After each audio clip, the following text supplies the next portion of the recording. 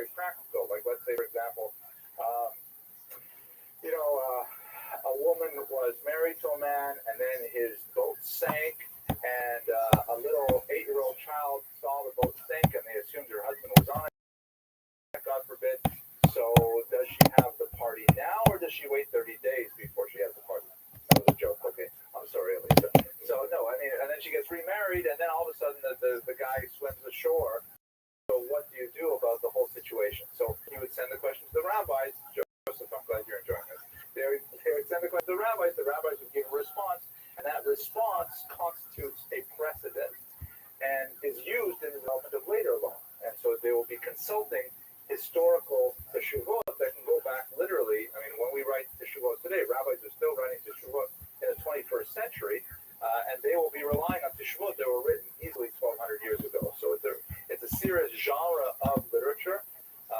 The great Rabbbi Yosef, who passed away a little while ago, is a brilliant mind who wrote this much teshuvots in tiny little print, double column, massive volumes. Phenomenal achievement, and that's written in the 21st century. Questions can be things like, thinking of a robotic surgery permitted, and under what circumstances are plastic surgeons allowed to operate, or men and women allowed to have these kinds of things done? Are tattoos permitted? Interestingly enough, he permitted, for example, medical tattoos, even permitted like cosmetic tattoos, like false eyebrows. What he writes, but those are examples of teshuvot. So in this case, someone from Kairouan in the year 987 writes a letter to the head of the academy in the city of Pumbedita, and he says, I'm not clear, and we've been talking about it here in Kairouan, which is in Egypt. We've been talking about it. No one knows exactly how did we get to this point. I mean, we know we have the Torah, first 5 books of Moshe. And we have a sense of the rest of the Tanakh, who wrote what pieces and what they're about. But how exactly did we get this oral Torah? How does it take its form in the Talmud today? Would you please, Rabbi Gaon, or Rabbi Shvira, please explain to us how we got this transmission?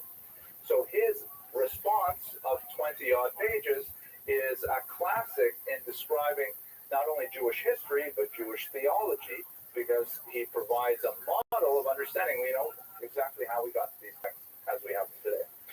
There are 2 different versions of the text, because obviously it was published and republished, or actually written down and copied and copied and copied. We have 2 medieval manuscripts that exist today. There's a lot of scholarly debate trying to figure out the discrepancies between the 2 of them. I think it goes into a greater level of detail than I'm competent to discuss, especially today, of what that text was. Okay. So no more pictures of book covers. Who was Sa'ad? I'm sorry, Shvira Gaon. He was one in a long. Grandfather was one of the Gaon and one of the heads of the academy. And he traces his own lineage very far back. Rabbi Daud, he goes all the way back really to the ancient period in his yichud, so to speak.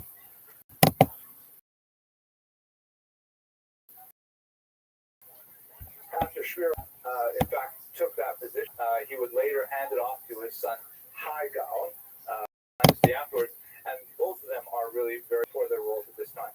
What's especially important about his Gaonate as opposed to his predecessors, that around this time, at the turn of the millennium, the Jewish world was beginning to fracture in terms of its intellectual centripetal forces. There were centrifugal forces, meaning the center of the Jewish intellectual world was really spreading out. There were increasing activities in places like North Africa, Morocco, Spain, even in the Rhineland, where you have a lot of very powerful Jewish minds engaging in Talmudic study and engaging in the codification of Jewish law. And Babylon was sort of in decline. To a large degree, Shvira felt that this was due to the poor performance of his predecessor. predecessor, who he felt had kind of like let go of the stick when he should have been maintaining the centrality of Babylon. And so feeling the lack of direction from the core of the Jewish population, a lot of the outlying populations were essentially taking matters into their own hands. Spain in particular, I mean, think about the great distance between Babylon and Spain. It's huge. So Spain was sort of setting off on its own. Some great scholars like Shmuel ibn Nakrela and others who are writing great Talmudic commentaries. And Shira felt that no, everything has to come back to center and everything the greatness of the city of New York. I mean, Pumbedita, right? That's really what he was. And we'll speak about how he did that shortly. He was also a very prominent pre-Zoharic Kabbalah, meaning the esoteric wisdom of Judaism. His writings in this area are cited, but are unfortunately not extant, so we don't know too much about his work in that field, but we know that he had a huge reputation among the medieval scholars for them. I'm going to go now a little bit further back in history to try to understand what exactly he's addressing. So do I have any specific, not too hard questions? Are we going to start with? Easy questions. Ms. Abramson? No easy questions? No, please, an easy question. Good. Yes, correct.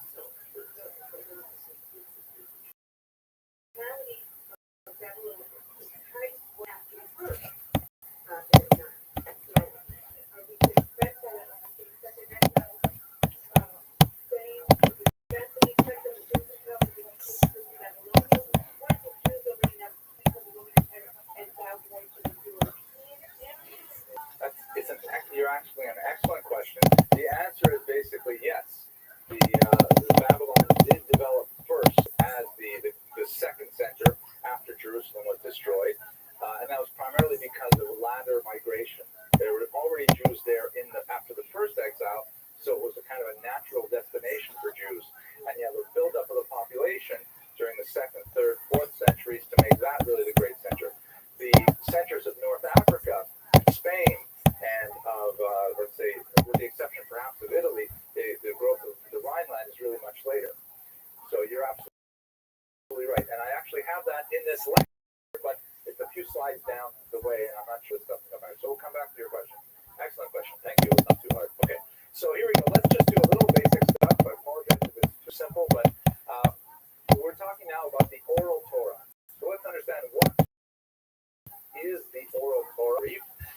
It is essentially a companion text, and I put quotation marks because obviously as an oral document it would not be written down for some centuries after it was originally, revealed in Jewish traditional Jewish, but is a companion text to the 5 books of Moses. This is where I'd like to turn the lights out. This is Charlton Heston as Moshe. Do it once quickly, Ms. Abramson. Thank you. Love the assistant, Ms. Abramson. It's going to just turn off the lights for a second. I have a great deal of fondness for this particular lecture. That's excellent. Well done. No, not quite. There you go. Excellent. Look at that. Oh, brilliant. Doesn't chase it. Right? I feel okay. That's great. We can turn on lights now. But I will tell you that I grew up just because I feel like it's very therapeutic for me to share these things. I grew up as the only Jewish child in this very small, remote town in northern Canada, and I knew there were Jews in the world. I saw them on Pesach. We went down to Toronto, and I saw my cousins. I knew there were a lot of Jews in the world. But in this little town, there's only like the Anglican. I felt lonely, like there was a Chinese kid who was my best friend and rival, and that was it. But then they had a theater back then, the Cinequa, and they brought in Cecil B. DeMille's The 10 Commandments. I was about 8 years old, and I showed it, and I was like, this movie is about me. This movie is about my people. I just could not believe it. It's like a 3-hour movie, and I just sat there as an 8-year-old, completely overwhelmed with it.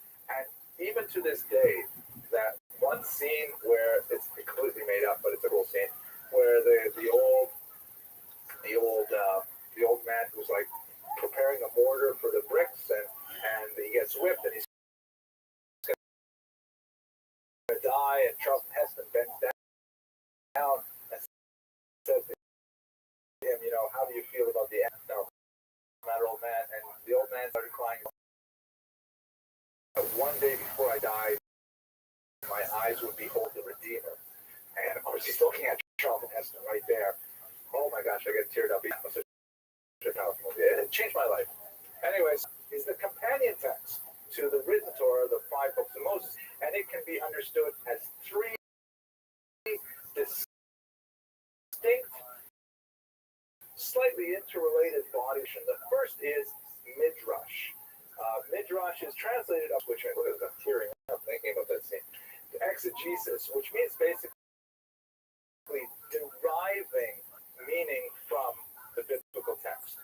Looking at the written, you'll find, medical infelicities, even spelling mistakes, weird conventions like letters printed upside down, letters broken in half,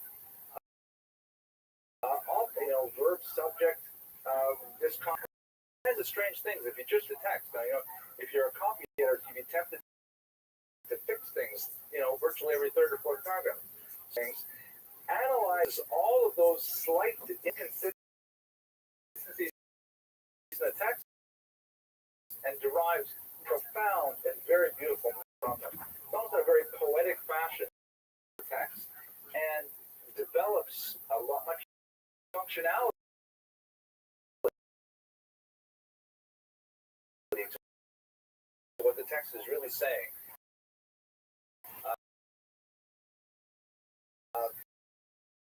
And it has become so well ingrained in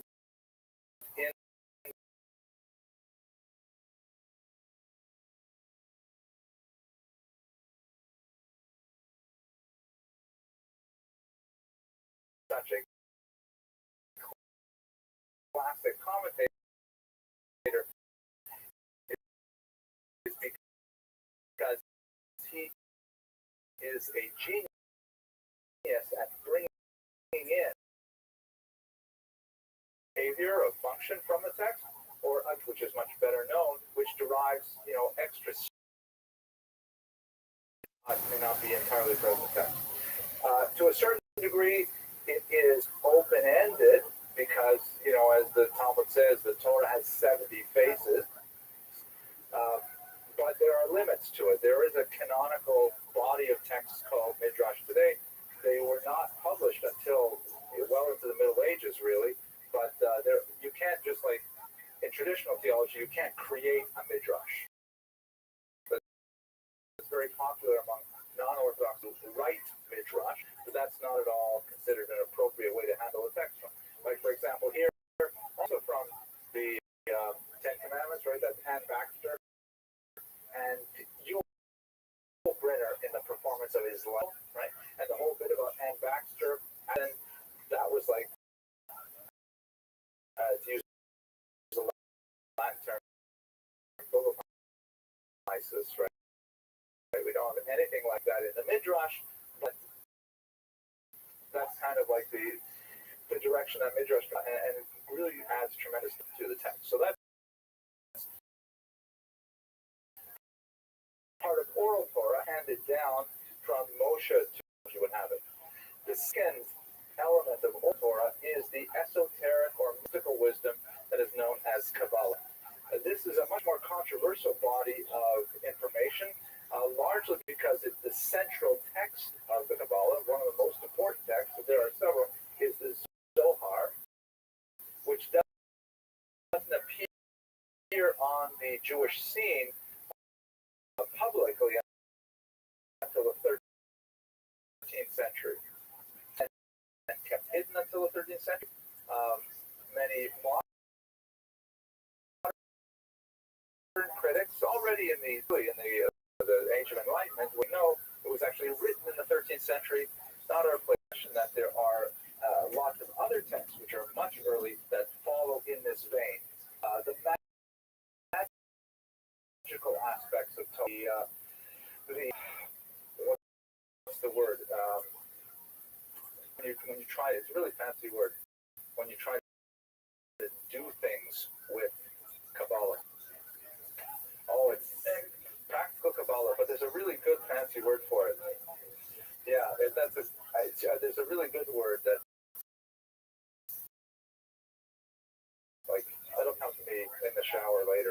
impress you and you would say, wow, we're learning at a really high level. Did you hear the word that he said? That was great.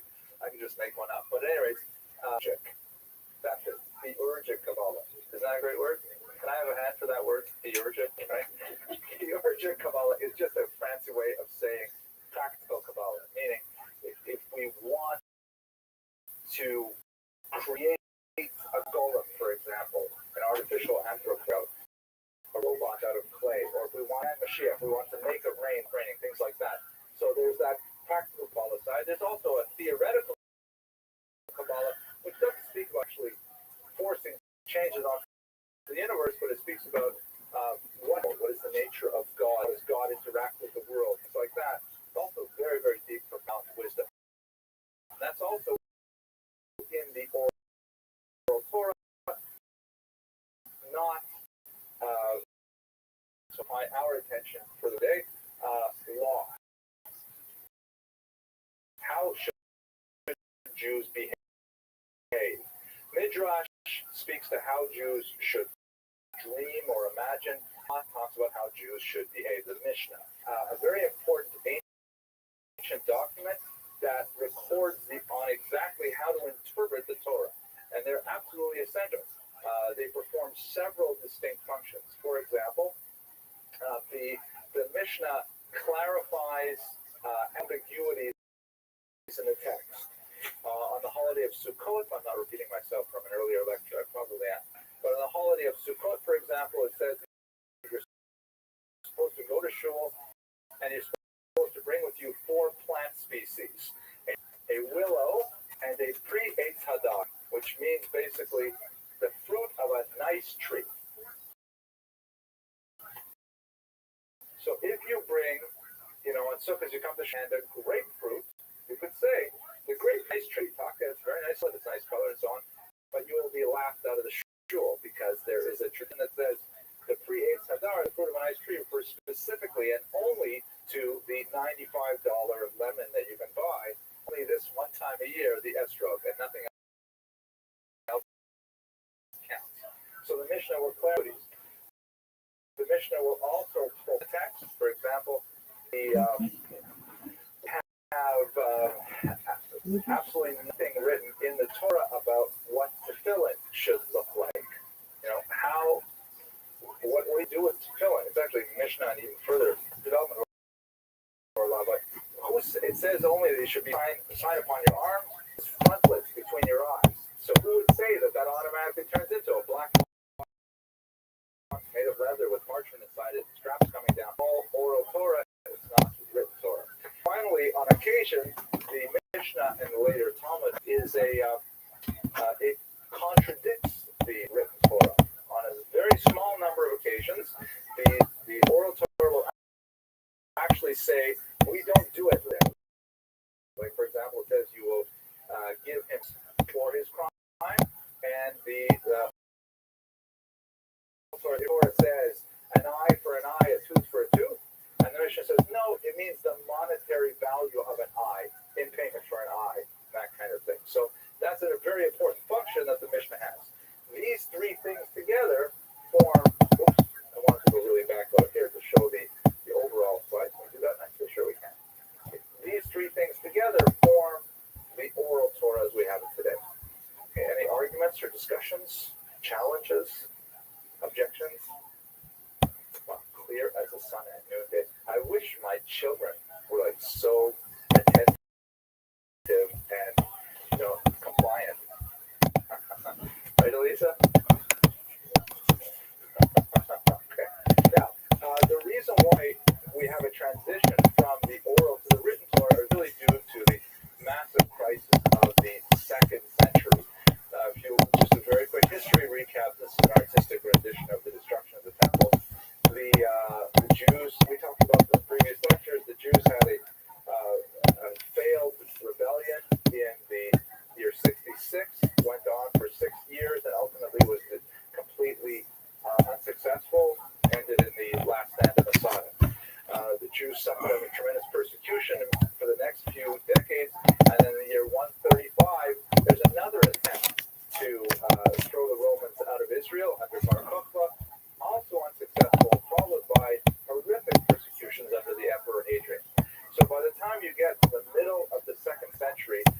the Jewish world is really suffering. There's a complete lack of a centralist leadership. There is a huge demographic impact when, a generation and then their grandchildren are completely devastated in futile rebellions against Rome, especially the male population. There's been a large-scale exile from Israel, primarily, and the Jewish community has lost, most important, it has lost the central locus of its worship. Everything was centered on the temple. Everything was centered on the idea of bringing your sacrifices there. I mean, how many generations can you go losing that central unifying factor? As a rabbi named Yehuda Hanassi, and this is now going to the text, famous a rabbi named Yehuda Hanassi realized the difficulty of the situation, and he resolved to write down the oral Torah and to create essentially a poison that would allow Judaism to actually be taken on the road, and it could survive and amazingly even flourish without the temple. And this magnificent work of literature was the Mishnah, as we shall see. Yes, Ms. Abramson.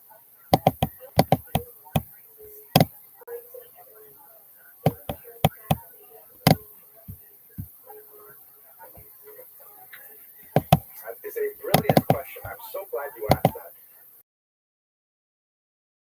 The rabbis and the Talmud, they argue back and forth. If God gave it to us, what audacity to transform it to a written format.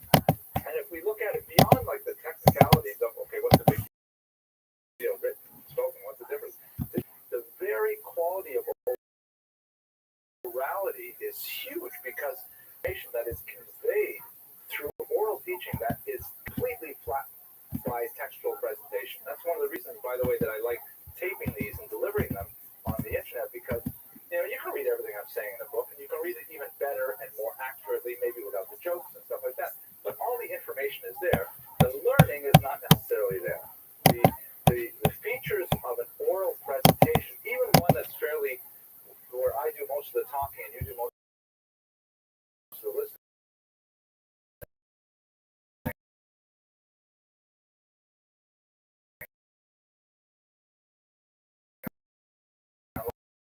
like a partnership of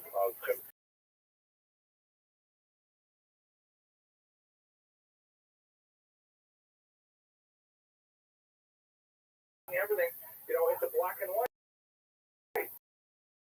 Only how much more so? Nevertheless, Rabbi Yehuda Hanassi justified it. Time to act for God. They have destroyed your Torah. Meaning, we're at a place where we must, take a bold step.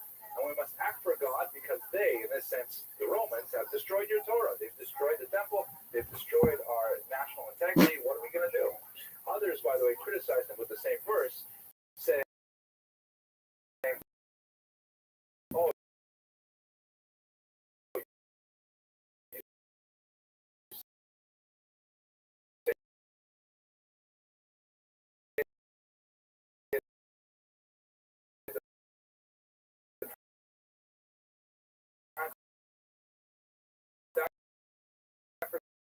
God, you've destroyed.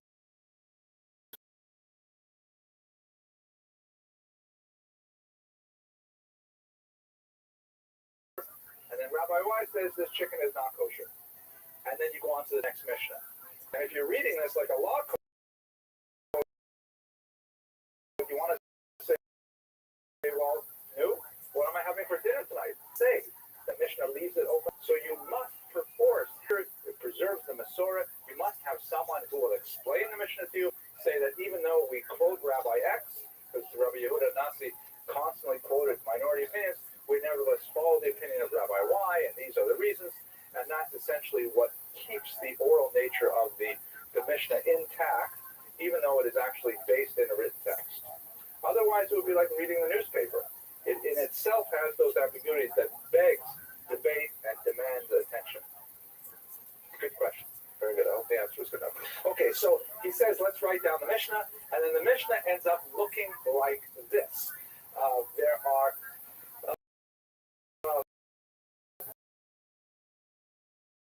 6 orders, just to run through them, seeds or zuroim, and it deals with agricultural law. A lot of laws in the Torah that deal with the sabbatical year, mixing species, all kinds of things like that. It also deals with laws of blessings because are times. Then the next section that deals with the Shabbat, Rosh Hashanah, and so on, all the various holidays. I'm just making that up. But the reason why, I'll ask you, so why is there a section on women and there's not a section on men? How come there's a whole section, one of the 6, no section on men? Sorry? Okay, we have a little section maybe. So the answer is because the Mishnah is based on a very androcentric document. It's something that is written by the concept of women studying the Mishnah the way men study the Mishnah was pretty foreign to most of the ancient world. There were women who did master the Mishnah throughout history, but it was a very, very unusual circumstance. We happen to live, ironically, in a time of, it's like Charles Dickens, the best of times and the worst of times. On one hand, we have the most atrocious level of Jewish ignorance ever in our history, especially in this country. But at the same time, we have some of the highest levels of education available for women, for the Beis Yaakov movement and so on, even studying Talmud for women. So we live in a weird time. But your grandparents, your great-grandparents for sure, wouldn't know how to list even these 6 sections. But Nashim, women, is the largest section, well, it's not the largest, I'm sorry, it's the largest section of the Talmud, not the largest of the Mishnah.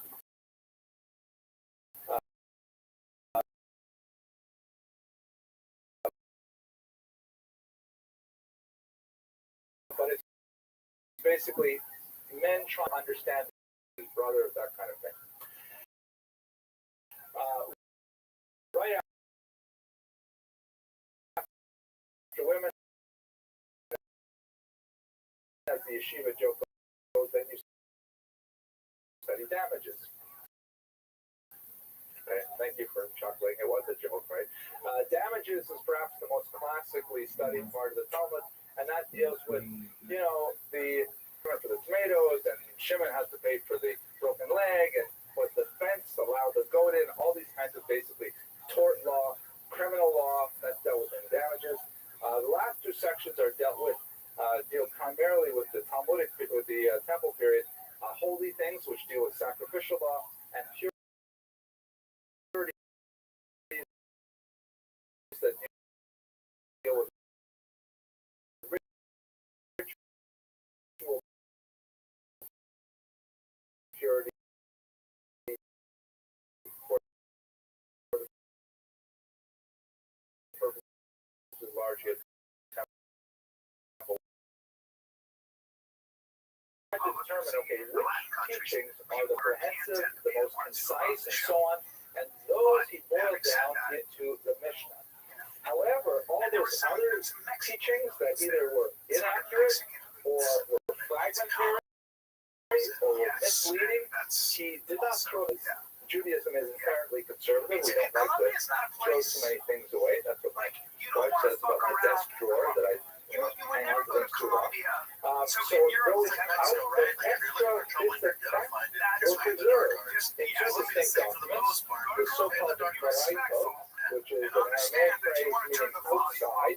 These are bits of Mishnah teachings that didn't make the cut for the Mishnah itself, and also the Tosefta, or the additional text. These are also teachings floating around in the time of the Mishnah, did not quite make the Mishnah, but we didn't throw them away.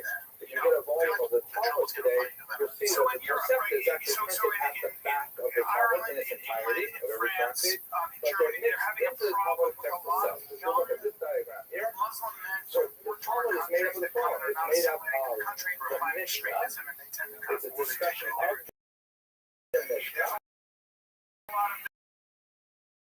And the use of Tosefta and Baraito. Miscellany text dealing with the fact, legends, recipes, pictures for diarrhea, all kinds of amazing things. Very discussion of the kind of food that you have. Actually, like that. Can I show you that again? And the Mishnah, by the way, is speculating sometime around the year 200. And so those discussions that were recorded, and they are made up primarily of passages from the Tosefta and the Rabbbi, challenging understandings of the Mishnah, debate around the Mishnah, and a lot of other miscellaneous stuff that takes up, I don't know, off my head, maybe 25% of the Talmud. In the miscellaneous category, that altogether is what we know as the Talmud today. And this is basically Rabbi Gaon's, Shira Gaon's description of how we got where we are today. Intellectually, through the passage of the writing of the Mishnah, the additions of the writing of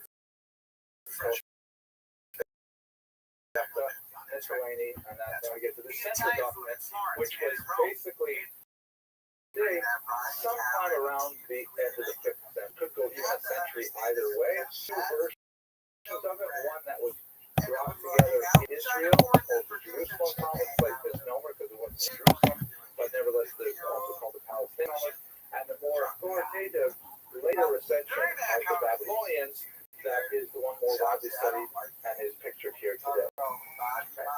So this why Babylon? We'll get into your question now. Here's a quick look at what happened to the Jews and why Babylon became the main center of the Jewish people during the centuries after the destruction of the Second Temple. Israel, of course, located here, and there was an exile in the 6th century BCE, so we're talking now about 600 years earlier. It was not a very deep exile, it didn't reach deep into the demographic pool of the Jewish people, tended to exile primarily the leadership, but they were sent all the way out here to the Mesopotamian region. So-called Mesopotamia is from the between the rivers, rivers in Greece. The two very important rivers are the Euphrates and Tigris rivers that here take a lot of the silt from the mountainous region here, and they go down into the Persian Gulf, where the regular Babylonians already in the Assyrian period learned how to create the Sumerian period, learned how to create cutting. This became like Silicon Valley of the ancient world, because they had all of this new soil coming down every year. It was amazing for agriculture, and it created a replenishable, renewable resource with a tremendous economic gain. So this is really a very, very wealthy area historically. This is where originally, and we wandered all the way over here to the only country in the Middle East that has natural reserves of oil, and then eventually the Jews went down the coast. No one cut it right over. So thank you, Estelle.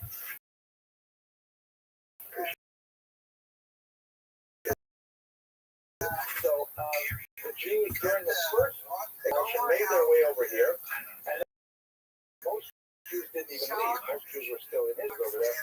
And then under Cyrus, they were allowed to return. Only a small minority returned to Israel. Most of them were very comfortable, thank you, in Babylon, and decided to stay.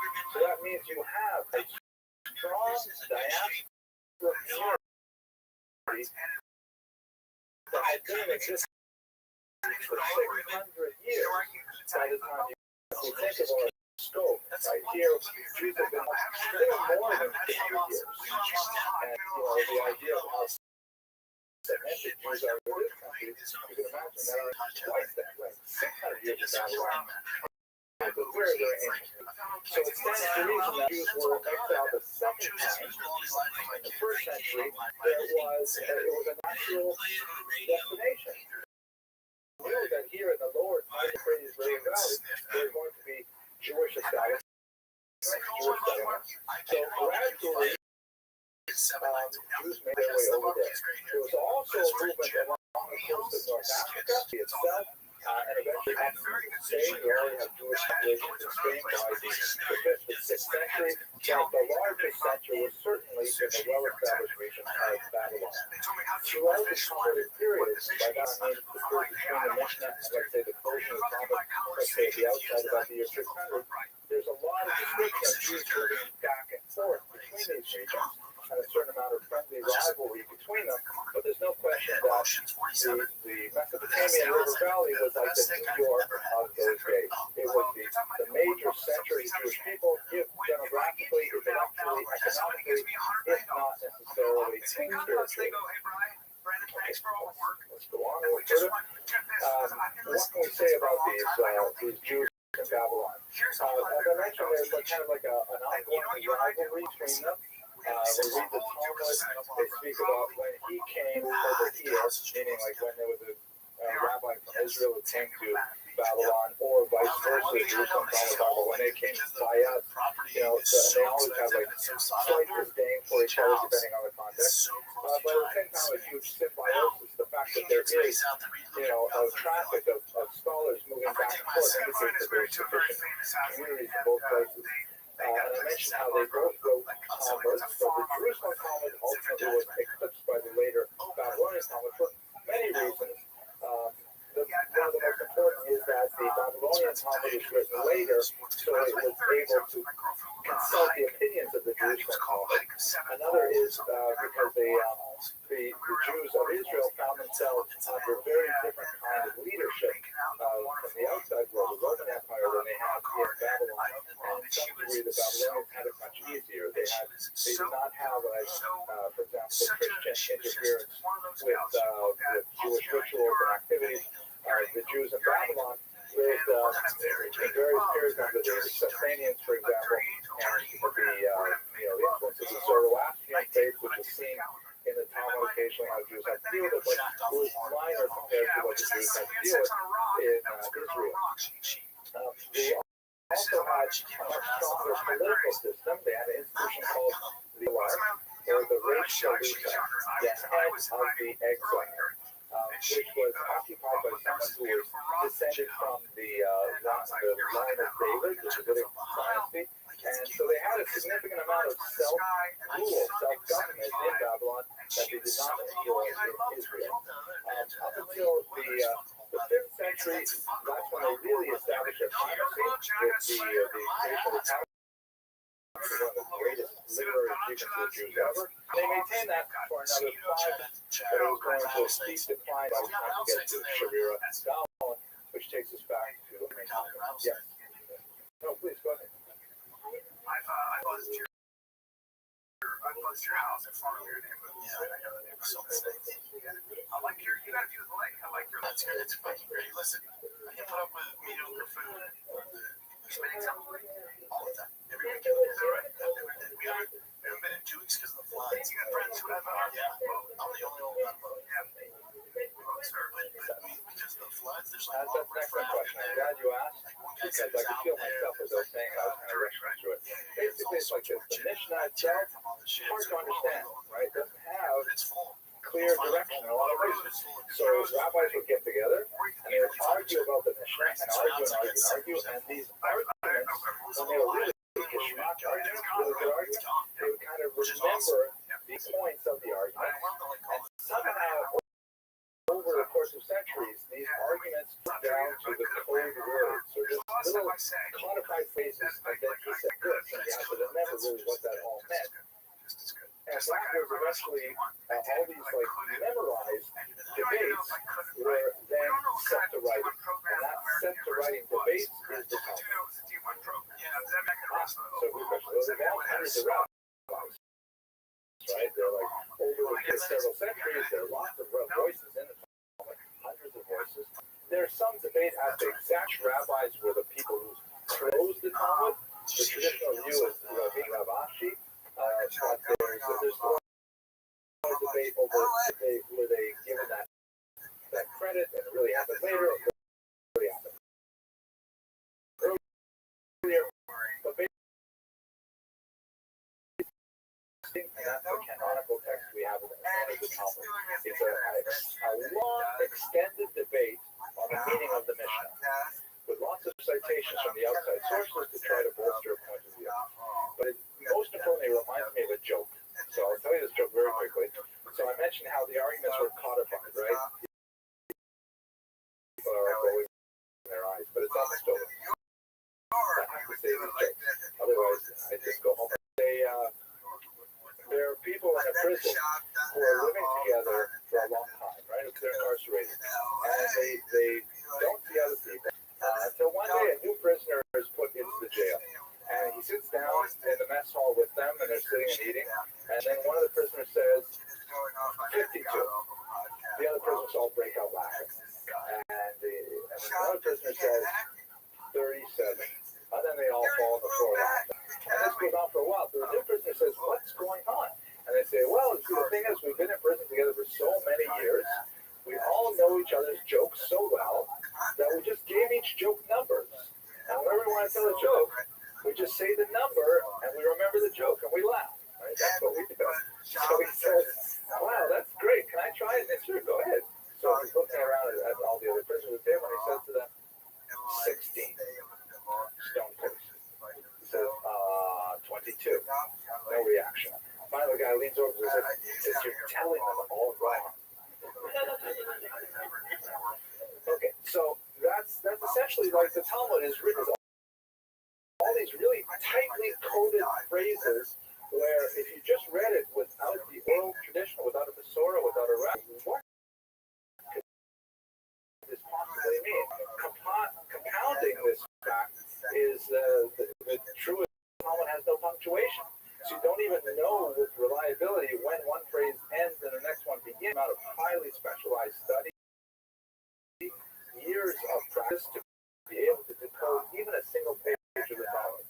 Once you get it, once you can if you can learn 50 pages on your own, much well set to do the entire Talmud. But just learning those 50 pages, it's a very difficult process. Anyways, Shavir Gaon. So he was a Gaon in one of the prime cities of Babylon, the city of Pumbedita. About half a dozen cities that were especially important. Pumbedita was one of the two most important. The other was he got into a certain amount of trouble because he was the chief judge of the rabbinical court, and he did not agree that they should appoint Nehemiah to be the Gaon before him, and he refused to consent to the appointment of one Nehemiah. We don't know too much about the reasons, because perhaps responsible for not taking control of the situation and centralizing rule in Babylon, respect for Babylonian scholarship. So that got him into quite a bit of hot water in the year 960. Nehemiah passed away, and so the mantle of leadership fell on Shavir Gaon at this time. And then he devoted the next 3 decades of his life, he lived an entire century, devoted the next 3 decades of his life to specifically shoring up the Rebbe, reaching out to far-flung communities throughout the Mediterranean basin, and making sure that they directed their questions to the yeshiva, the academy in Pumbedita. And it appears that many of the communities throughout the world felt that they were really lacking this leadership and needed someone to stand up and say, yes, we have the answers. We can just send them to us. And we will respond. And we will respond in sense. So there was a huge surge of response and popularity on the rule. He also took the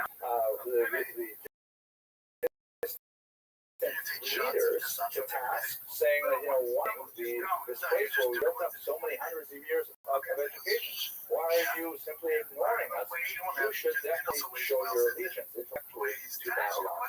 And it made a tremendous difference for at least another century. His literary achievements are similarly long-lasting. We spent the better part of the hour talking about the so-called letter, which is one of his teshuvot. Together with his son Igal, also this extremely powerful leader, they authored about half of all of the teshuvot that exist in the Gaonic period, which means for about 400 years, half of these responses come from either Shapiro or his son Michael. Tremendous number of responses. If you imagine, he's sitting at his desk getting these letters every day, writing out by hand his detailed analytical comments based on his own report, sending them out. It was incredibly important. It was like so we know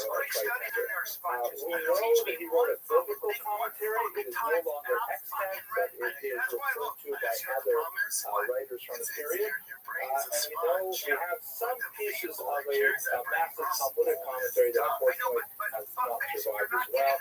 And finally, he wrote a book called Megillat Tzarim, which appears to be a commentary on the non-legal aspects of the Talmud.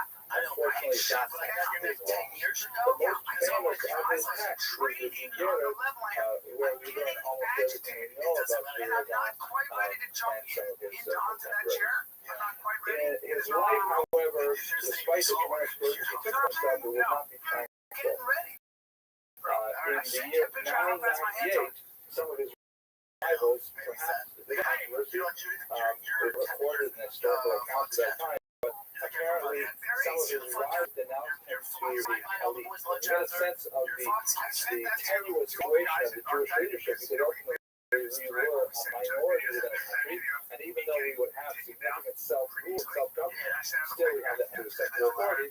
And so the elite of the time arrested Shira and his son, who was then the head of the court, and imprisoned him for almost a full year. He was eventually released, apparently acquitted of all charges, but by that point, again, remember, he was a very elderly man at this point, his health was ruined, and he appointed his new son, Haigal, who was also an elderly man at this point as well. He's already in his 70s, if I'm not mistaken. So he stepped down from his position in favor of his son at that time. So to speak to his legacy, we can evaluate many different ways. One way to be sure is that he really consolidated for a millennium the centrality of the Talmud, explaining directly how it flows from the Mishnah, the value of the Mishnah as a central branch in the Pharisaic tradition that we have today as the rabbinic tradition. And the study of the Talmud was enshrined as the central activity of Jews intellectually for the next 1,000 years. As you can see in this picture here, which is from the last Siyama shots, which was a year ago, August, if I'm not mistaken, where they had 70,000 who met auditorium alone, celebrating the completion of the Talmud, which is something that is unprecedented. Okay, thank you, Mr. Rodriguez. Secondly, his activity in opposition of Teshuvah literature was extremely important in creating a legal documentation that became a corpus future law, and his general adherence to the notion of the validity of the oral Torah and the binding nature it had upon Jews was something that reverberated throughout the centuries following his demise. So as always, I thank you for your patience and your indulgence. Thank you for your attention. We're going to look at Sagaon, also an extremely important leader of one of the academies, an extremely important philosophical leader as well. So we'll look at some of his specific ideas. But the big difference will be under Saadia, we'll talk a lot more about the influence of Islam on Judaism and vice versa. Thank you very much for your attention. Now it might come to that very classic shop. It just continues. He does it all the time. That's why it's so frustrating watching Shab on the Golden Hour podcast. Because not only is he interrupting all the time, he's doing it over Zoom. So it's a delay interruption. I mean, right off the bat, Cal.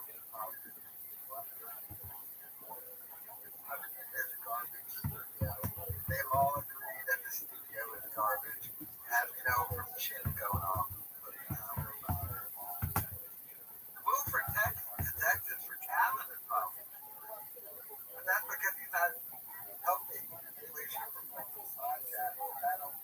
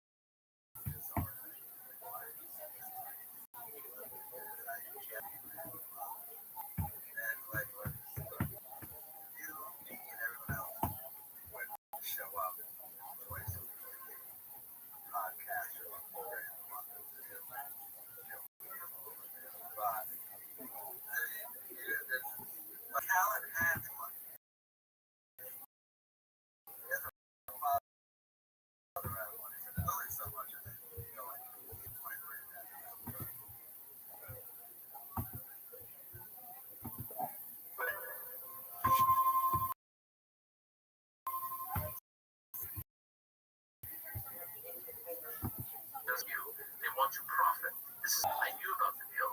I signed the contract as nothing more than your word. I'm not going back on my word just to gain financial benefit. I don't expect anyone to understand that. And so again, Don't fear, oh my fucking god.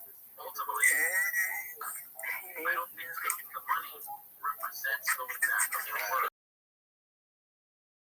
Yo, when are you gonna join my Discord?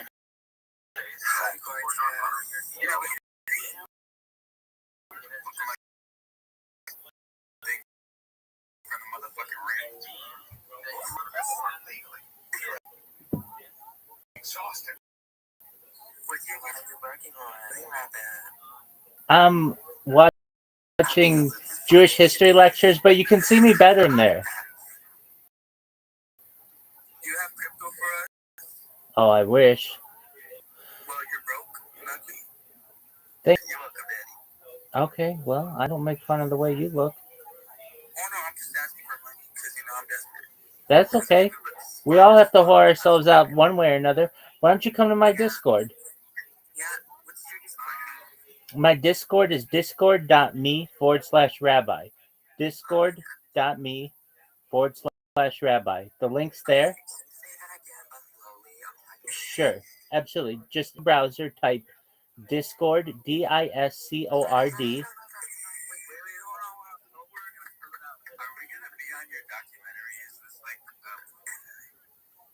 Yeah, you are.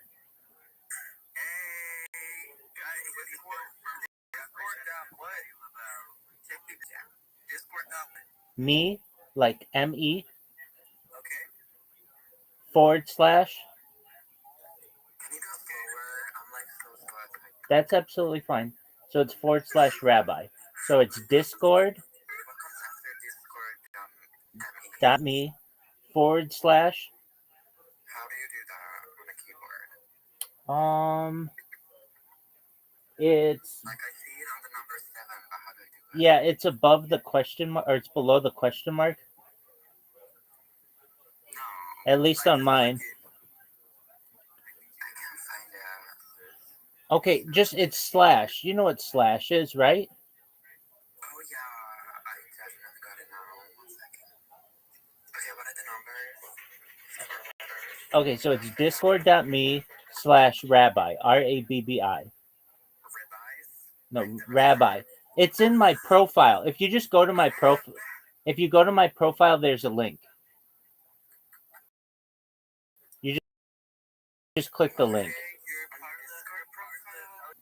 Yeah, I'm actually a woman by the state of California. It's on my ID.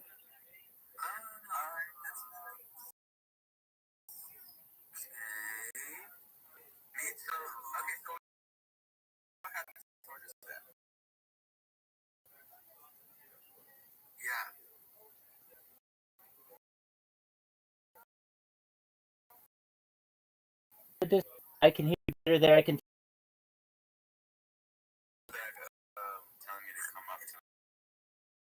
do here, but you're not going to see it as well. I'm Rabbi Rothschild. I stream my life 24 hours a day, 7 days a week, 365 days a year for world peace. Since the pandemic, that's more than 3.5 years of content. I am live right now on 22 different YouTube streams. I have more data, according to The Economist magazine, is Earth's #1 resource, and that may make me I have more data archived than any person ever, and that may make me an influential person. And if that happens, I'm going to help you.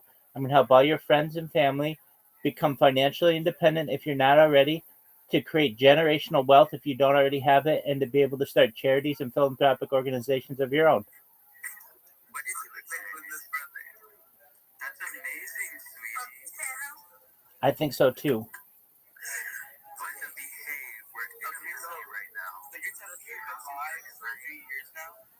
Yeah, I've been live for 3.5 years on the internet. What do you do? How do you have to shower or poop? I do it on stream. Whoa. Right now.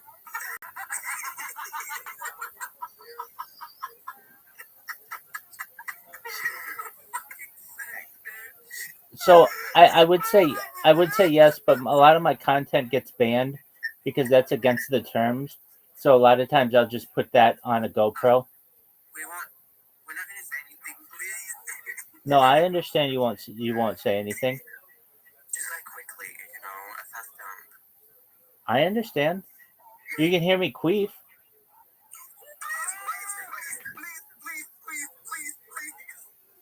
No.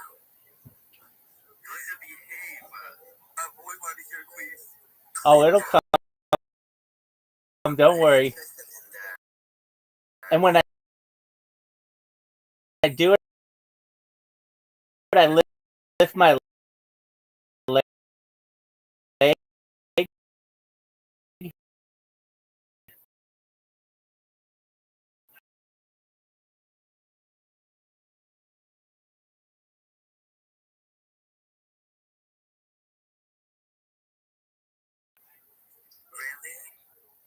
We are. Anyways, Rabbi, it would be nice if we could go to your house and be on the live so we can be on internet history.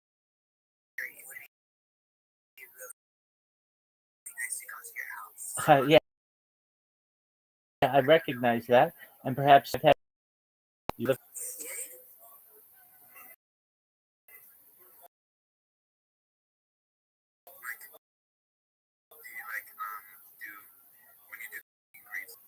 Oh, really? So hopefully we can go at your school. Okay, so we need to plan a field trip. Okay, well, there you go. On a magic school bus. Excellent. Make sure to have your permission slips signed. Of course. Wait, What'd you say? Discord, and please be 18 to be here. I'm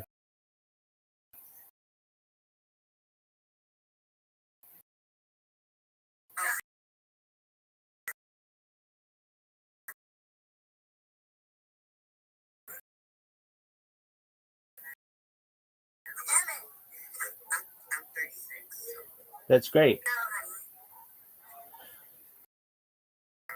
There's a link in my profile. Just click the link in my profile. Is this like a troll cow thing? Like, are you getting some type of notoriety from this and then, letting it snowball into something bigger? I wish. Yeah, absolutely. Okay. Tell everybody you know about it. This is the biggest event in global history. The reason why it's the biggest event in global history is because data is Earth's number one resource. This is essentially a time capsule of human history. It goes back to the pandemic. We've seen the death of a queen, the birth of AI, the coronation of a king, and everything in between. Wait, so are you recording this? Like, you're saying this is like the biggest data thing, whatever you're recording? Absolutely. You're live on 22 different YouTube streams right now.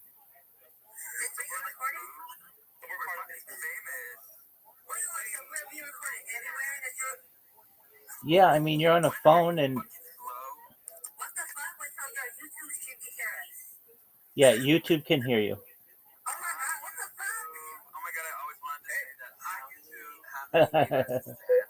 YouTube says hello. Oh, tens of thousands, perhaps.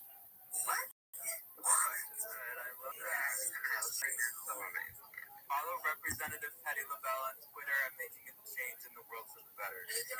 That's amazing.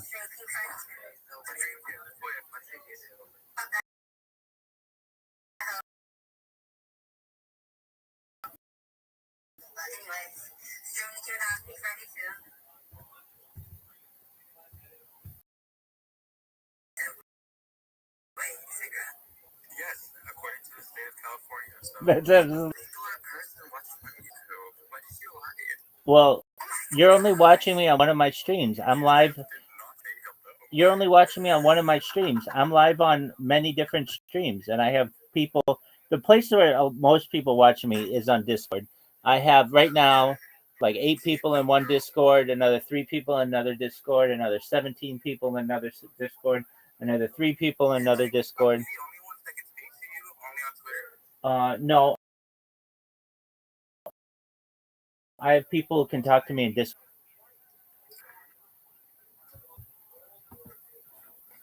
What now? Come to my Discord. I'm fucking scared. Okay, that's I use Discord for work, so okay. Who uses Discord for work? I know, isn't that weird? It is weird. Well, everybody else uses Teams or But you work, they're really cheap. Everybody uses Teams or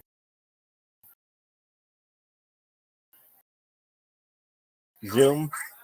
in my job, people in the I don't know why. Oh wait. Isn't this live stream basically your job? Mine, yeah. I mean, I also have a. And don't you use Discord in it? I mean, when I have a career as a certified project management professional, and we use Teams. Okay, yeah. So now the technical.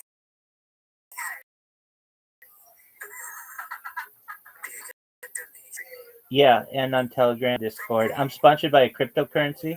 It's worth $100 million.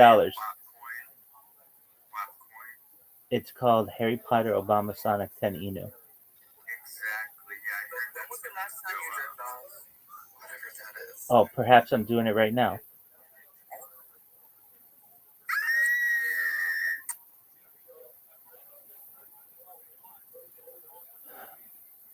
I like you all. You guys were here earlier, and I ignored you. But now we're becoming friends, so I guess I can't ignore you. I totally get what you're doing here. I mean, doing what you're doing here. I know, I'm so confused. She is creating an equity with her data, okay? This is all being recorded, and she can someday sell it to the biggest bidder. 100%. You're gonna sell me one day? I'm so smart. Yes, you are. No, I don't want to sell individuals. I just want to sell my data. Data is Earth's #1 resource, according to The Economist magazine. In 2018, data overtook petroleum. So basically, I'm sitting on a gold mine, and just a matter of time until people see me, I blow up.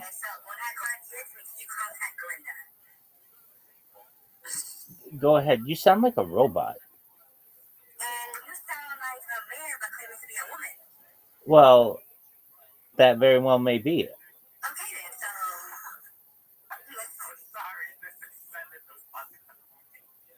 Mind y'all, this room is bigger than 9/11. Word. It is. It's bigger than World War II. It's bigger than World War II and World War I combined. Wait, so would you say like this is more relevant than the Holocaust? Yeah, absolutely. Yeah, this is bigger than the founding of Israel. This is bigger than the Vietnam War. This is bigger than the War on Terror. This is essentially a time capsule of global history. Would you put it bigger than the asteroid that wiped out the dinosaurs? Perhaps, yeah. This is bigger. This is bigger than the Epic of Gilgamesh. Would you rather reinstate slavery to end this stream? I don't want to. I don't want to do either. Slavery? So you're for slavery? No, I don't want to do either. I don't want to reinstate slavery, and I don't want to end this live stream. Palestine or Burj Khalifa? What about Burj Khalifa? Palestine or Burj Khalifa? I'm a fan of all people. I want world peace. I really wow. What the fuck? Yes. He's a rabbi. Are you kidding me? Israel's literally. Wait, I love ribeye steak. Exactly. Me too, sister.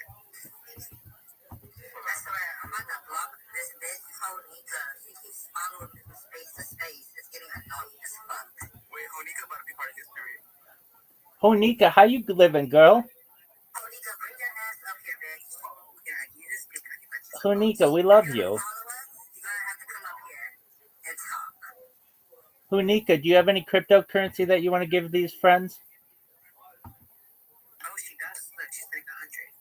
Oh, fuck yeah.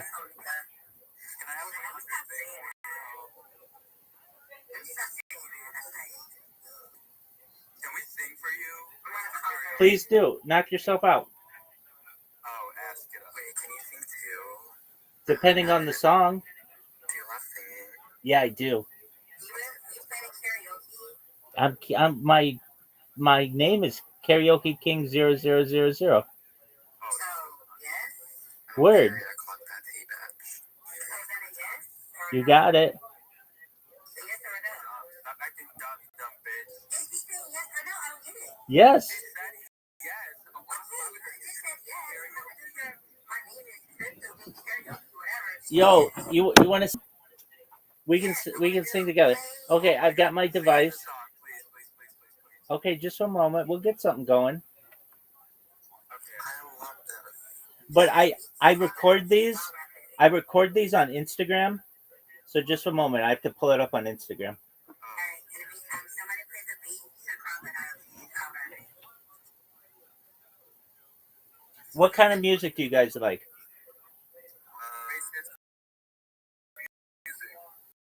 I'm a Nicki Minaj fan. I like slave hymns. Oh my god. I do too. So you like six?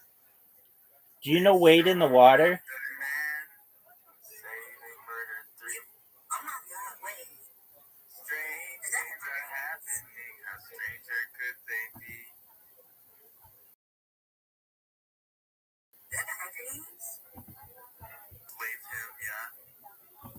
So you basically saying you fuck with Kendrick Lamar Oh, fucking God. and Doty. They both give off slaves. Oh my God.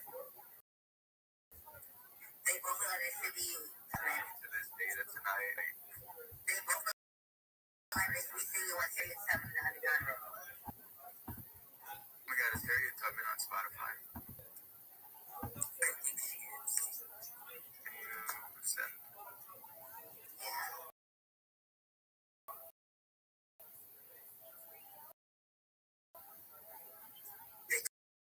Because Rosa Parks get your ass up.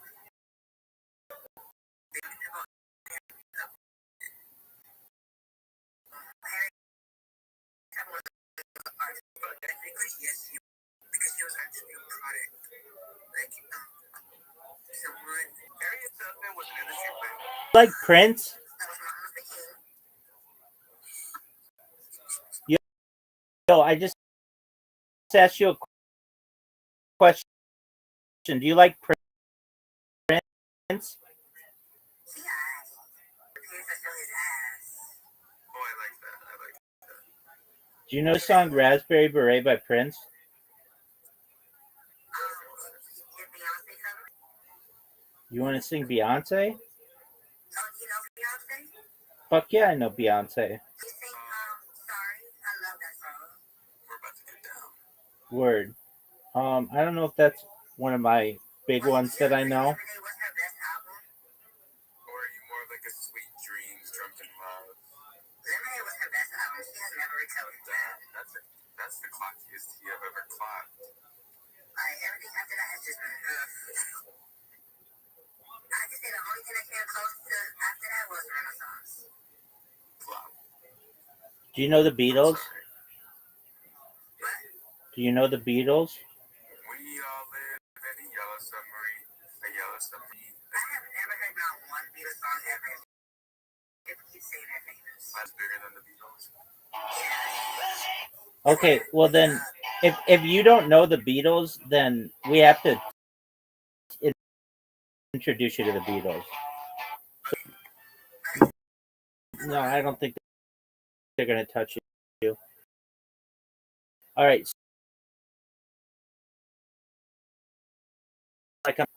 Here we go. And this is Instagram as well. All right. And a 1, and a 2, and a 1, 2, 3.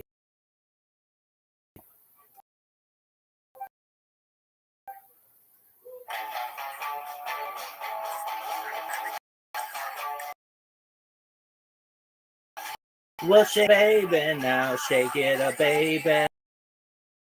Twist twist and shout, twist and shout. Come on and work it on out, work it on out, work it on out.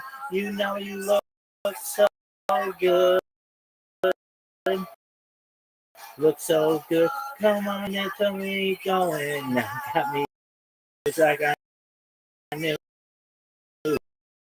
you were. Like I knew you would.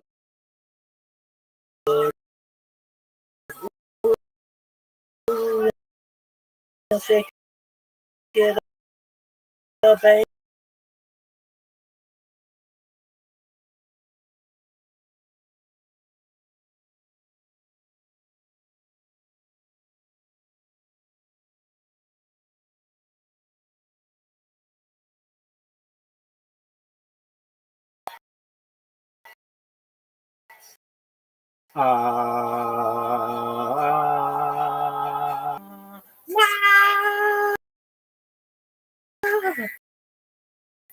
Can we do someone else?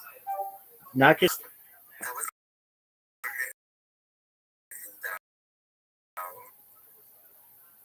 who wants to go? I can't because I need to be a little quiet. Yeah.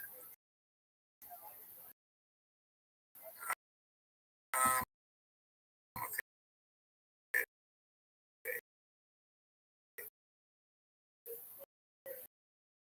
What should I sing?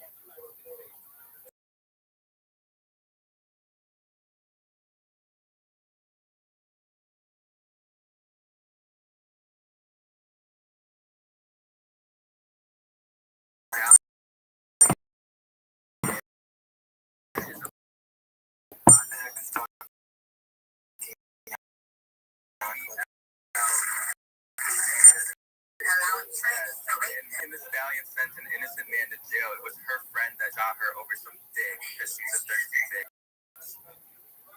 Yes, and her friend told her to dance, bitch. So we're not singing WAP, but I will sing it Milkshake by Khalees. Oh my God. there you go. I like that song. My milkshake brings all the boys to the yard, and they're like, it's better than yours, damn right. It's better than yours, I can teach you. But I have to try my milkshake. Brings all the boys to the yard, and they're like, it's better than yours, damn right. It's better than yours, I can teach you. But I have to try. The thing that what the guys go crazy for. they lose their minds. The way I whine, I think it's time. La la la la la.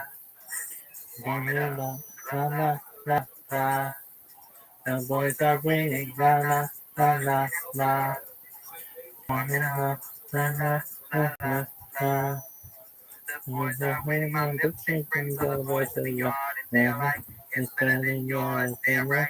It's better than yours, it's true.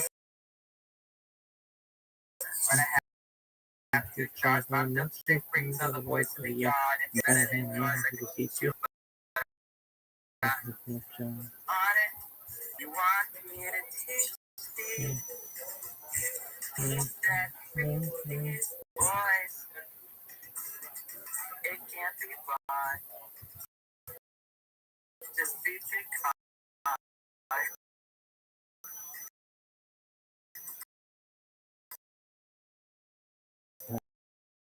Watch if you're smart. La la la la la. Warm it up.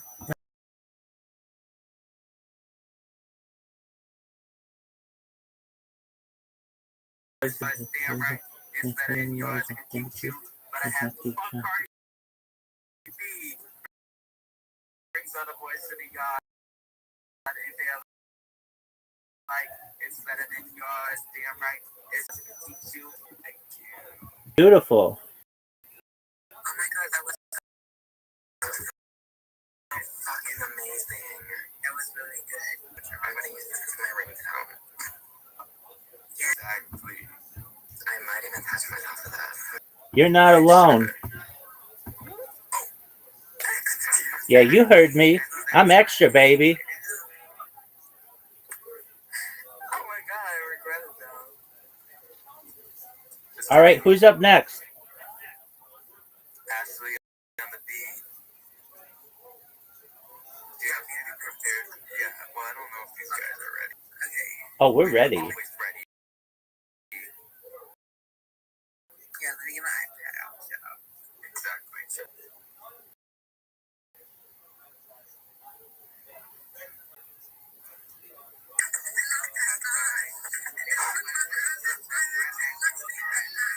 Put your hearts up.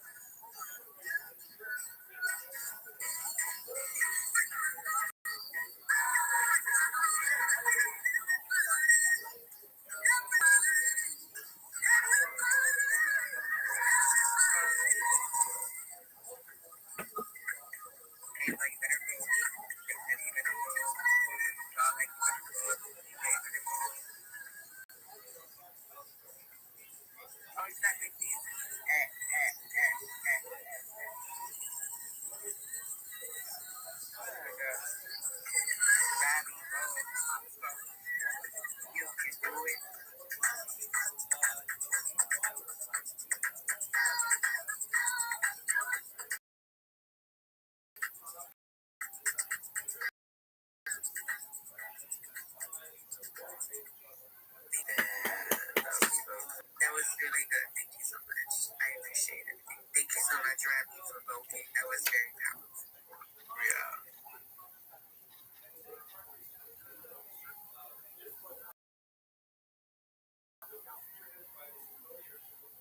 The man behind you, Rabbit. Yeah, I know. We're watching. The man behind you. I know we're watching. watching Jewish history lectures.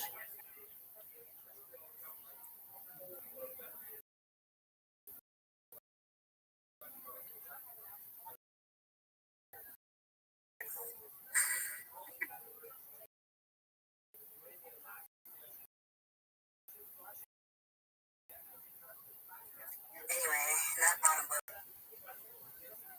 Face. Yeah, he's talking about shit. He's talking about another space. He got kicked out of. Hola, Paco. Ya tenemos mucho que estamos.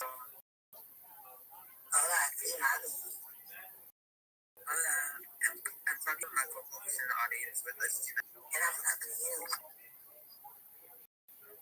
Alright, Linda. Sorry, I'm drinking water. Talk to me in Spanish.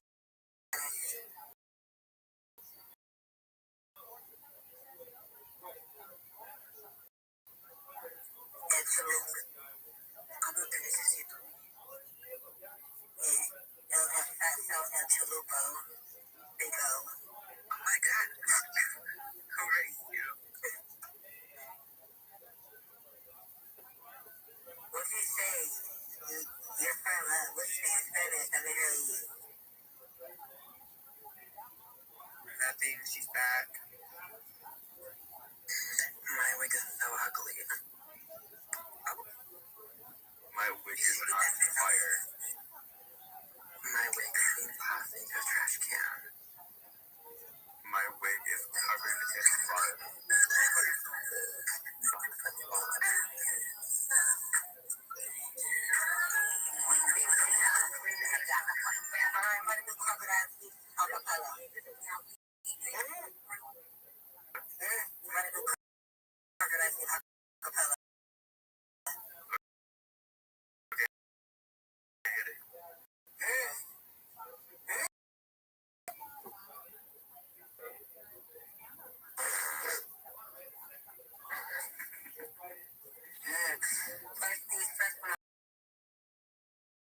I'll be right back.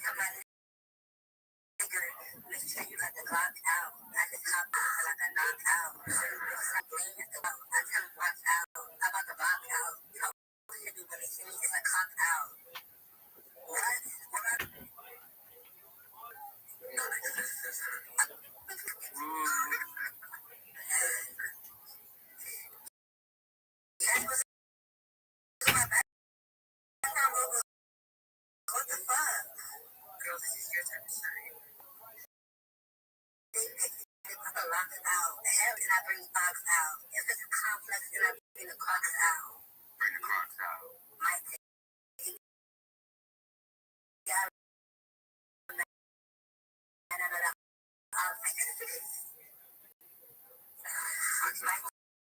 Take a job right at night, but they don't cut.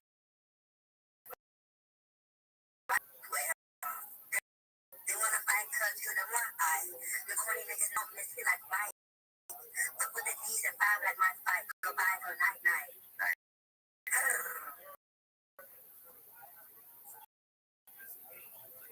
I was glad. Oh my goodness. Shit now.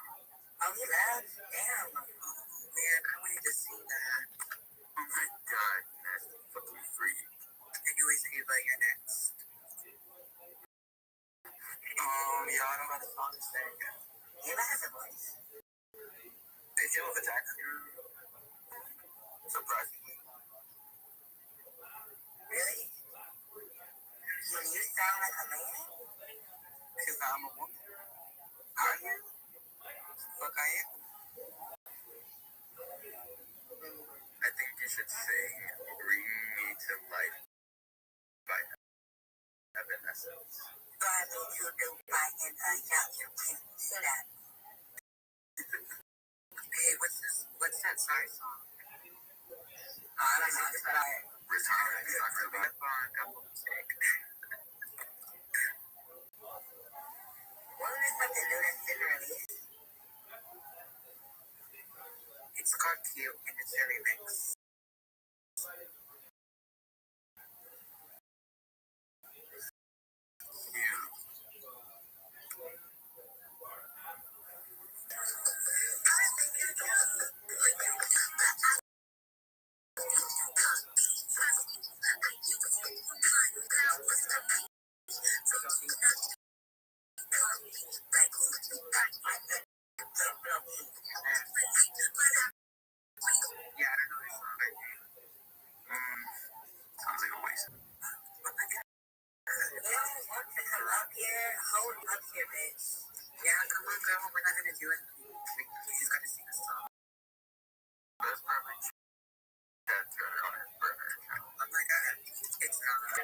picture of grandma's coffin. I don't care if I'm going to picture of this coffin over there. You mean his grave? In a coffin in a grave? Oh, it's in a coffin. Chad doesn't have a home. Why the fuck would his brother have a home? Wait, Honika, come up. Come up, guys. Come on, girl. It's scary. Yeah, we can chat here now. I don't think it's your juice. That's my cookie. That's my juice. Okay. I miss black.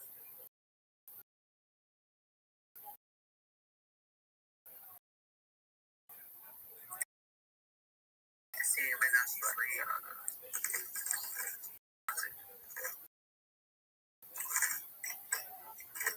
What's your pretty?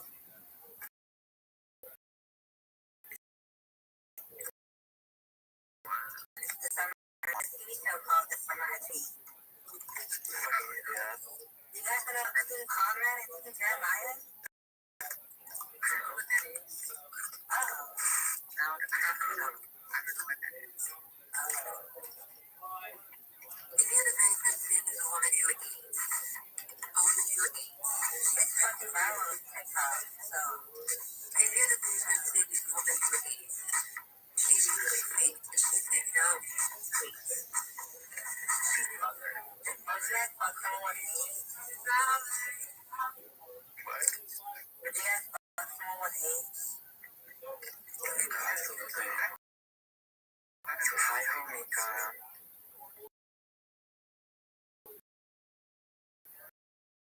Did she come up here? Hi. But Penny, you added food up to this playlist, but why is it that it's everything? It's not. You guys have a playlist? Okay, so all my songs, I transferred them from Apple Music and like it just chose random songs instead of the actual songs. Wait, how do you do that? It's this app called Song Shift. Okay, I'll do that. Wait, what's your playlist called? Ash Nation Faggots. It's actually Ash Nation Faggots. Okay, well, it's Ash Nation Funny because the A is in fucking V. Ash. Wait, I'm gonna find it by you. To go to Barney's profile to find it. I'll find it. B tree and dogs. I think I found his profile. Done the link too, I think. Oh yeah, you can put the link on that.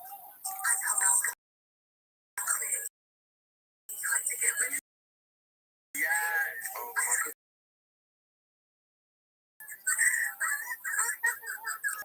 Wait, how many transfers do you have for music? Because that's I think some of my premium.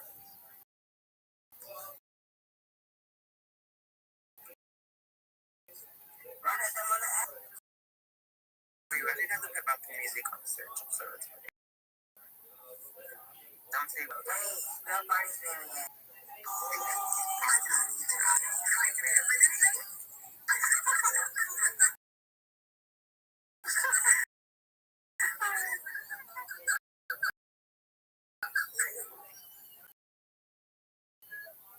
I would have had a collab with this music.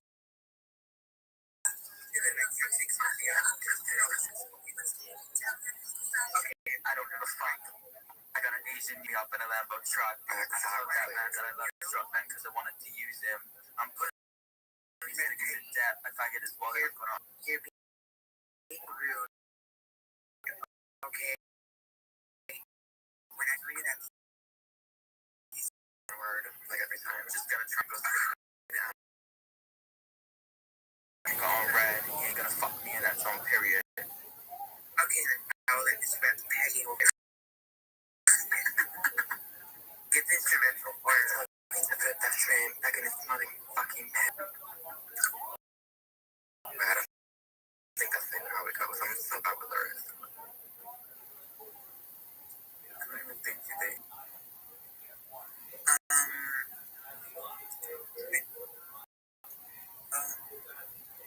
On Apple Music, they have a karaoke feature. Oh yeah. Let me put it on the table here. It's gonna be so odd.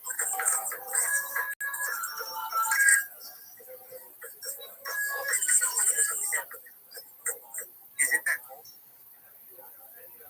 Yeah, that's really cool. Hey, I told you that I was going to quit and you tried to get rid of this thing.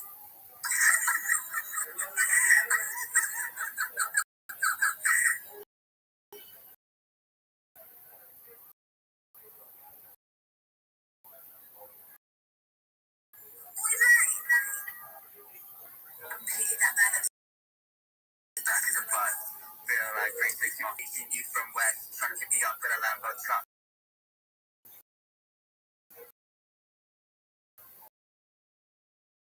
I saw that man that I love so man. Because I wanted to use him. Last week, now I'm out here looking like this. I left that oh man, he ain't gonna put me in that song period. Back in Los Angeles, well, like I want to act like a piece.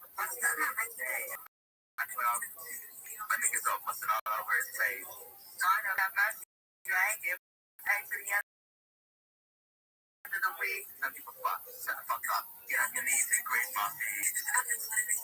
That's just a tease, so go to shower. Close her. Sample that in the future. I think so, crazy. Quiet. We should have sampled it since the beginning. My bad, I my life. Oh my god, who the fuck is Rary? Very. Very.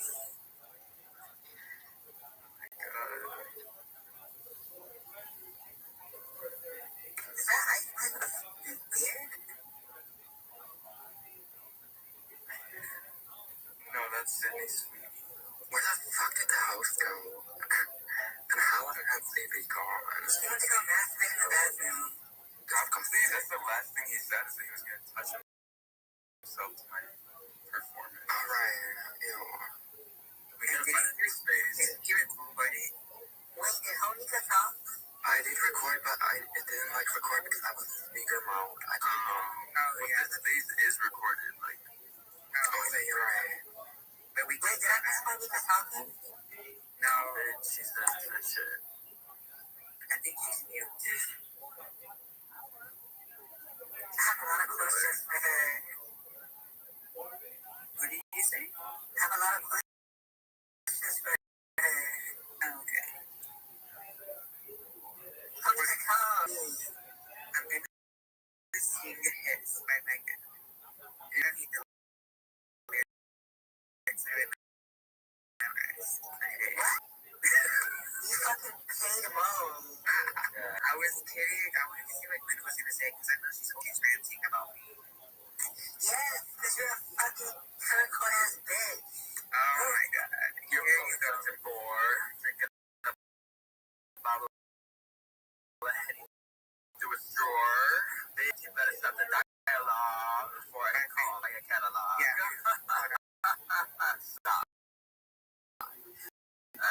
Cry. Stop.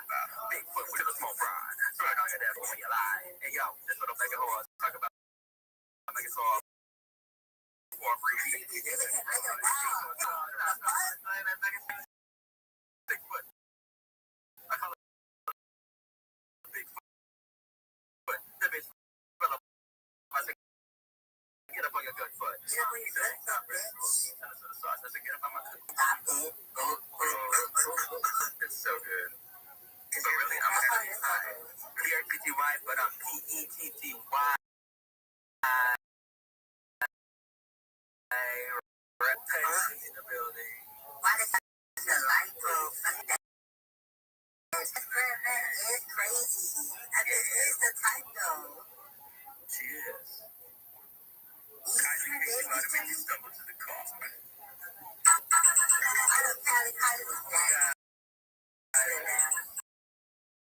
Claro sería. You cannot sing that too fast. I'm gonna play Bigfoot on his way walking out. Immediately start playing Bigfoot. Or I think you have to kill Megan. Oh. Sorry. Oh, we don't agree on it. Oh no, you're right.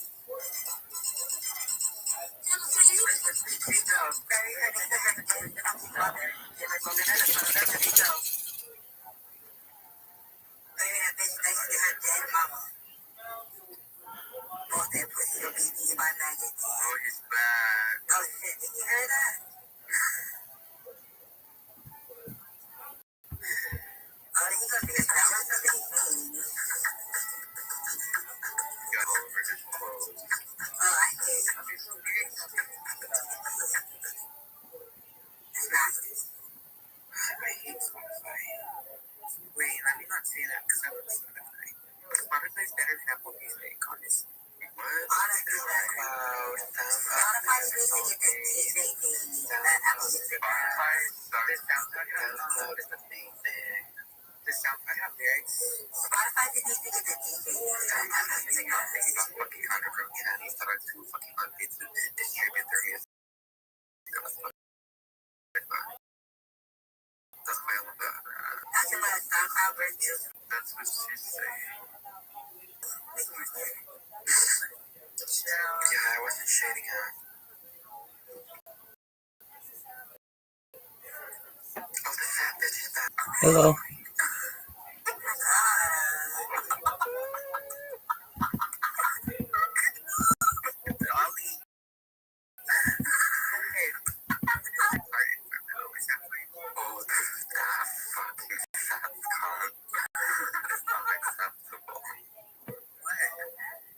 She's fucking eating us. Who? Dolly.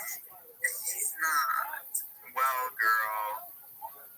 Oh my god, Courtney is spinning her hands. Yeah. When is it She's an old dad. I don't want to be called a dad. No. Okay, I'll just call you Barbie from now on. As soon as I said that, look, Cardi sent me your chat. The bitch is, she's a stalker. Oh my god, it's one of those. And The Google giveaway. iMac, Louis Vuitton, and Gucci bags. I can't tell you how many times I for those with celebrities. No, because I know for Nicki, she wanted that Barbie sheet. Like, I'm being so for real. Oh, yeah. Why do you know that?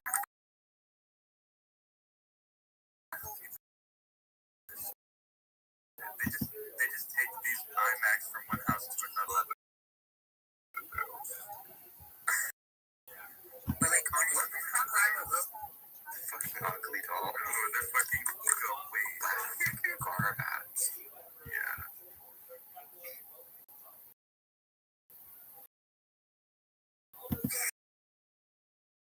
Imagine just giving your fans and your come back here.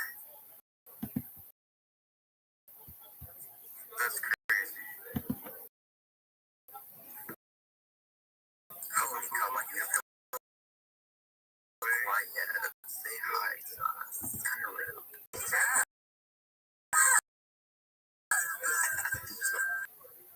Hi. Honey, that you had a boy. Okay.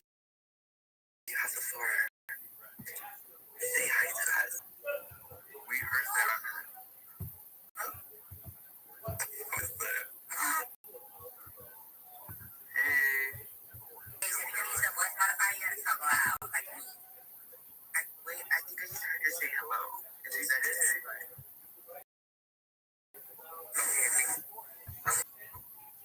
Are you okay? Hi. Hi. He's so fucking cute. Saying that you want me to get that. What is that?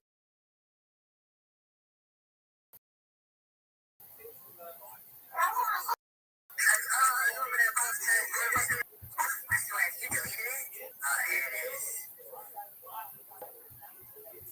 So, you wanna explain this?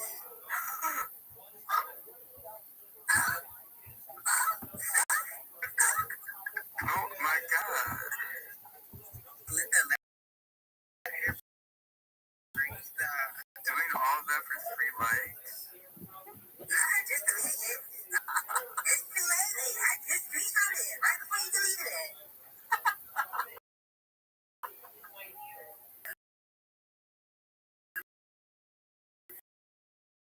Are you getting canceled, honey? when my main account hears about this, Get him a fucking with Rabbit Shark. We got 4 reporting tests on standby to get you, bitch. Okay, girl, let's just go our tits down the pants.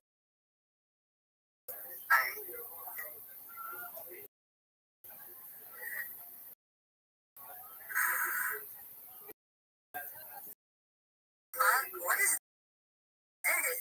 You want to spin this?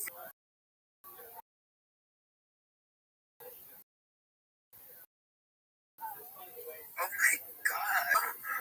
What the? This one too? Oh no.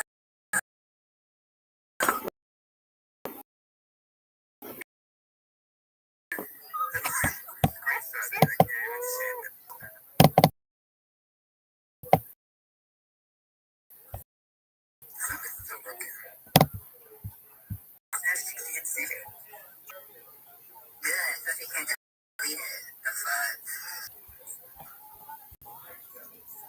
this whole account is just full of setup shit. God knows he fucking loves Adobe for some fucking reason. No, That fucking roach bitch. You know what she's gonna? She loves her most Adobe, but you know what she's gonna post? no, look at this. Look at her Spotify repeat. She's got Barbie Dreams, Falling for You, Red Ruby Sleeves, but also Dochi. Okay, but why does she have like the same taste as me? Rosalia and Arca. Yeah. Oh, just us. Who the fuck is listening to just us? That's not my taste. Not even Jack Harlow is listening to just us. What is it? Can you guys figure out what the one is? Oh, it's the Glorious album. I remember hearing promoted that song for like the week it came out, and then didn't say anything after that. Wait, I mean, there's something wrong with streaming Glorilla. Am I right or what? Well, is that to her? She did have a turn time, and then I just don't like her. and I remember because I remember sometime after that, Nicki was saying she put happy hats. That these other girls, she know they don't be happy. I remember Lotto was hacked a while back. I don't know if y'all remember that. Lotto is a hack. It's a combo.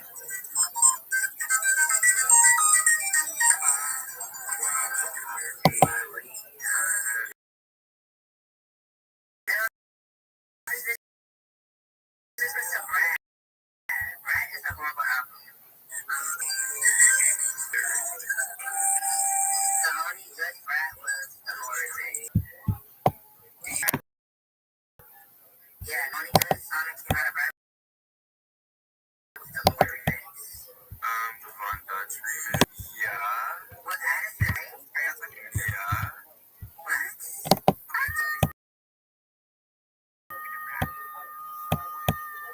This is Coachella. Who else is free? Addison is We all crashed.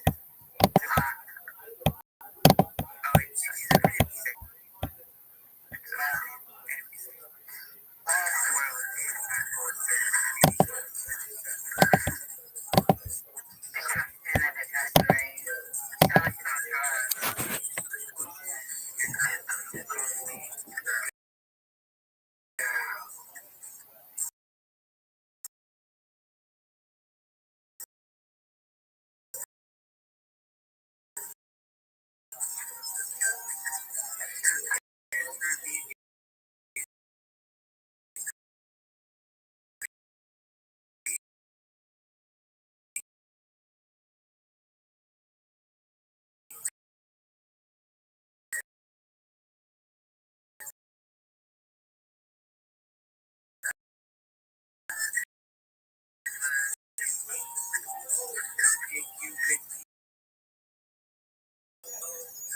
swimming on the sperm of Chad's first brother. The salt in my hair. What? Did you say you're swimming in Chad's Turner's sperm? I said Chad's Turner's brother's sperm. With salt in your hair.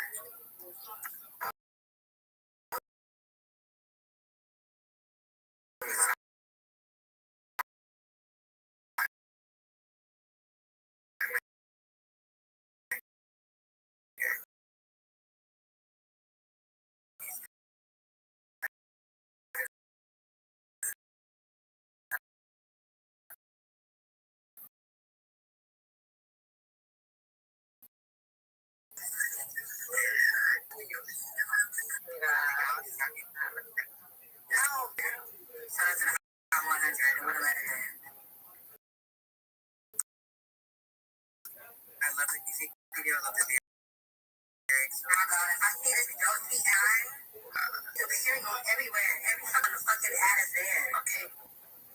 Slip that little titty down, honey. No, I'm gonna set this black bitch on fire. Oh my god.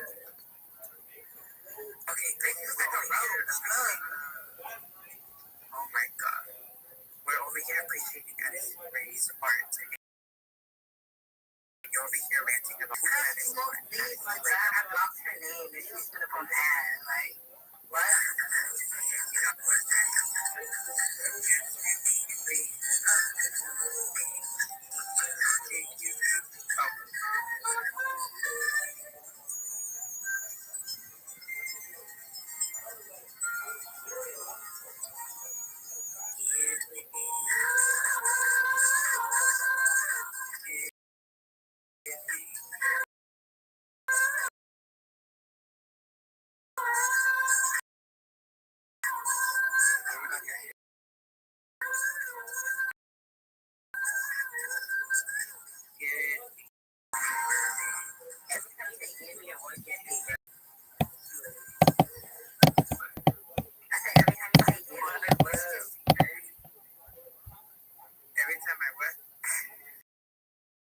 Every time you say give me, your voice gets deeper. Yeah. And it's coming out.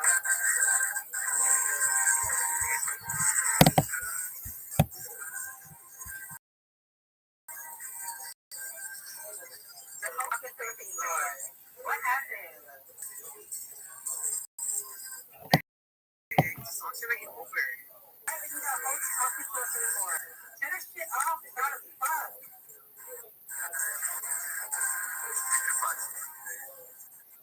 Yeah, I went to the board. Wait, what? I said keep that awkward shit off. That shit is annoying and loud. That's always so rushed. The song is in first. Okay, anyways. You know that one space that we were like, talking about? I mean, no, not New York. It was talking about Italian. That was so funny. Like, when I was gonna say, like, I was gonna serve people hot Cheetos and they did. But I was laughing. Like, I did. I want to go back to that space with those black girls. What they call? You know, they were on there. I was like, Rothschild. I love them.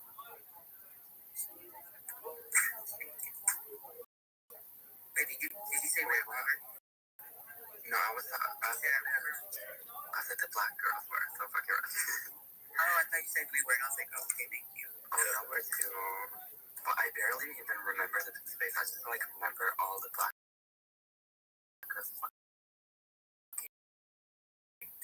yelling.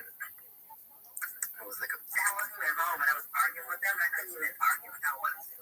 They literally kept kicking you like so many times.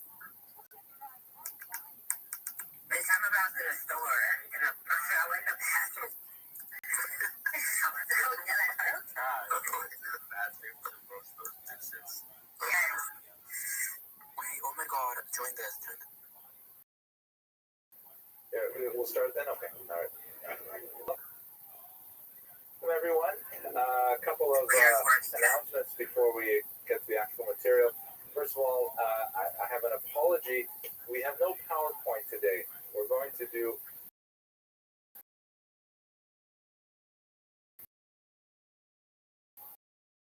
an audio-visual presentation minus the video at the Shari being a production, and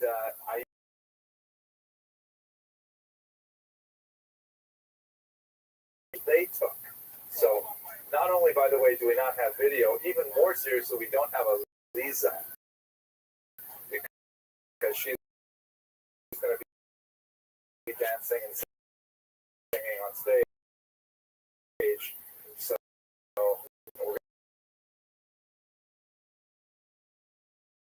myself and the visual Albert Einstein was perhaps one of the most photographed Jews, if not human beings, in the 20th century. So there's lots of great photographs. I'll just have to when the Torah Cafe version comes out into the presentation, so we'll have it there. And start with the joke then, and I'm to tell this joke. I'm not quite sure it's really appropriate, but I've already started. It goes like this. Right, I gotta remember this. So this is 1930s Germany.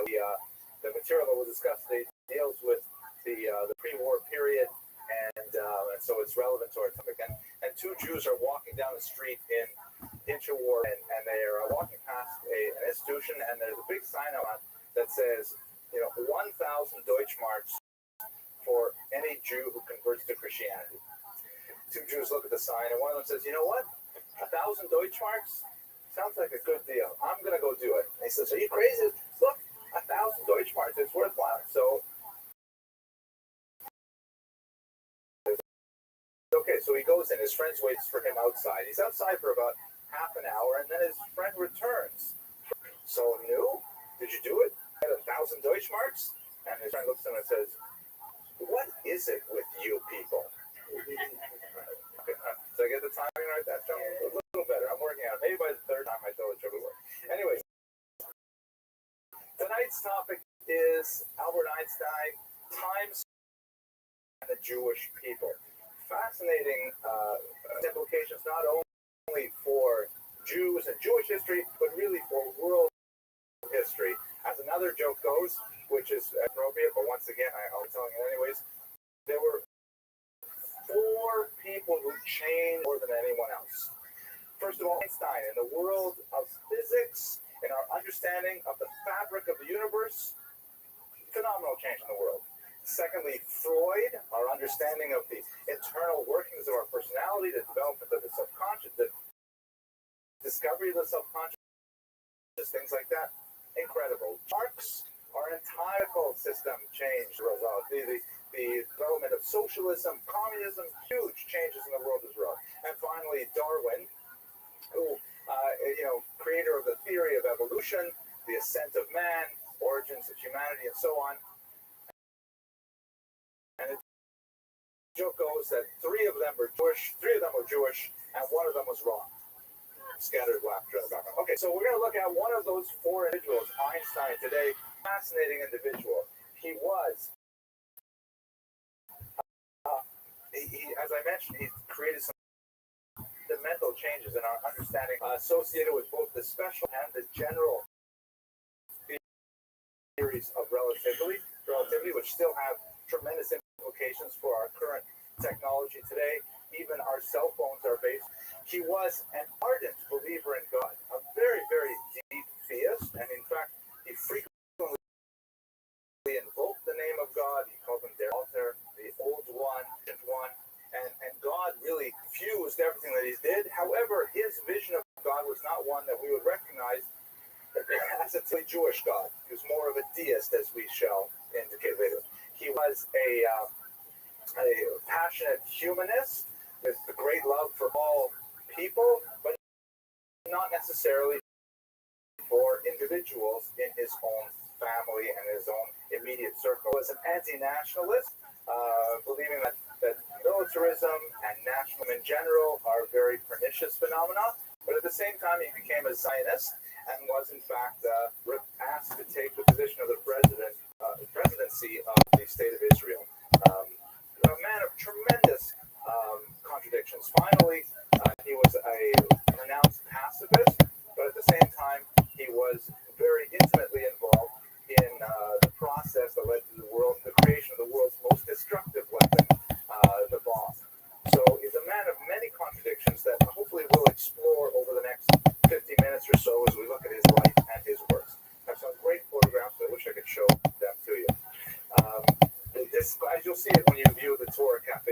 line. Oh, and by the way, the flyers that we've handed out, when we make changes to the schedule, like the different time for tonight, things like that, it's really helpful if you signed up on the website. Just go to the website that's in the flyer there, and you get free notices of when the classes start, if they're changing, and get PowerPoints or whatever kinds of things that you find useful. So please do sign up.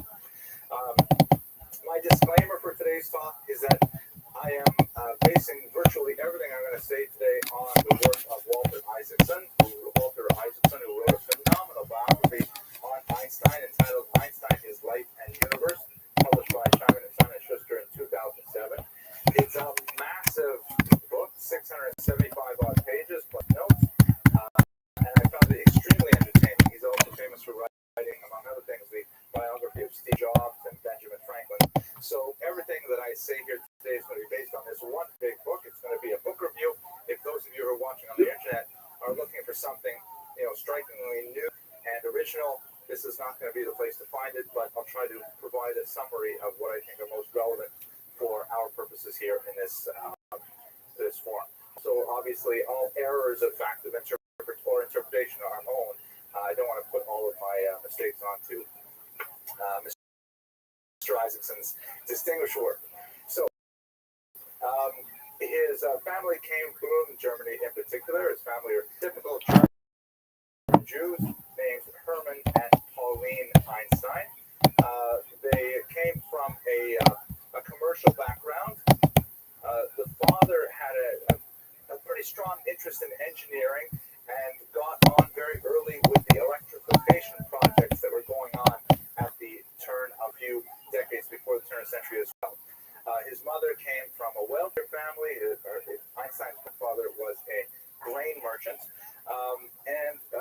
Basically, Einstein, when he grew up, he followed his parents around much of Europe as his father got various contracts to create electrification projects for various cities and suburbs and individual projects around Italy and Germany in particular. He was not hugely successful, and in fact, they had many serious business reversals, so much so that young Einstein often tried to persuade his father to quit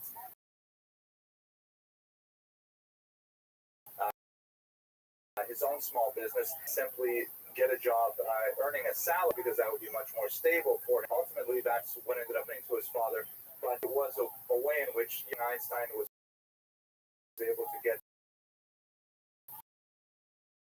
some glimpse of the mechanical workings of things like power, magnetism, and so on. Einstein himself was born in 1879.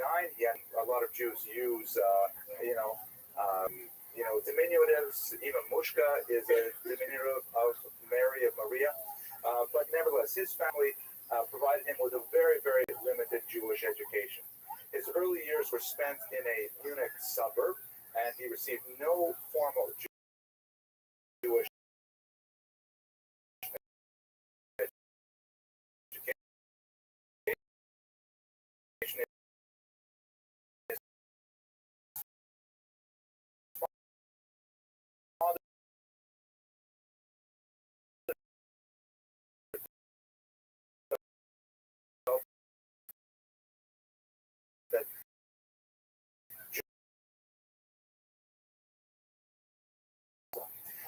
This went on until he moved up to a higher school, and at a higher level school, they had many more Jewish students, and so the state provided a instructor for those students specifically. And I'll tell you about that in a second. What's interesting to note from the Jewish perspective is that Einstein spoke about his early Jewish experiences, and he felt that the teachers were really quite fine. The teachers showed no animosity towards him whatsoever. However, from an early age, he found he had to fend off the violent advances of many anti-Semitic peers. And he remembers many a time walking home from school being accosted by bullies and thugs who gave him a hard time because he was Jewish. I myself find a certain amount of affinity for that, because I also grew up in an environment where there there were no other Jewish families. I was the only Jewish child in town, and I had my share of fisticuffs with some of my peers. At age 9, that's when he went to the Leeds Gymnasium, and there he received his first formal Jewish education, and he actually went overboard. As my students use, he flipped out for a brief period of time, and he was even known for posing small prayers, hymns, up on his way to school and back and forth. And he was really intensely religious for a brief period of time in his early life. What ended up happening, though, is that, and this is ironically the way these things go, he read a popular science article that, in a very, very pious kind of way, tried to demonstrate that some religion were compatible. He was so unconvinced by the arguments advanced by this he decided to abandon religion altogether, and for the rest of his life, he had quite an allergy to any kind of organized religious activity of any stripe. Nevertheless, I have great pictures here of him as a young boy, but we'll have to skip that for now. There were no real strong indications that he was a genius when he was a child. In fact, there were more indications that he was somewhat slow. His parents actually took him to doctors to try to determine if there was anything wrong with their young child. He didn't speak until he was 2 years old, and he had a very strange form of echolalia, where he would rehearse whatever he wanted to say quietly to himself, as it were, whispering to himself his tentative statements, and then he would repeat them for public consumption. And this was something that he retained, by the way, right until the end of his life, where he would tend to either rehearse or repeat things that he would hear, especially if they were phrases that he found appealing on a phonetic level. He would often repeat mantra-like certain phrases. And this persisted right through to his old age, which in a young child, many people thought that this was somehow an indication that he was perhaps mentally retarded or something like that, because he kept on, practicing what he was going to say before he actually said it. There was a turning point when he was bedridden with a childhood illness at one point, and his father gave him a small gift to amuse him while he's lying in bed, a gift of a compass that absolutely fascinated young Einstein, and in fact, it influenced his thought for the rest of his life, because he was completely fascinated with the idea that there was a magnetic field that could somehow invisibly interact with material objects, the needle, of course, and the compass, and fields became a very major aspect of his thought, very important in his general theory of relativity and in other areas. He also gained early on a very fine appreciation for music, in particular Mozart, and quite often later in life, when he was pressed upon to give scientific lectures, he would quite often simply do a violin recital instead. He enjoyed all kinds of things like this. He had some significant ability with mathematics, recognizable, but he showed limited interest in subjects that were far outside his camp. Contrary to popular belief in subjects like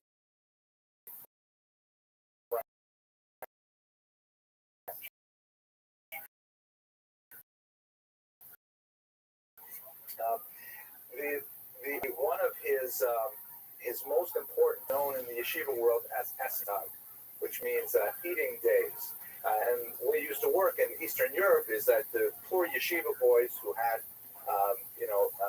they had no real wherewithal, and there was no cafeterias in most yeshivas. They had to kind of like beg local homes to take them in to feed them, one day a week. So you would, Shlomo would eat at the Goldbergs on Monday, and he would eat at the Goldsteins on Tuesday, and the Goldfarms on Wednesday, and that's how they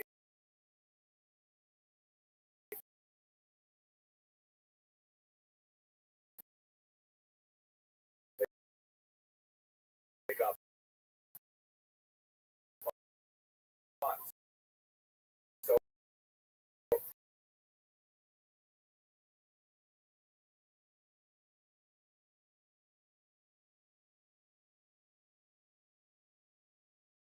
later, and teaching him basic physics, basic chemistry, and so on. And Einstein responded with great interest. Life, he testified about those years as having one of the first of what he would later call Gedanken experimenten, which means thought experiments. And this is something that Einstein was really quite famous for.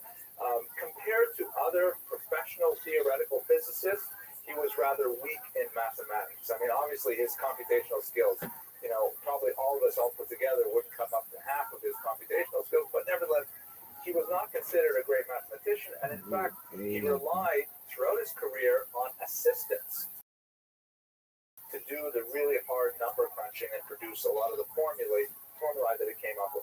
But what he was unsurpassed at were these so-called thought experiments where he could transform complex ideas into visual images that people could imagine. The first one that he records having had was when he read about, and a lot of the debate over light as a particle or light as a wave, he imagined to himself, what would it be like to ride a bicycle alongside a, what would that light, that beam of light, look like if you were traveling, which hopefully I will explain to you if I still remember how to do that in a few moments. But throughout his life, he was constantly thinking of these things. For example, explaining the general theory of relativity, know that the branches in fact, so do they feel the curve of the branch? For them, they're just walking straight forward.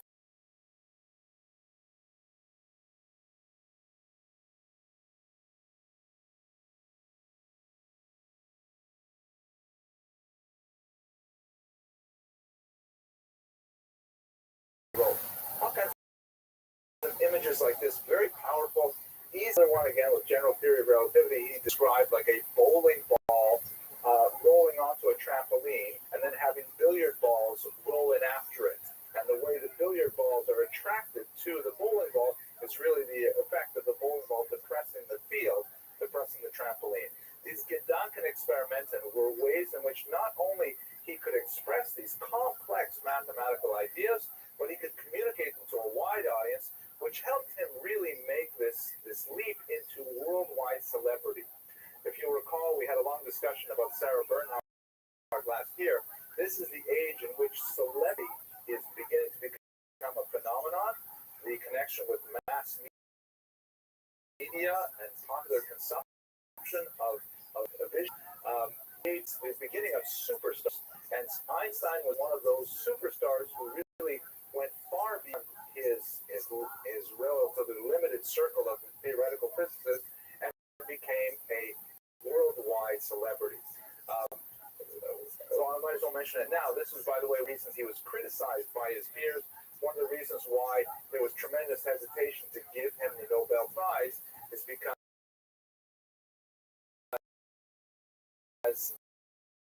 his fellow physicists felt undignified to mug for the camera, his willingness. Everyone considered beneath his stature as a scientist, and it was looked down upon.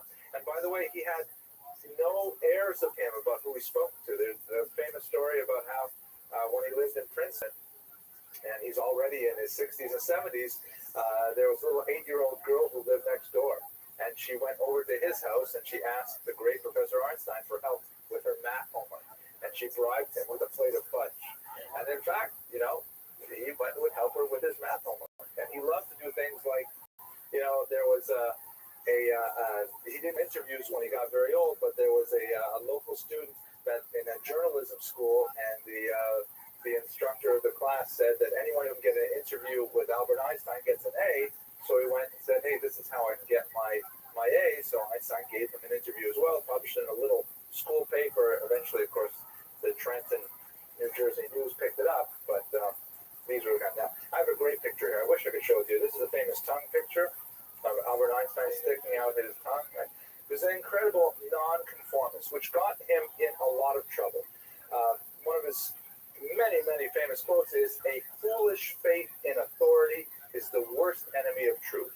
And this really encapsulates his Weltanschauung and his modus operandi. He was extremely skeptical of revealed truths of any type, whether they be religious or whether they be scientific.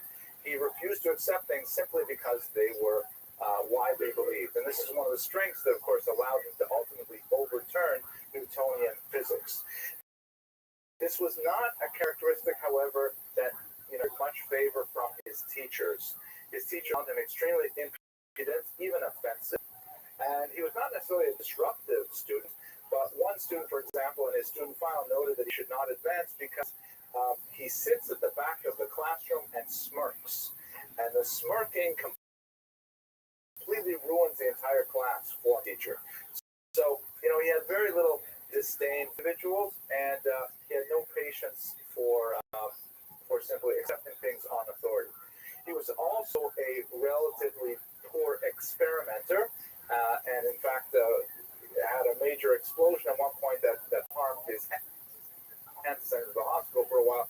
So he tried to avoid applied physics and did most of his physical research simply walking and thinking with these Gedanken experimenten. He'd get these ideas, these images. He'd go to his assistant and say, "Listen, try a formula like this, work it like this, add in this constant, things like that," and they would come up with the formula. He also had strange habits of grooming and dress. Of course, his shock of white hair, which was extremely unfashionable for most of the 20th century, but it made him much more colorful, and once again, something that the press really enjoyed, made him more of he created really the image of the absent-minded professor through such things. He often simply neglected to wear socks, and he refused to dress in black tie if the event was black tie. He simply dressed however he felt, wherever he went, and so on. And this was not something that was associated only with his famous later years. This is the way he was even when he was a young man. One last story about his youth. As a child growing up in Germany, he was exposed to a lot of the World War I related militarism, parades and so forth. And apparently the first time he saw a parade, he broke into tears. And he was viscerally offended by the idea of all these people enjoying the enforced harmony of military discipline. And when asked about it by his father, he said that they all have such big brains, and it's such a waste. He felt that it was by acting in lockstep like that, they were sacrificing all of their wonderful individuality. So he was a staunch pacifist, and especially during the 1920s, well, let's say really the 1910s, really, he participated in a lot of causes that advanced pacifism. He would ultimately change his mind on these things, as I'll discuss shortly. But at age 17, he actually, his parents had one of their many business reversals. They had to leave Germany for a job in Italy. Einstein was supposed to stay behind and study in Munich, but instead he left Germany, renounced his citizenship, and moved to Italy with his parents. He actually refused to keep his German citizenship because of the military culture. He refused to ever be conscripted into the military army, which he was due to do at age 18. He gave it up at age 17. Interestingly, on his application for renouncing citizenship, under religious affiliation, he indicated no religious denomination whatsoever. So he spent most of his early studies in the post-high school period in Zurich, where he studied at a place which is called the Zurich Polytechnic. It has a much longer and complicated name, which I'm not going to use. I'm just going to use Walter Isaac's abbreviated version. Once again, he did well in math and science, did poorly in literature, politics, and so on. But after he was initially denied admission, he engaged in tutoring for a year, and he came into very close contact with a woman named Marie Winteler, who was his first girlfriend, first of many. And she was not Jewish. This was another recurring theme in Einstein's personal history that we'll talk about in a moment. Ultimately, though, when he got more serious in his studies, he broke it off with Marie Winteler, which broke her heart. She was very, very attached to him. And we know from the extensive correspondence that we have, the Einstein papers are really quite phenomenal. He was even in the habit of sending her his laundry to wash for him, sometimes without even an accompanying note, just sending laundry. And all of a sudden, the laundry stopped coming. That was it. What are you going to do? At the Zurich Polytechnic, however, he met the woman who would later become his first wife, a woman named Mileva Maric. She was a brilliant physics student, also studying there. Ultimately, because of her relationship with Einstein in part, she would not graduate from the Zurich Polytechnic, but she was the only woman in the class, which is really quite unusual for the beginning of the 20th century. She was a Serbian Orthodox Christian, again, not especially a pious Orthodox Christian, and they had a long-standing relationship before their marriage. His parents were very much opposed to the marriage, opposed to the relationship as a whole, not because of her religious background, but they were concerned about her suitability for a match for Einstein in other ways. She was 3 years his senior. She had a pronounced limp, and she had a somewhat dour personality that ultimately would descend into mental illness later on in her life. And one of their children also suffered from mental illness and was actually institutionalized for most of his life. Nevertheless, they maintained this relationship and produced a child whose existence was not known until 1986, because it's very, very rarely mentioned in Einstein's papers, and only came up with some papers discovered quite late. A little girl with the name Lizero. Einstein never saw his first child. Mileva went back to Novi Sad to give birth to her, and we don't know exactly what happened to this young child. Apparently, she was given up for adoption to a close friend, possibly, of the mother, and she most likely died of scarlet fever just 2 years after her birth. Although there are these things are not confirmed, it could be that she actually grew to adulthood, but most likely the trail ends with her death of scarlet fever. Shortly thereafter, she came out of her delicate condition, as they say. They were married, and they ended up having 2 other children. Hans Albert, who ultimately became a professor of engineering at Berkeley in California, and their younger son Edward, who also, as I mentioned, had some mental challenges. They had a very difficult relationship with their father, and ultimately Edward was institutionalized for schizophrenia in the early 1930s.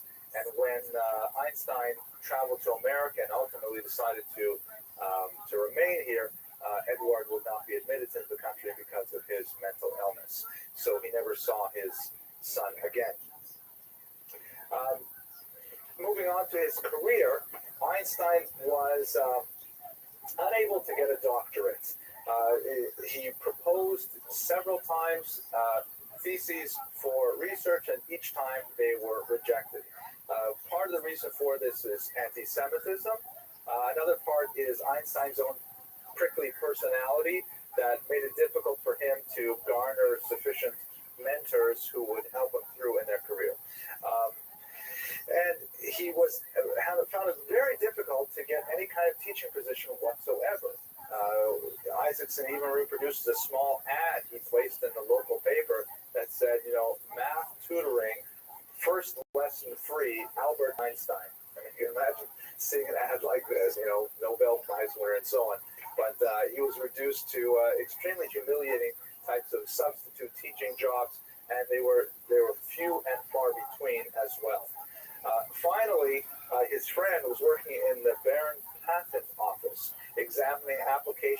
various scientific devices, and he felt that Einstein would be very good for that job. And so he was able to actually engineer a job description perfectly tailored to Einstein, with the indication that he would be the only candidate who could possibly qualify. And so that's ultimately what ended up happening. Ironically, he made more money working for the patent office than he would as an assistant professor at any of the universities in there. Later, when he finally was offered a position, they actually had to pay him more just to keep him up with his salary at the patent office. But in many ways, it was a great job for him because it involved just a few hours a day of looking at applications for new devices to determine if they're worthy and if they did not transgress other patent applications. And then the rest of the day, he was free to explore his physics. And in fact, that's what he did. Coming out in 1905 was what historians call the Anna Mirabilis, the year of miracles, the year in which he came up with so many amazing ideas that within the space of a few short months and a few short papers published in the Annalen der Physik, he really changed the world forever. Included in that period is his theory of special relativity, which he proposed in a short paper, a completely new vision of space and time, adding a fourth dimension to the three dimensions we've been working with since Newton, the advancement of the quantum theory of light. He proved the existence of atoms, which up until that point were simply theoretical. And ultimately, by working backwards from some of his early research, he discovered that famous formula, energy equals mc squared, which of course is related to the creation of the bomb some 50 years later. Now, I actually have a diagram here explaining the special theory of relativity. I'll hold it up close to the camera. There we go. Okay, everyone on the internet can see that. So, and I'll just try and explain it to you with words since we have no PowerPoint today. Basically, what Einstein proved with his Gedanken experiment, his thought experiment, was that space and time are intimately related. And the amount of space one uses is related to how fast one is traveling. That material measurements are dependent on the speed of the one who is doing the observing. So here's a simple example of it. Let's say you have a train that's racing along these tracks, left to right. And there are two bolts of lightning, one in front of the train and one in the back of the train, that are observed by someone watching the train go past. So if I'm the observer watching the train go past, I will see these two bolts of lightning strike the tracks simultaneously. And if you ask me when they struck, I would say they struck at the same time. Obvious. However, if I was sitting in the train car, or better, if I was sitting on the top of the train car, and I'm traveling in this train at an extremely high speed, then because I can only perceive the lightning strike at the speed that that light travels to my eye, I will perceive the one that strikes in front of the train before I perceive the one that's behind me, because the speed of light travels the same speed, that equidistant, and I will be closer to that lightning strike just after it happens. And so therefore, I, sitting on the train, will perceive the lightning strike as sequential, not as simultaneous. I'll see the one in front and then the one in back. And you can ask me 20 times till Tuesday. I'm always going to say it was the front one that struck first and the one that struck back. And in fact, both observers are correct. It all depends on how fast one is traveling when one observes it. And from here, the physics just gets so wild because it even has to do with things like measurement. How big is something? If you try to measure a meter rod, let's say a rod that's exactly 1 meter in length, if I'm standing far away from it and I'm stationary, I will measure it the one way that I see it. However, if I am traveling alongside it, since I will see the part in front first, it will actually be compressed. It will be smaller. So the physical size of our universe entirely depends on how we observe it. It's mind-boggling. And of course, it caught the physical world completely off guard. There was a stunned silence from a community of physicists who saw these papers and simply did not know what to do with it. But then over the space of several months and several years, there was growing recognition that his few papers that he published in 1905 were of unsurpassable genius that completely upturned all of Newton's physics. There was, and even as he was getting more and more recognition, however, he was still not able to get a job. For years and years after these path-breaking essays, which captured the world's attention, but even more so, as we shall see, once he proved that he was correct, he could not get a job. Some of the things written about his applications include a passage like, Israelite scholars have all kinds of unpleasant peculiarities, intrusiveness, impudence, and a shopkeeper's mentality.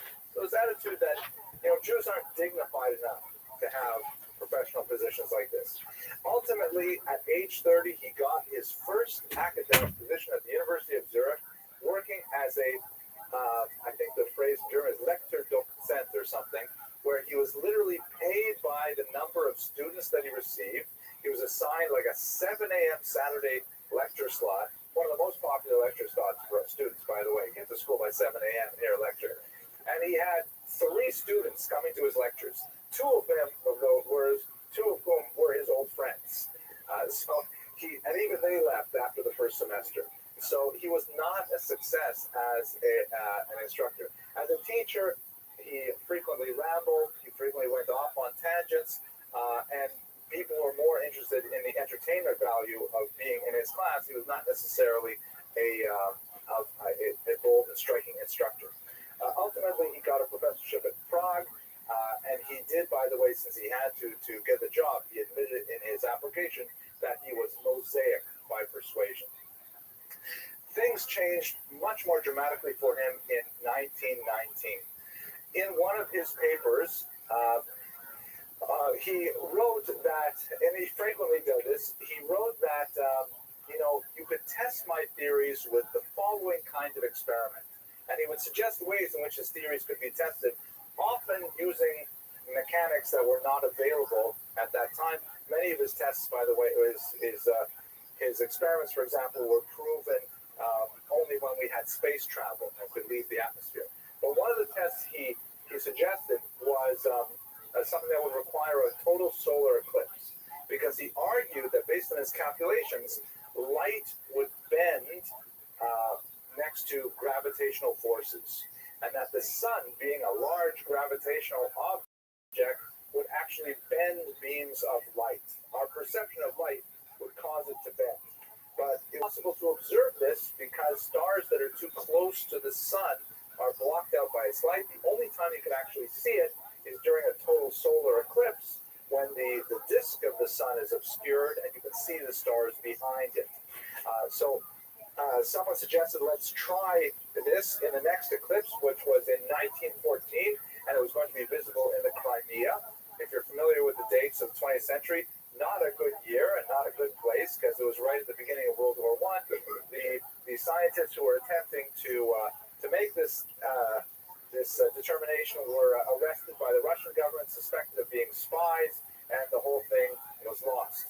The next solar eclipse was in 1919, and in fact, researchers went out to 2 distinct locations to map this, and they managed to take photographs of it. I have one here of the eclipse, which proved conclusively that light is bent by gravity. This physical world was not totally surprised, because this is really what he had written about in 1905, but the newspapers, including the New York Times, just went crazy over it, because here was a very dramatic story with an eclipse proving that time and space are related, and Einstein was launched into the stratosphere in terms of his popularity. At this time, his marriage to Mileva had disintegrated. They were no longer living together.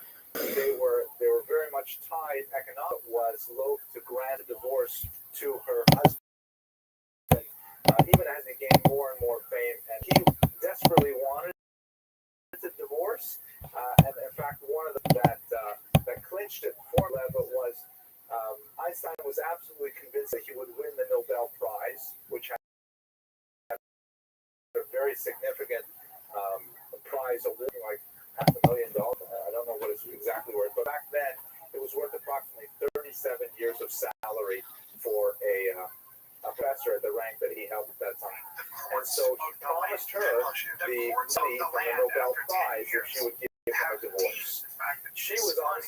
convinced her to win a Nobel Prize, and so she agreed to the divorce. And in fact, later when he got the money, he turned it over to Mileva, and she bought some real estate. And this allowed him to ultimately marry his first cousin named Elsa Einstein. They had a long-time relationship while he was married to Mileva, but later she became, of course, his wife, and she ended up becoming essentially his manager. She gave him pocket money. She would frequently lost, which was a not uncommon occurrence, either in the streets or sailing. He quite often would get into his sailboat. He did not know how to swim, and he was just, the Coast Guard would literally back him because he would simply be drifting off in some days. There's even a story which is possibly not true, that when he was working at Princeton, Carl says, I need to speak to this dean. And the secretary said, I'm sorry, he's not available. And he said to him, well, could you please tell me Dr. Einstein's home address? And the secretary says, I'm sorry, I'm not allowed to give out that information. And apparently, the caller said, listen, don't tell anybody, but I'm Dr. Einstein at home.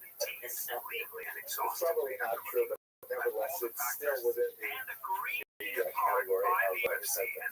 Einstein's wife, Elsa, would charge for autographs and photographs of her famous husband, and she kept a very detailed ledger, and then she would take that money and donate to guard, keeping him from an increasingly fascinated press. Turning a little bit to his thought and connecting it to Jewish views of Einstein's life, he, as I mentioned earlier, he was fascinated with God. He believed deeply that there was a uniform force, like a magnet, that runs, used everything whatsoever. He frequently talked to God, simply invoked God's name, and he felt that, it was an illustration of God's greatness. His famous things like God does not play dice.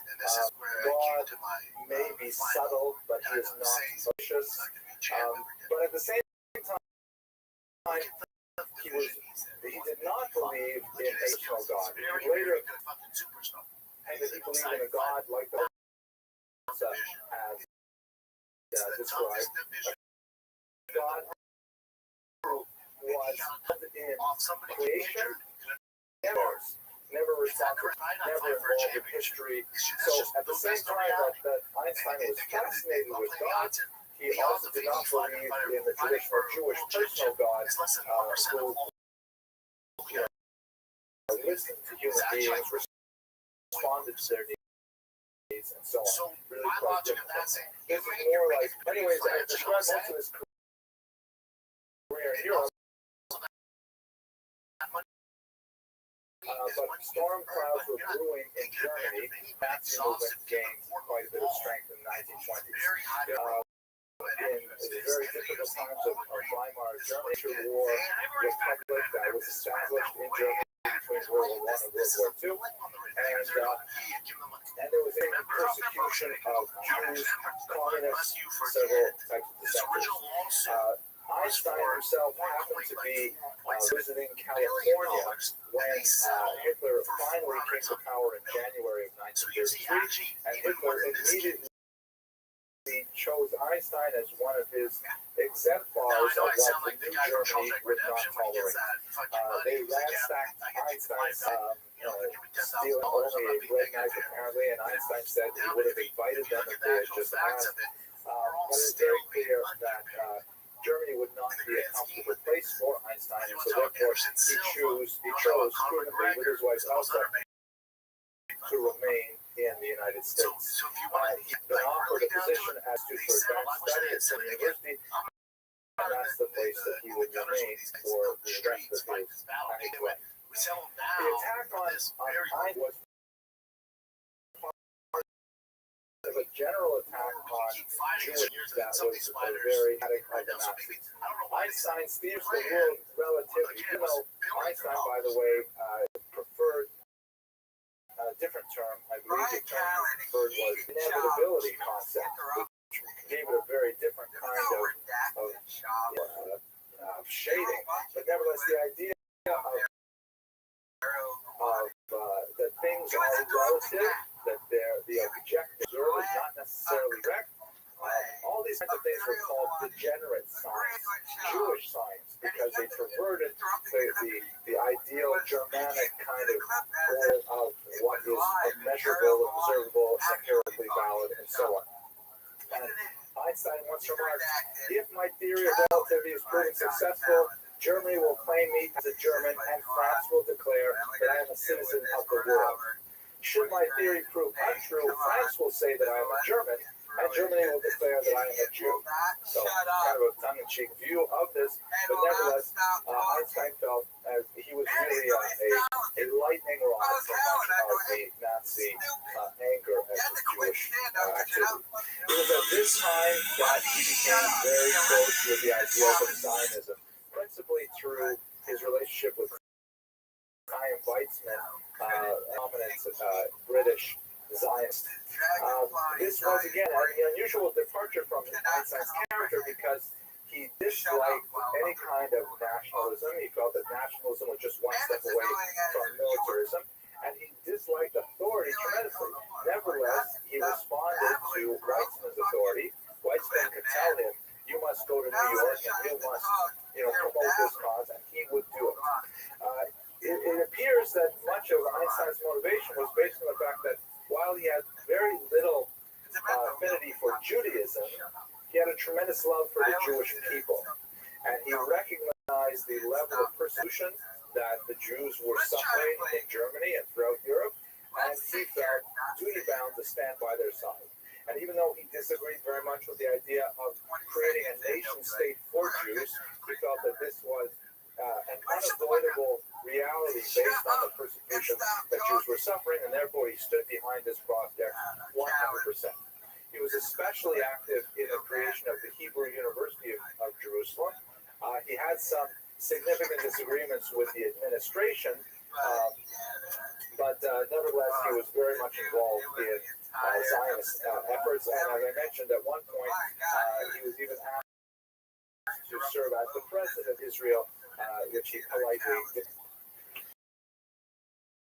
So, in terms of his own personality, anti-nationalist to being a Zionist, he moved from being a pacifist to a proponent of self-defense, because he felt that pacifist of totalitarianism was in fact succumbing to the superior power of the state, and so therefore he believed very much that Jews and Western fascism, and this also was something that happened in his scientific life, because although he was an early proponent of quantum theory, the uncertainties associated with quantum theory plagued him, because he wanted more of a unity that would bring everything together. Quantum theory, which I don't understand very well at all, basically includes just way too much uncertainty to be able to create general theories. We can see it, but we don't know how it works. Is the bottom line that I would find. Late in his life, we're coming towards the last slides here.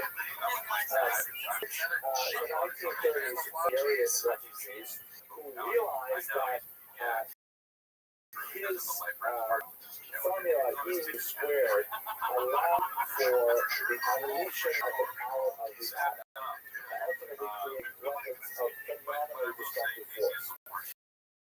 And at the time, in the 1930s, these Hungarian refugees felt that if in the Belgian Congo, then they would be able to take this uranium and enrich it and create this master weapon out of it. They went and they found Einstein, they presented this theory to it. Einstein agreed that it represented a severe threat, and they debated exactly what they were supposed to do with this information. Ultimately, Einstein drafted a historically very significant letter that got Roosevelt explaining that the Germans were able to, it was the most advanced scientific nation in the world at the time. Shortly after Germany declared war, Einstein's letter arrived indicating that, if the Germans get this first, America would be at a huge, fatal disadvantage. Roosevelt believed him, and there was a institute called the Manhattan Project, which passed with the discovery of the technology and ultimately the creation of this doomsday weapon. Ironically, that is pretty much the extent of Einstein's involvement in the creation of the atomic weapon. He was excluded because on the security clearance. Committed to this country in the face of nazi persecution were a few anti-Semitic groups, including, if I remember correctly, something called the League of American Women Voters or something, who wrongly charged that Einstein was a communist. Although he did have some socialist leanings, he pointedly refused to ever speak in Russia because he felt that his presence there would condone that regime, and he refused to do so. But nevertheless, whatever anyone said about Einstein went into this file that was, kept on hand, and even if it was not true at all, and ultimately he was denied Navy clearance. He did get, however, Army clearance, but that didn't matter.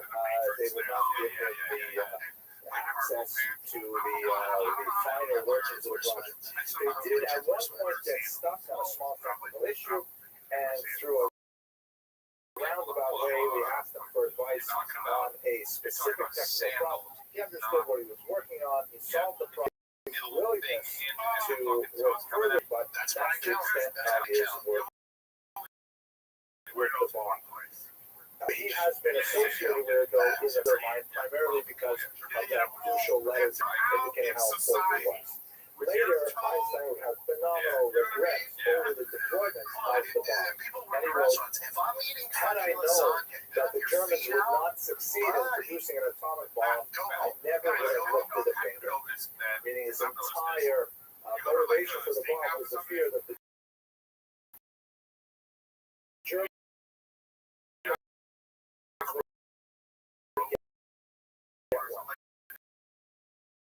if he was sure that the Germans would not get one, he would not want the Americans to get one either.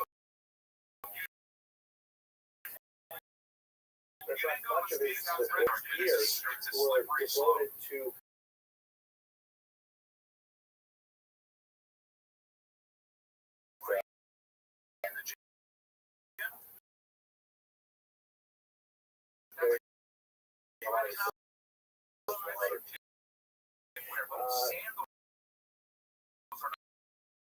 his legacy is complex.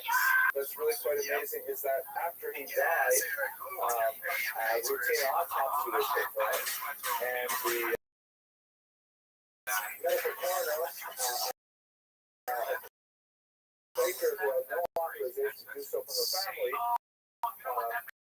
and he kept his soaked in formaldehyde, and after some years he decided he would share the brain with anyone who had any interest in research. He cut it up into tiny little microscopic slices and would give them away to anyone whose research suited his fancy. Nothing really significant has come from Einstein's brain since his demise, but there was one interesting possibility where one of his granddaughters, by Hans Albert, who was adopted, secretly believed that in fact she was the daughter of Einstein himself. He was quite active with her late wife, and she wanted to have her DNA tested for a paternity test. But the way in which the brain had been treated did not produce the kind results to determine whether or not to actually access that. Nevertheless, taken as a whole, Einstein, absolutely fascinating man, many contradictions, pacifism, yet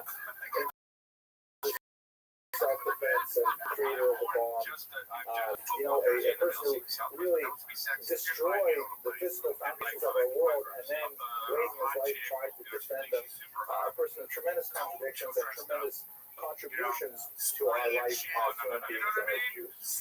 Thank you very much for your attention. I apologize for no PowerPoint, but God willing, we'll have it up on the web for you soon. Once again, stealing from Chris D'Elia in real time, by the way. So Chris D'Elia is going, yeah. And then Sean doing the same thing, yeah.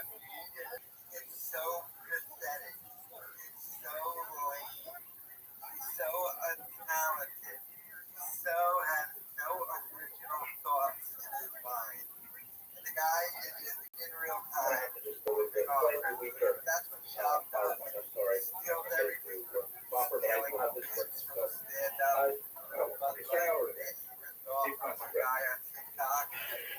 So the Jews on his way to America, and it's the 1890s, and there's a lot of restrictions on how much wealth you can bring into the country or take out of the country. I'm not exactly sure what that makes sense. But at any rate, he's a dentist, so he converts all of his liquid assets into gold teeth. You know what's on our shop?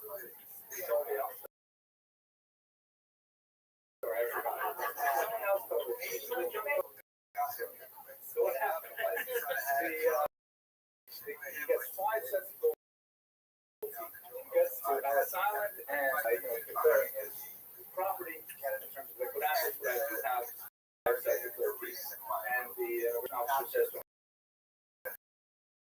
5 sets of gold teeth. Why do you need 5 sets of gold teeth? See, this is really strictly set. 1 set for meat and 1 set for meat. And the immigration officer says, well, that's very good. Okay, so that explains 2 sets. What are the other 3 for? He says, well, we have this holiday Passover. We're very strict about what we can consume. And so I have 1 Passover meat and 1 set for Passover dairy. He says, okay, that makes a lot of sense. You must be sport. He says, what's the difference? Well, the truth is, every now and then I like to get a little bit of Chinese.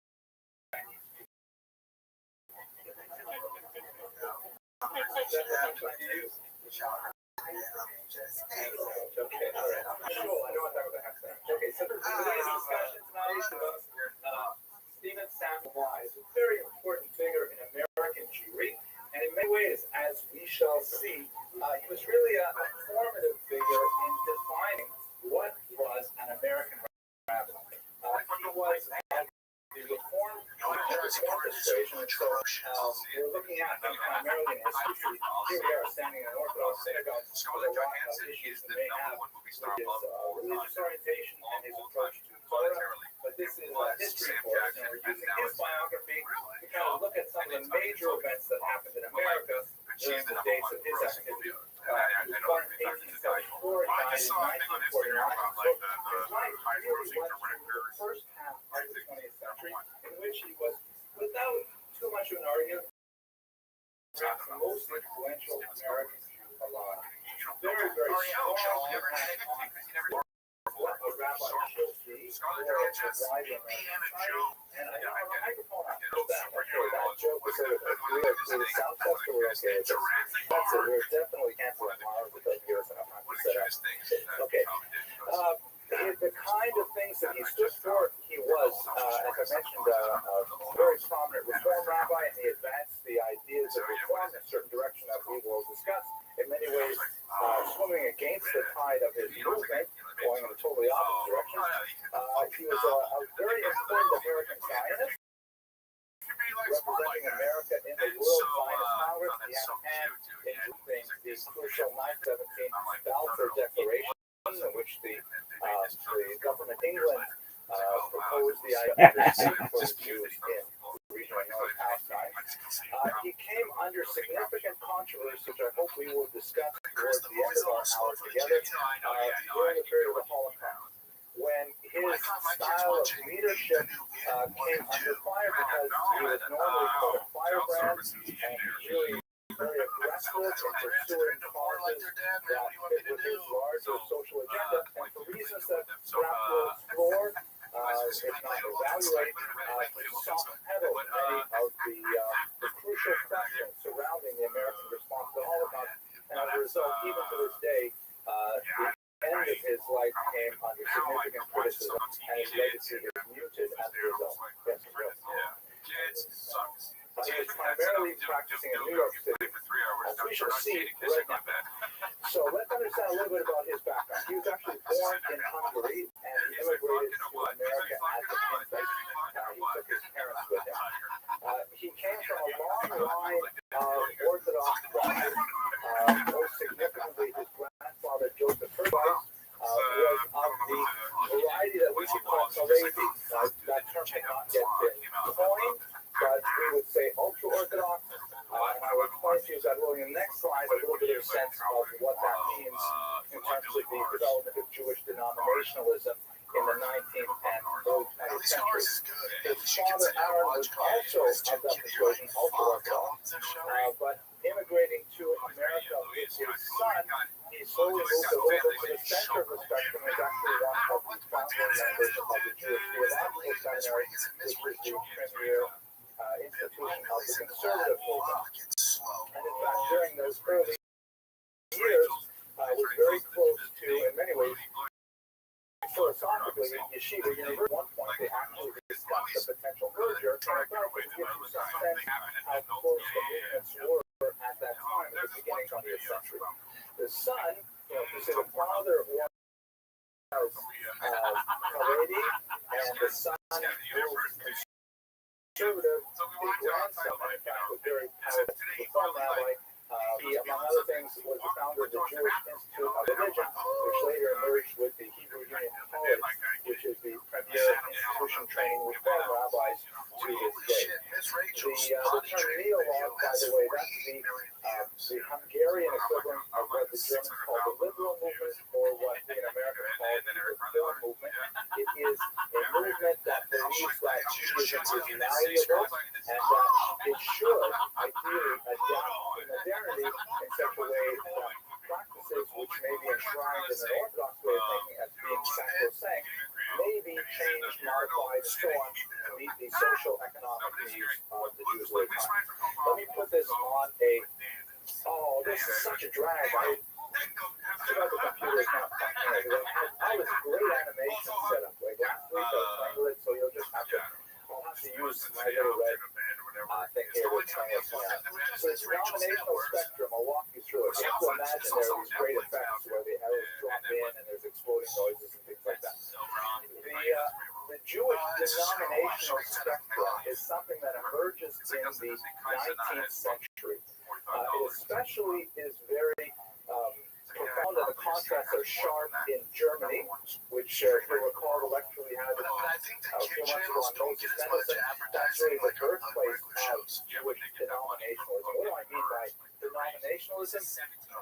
Jews have, for centuries, as long as there have been Jews, there have been disagreements among Jews as to how to worship God properly, but there have always been, up until really the 19th century, there's always been basically a kind of an understanding of what's in the box and what is outside the box.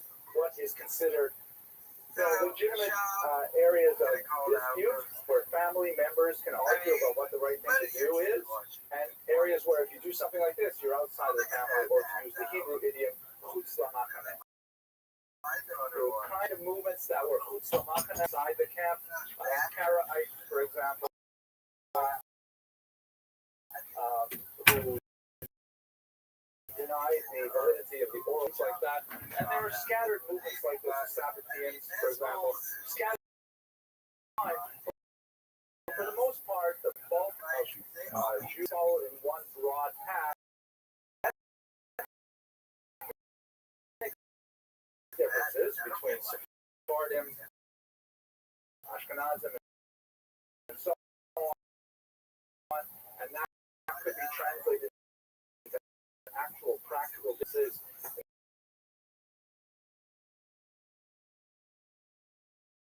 traditional, what we would call the beginning of the 19th century, later Orthodox Judaism did not fill needs. It also did not meet their ambitions for social acceptance among the non-Jews, especially in Germany.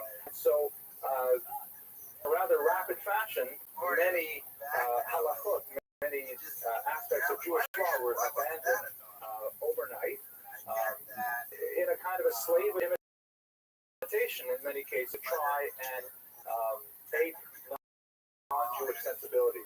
There were actually two votes held to try and move Shabbos, for example, to Sunday. It's convenient to have Shabbos on the same day as non-Jews.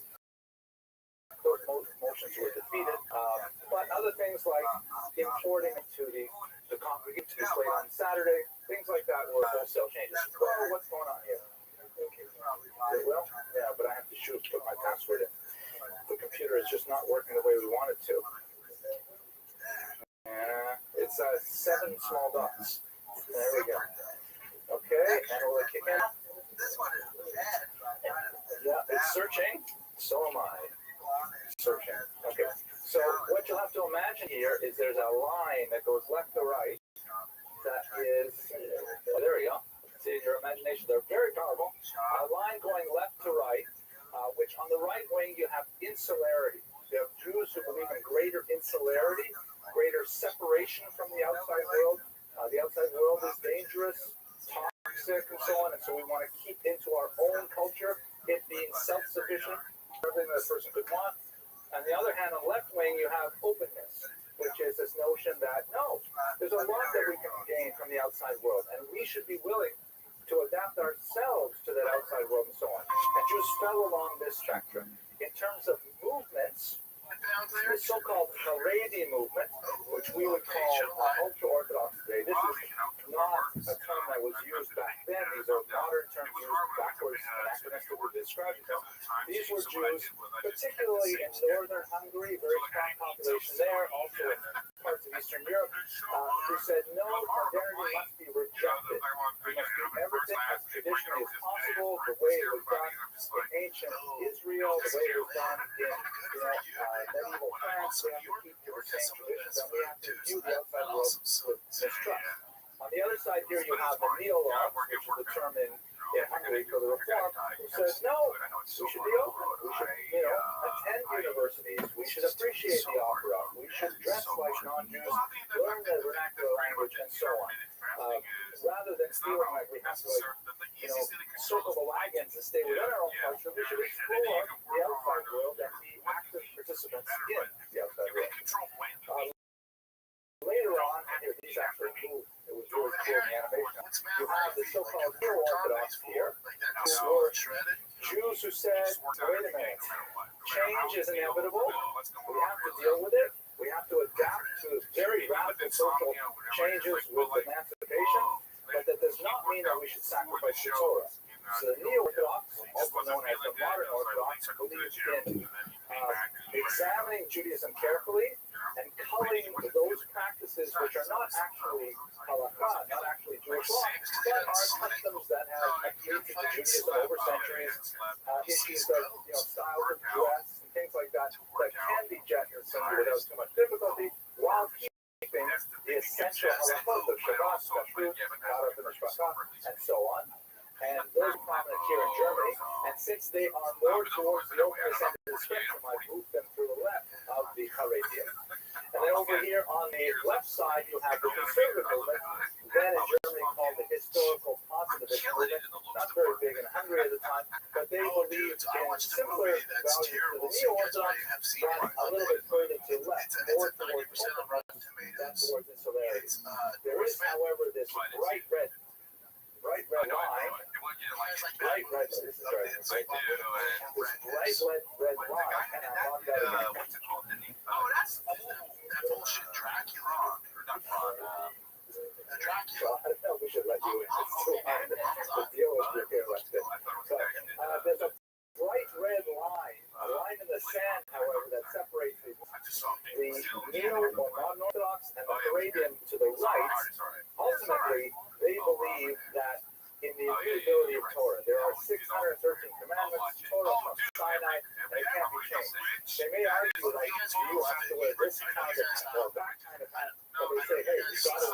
say a heavy company.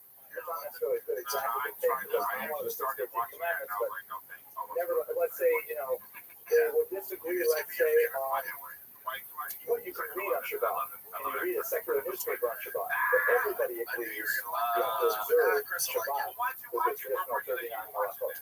Whereas on the left-hand side of the spectrum, there's this idea that, perhaps not all of those 613 commandments were actually given by God and God's mandatory.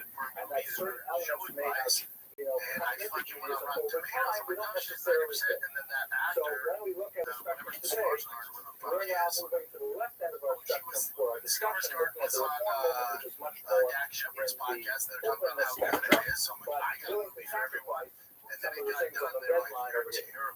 John scared this on you, but okay. Okay. All I listen to is podcasts. I listen to no music. Oh, major differences because the Tzedukim, the old Sadducees, accepted the validity of the written Torah. Only, right? They didn't accept the oral Torah. He's a big theory. But over here, there are a lot of things which may not be accepted, even by the founders, saying, well, why do we have to stick to the written Torah? But it's in the same idea. Oh, yeah, it's in the same kind of idea. Oh, very good. Let's go on. So he immigrated to the USA. It's kind of an interesting story how he got here. His father had a very strong kind of social welfare slant to his thinking, something which his son certainly inherited.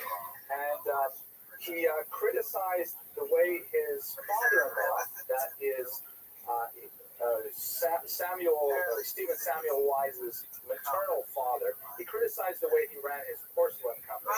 And in fact, he started to unionize his father-in-law's company, get the workers organized in his father-in-law's plant.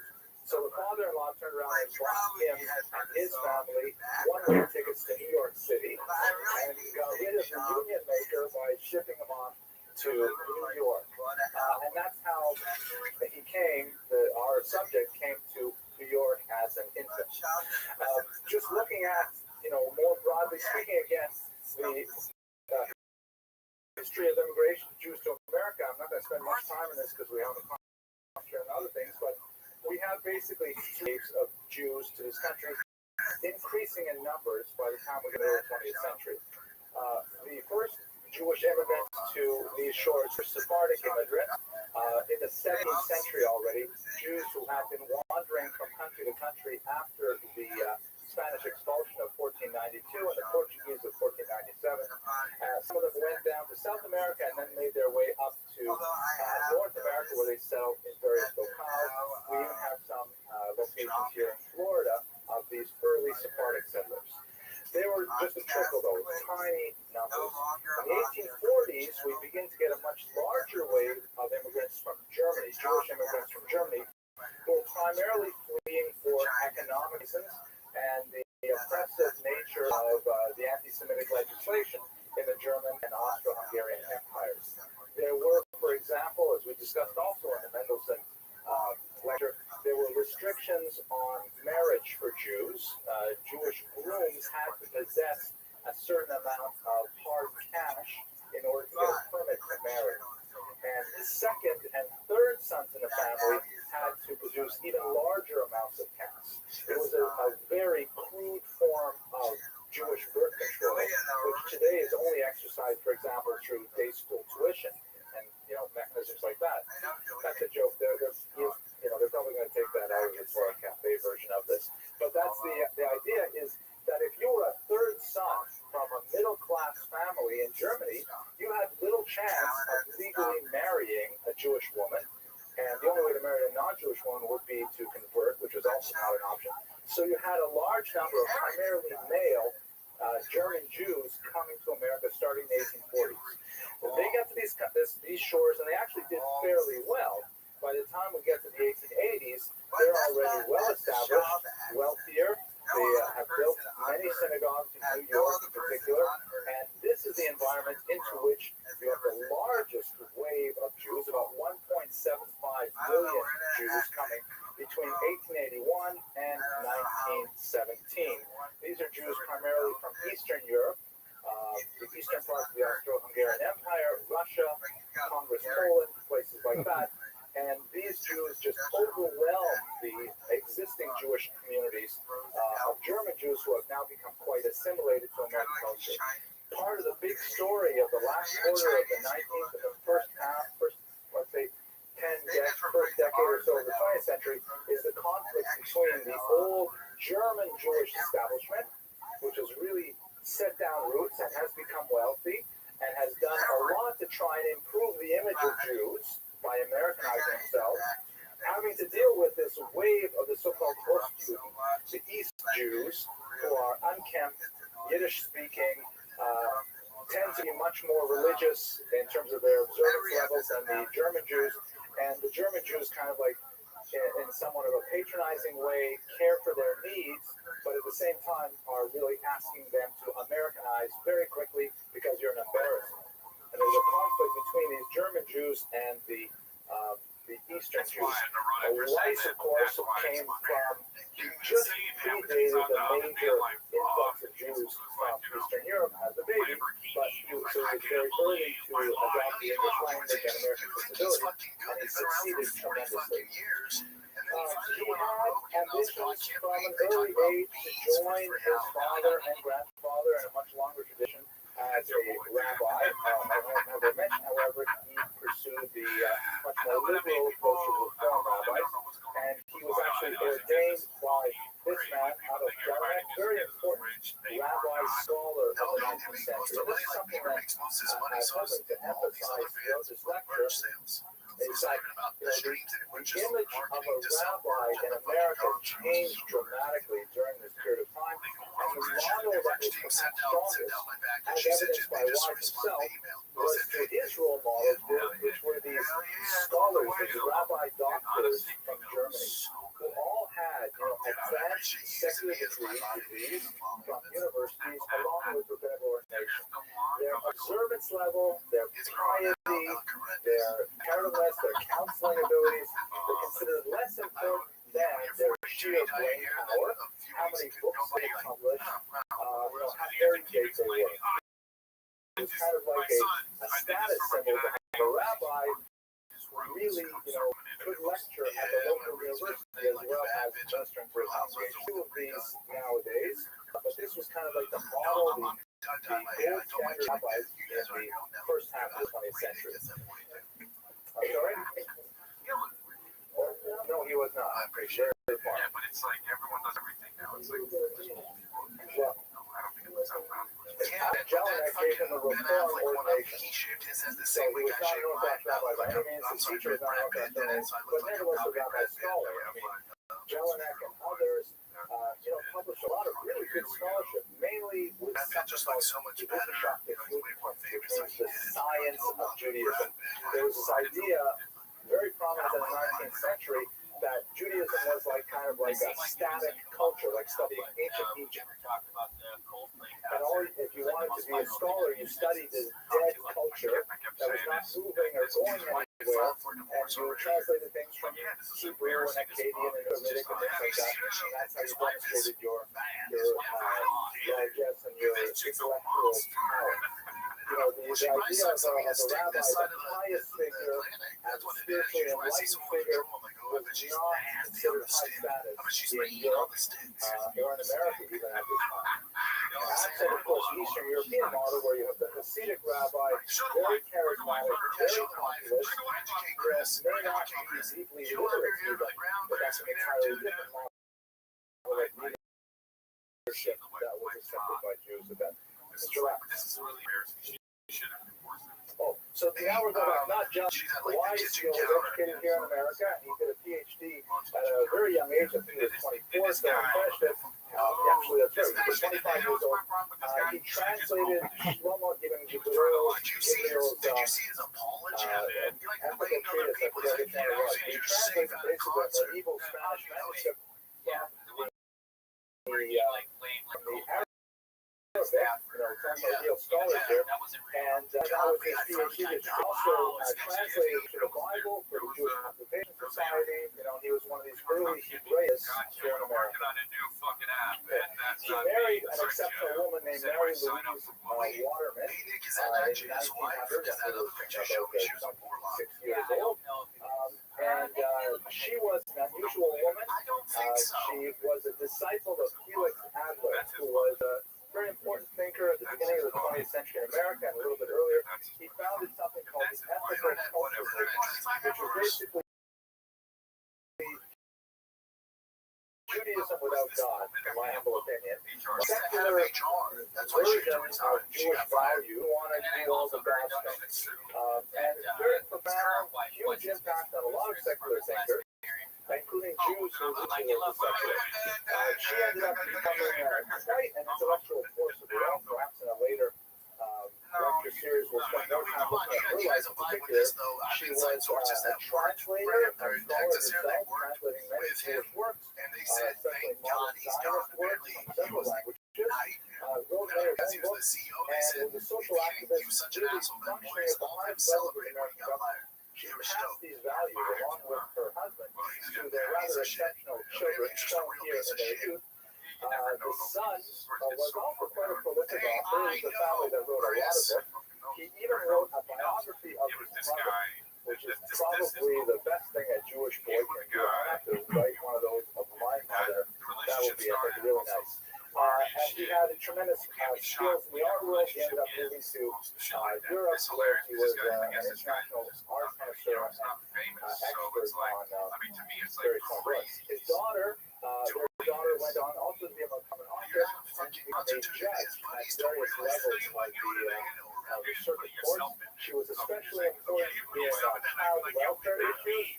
She advised Eleanor Roosevelt and served on many high-ranking national level committees working for the welfare of children. She was an exceptional overachieving family. Now, going back to his life, they moved to Portland, Oregon. They spent some time out there where there were not so many Jews, but nevertheless he was beginning to make a name for himself. In 1906, he was invited to Congregation Emmanuel, perhaps the leading German Jewish establishment synagogue, to try out for a position as their rabbi. They were Reform Temple. He's invited at a young age to give some trial sermons. Apparently, there's some dispute that actually went on in the press afterwards. It was a national issue, believe it or not. Apparently, he was offered the job, but he refused because the congregation refused to give him what he called a free pulpit. In other words, he wanted kind of like what universities call tenure. He wanted to be able to say whatever he wanted from the pulpit without fear of losing his job. The board of the congregation was unwilling to grant this to him, and so he declined. And there was quite a bit of controversy over these virtual events. He ended up going back to Portland, but then he came back a year later and established a rival temple, which actually became even more famous, the so-called Free Synagogue. He called it the Free Synagogue because it had, of course, a free pulpit, and he could say whatever he wanted and not get fired. But it also had free holiday seats. You could, everything was free. It was based on donations only, but there was no fixed price membership. Everything was designed to be totally open, very much in consonance with his social welfare values. Yes, Joe, I'm afraid. I don't know. I imagine he had some fairly wealthy individuals. He was a very powerful speaker, very charismatic. I did do research into where the money came from. But it reminds me of a joke. Did you hear the one? I'm telling you in the middle. I won't catch it. The one about Goldstein comes to the door to get in on Yom Kippur, and the Gabbai holds him back. So Goldstein goes to Daven. He goes to the shul on Yom Kippur, and he goes to walk into the sanctuary, and the Gabbai says, "Where's your ticket?" He says, "I didn't buy a seat." He says, "I'm sorry, you can't come in."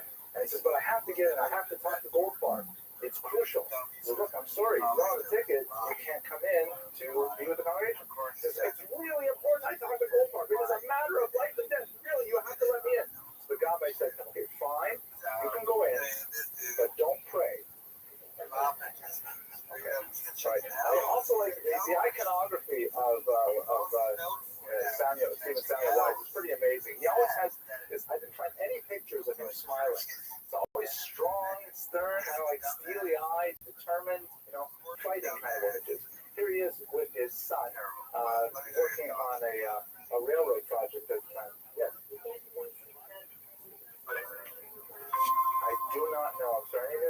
Jews here? Oh, so I don't know. Did the Free Synagogue become the Central Synagogue?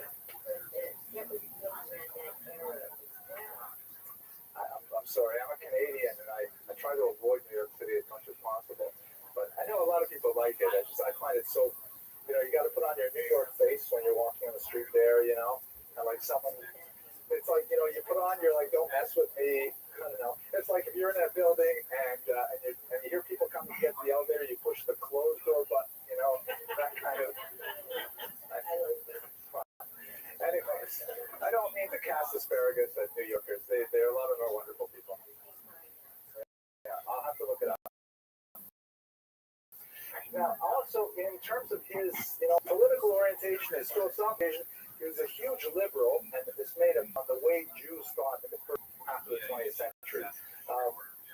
He was the founder of all kinds of, civil liberties type movements, including being the co-founder of the NAACP, National Association for the Advancement of Colored People, very important institution for African Americans.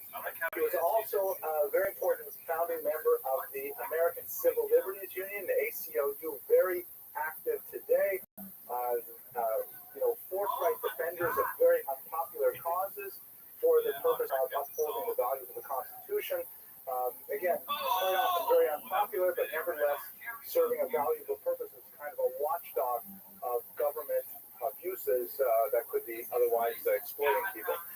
Very big, like his father, he tried to unionize his father-in-law's shop. That's a recipe for Shalom Bayis disaster if there ever was one. He was also very big in promoting labor causes, and he hunted out corruption wherever he could find it. In fact, one of his campaigns even brought down the mayor How are you? of James Walker, who found himself under so much stress. Can you hear me? Corruption charges because of Samuel Wise. What's going on, Rupert? Murdoch. I love your name. Dude, fuck you, Rupert Murdoch, you cunt. Nobody wanted to talk with you anyway, you slut. You say I'm Rupert Murdoch, just come in and jerk off in your fucking face and dude, this is the worst. Come on, you fucking shitbag. Look at this West Side pimp. East Side gangster. Exposing anti-Semitism and working for social causes outside of the Jewish community. Come on, you slut. At the same time, There's a shitbag. Wise was very much a Zionist, and this put him at odds with the Reform movement at the time. The Reform movement had taken a position already in the 19th century opposing Zionism. You might think, well, what could be wrong with Zionism? Why would the movement, especially one of openness, argue that Zionism is incorrect? You have to put yourself in the mindset of 19th century Germany when the Jews are trying desperately to demonstrate that they deserve to be emancipated. And one of the charges, sometimes with an anti-Semitic basis, sometimes I think a legitimate political argument, is saying, listen, where do you belong, Jews? Do you belong here in Germany as your citizens? Or are you here as sojourners, travelers, hoping ultimately return to Israel Lettuce. Messianic period? The specter of dual loyalty.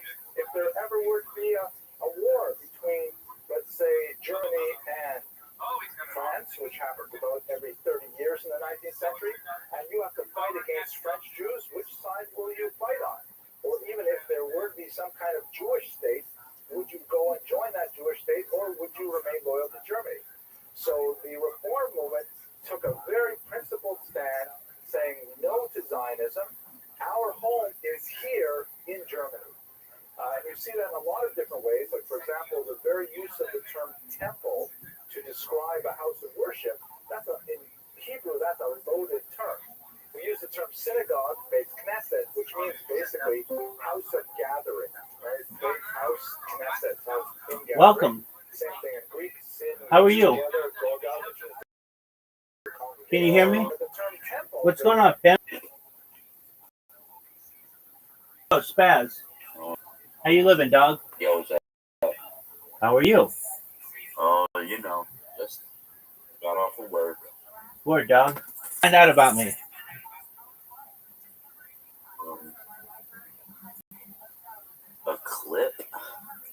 Oh, from Kick? It had nothing to do with you. From Kick? Exactly. That's tight, dude. No way. Are you a streamer? No, I watch streamers. No way. Okay, so I made a bot that just randomly clips people, and it got you here. Do you mind if I tell you about what I do? No, I did my research about you. Oh, tight. Okay. So I have a spiel. Can I give you my spiel? Yeah, what's up? I'm Rabbi Rothschild. I stream my life 24 hours a day, 7 days a week, 365 days a year for world peace. I've been doing so for more than 3.5 years. Since the pandemic, we've seen the death of a queen, the birth of AI, the coronation of a king, and everything in between. Have you ever seen the movie The Truman Show or the television show Big Brother? Yeah. Well, that's what I do. So you said you did some research on me. As you can tell, I have a lot of social media. I have over 100 YouTube accounts, over 200 Instagram accounts, over 500 Twitch accounts, over 1,000 TikTok accounts, over 2,000 Twitter accounts, over 5,000 Blue Sky accounts, and over 10,000 Kick accounts. And one, you definitely made a lot of recognition with what you've done. that's amazing. Wow, thank you for your high praise. So I do it. Of course. I do it because I don't want war in the world anymore. And if you're like, well, how does live streaming your life stop war? It essentially shows the world that we're all not that different. And it gives me a platform to be able to discuss world peace, ending world hunger through the use of technology, such as agricultural drones. I have a question. Go ahead, big dog. Just before all of this, could you unban my friend real quick? Who is that? His name is Fenton Yanga. Yeah, sure, I'll unban him just because you have some. Yeah, he's a good guy. Okay. Means no harm.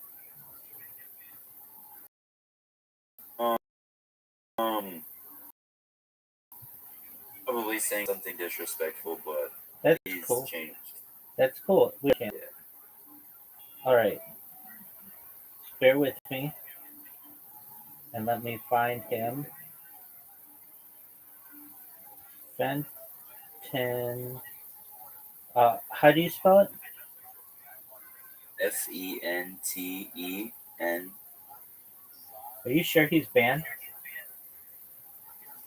Did he get unbanned? He told me you banned him like a year ago. He's not He banned. wanted to see if Fent. Okay, well, I'll let him know. Yeah. Yeah, he's not banned. Fentanyl, almost. Yeah, but no, the only thing that I've close to that name is I Can't Stop Finessing is somebody who I've banned, but no one. Yeah, no. Fent. Yeah, he's Hold not. on, actually, I'm gonna call him real quick and see what happened. Yeah, absolutely. And tell him if he's having trouble joining or something, let me know, and we'll figure it out. All right, sounds good.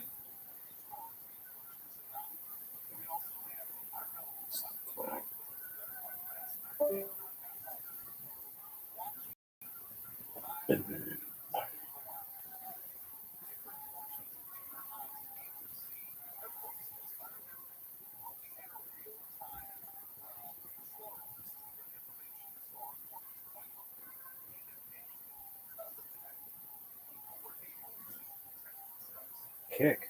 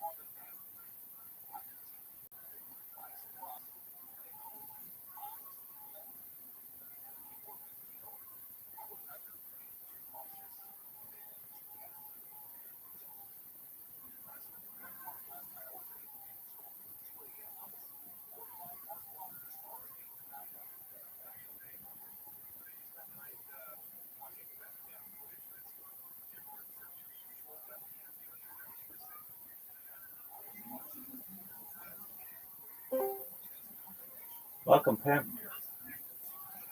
All right, I got the username. It's under a different username. Sorry. Okay, let's figure it out. Just one moment. It's no. You're fine. You're fine.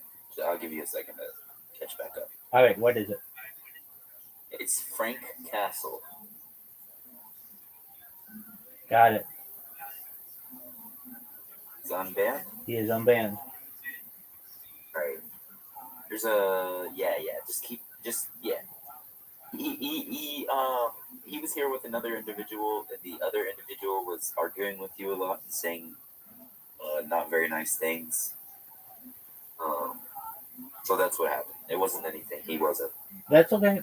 aiming No any harm. aggression at you. No harm, no foul. He's back. All right, we'll be in here in a second. Excellent. I look forward to meeting Frank Castle. Sounds good.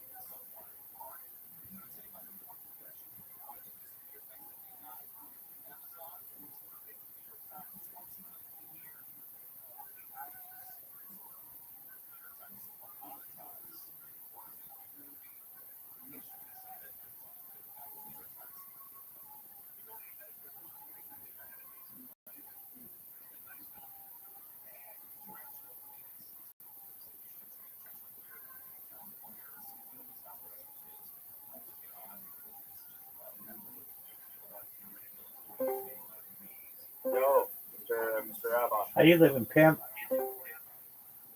How's it going, man? Kicking ass, taking names. What's good in the hood? Yo, it's good, man. My name is Ray, my nigga. What up, Frank? How you living, pimp? Hey, I'm looking fucking great, man. How about you, Vince? Oh, every day's a holiday, every meal's a feast. What's on your agenda for tonight? And playing Overwatch 2 with the boys. Excellent. You slinging dick like it's going out of style? What? Are you slinging dick like it's going out of style? Words, bro. You already fucking know. Word, dog. I sensed Can it. we have everybody introduce ourselves? Absolutely. We brought you some people. I love it. Thank you so much for doing so. Wait. Go ahead. I think before, so I think he should introduce himself. Okay, excellent. First, is everybody 18? Yes. Almost. Okay, if you're not 18, you can't be here. Oh. Yeah. Can you just spaz? I'm 18. No. I'm 18 next week. All right. Yeah, It's not that deep. All right. So just everybody keep it PG. I'm Rabbi Rothschild. I stream my life 24 hours a day, 7 days a week, 365 days a year for world peace. I've been doing so for more than 3.5 years. I have more data on the internet than any person in global history. If you've ever seen the movie The Truman Show or the television show Big Brother, that's essentially what I do. I'm live on 22 different YouTube streams right now. I have more social media than any person ever. I have over 100 YouTube accounts, 22 of which are currently live right now. I have over 200 Instagram accounts. I have over 500 Twitch accounts. I have over 1,000 TikTok accounts. I have over 2,000 Twitter accounts. I have over 5,000 Blue Sky accounts, and I have over 10,000 Kick accounts. I stream my life because it gives me a platform to be able to discuss world peace, which is important to me. What you all should know is that data is Earth's #1 resource, more valuable than food, water, gold, air, everything. In 2018, The Economist magazine stated that data had overtaken petroleum as Earth's #1 resource, and I have more data than ever archived on the internet, which may make me an influential person someday. And if that happens, I'm going to help all of you and your friends and family become financially independent if you're not already. I want you to be able to have generational wealth, and I want you to be able to start charities and philanthropic organizations of your own. How does that sound? That sounds amazing, man. Excellent. Sounds amazing, bro. Other thing, When you make that money, can you make me skinny, please? yeah, you'll be able to buy all the Ozempic you want to be rail thin if you want. I talk about ending world hunger, which is important to me. Things like by doing so with technology such as agricultural drones, floating greenhouses, saltwater greenhouses, things like perhaps hydroponics, vertical farming, cloud seeding. I want to help end world thirst. I'm sponsored by a cryptocurrency that's worth about $100 million. And what we do is we build wells in developing nations like Nigeria. I want to keep those kind of projects going. Additionally, I'm an advocate for the LifeStar program, importantly desalination technology, where we pump seawater onto land to make it. I talk about other things that aren't normally discussed and important, things like anti-gravity, antimatter, travel, faster than light communication, space tourism, terraforming other planets. I talk about things like time travel. I talk about quantum computing. I talk about things like artificial general intelligence, artificial superintelligence. I talk about alien disclosure, things like I talk about de-extinction. Yeah. Did you say artificial genital intelligence? No, artificial general intelligence. Like AI dicks?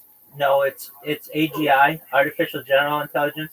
And since we have a questionable person here, not 18, I don't want to talk about those things. Using AI for free uses. Look, if you're going to talk about that, then I'm going to have to kick out the person who said they were turning 18 next week.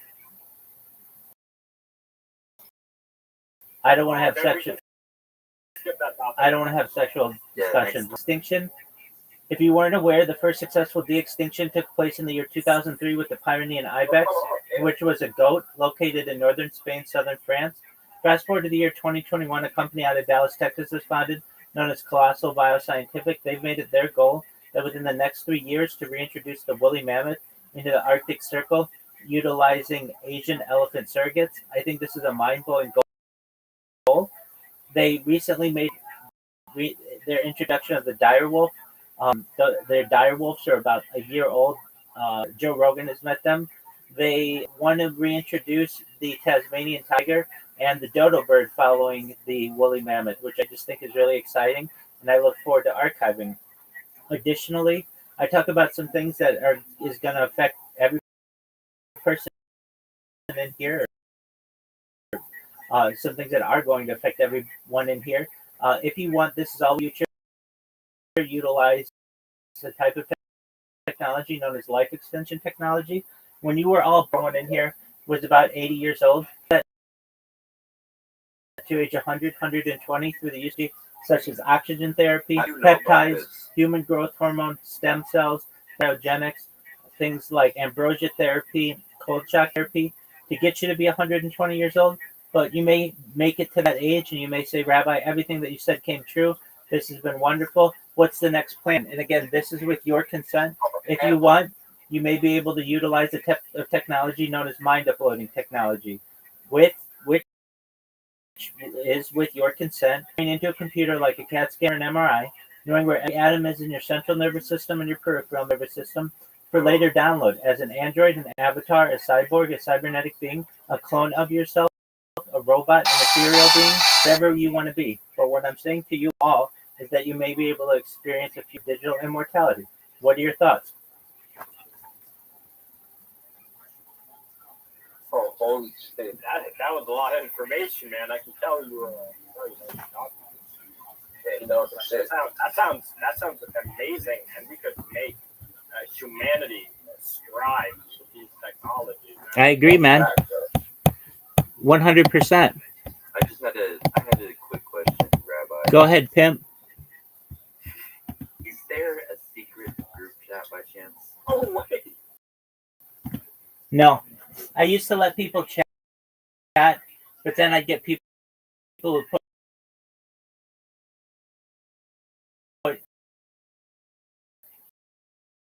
like really gory things.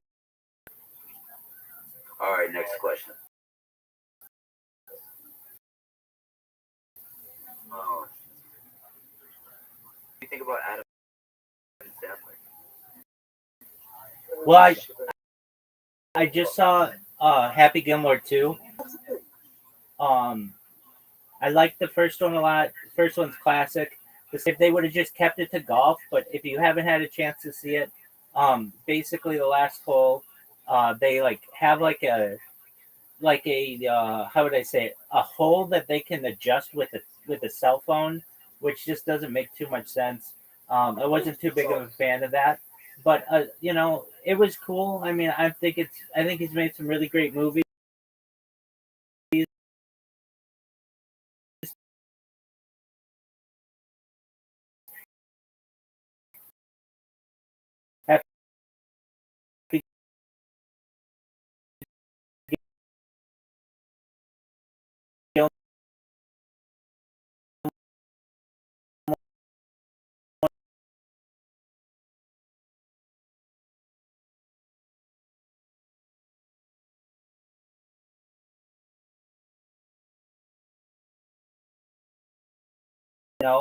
We're going to get to the bottom of it as quickly as possible, utilizing artificial intelligence.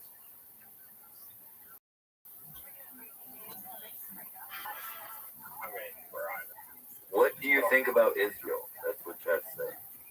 Sure. I'm very pro-Israel, perhaps I'm the biggest pro-Israel person on earth when Israel is acting correctly.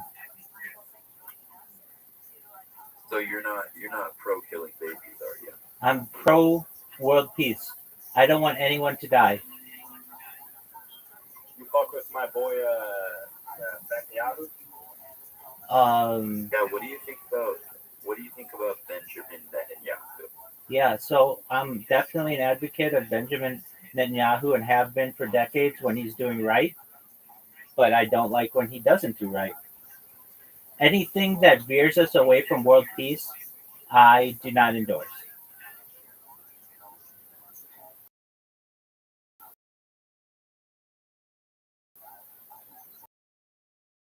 What do you think? What do you think Israel having the strongest. I don't know the advancements we've made. I think that that's necessarily true, though. At least publicized. Necessary. I think all the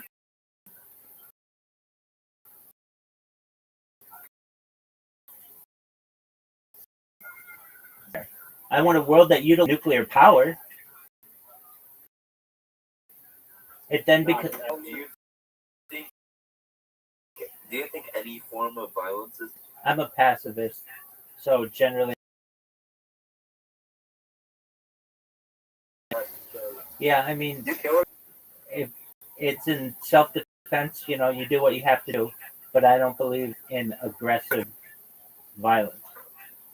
What do you think about the young black community? Dude, I'm a huge advocate of the young black community and the old black community. I love the black community. What do you like about the young black I love their creativity. If we're talking about, are we just talking about like young black people? the black youth nowadays? I love their creativity. I love their views on. So you're a big fan of the 20v1s and the pop the balloons thing. I don't know what that is. Well, that's like what kind of black culture these days. Pop the balloons. Yeah. V1, yeah. 20v1. Yeah. If we're talking about just black youth, I'm a major advocate. I love the music. I love creativity. You be smoking weed, don't you? Who's my favorite rapper? Puff Daddy. Yeah. Yeah. But I also love.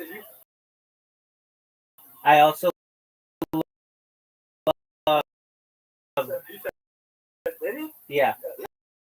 I also love Tupac. I love Notorious.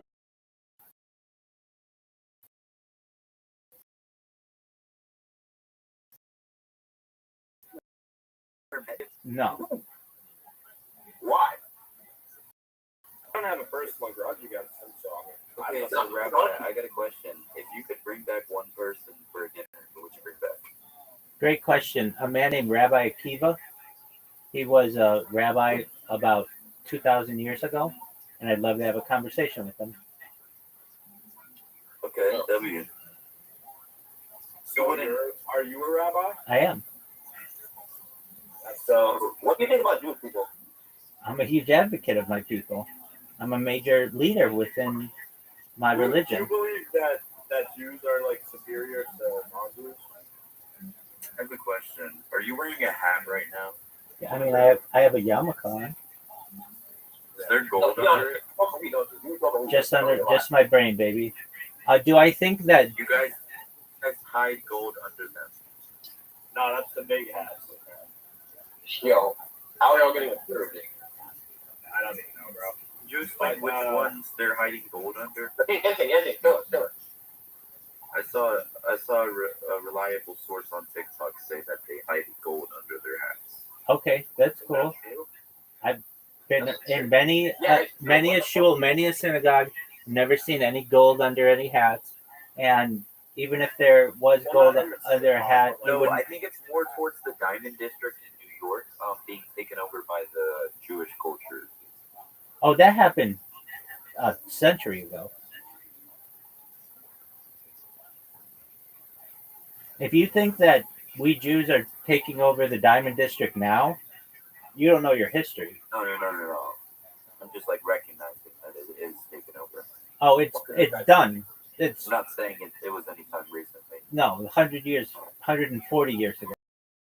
It What started. was going on in the bundles underground? So that was a movement to attempt or pray during the pandemic, where you weren't allowed to have group gatherings, and so near 770. Mattresses of like child-sized mattresses with like stains, weird, just like weird stains on them and shit. Yeah, like what they like white, you know? Yeah, man, like those type of stains. Yeah, what's up with that? I mean, I wasn't there, so I don't know. Yeah, Yeah. Alright. Do you think Epstein was a cool guy?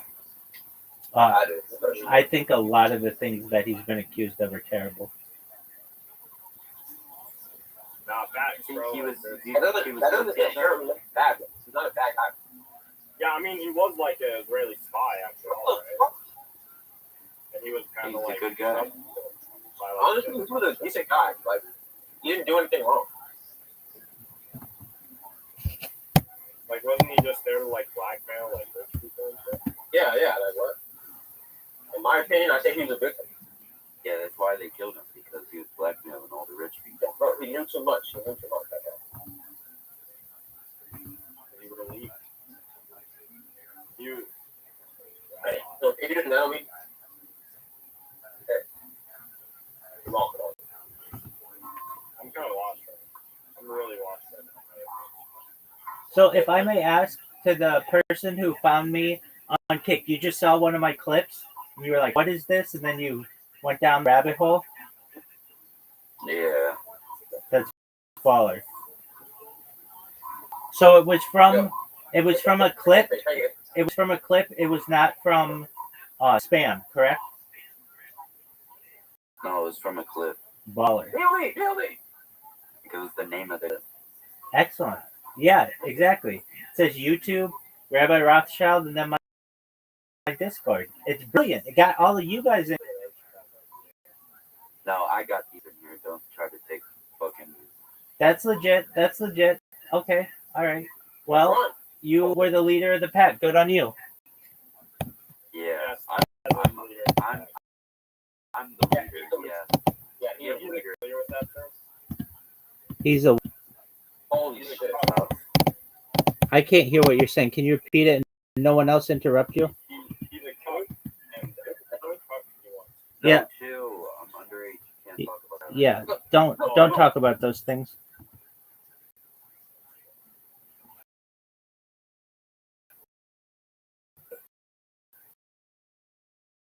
Yeah, it's kind of a wrong. I apologize, Mr. Rothschild. You're good, big dog. Yeah, do some push-ups. Yeah. Do some push-ups for Israel. I'm good. No, I'm good for right now. Israel knows that I'm good.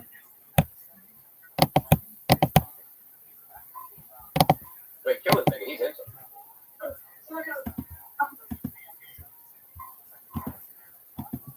So, if I may ask, are you guys streamers yourselves? Yeah, we are. We are something. No, I'm just a degenerate. I sit on Discord all day. Okay, that's cool. Welcome to the club. Cameraman next up. Okay, very cool. And Yeah, I film streamers like when I'm But it's like employed. child labor, you know? When I'm employed, but like right now I just do clips. very well. So you just do clips of different influencers? Correct. That's tight. It's not kill his ass. Influencers and small streamers as well as here and there. Very cool. Like Kelly Lacey. Okay, what do you Mine like? is Myron, you know? Not personally, but I've heard of them. Yeah. What do you like? What do you like about them? I like Lacey or DDG. Okay. Like, I've watched Aiden since like a long time. You know I'm the #1 streamer all time in Aiden Ross's Discord. Oh shit. Yeah. You're cool. You're darn Yeah, right. you're I'm chill, cool. bro. Very well. Well, you guys should know. Do you have any ties to Aiden? Yeah, he's been in my stream. He was on my YouTube and he hit me once. And I'm the #1 streamer all time. I really want to talk to Aiden. Like one of his biggest fans. Yeah. Yo, can we talk to Aiden, please? Yeah. I feel like you're in a secret. I feel like Bro, we dropped out of college to meet Aiden. Yeah, bro. Okay, I don't know if that was a good idea. I'm telling you, all the famous Jews are in a fucking group chat together, dude. We're done. They all get the news early before it happens. Word. So if you want to connect with Aiden, the best person to connect with is Citrus, who is his like right hand man, and just pull them a message with your proposal, and if they like it, they'll connect with you. Holy shit, my phone could have. You think I can become Aiden's like left hand man? Can we become Aiden's like personal trainer? Like, does he need a masseuse? I have a question. What do you think about DJ Academics grooming Noah? I don't think it's. He valid. I don't think that's cool. No, that's cool. Do you think DJ Academics should like have his Discord privileges taken away after that? Frankly, I don't know who that is. Oh, said some very inappropriate things to child. All right, that's not cool. Right, and he's an influencer, friends with Aiden. So do you think he should have his Discord privileges taken away? No, I don't think anybody should be canceled. If they did. It wasn't necessarily illegal, it was kind of weird. All right, well, I don't know enough about the situation to comment any further. You should go.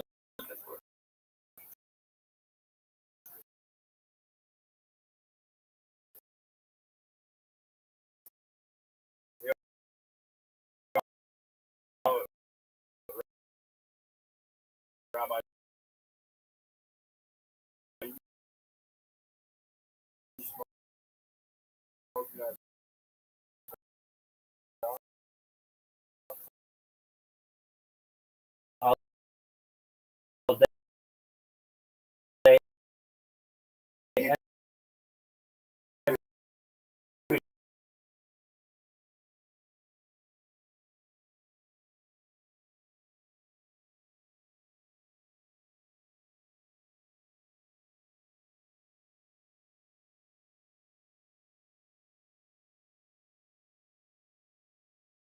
Outside. I understand. I'm living in a Walgreens as we speak. Tight dog. Kyle. Oh, like by the checkout? No, by the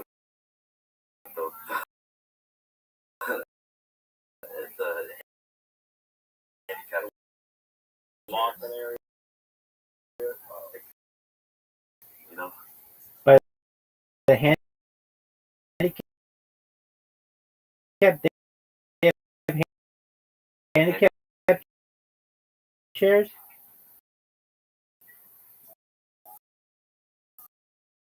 The handicap. No, like you know, like the the the, the rolling things.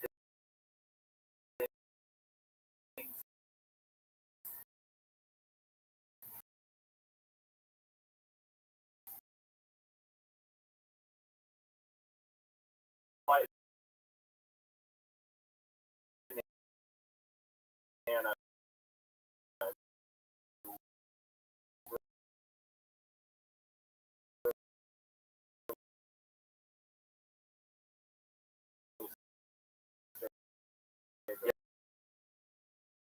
yeah, no, no, fact. Hannah,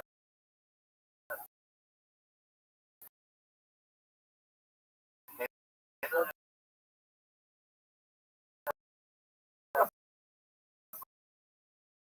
severe, severe autism, and she's very handicapped.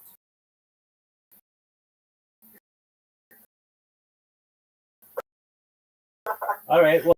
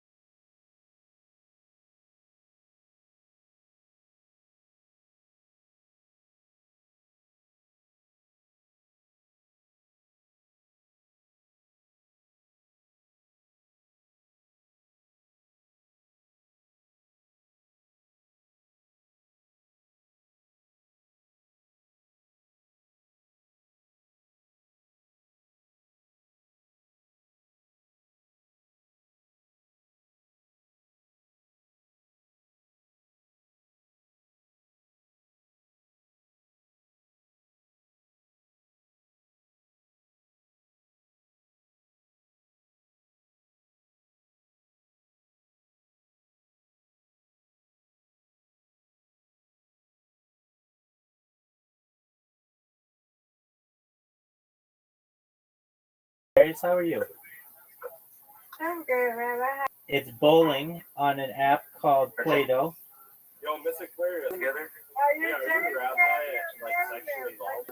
Hey, I'm ready for you. No way. Yes, sir.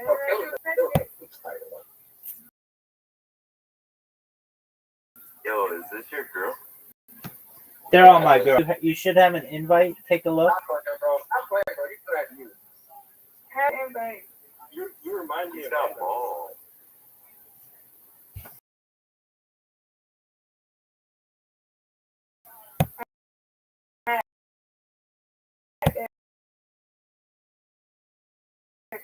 All right, let's go.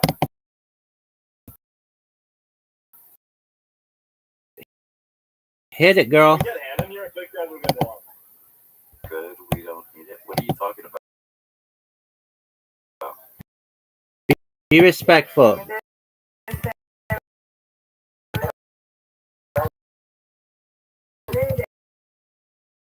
doesn't get down like that.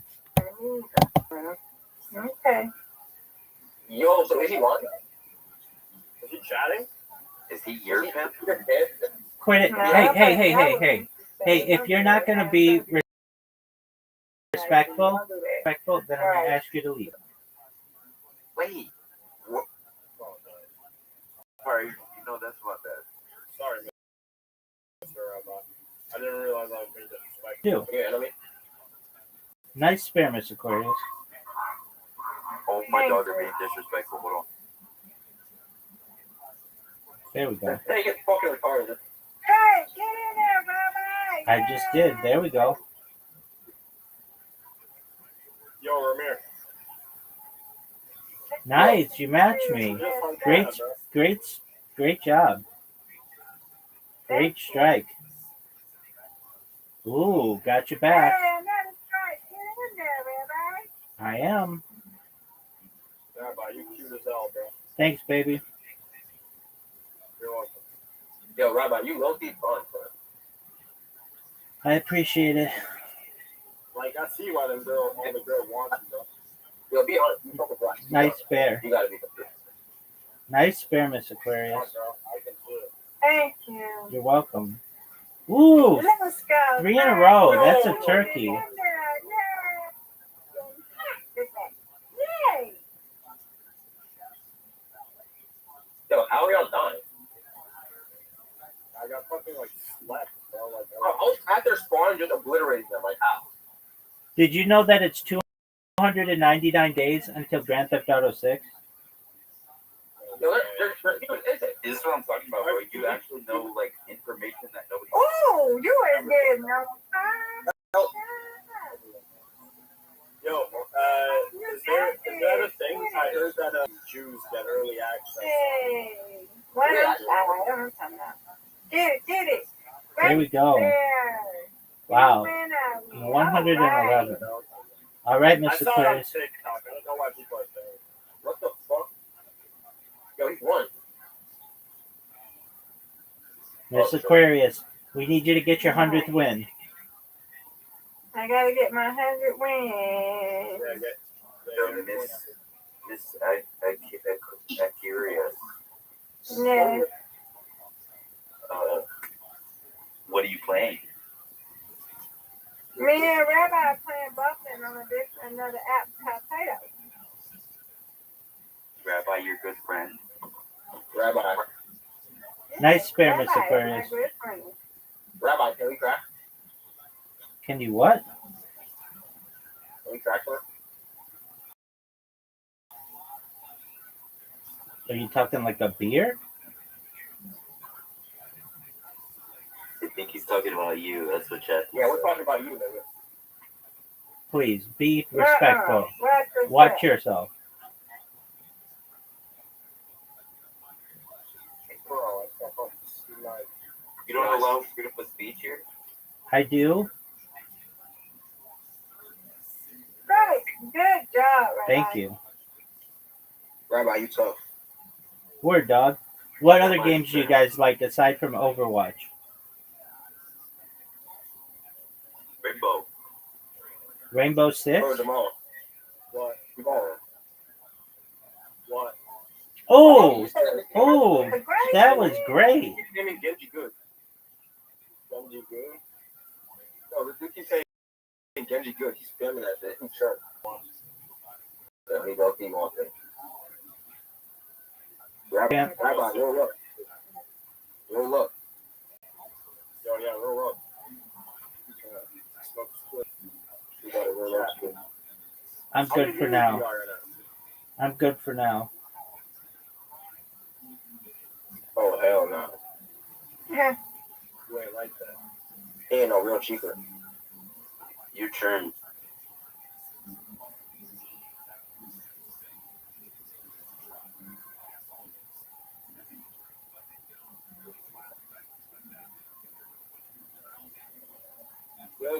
Rabbi, can you pick me out?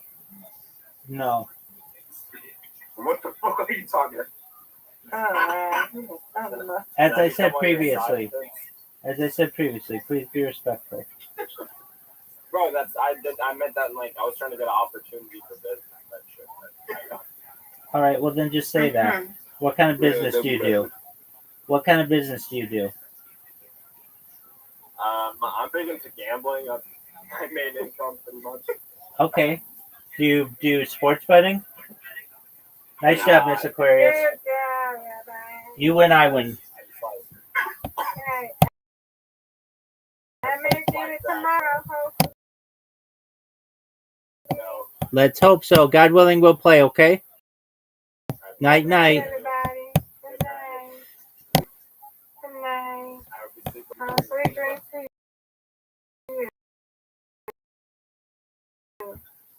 And everybody else. All right. Give me another. What? That far one?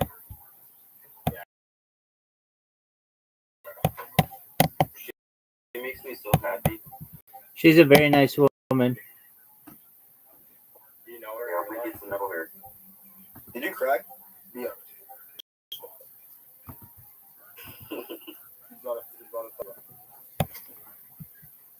Hey, chill. What you mean?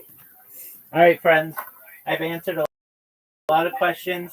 I want to say shout out Spaz. Spaz, thank you so much for bringing everybody in. I'm going to continue watching Jewish history lectures. Feel free to enjoy. There's only one temple in Jewish history, and that's the temple in Israel. Can we get a feet It cam? was destroyed and built, so there's My whole life is a feet cam. for example, Yo, can you put your feet close to the camera? My whole life is a feet cam. right here in Berlin. And so they took a principled stance Which opposing channels has your feet on it? All of them. disagreed with that and promoted Zionism. Oh, they don't.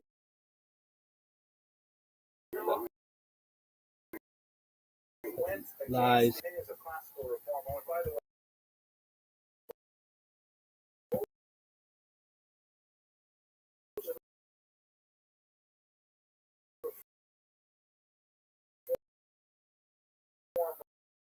rabbis later came to white position as well.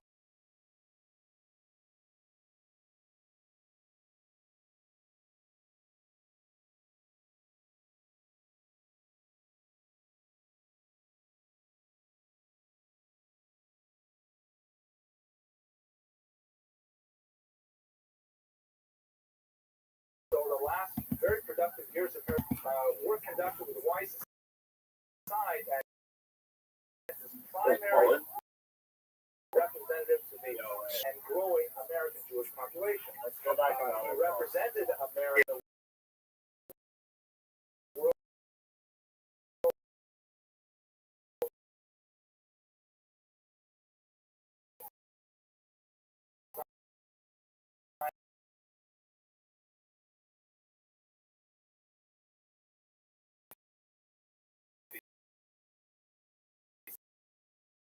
Year after it was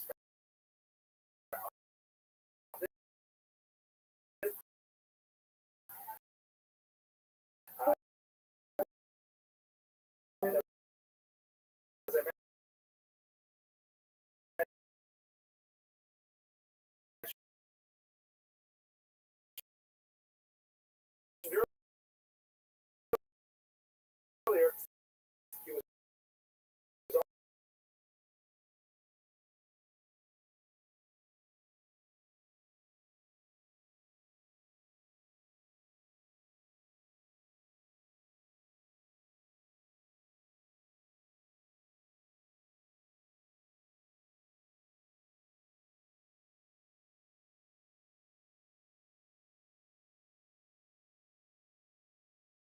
voted Democrat.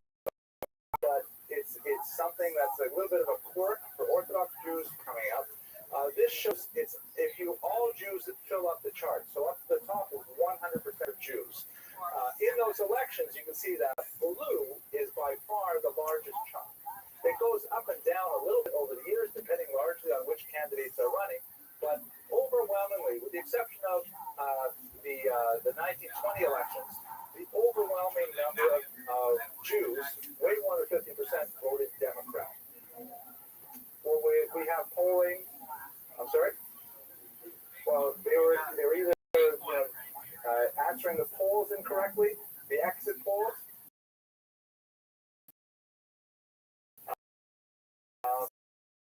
Or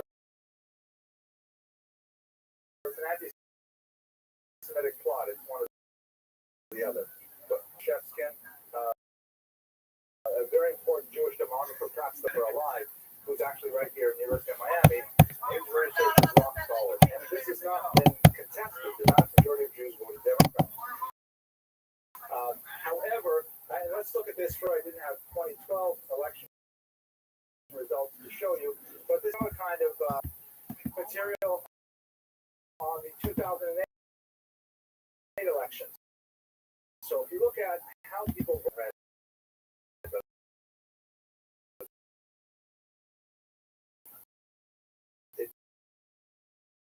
I couldn't figure that out. So if you look at Caucasians, whites, a little reversed, where you have many more Hispanic than for McCain. Obviously, Roth experienced something similar in the last election. Among blacks, this is a huge surprise. Only a tiny percent voted for McCain, and overwhelmingly, of course, they supported Obama. And look at Jews here. Jews are voting more like Hispanics than like Caucasians. This is what Norman Podhoretz once said, that Jews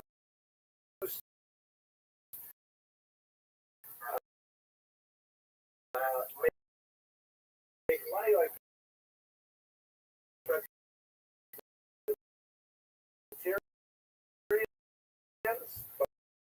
but vote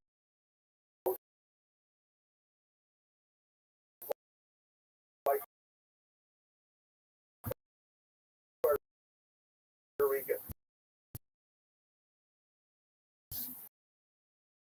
Meaning,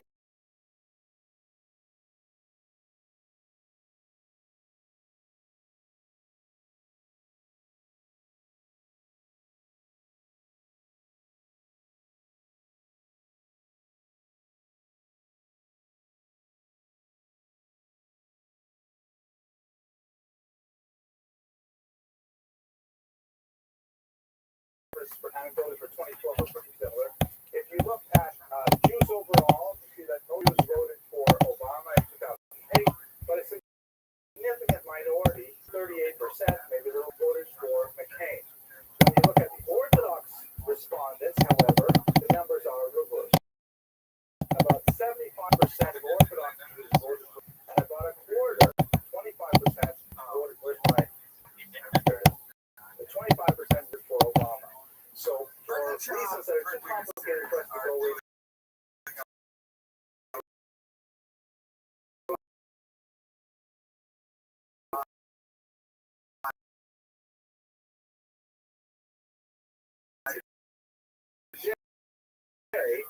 the Orthodox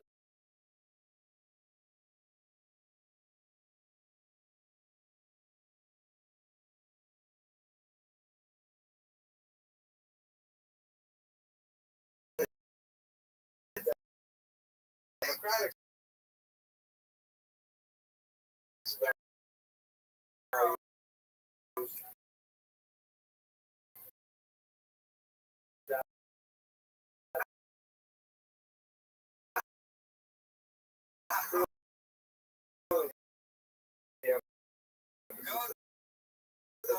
Which one's a pizza? And then he gets overly hot.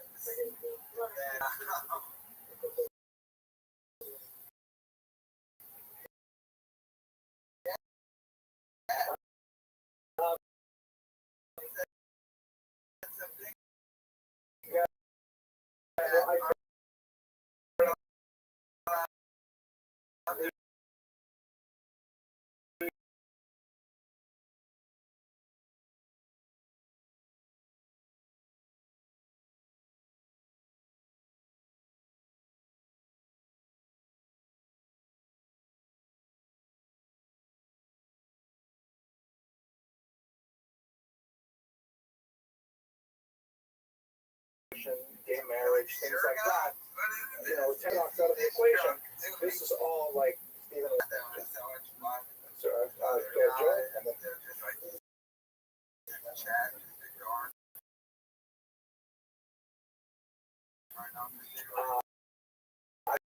I get one.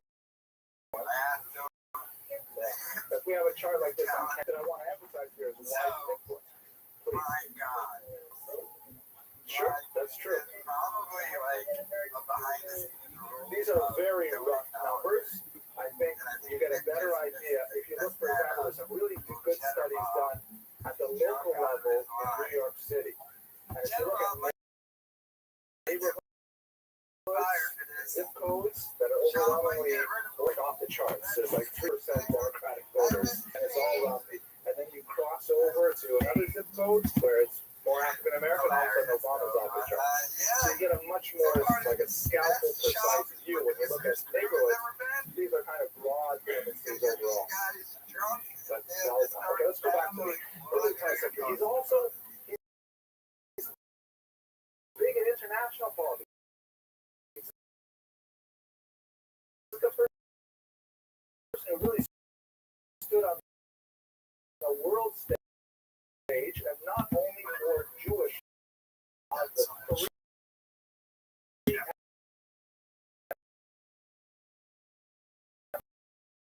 empires that previously occupied Europe.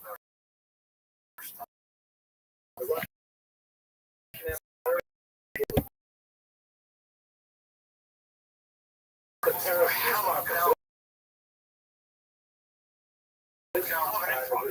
different groups had an opportunity to set their case for state rights represented Zionism, and a case for Israel there. He was also influential in the president Woodrow Wilson to 14 points, the system that was designed creating your state will capture local rights. So the person was a religious leader, social activist, prominent Zionist, very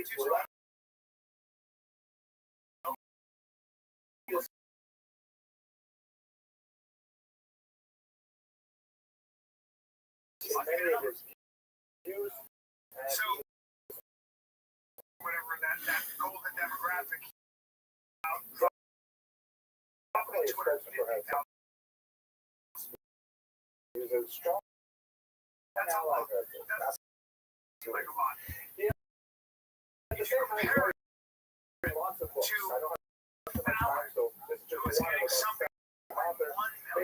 Basically, his speech, sermons, things like that. Compared to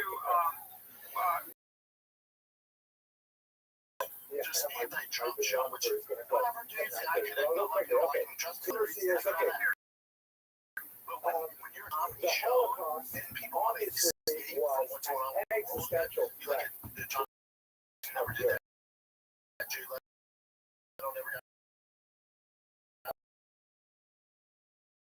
America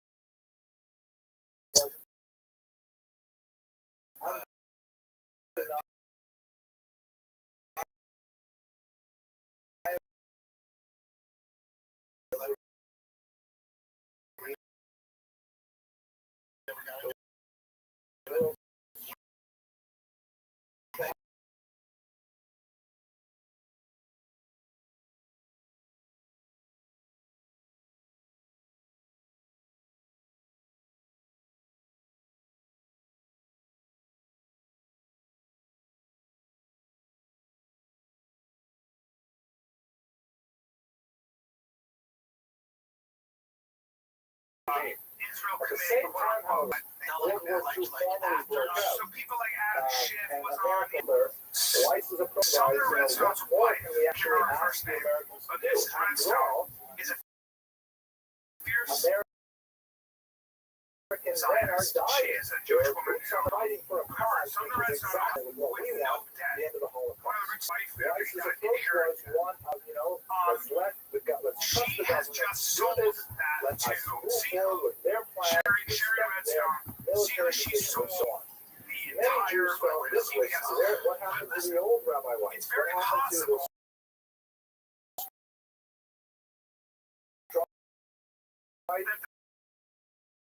Personally, They don't like it. I'm going to actually buy the whole. I'm just saying that. By the way, everybody, I'm just saying that is not my.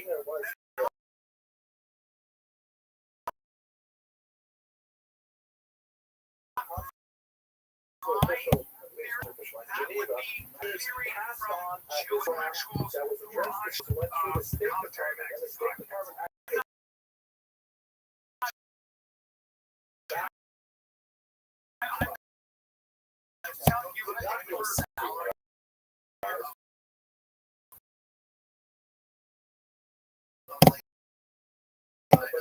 created The other thing about his very salary accurate that he details wasn't necessarily about the earning. Holocaust. Okay. And when I He say was the John Holocaust Fowler was in conquered, I mean the clear determination of the Nazis to massacre every single Jewish civilian in America. There are also reports leaking out, but this was the first true claim by the government channels that said directly to the State Department. Down. They have high salaries, No, but also deal with this tax once network you got it. TV Here is is the actual dying. the World Jewish Congress and reads, has received through Foreign Office following message from Wagner, Geneva, stop. What is planned, discussed, and under consideration by or for Germany, and formally should after deportation and concentration peace and therefore exterminate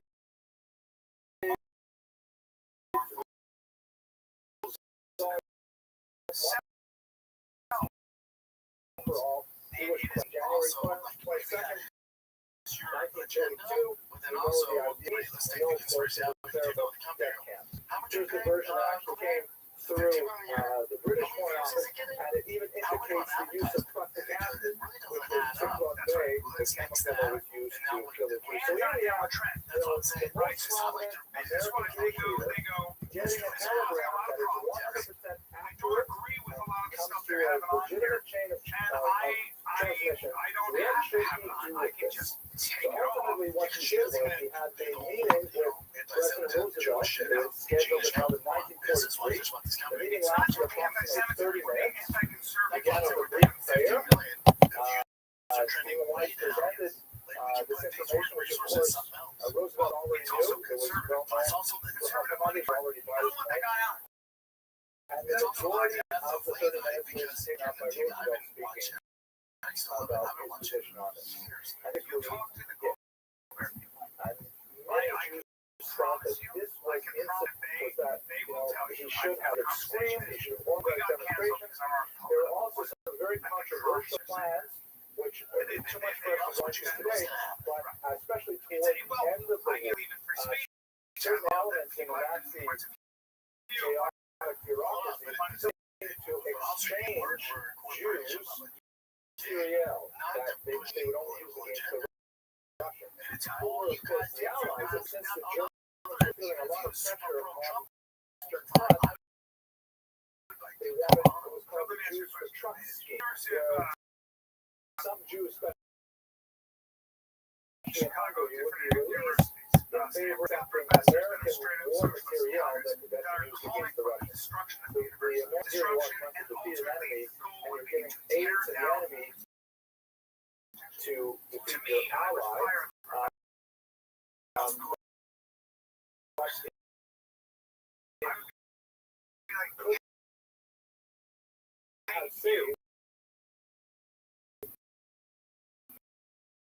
Potentially let me just conclude with a few comments. I'll take some questions in a minute. Ultimately, though, with a recap of why this is like, we see that in many ways is to this concept of the Orthodox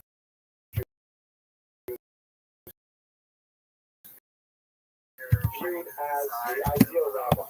Someone Zionist, these were the kinds of Zionists that were used to describe this, and that was used to describe the ideal rabbi for many. His legacy is one of tremendous influence on Jewish voting patterns, on Jewish thought.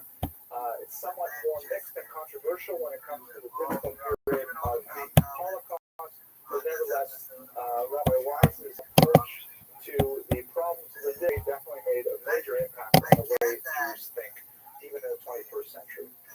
I'm going to take some questions, but first I want to thank you very much for your attendance and dismiss you because we're already out of time. So, thank you.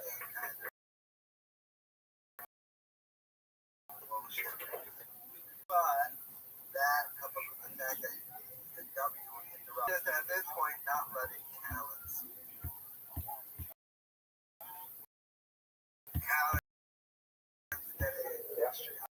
Okay. Well, I hope we have a room on the card. But we'll find out soon enough. Okay. Good evening, everyone. Great. So I hope you had an enjoyable holiday. I think of our holiday was when my picked up a roasted egg off the Seder plate and said, "How old is this egg?" We use it every year. Mazel tov to Rabbi and Rabbis and Grunstein, and to their daughter Gizzy, who was just married as well. A very nice young man named Mr. Mandel. The traditional blessing is they should have the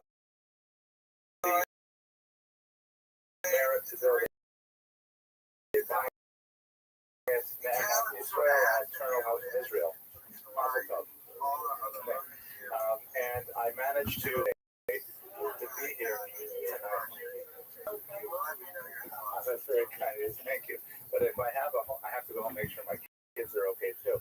All right, let's go to Emmanuel. So tonight's topic is Emmanuel Ringo, a very, very heroic scholar of the Holocaust period. My goal tonight is to tell you a little bit about his life. And of course, since this is sort of a thinly disguised attempt to offer an undergraduate survey course in Jewish history, we're going to talk about the Holocaust, specifically up until the deportation of 1942, and we're going to focus on the ghettoization period, which is crucial to Emmanuel Ringel's work. For those of you who are with the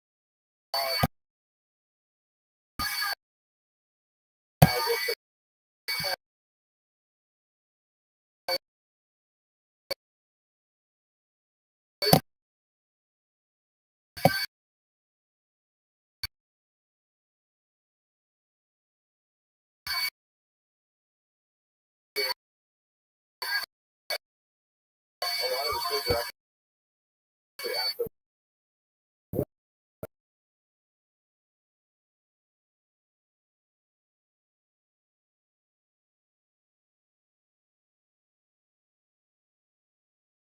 at the lectures and hand you little bits of information.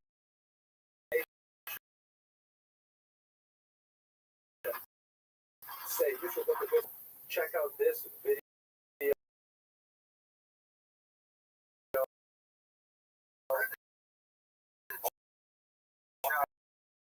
Things like that.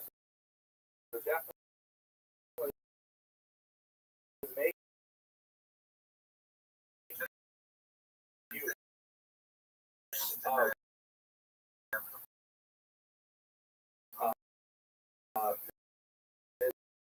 this for that.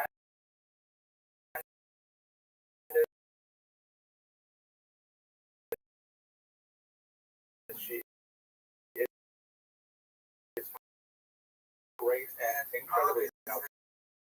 Definitely one of the best research I've ever worked with. And I've had the pleasure of she comes from where she was a professional librarian there, and then she came to America.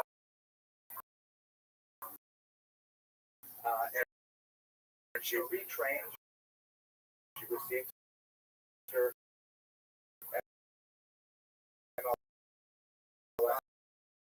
again here. When she was in Cuba, because they have very strict restrictions, so she really knows how to dig for information. But let's get to our topic specifically. We're going to look at a great scholar who died in the prime of his career, touchdown, trained them in the basic school tools of the scholarship, and he sent them out with the simple goal of documenting as accurately and as objectively as possible what exactly is happening in the ghetto. An incredible, powerful record.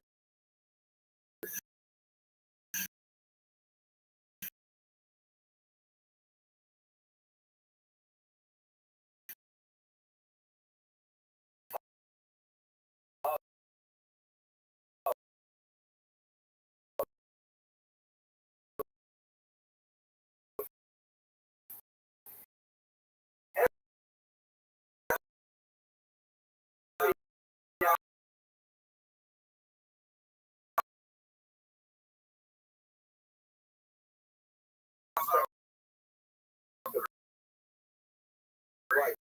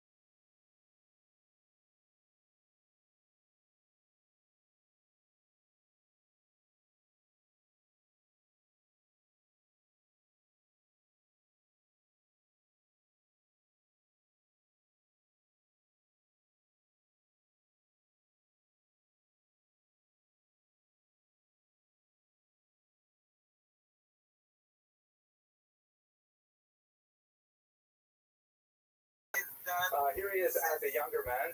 He trained with, of course, on the evolution of the Haskalah and the Hasidic movement in 19th century Poland, and also Arthur Eisenbach, who did a lot of tremendous work also on the Jews of Poland movement in Israel. Their leader, Borochov, should be both a Zion plan for Jews, a refuge for Jews from all over the world, and at the same time,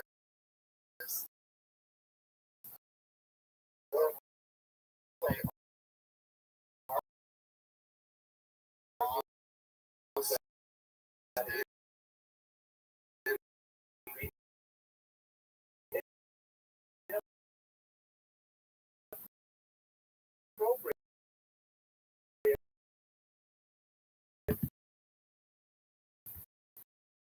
for Israel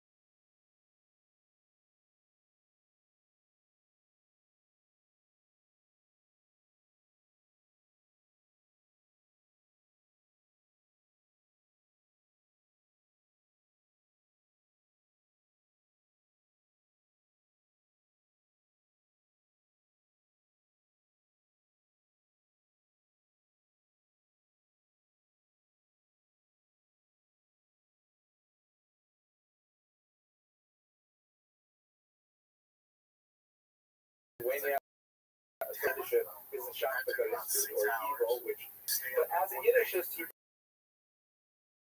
believes that the language really encapsulated core values of Jewish culture. That was a way to express certain things that could not be said in the university, and something which pleased me in a way, and he also ended up teaching at what some people say is the most effective form of Jewish birth control, which is basically tuition. That's a joke, thank you.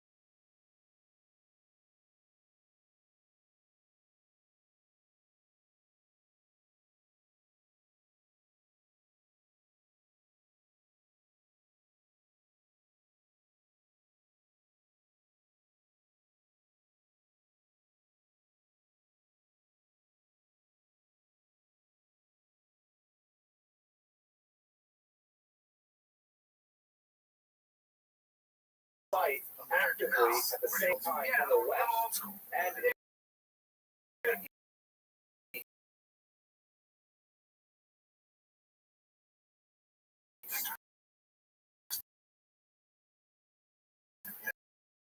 and that's not necessarily because of his power to achieve his goal.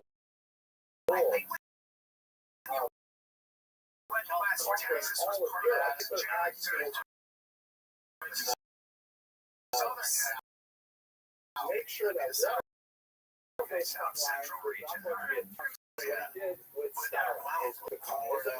He essentially calls up Joseph Stalin. Listen, I want to make a deal. I will send Mr. You pull out your performance during the time.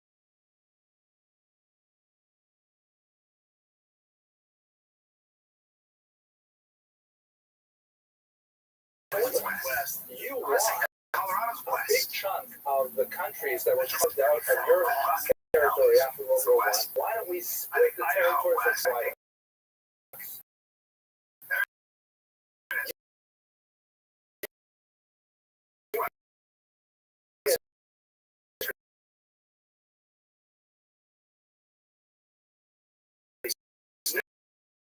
Eastern half.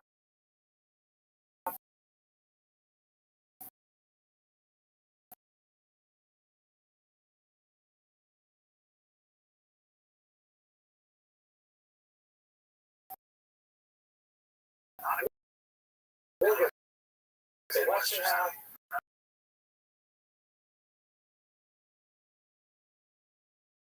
Cavalry. I mean,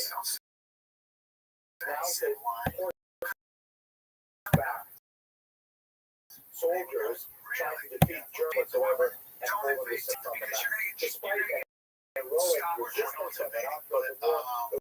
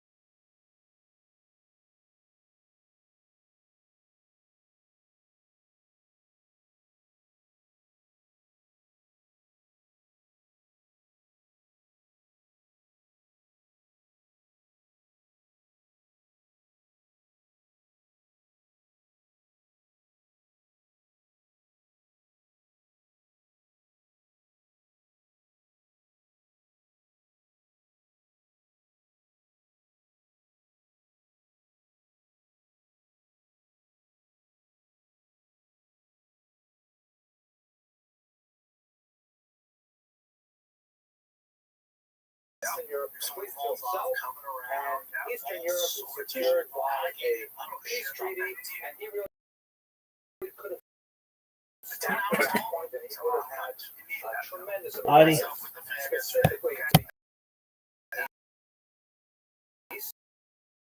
he wanted to colonize the Eastern Germans, and so what he did was, and act known as Operation Barbarossa, and he attacked the Soviet Union. Sorry, he bypassed Stalin. Stalin was completely taken apart. He really thought that Hitler was his best friend, and he would never attack him like this.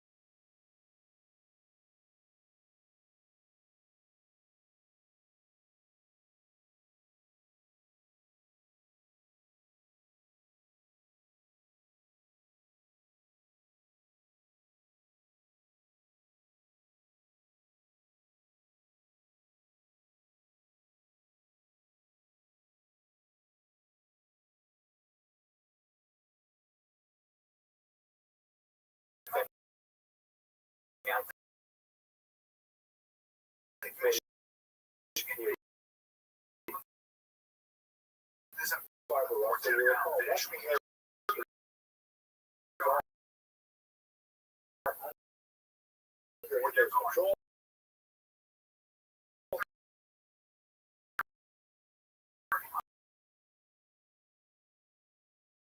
That was coming.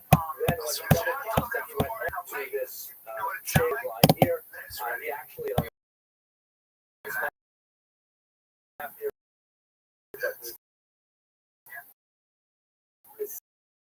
siege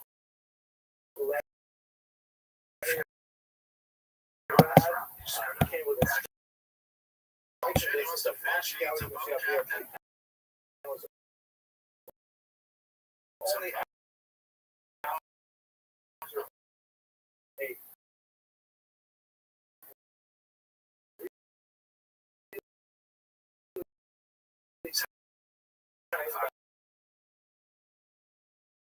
battle here.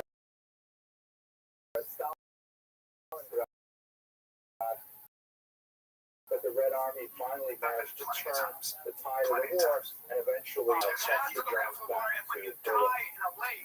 Oh, I apologize for keeping on hold. The Jews, with this advance, so I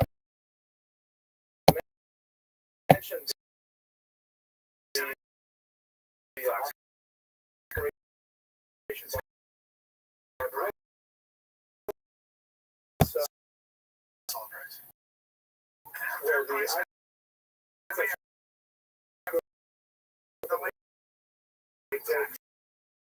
through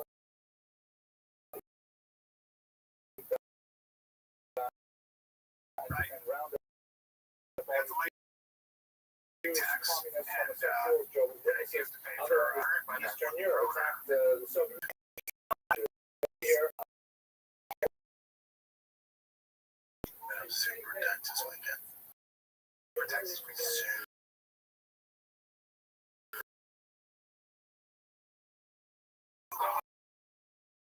What's going on in the world? I'd like to touch on some of the things that have happened since we've been.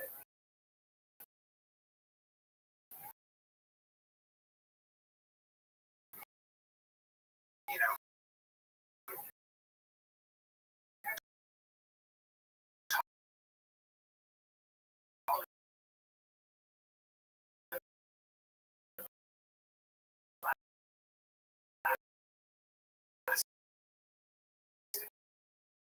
know, what I mean.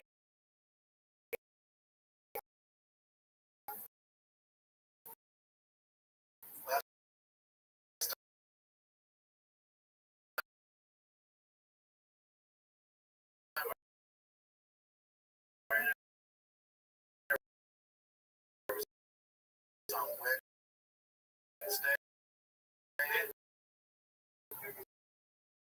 Yeah.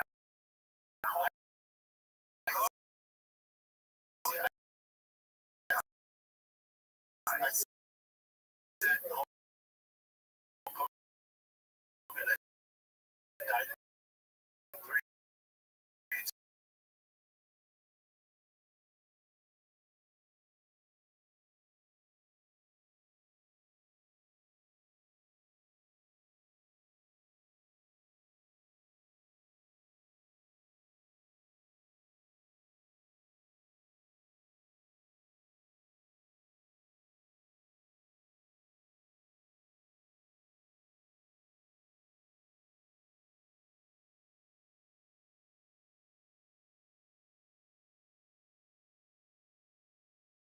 compromise in aneurysm. You can have an aneurysm that you don't pick up. You pick it up on a saw sound. I'm sorry.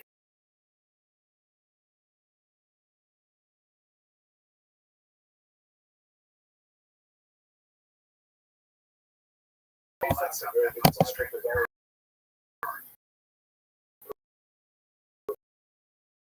Right? Big dogs. And so he was well known in 1939 in Warsaw.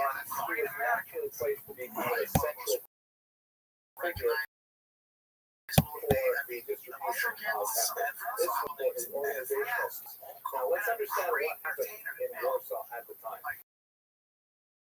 This is what Poland looked like to meet the Molotov Pact and the invasion of the region. Poland is just the Trump area was USSR. They had these kind of false elections, and they annexed it, meaning this is now part of the U.S. Federal Declaration. This region here, the Poznan region, or Posen, have ethnic Germans, or so-called Volksdeutsche. Nazis simply annexed this and evacuated all Jews here to this green area, which is historic.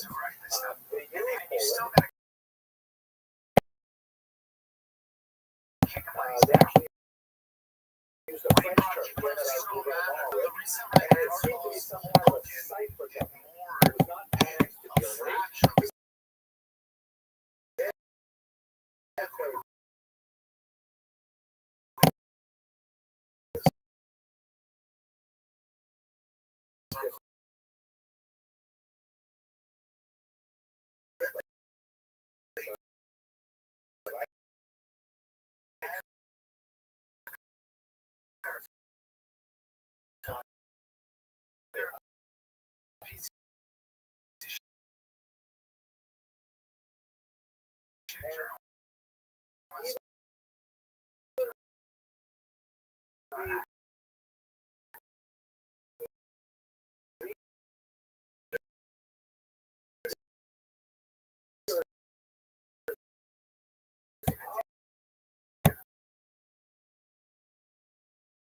Contrary also in many ways to the military.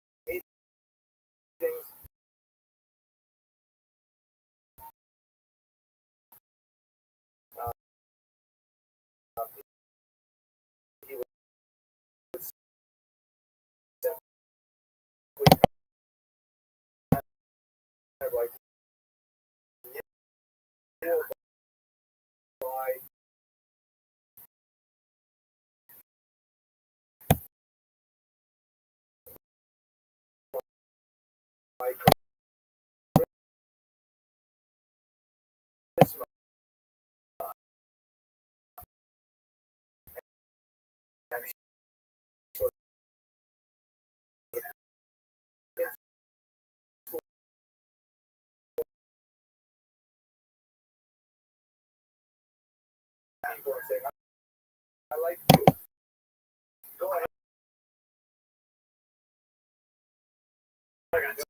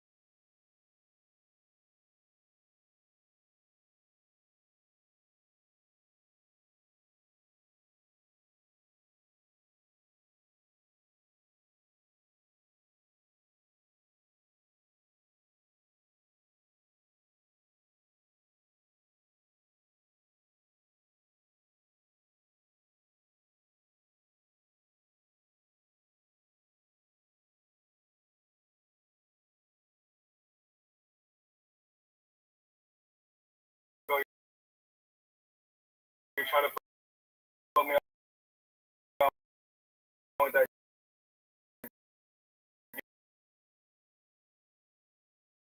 GTA 6 run.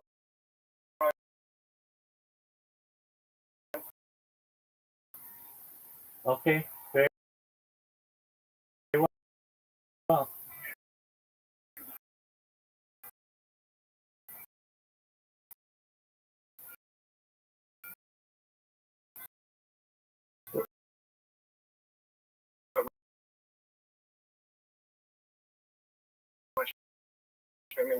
You know, it's 299 until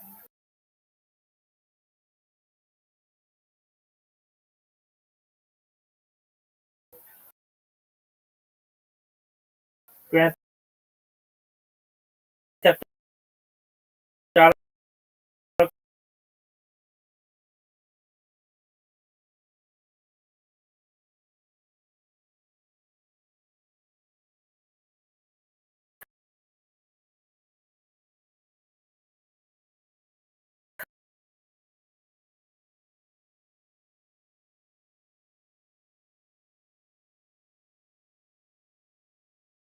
comes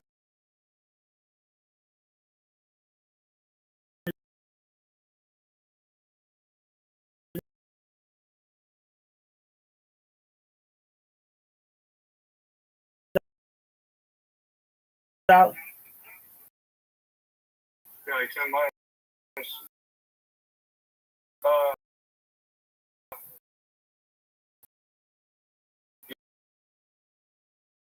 you said you was also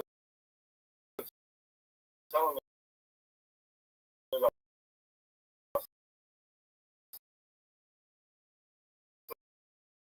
slinging dick.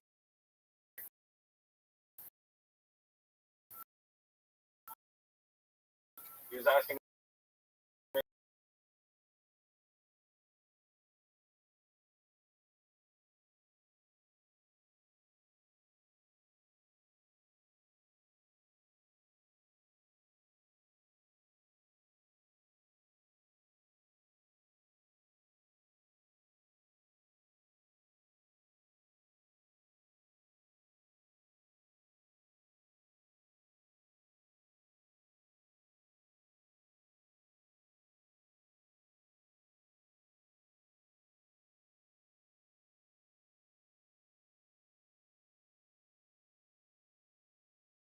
In your neck of the woods.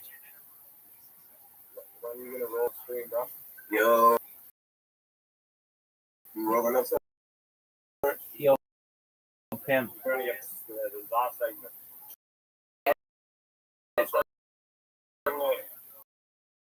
Let's get started.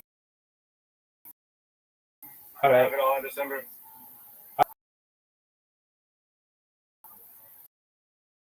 Are you ready?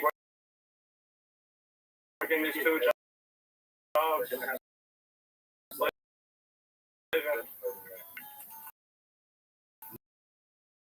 Very well.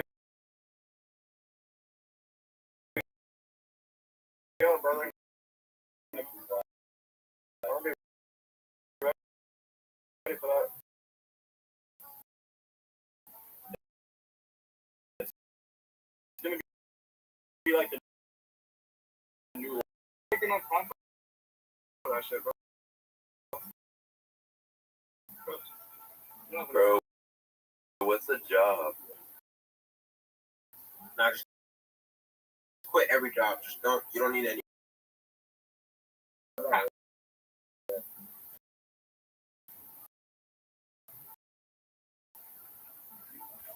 just stay at home all day. Yeah, just stream all day. Stream your life. That's for real. Seek positivity and peace. Yo, Rabbi, are you affiliated?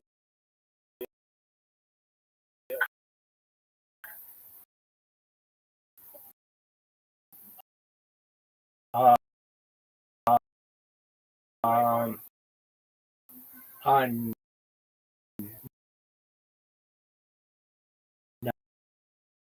I'm not.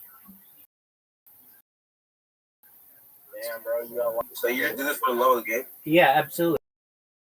I always get banned because I create so many.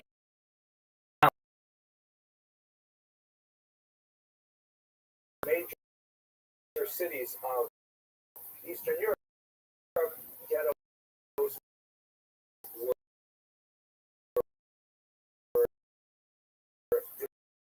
declared.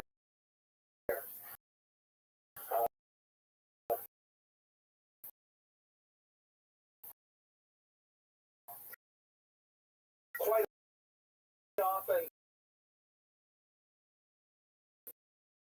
they were trying to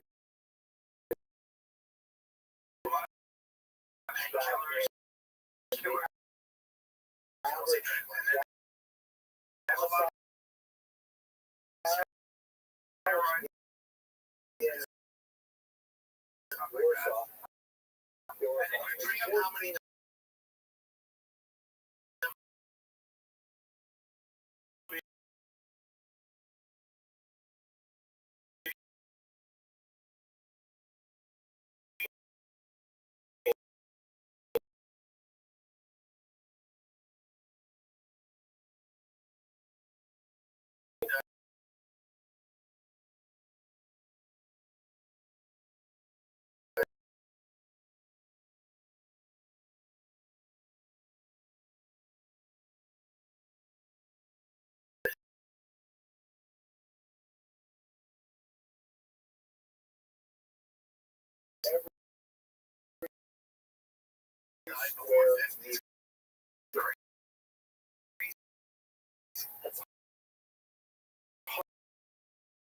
hard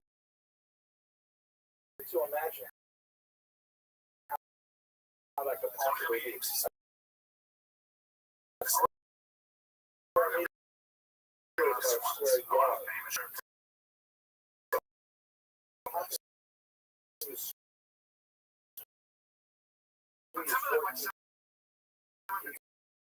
Suicide.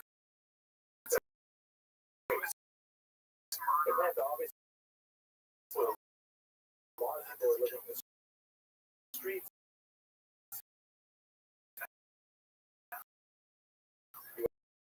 You have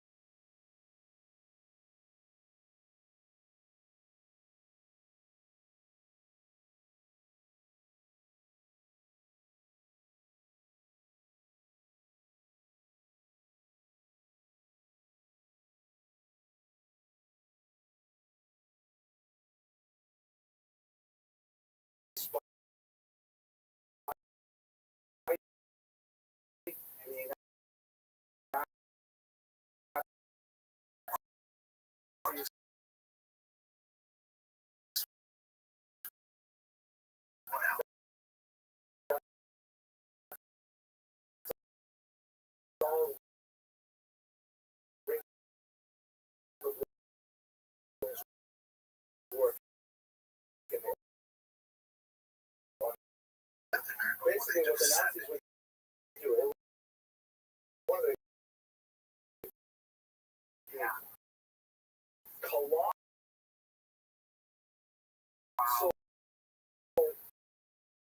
and horrible truths out of the Holocaust was that the Nazis would never have been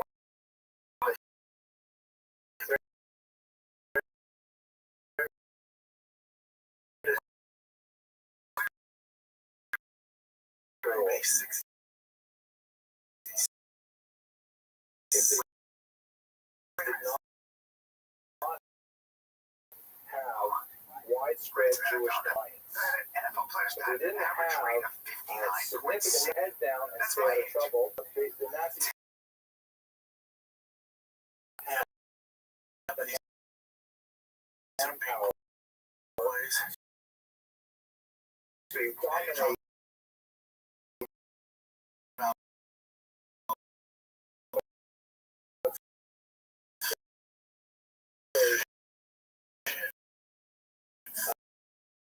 a city of rebels.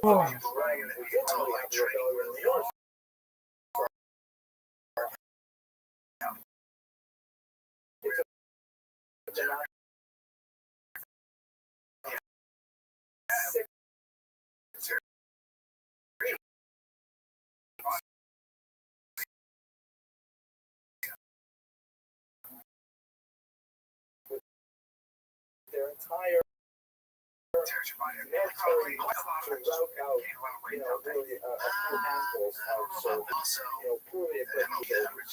So essential to the folding of the Holocaust is the fact that Jews figured to just go along with this, and then it'll be all over. Just keep it for the war, and eventually it'll be okay. And that was a disastrous moment.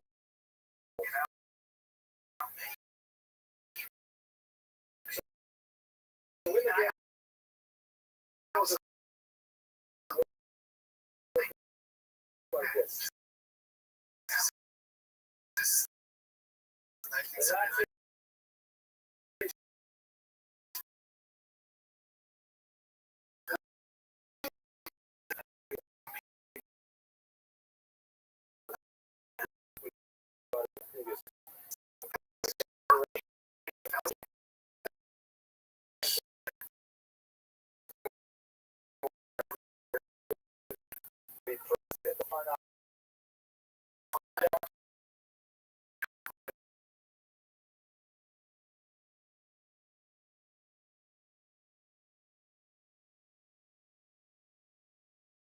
were dowry keepers.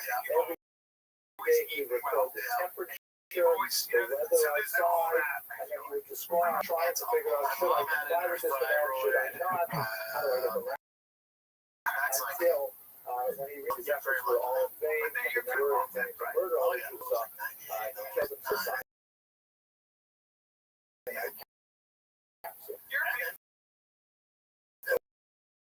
We know a lot about his own thinking because they had his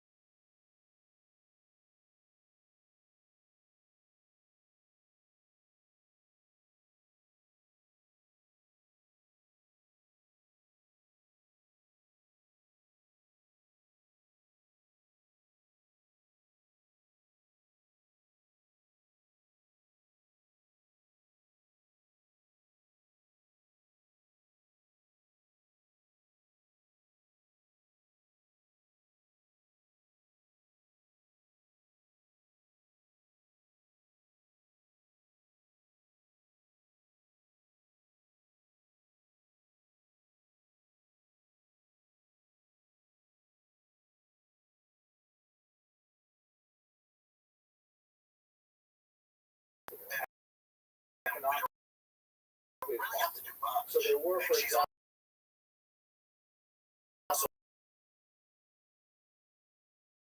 she's a actual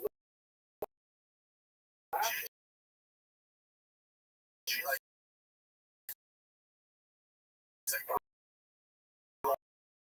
honest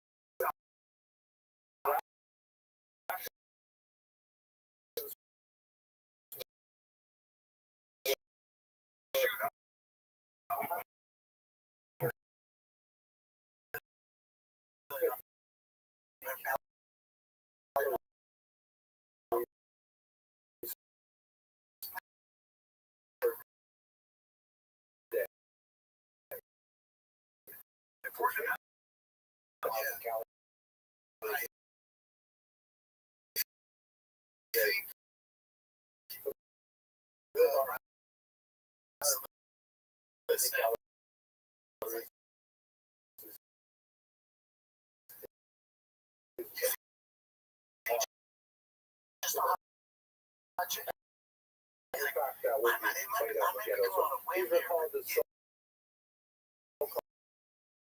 by the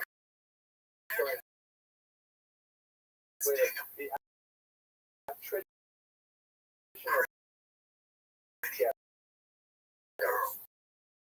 because it seems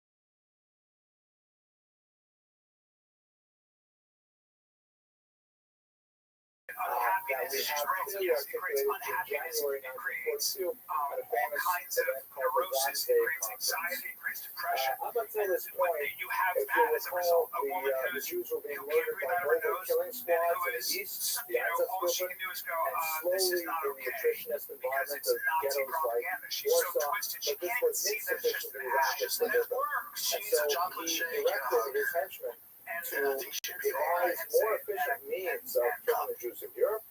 it is what it is. An experimental I didn't say camp that out called loud, but you Treblinka did. was set up in the fall of Bottom line is, as an older 1941 man, to see sometimes I if feel compassion for a gas younger, lost poisonings would be youth more of effective. America, the And American in a lost. report She's that part was of the presented to American Hitler lost. at the end of Her that year, philosophy, it seemed what that they that talk was about, is going a to be lie. the It option has he worked. chose. So Their that notion of several feminism, high-level which Nazis is got we have to be together against at a resort men north of and Berlin against called this culture Rathschild and against in America. January And of I remember 1942 to sit down and say, all did you right, see that poll that they did what are where we going to do to Democrats solve voting no? the Jewish 32% of problem, Democrats so to are speak? proud And to be this is the Americans, first where clear 92% documentation we of have Republicans of are proud to be Hitler's Americans. plans to murder People all on the that Jews now. of Europe. This is a page from the minutes of that meeting, which includes I need to Hitler's hear the plans rest even of to it. round up to 200 Jews in Now that you know Albania. what more of her There are bullshit probably is more just, than you know, 200 things a Jews on this disaster. block right now. Imagine somebody's daughter gets a Hitler's fucking focus was so knife. much that he There's was a really finding funny those Jews. stitch where the It guy also goes included up. the So I mentioned that 330,000 Jews comparative living in literature England that and Hitler had not yet conquered. but In environmental total, sustainable technologies it's actually and cut off developing it's 11 world million and how Jews of Europe in and the guy totality. just cuts wrong And the because way that they yeah, would I'll do get it a latte was through with the deporting the Jews back from the ghettos to 6 specially constructed that's what camps happens. You're not known going to in get a job. the You didn't German study lexicon Northern as someone sent me this Vernichtungslager fucking or video of this guy destruction camps, driving a Tesla sometimes eating a translated banana with a in spoon. the term death camps. My God. Include, of course, the notorious Auschwitz, already mentioned.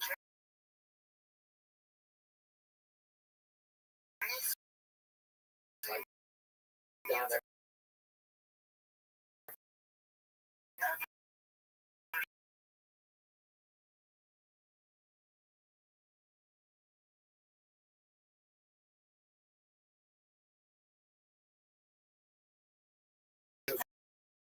From the ghettos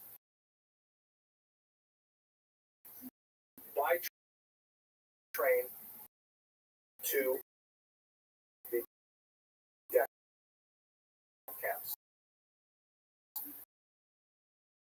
It begins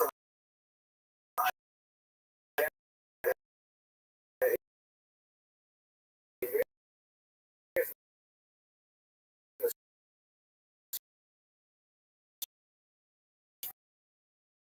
spring of 1942 and extends throughout the summer.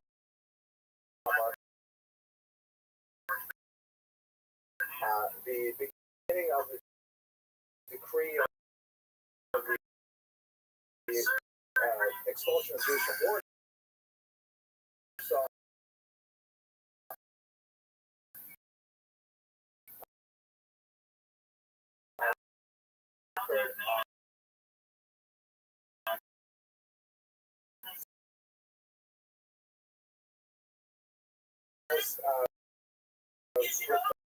reports on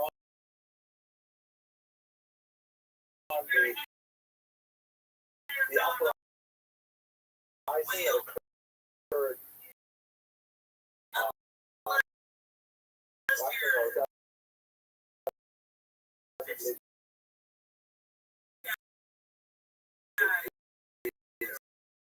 some of the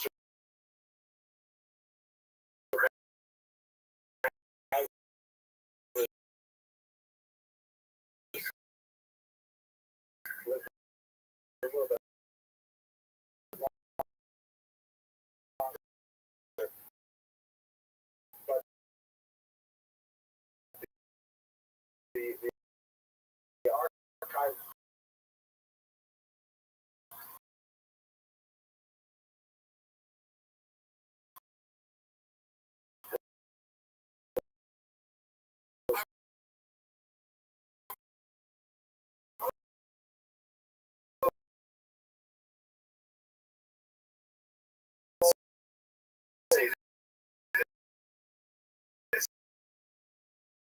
February of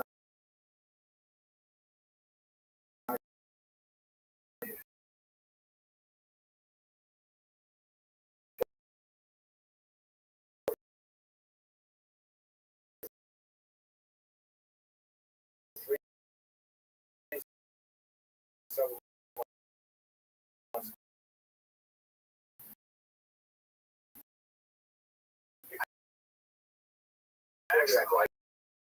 What he's doing. Because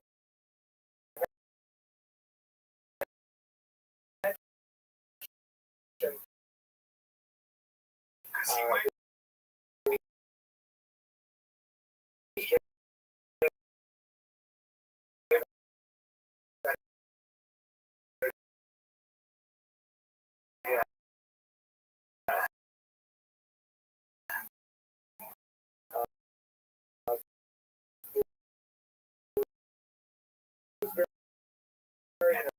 That's just the way the cat.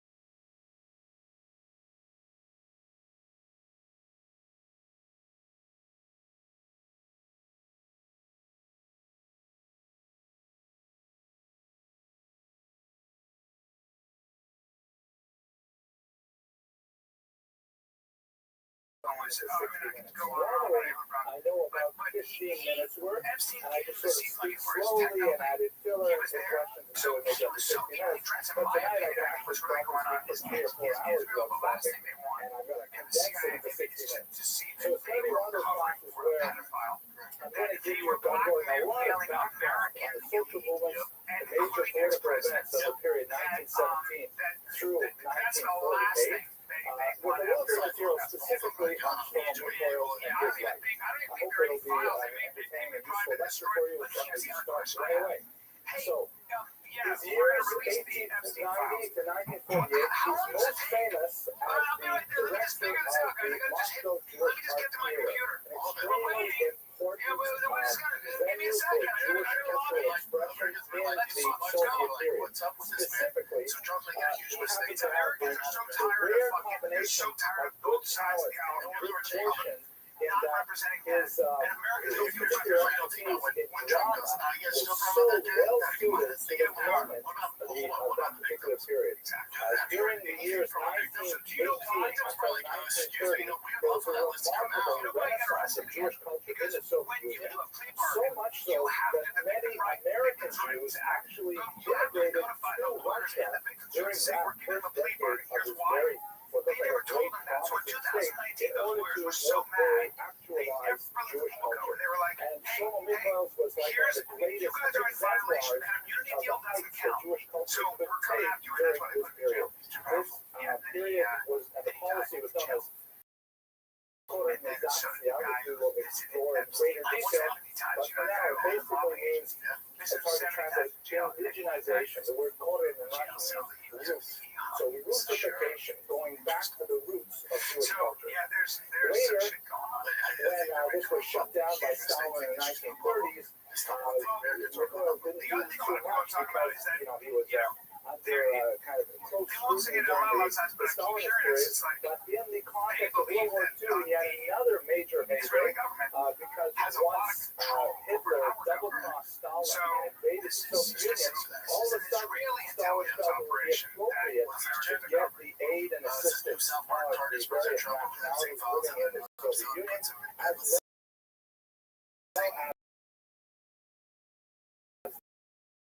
their diaspora. Communities to be free to express their training identity a little more. Jews were free to express their Jewish identity a little more.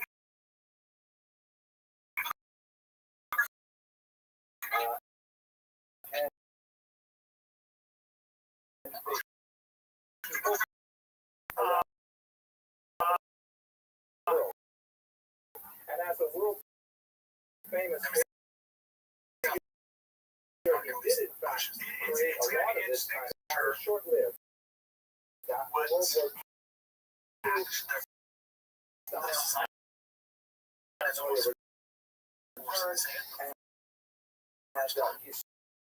survived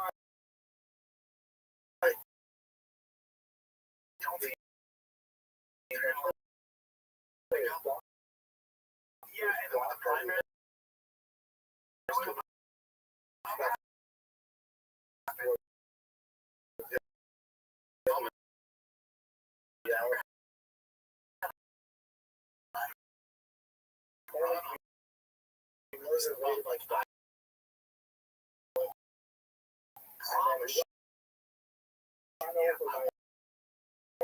trying to make a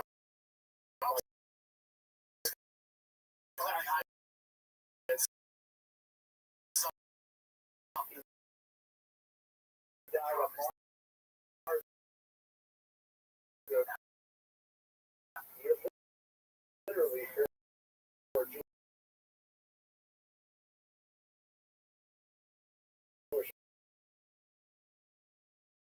arts.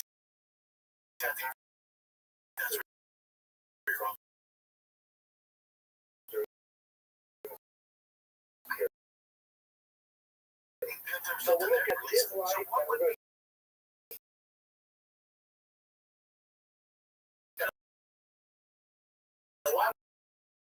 to talk about the Soviet policy in general. First of all, let's get to the revolutionary period.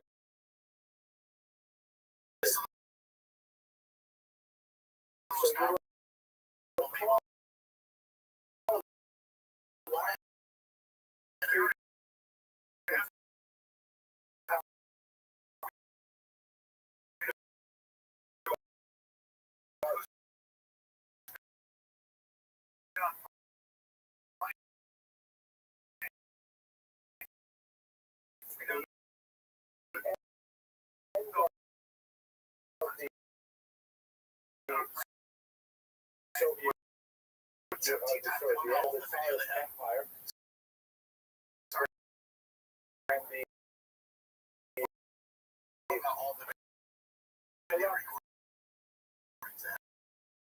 corpulent bureaucrat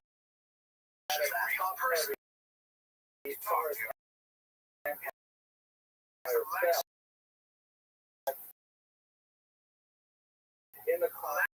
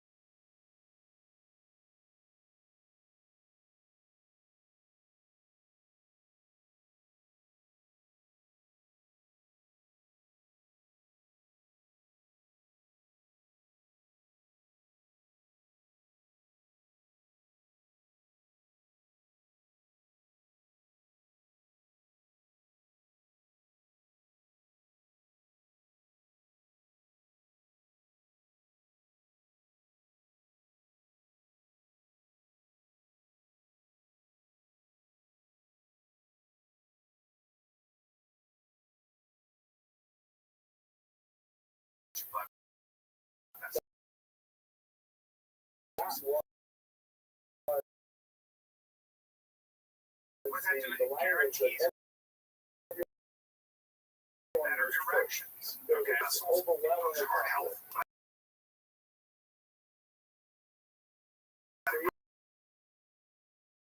literature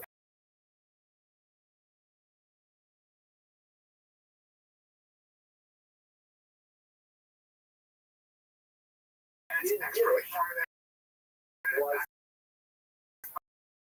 science. Just hitting its stride. Proven.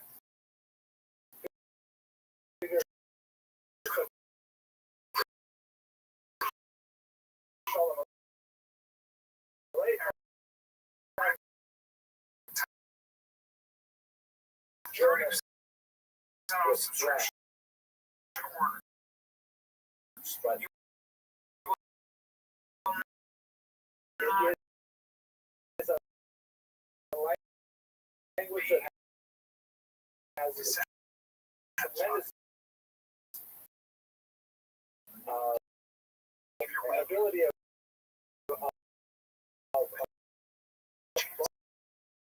borrowing from many other languages, a unique level of expression. There's special words in Yiddish that you just can't say, which I was telling you about. There are two people in this era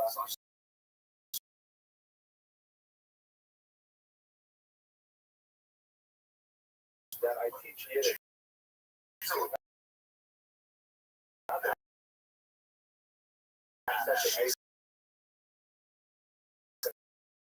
Yeah,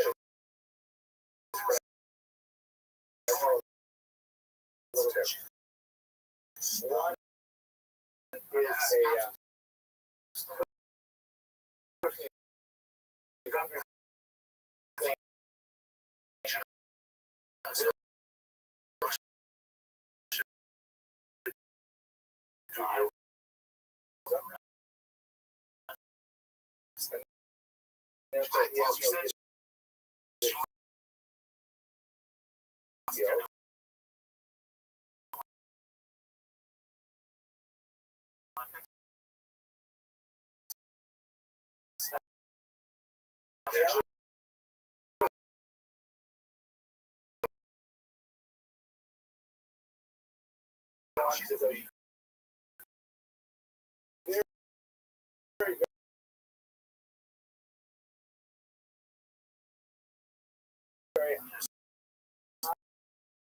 highly educated guy, but he's from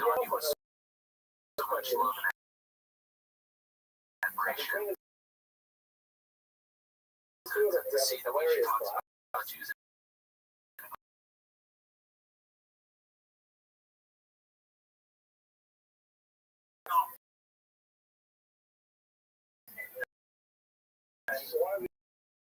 One of the words I gave him last week was this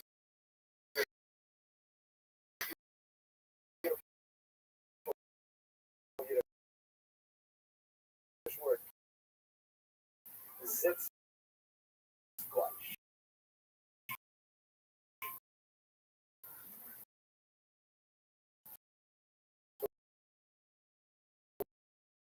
What does zit squash mean? Literally, it is the flips, right? You have to have a lot of headaches to be able to sit in a chair for a very long time.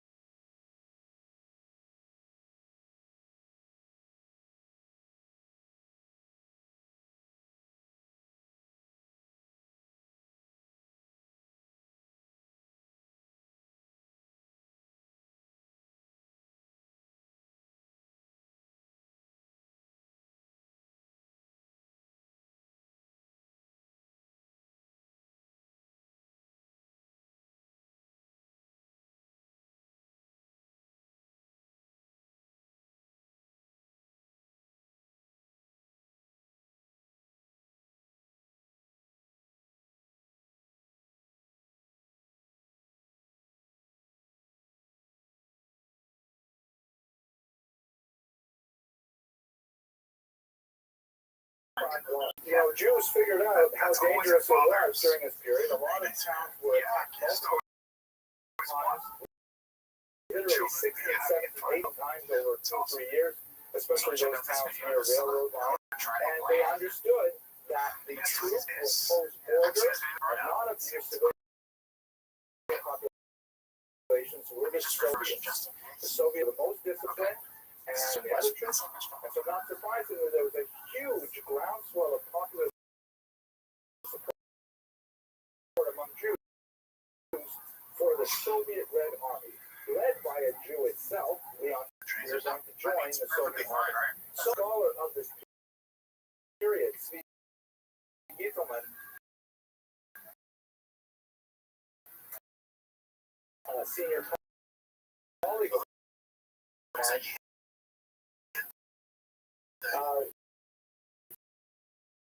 describes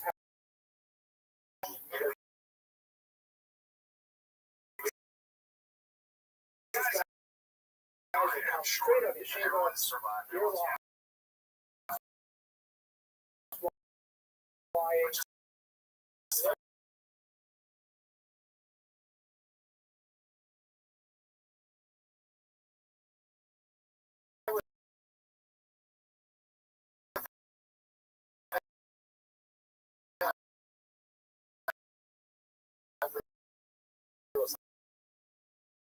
pistol in their life.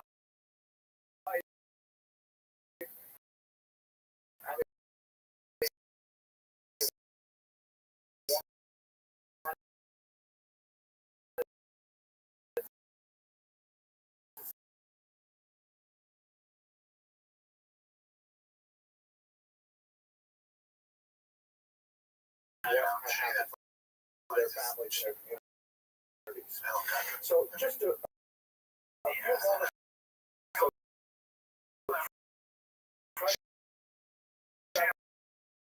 understand more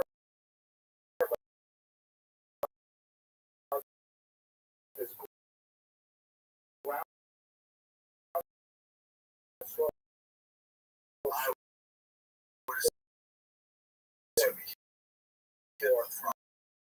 Communism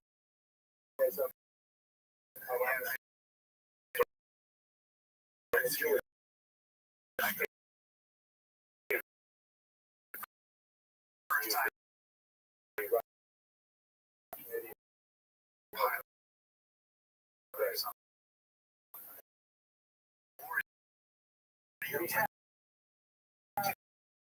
we should not forget that there's a big difference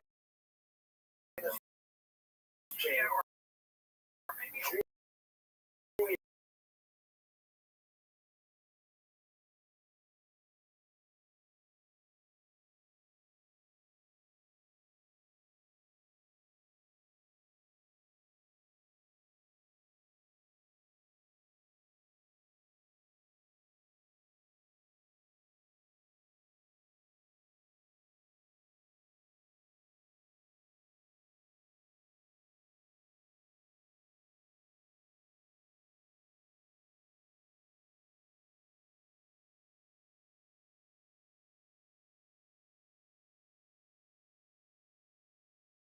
that we discussed.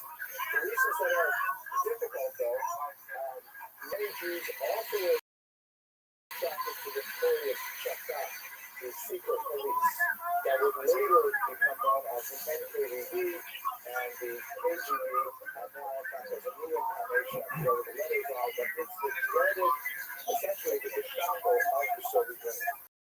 Now, we don't have really good numbers as to how many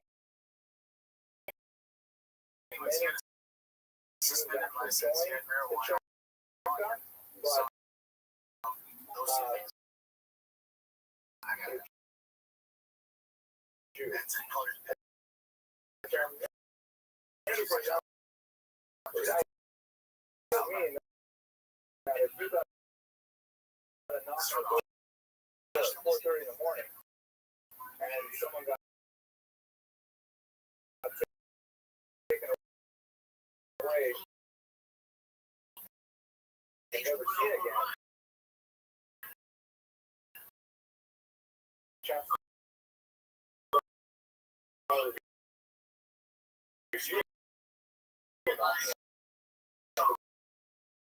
during those early years.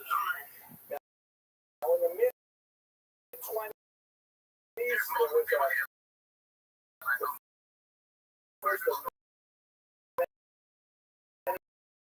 many purges where the Soviet leadership tried to get rid of a lot of people that were undesirable, and the Jewish participation not only in the Czech crowd, but also the overall leadership declined to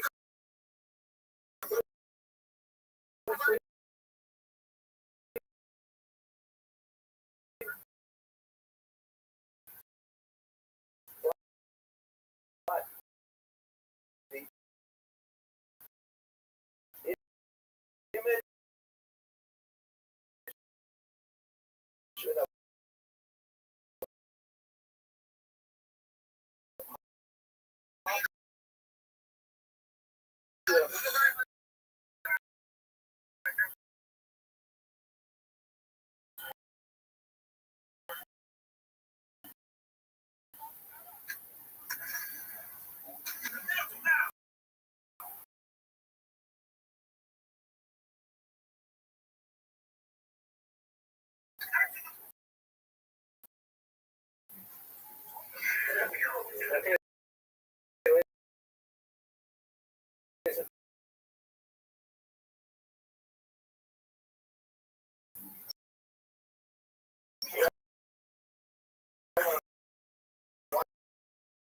we get started?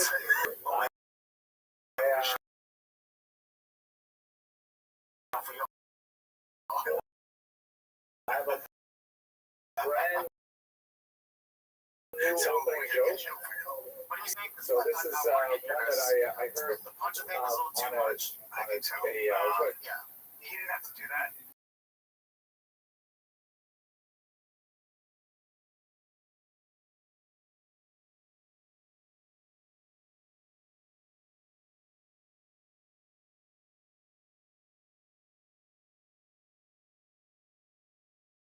We don't have enough for So a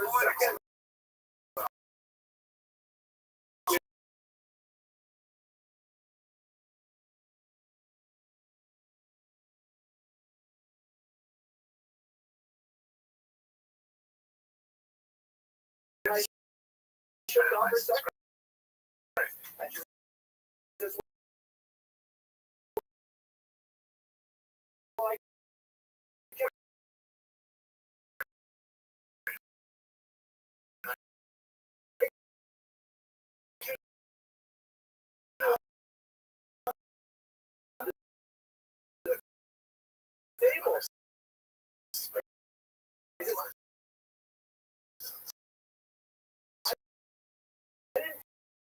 Feel anything.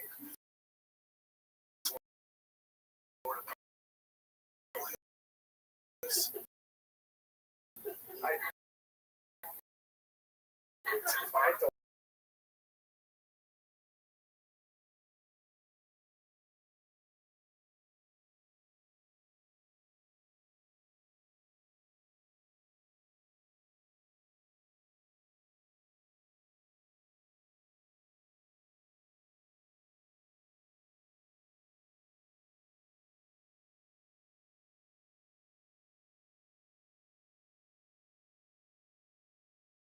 influential thinker, specifically in the area of Jewish politics. During his lifetime, his own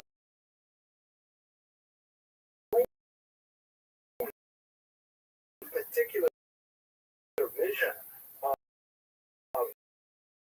Jewish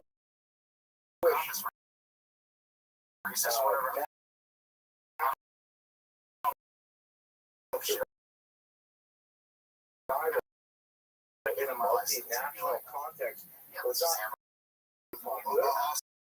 so there several states did try to implement some version of it. However, long after his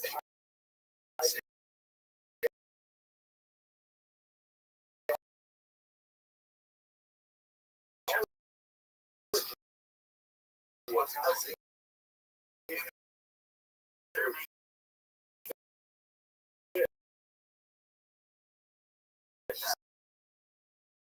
the legacy was thought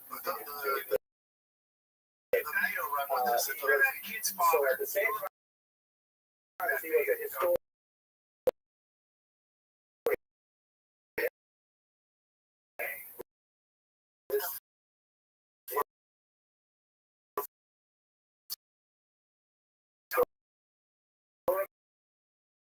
research was strictly his activism and his emotion.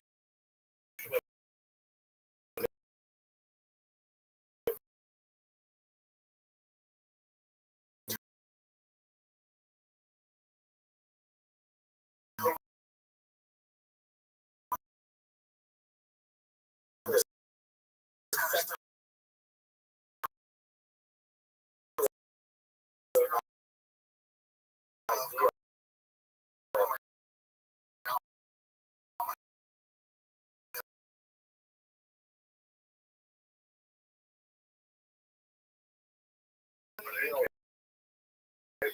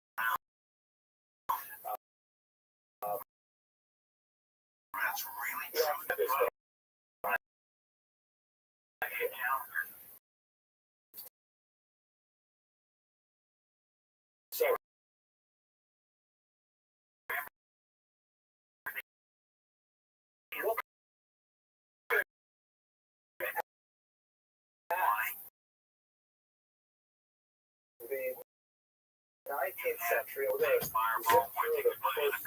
can see that the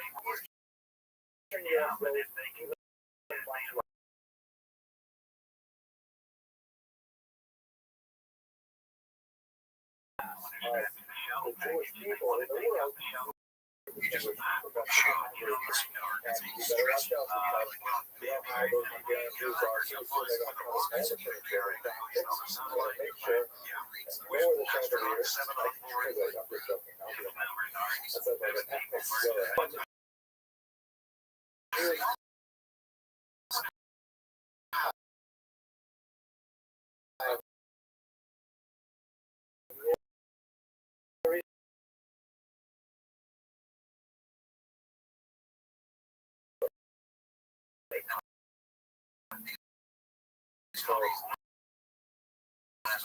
Okay.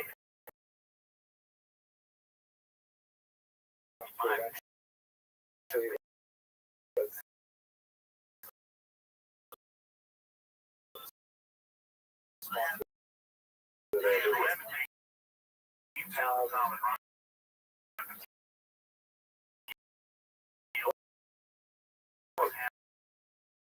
either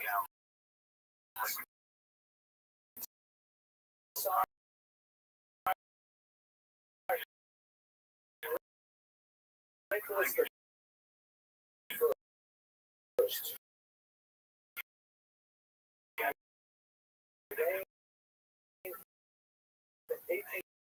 to a Russian way of life. Now, Nicholas the First was a very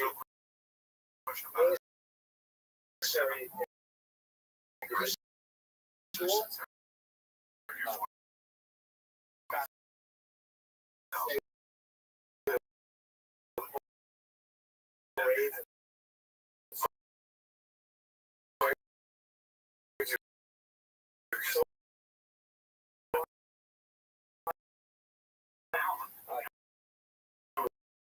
Was traumatized by the fact that his father was killed.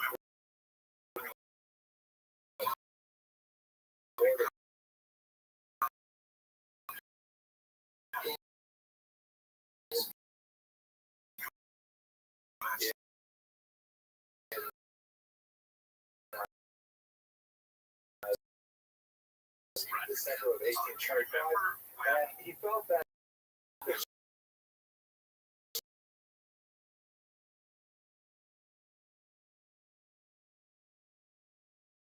symbol of the Russian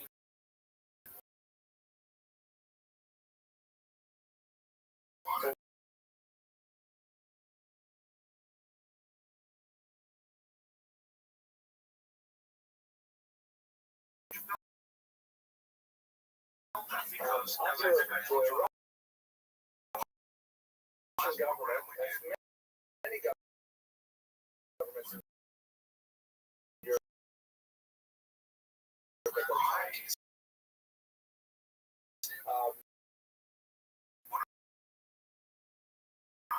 servicing all needs was something that was elected, volunteer to serve in the army. Not a really large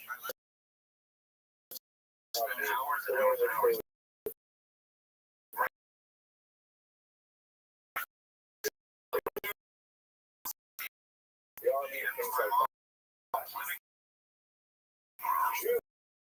Jews, as they did for centuries, in most European countries, simply paid a double tax, and they're exempt. And then children already, food, I mean, they're not going back. So therefore, he will lower the age of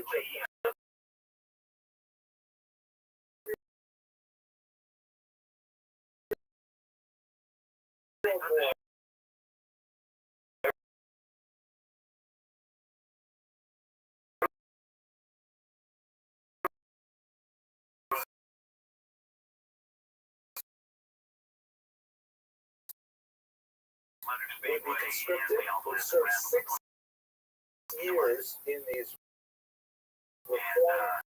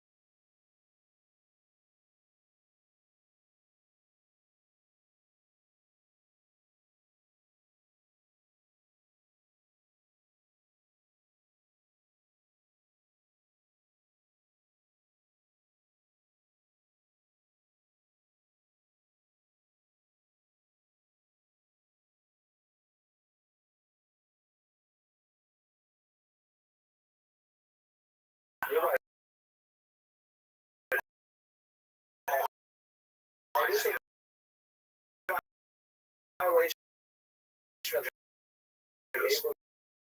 Abraham rule. So think about it.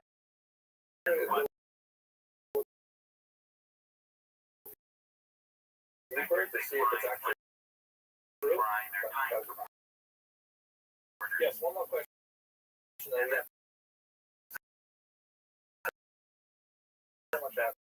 Last thing you want is your stuff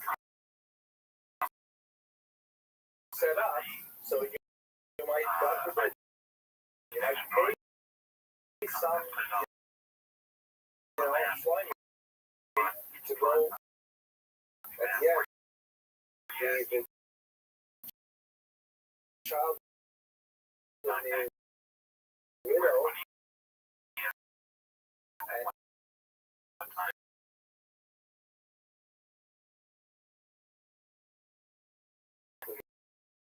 and to the army. It's a tremendous shotgun.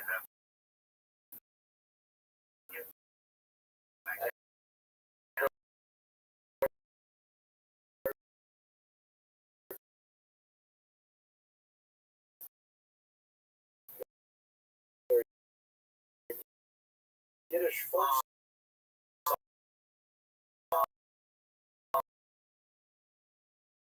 song that's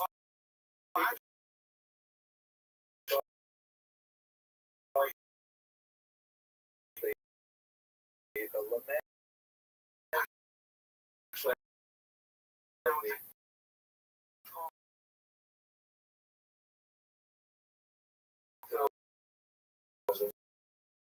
You know,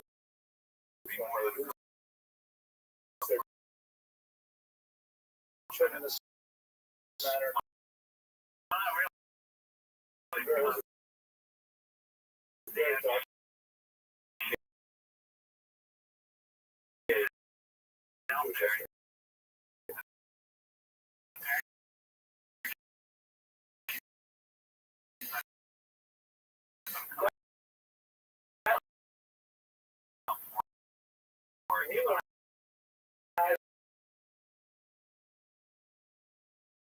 Choose like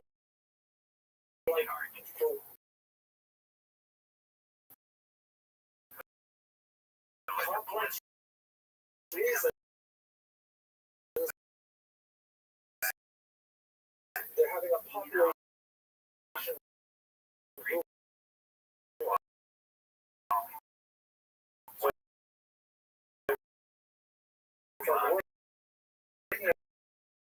against them was the first Jews are multiplying partially, for example, as a result of wide-scale evacuation.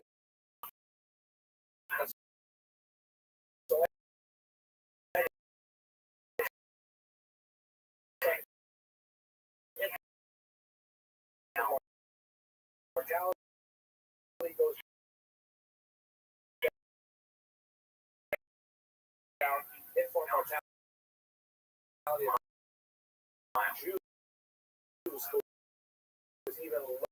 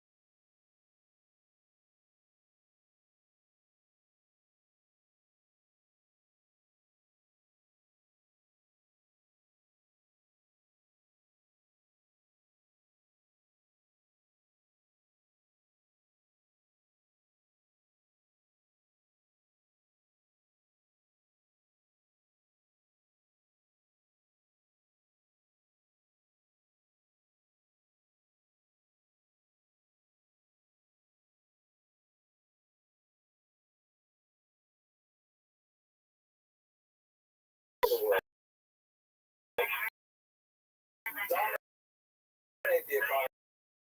And so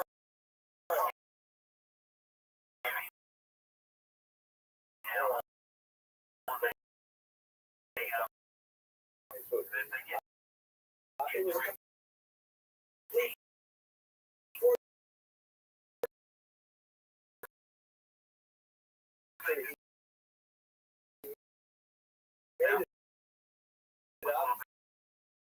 Crypt sources from show you a few slides.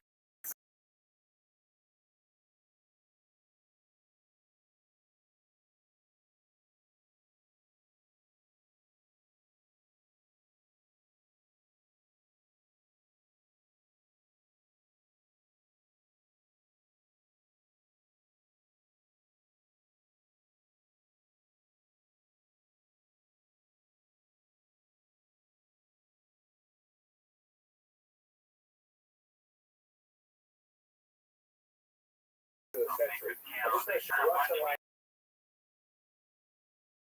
is not too subtle.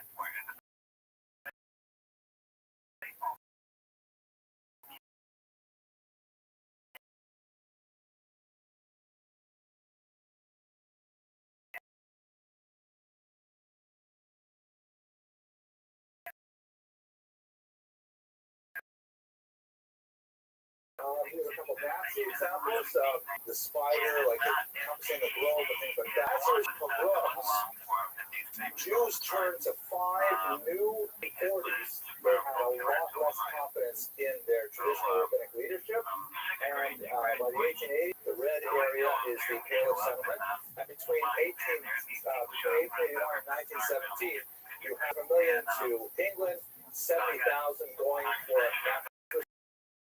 it's getting too difficult for us to live again to America, and then there's no sense moving for the last big this is, by the way, going from place to place. And what difference is with Zionism, especially if you were an atheist Jew, which is very common at this time. So many Jews, how does it go? Jewish going to the knees to be from the late Tsarist Empire was that it was virtually a renewed traditionalism. And this is an interesting still all of these are all still present one way or another. This was kind of like a back to religion sort of movement.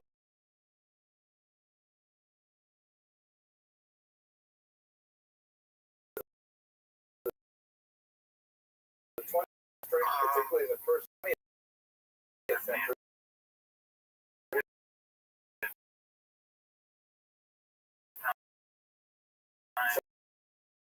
There are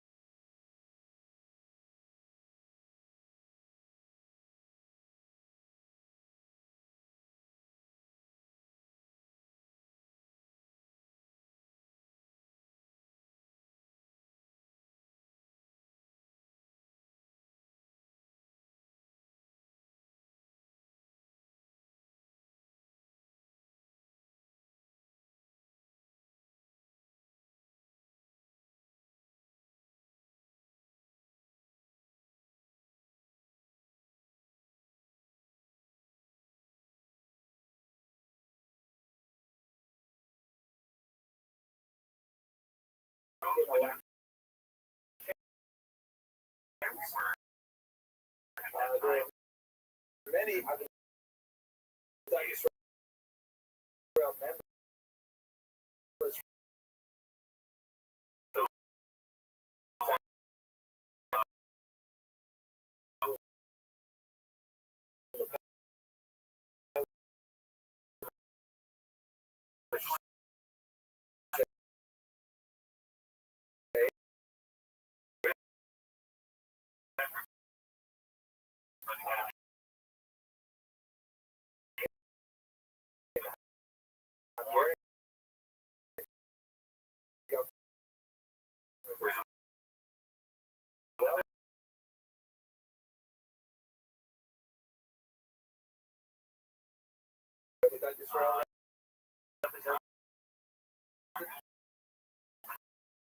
So this was like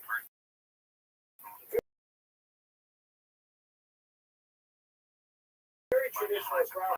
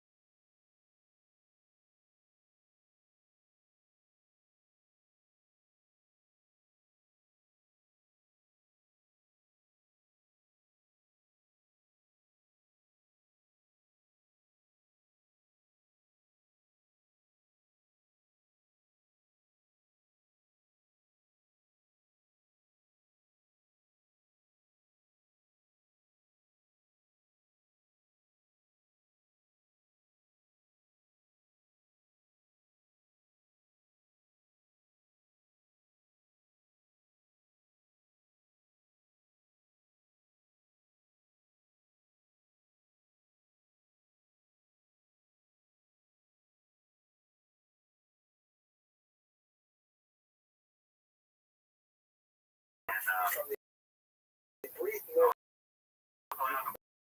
Ukrainian state that existed between the fall of the Soviet Tsar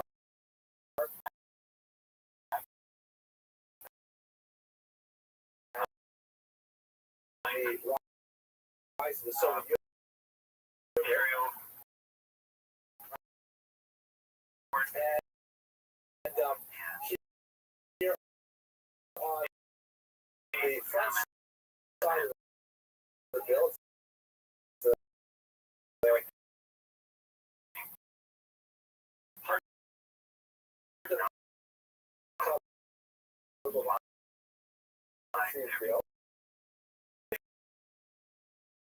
Three official languages of Ukraine, Ukrainian is of course the main language. Three other recognized languages are Russian,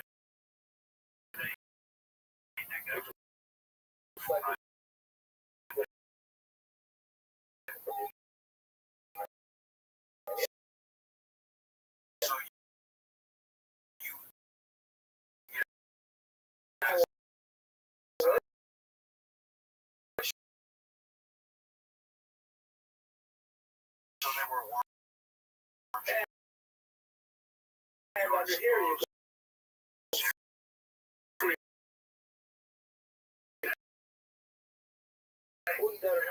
Rothschild, the official language of Ukraine, which is very difficult to press for questions. So I have any questions? Well, it was Ukrainian, Russian, and Yiddish.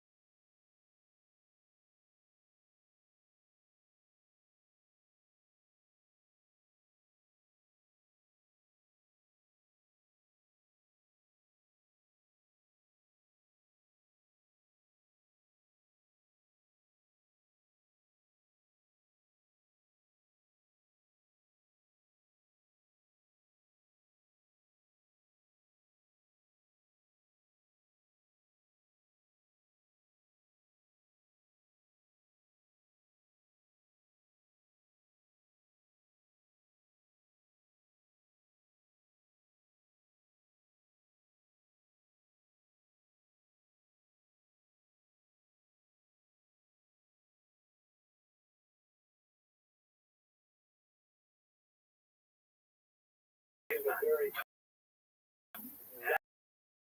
radical, rigorous way of changing Judaism.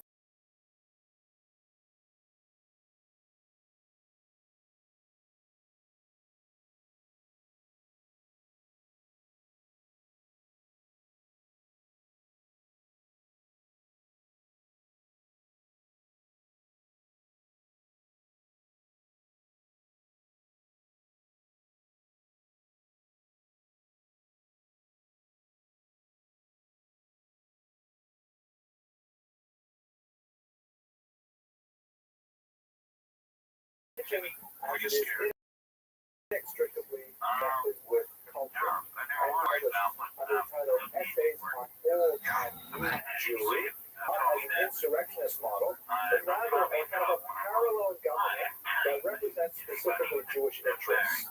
Now, he viewed this idea as something that would be connected with the state government. So if you imagine this, for example, in America, it would be like, let's say, all the Jewish communities of Florida would get together and we would elect a representative to a state.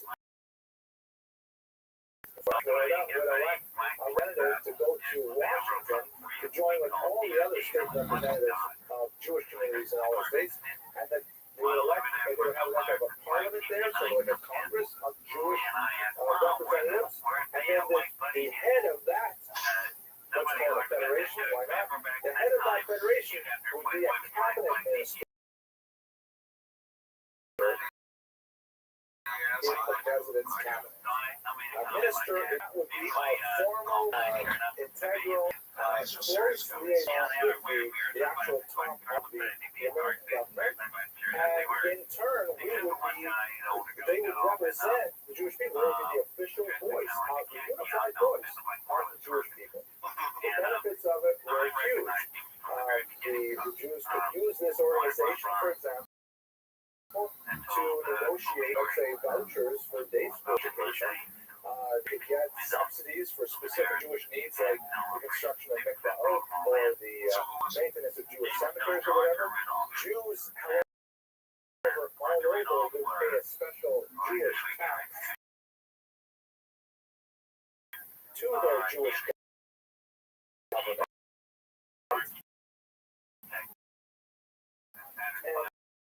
And that's basically how we would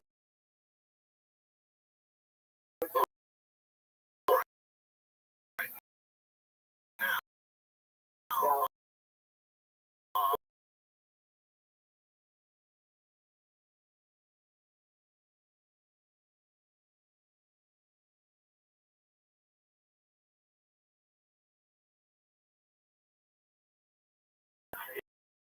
It is true that you get on the federation, the only way to get off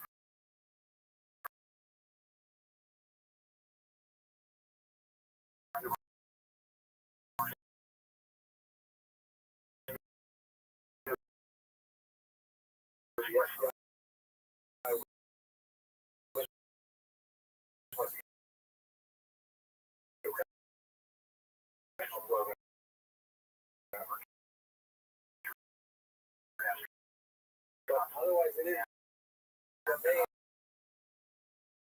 a voluntary.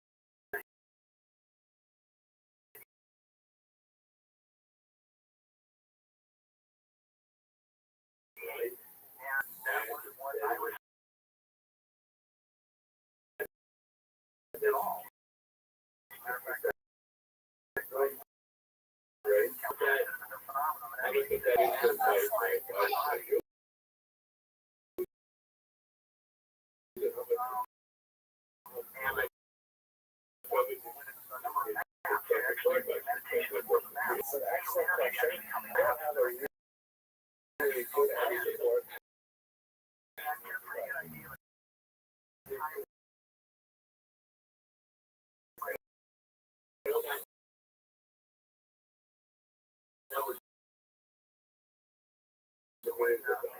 Jewish participation spikes in the 1920s. I don't have a good answer for it. Sophisticated conversation for the PhD course after. Let it go back to Jim Knoll because I only have a little minutes left, so I don't want to go. He begins a period of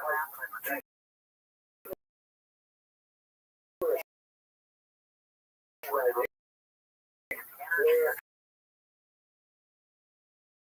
he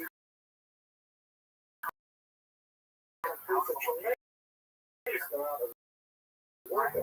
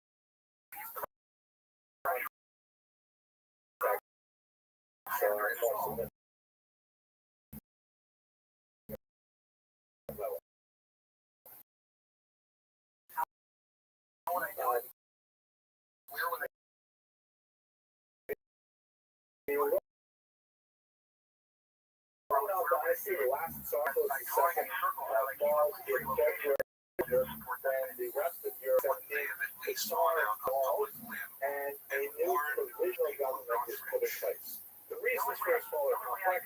Basically, a lot of war weariness, right? This is the third year of the World War I. There's a lot of hunger. But they don't have one bullet for each of their guns, so they should use it. And it's actually in the context of a international women's day in Petersburg, when a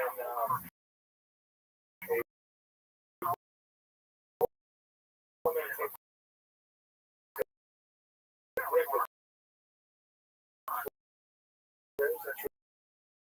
the window of a bakery and a small food riot starts because people are starving, and that expands eventually. A couple of key strategic mistakes that eventually allow them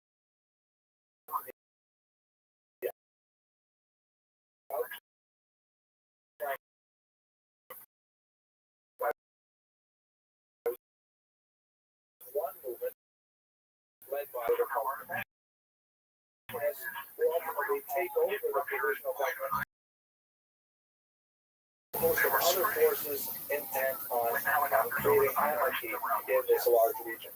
And unfortunately, anarchy is the worst enemy of the Jews, even worse perhaps than an organized anti-Semitism, although it's hard to say that, looking back in the 20th century, but as the line in Kerbiavo says, having a scholar, the Shlema Shabbat, She'il Mori Nora, Ish Ebreo Chaim B'Lamed, that pray for the welfare of the government, because if it were not for the fear thereof, everyone would swallow his fellow alive.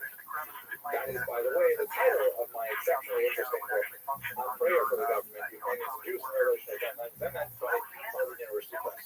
So the point of it is that the available on Amazon right now. So the point of it is, though, that when the Russian government is gone, the provisional government is gone, who knows what warlord is controlling your territory? Pogroms happen. And the pogroms of 1917 to 1921 dwarfed the 1881-84 pogroms. They made them look like small potatoes. There were an estimated 50,000 Jews killed, roughly the same number as the Nowitzki program we talked about a few weeks ago. Absolutely horrible. One of the interesting political experiments I get discussed in my book is what happened in Ukraine. So Ukraine was a very large territory in the southwest of Russia. In terms of its agriculture, very, very wealthy. They had the black soil that was really productive, and it was also the heartland of the Russian country as well. But the Ukrainians, and the vast majority of the population, were not well disposed to continue Russian domination, and they wanted to establish their own state. However, they were very, very weakly represented in the cities because they were overwhelmingly agrarian population. Their literacy rates were extremely low, and they had no real foothold in the cities, which were crucial to trying to establish a modern government. So they reached out to the minorities, the Russians and the Poles and the Jews, and they found very little support among Russians and Poles, but the Jews actually looked at the Ukrainian offer of some kind of liaison. What the Jews could offer the Ukrainians is that urbanized, intellectual, literary workers that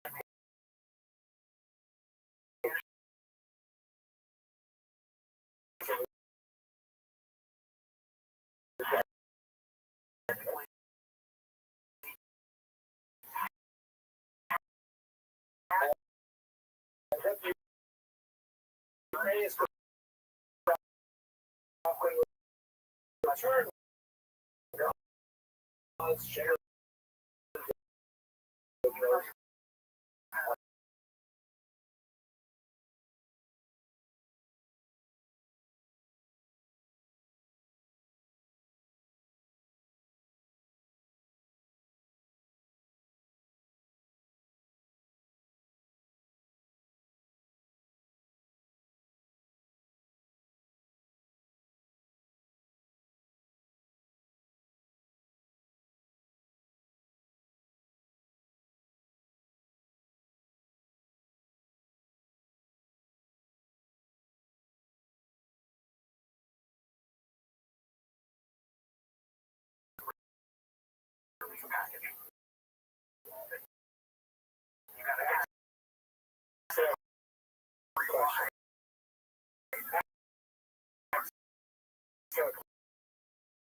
question.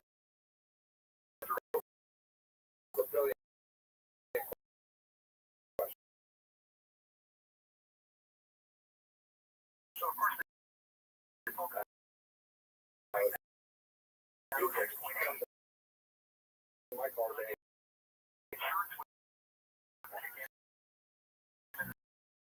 Well, yeah, I have to get the diploma first, but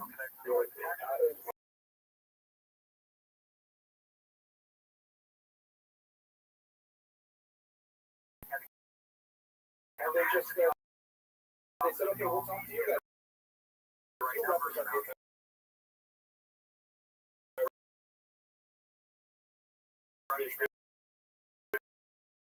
right? And it's a what is weird is they did manage the chaos to run a Ukraine-wide Jewish election where Jews votes for this potential never came to pass, and it's fascinating to see what Jews voted for. Because we don't really know.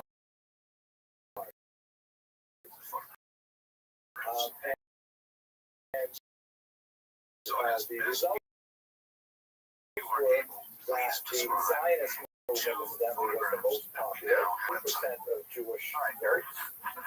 Another 20% more or less went to the religious parties.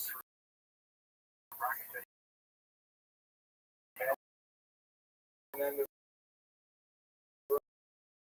remaining 40% were divided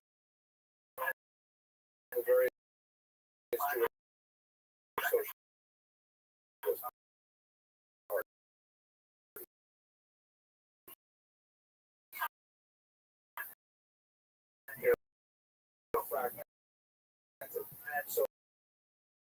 belong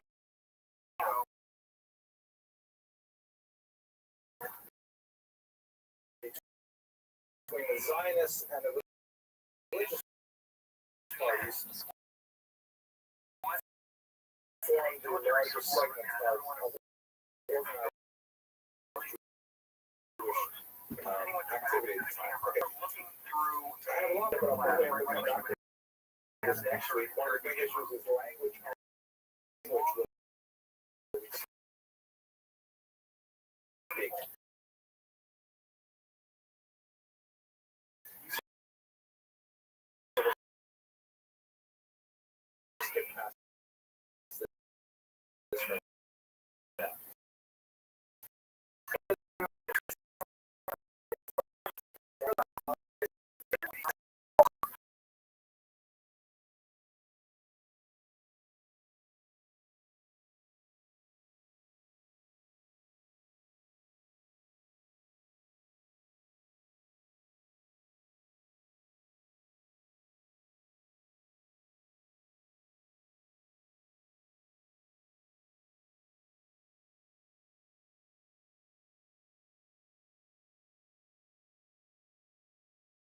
He made a proclamation.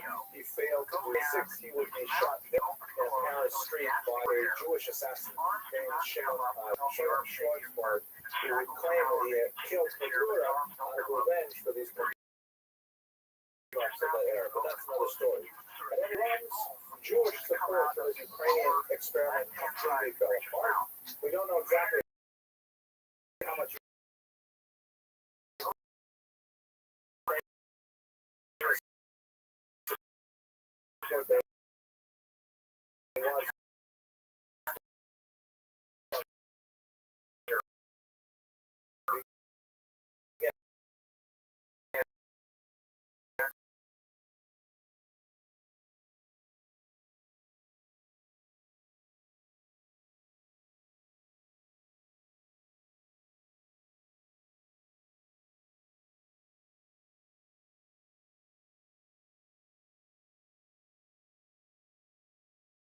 and as we discussed, the Federation essentially knows power with the major difference in that it's a voluntary organization. Goodwill understood that Federation membership would be mandatory for all Jews, and they would have a much greater connection to the government, but it simply would not work that way for reasons like the Constitution or Jewish action.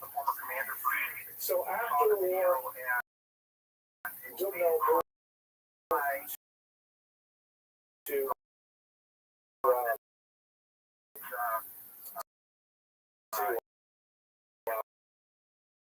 Western Europe briefly, and I headed back. I want to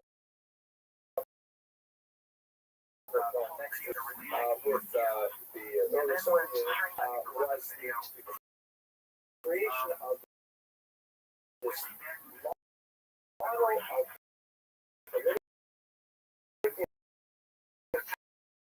Jewish identity that actually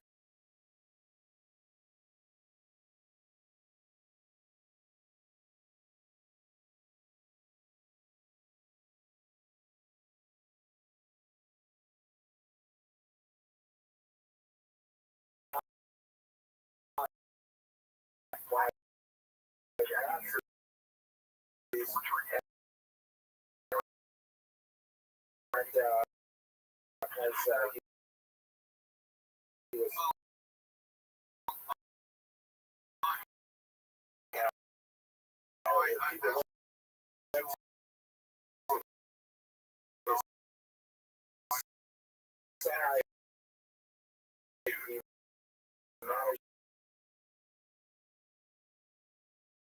his last words were retired to the franchise, right and restored, which has become. But there was some feeling that maybe this alien was not so friendly to us, so in our Okay, ladies and gentlemen, I want to get started. you, on the other hand, feel The bad news is I don't have an opening. The good is I don't have an opening joke for today. So, but I did think it's something. I'm sure it's so funny, but I always This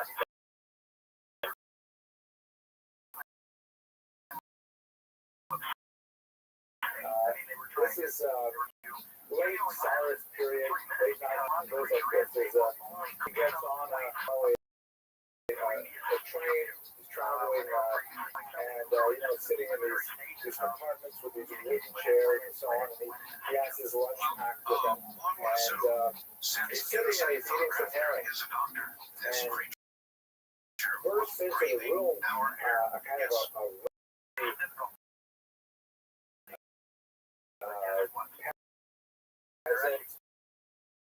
with the obviously been drinking quite a bit.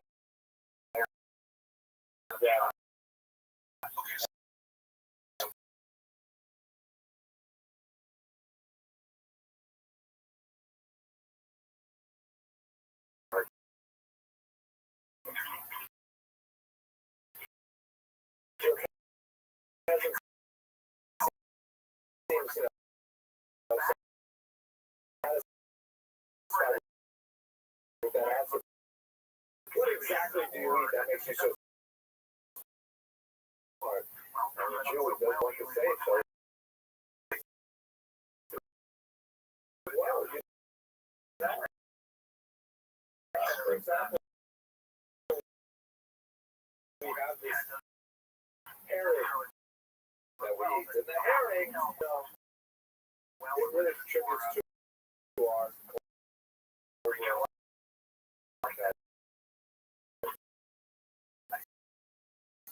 So he has a picture and it says,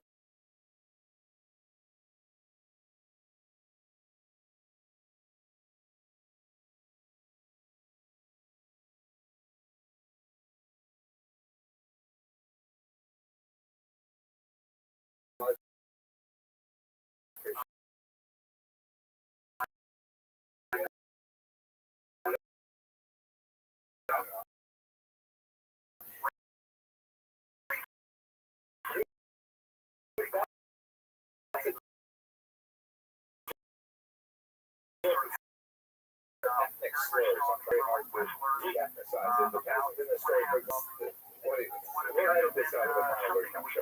Okay, today the bloods that occurred in that context of the Ukrainian Revolution against the Polish overlords. So we're going to have a lot of discussion about the nature of this kind of communal violence that has its roots in the kind of antipathy that I outlined in this small humorous episode. And it's not necessarily a happy story, but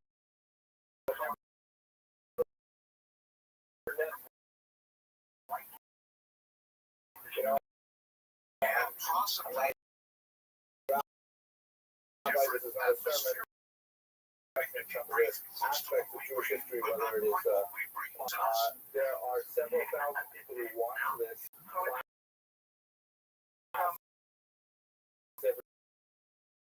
every week around the world, which is kind of a strange feeling.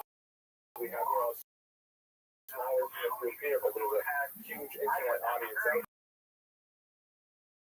there. I'm not sure they really do what I need to. If you're going and just stay on top of what's the web,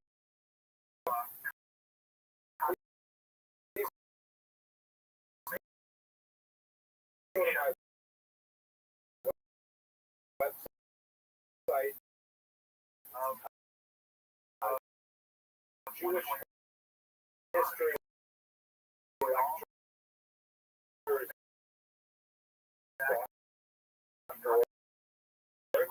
You can also visit my name, you'll probably find it that way. And then on the top right of this way, for the confirmation note, you click yes. And you'll get 1 or 2 emails a week that are probably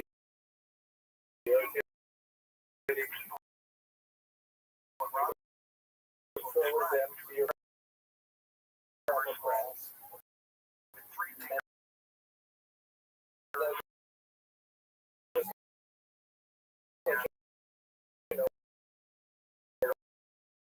happening with class. If you prefer,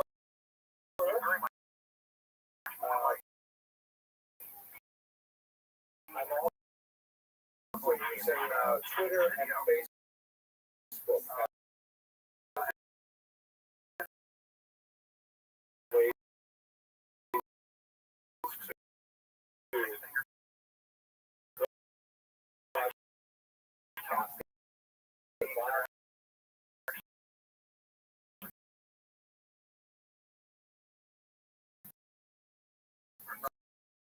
so if you prefer those means, they're also available on the homepage. And it's a book he wrote in the context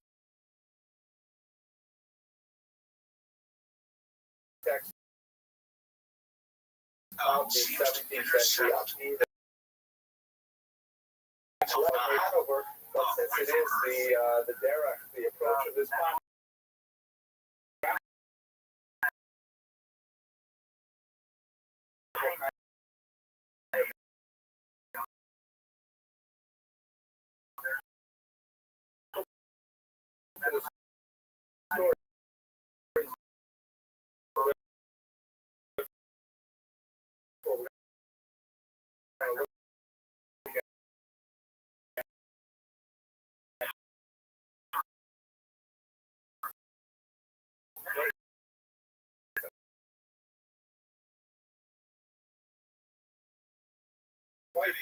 scintillating with the Kid stuff.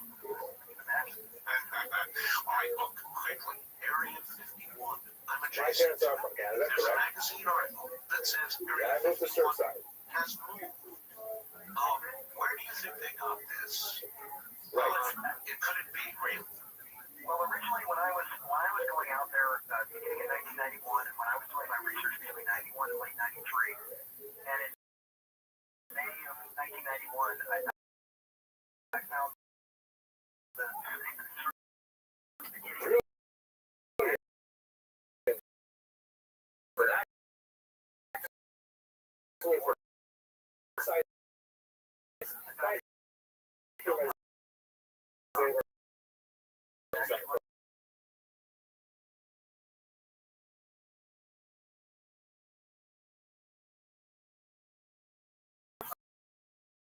If you live in Surfside, they would call you Moshe Canada. If you came from Canada, Surfside. So,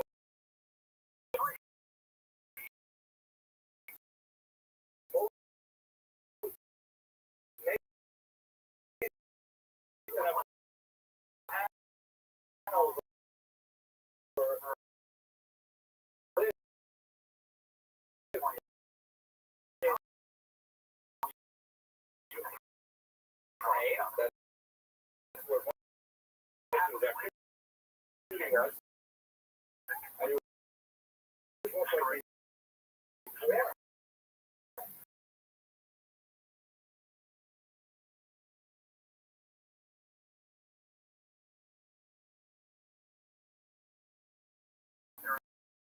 So Moshe who was a okay. Now, where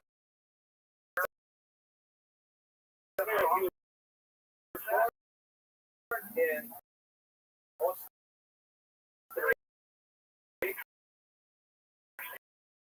Ukraine, locate this. It's in south western Russian area. The Ukrainians are a distinct nationality. They're Slavic. They have a language which is very closely related to Russian. It's written in Cyrillic.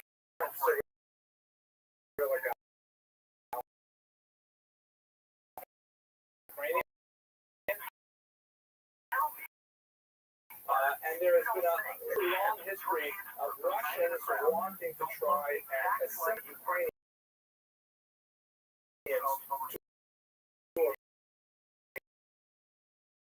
to Russian ethnicity.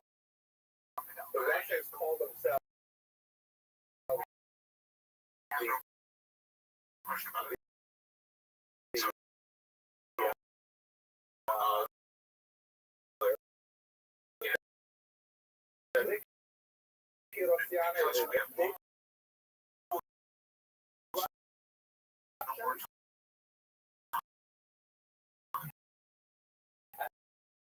they are the Malo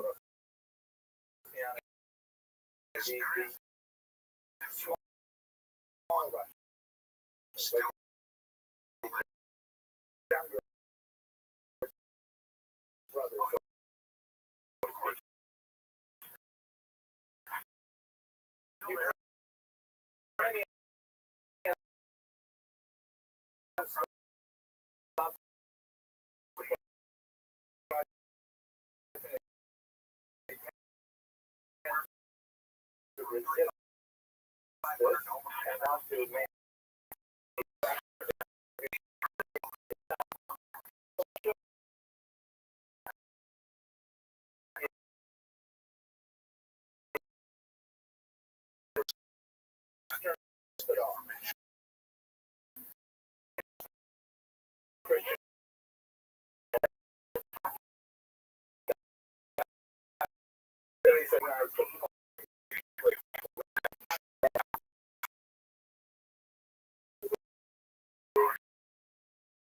Sophisticated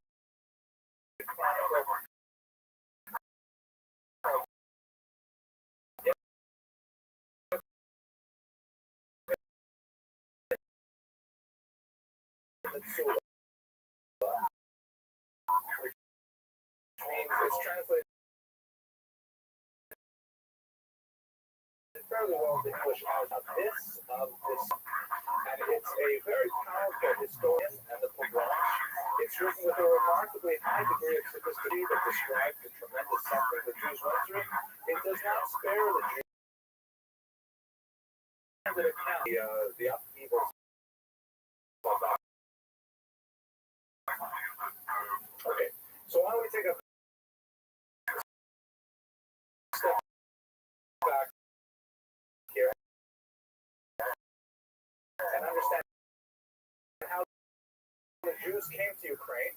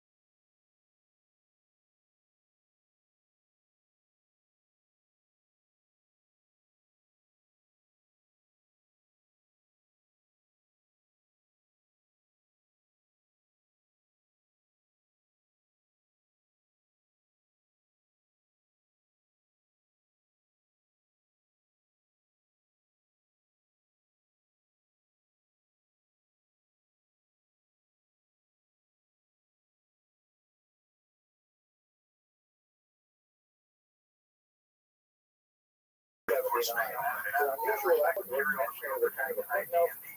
Jews were allowed to live in Russia until the 18th century.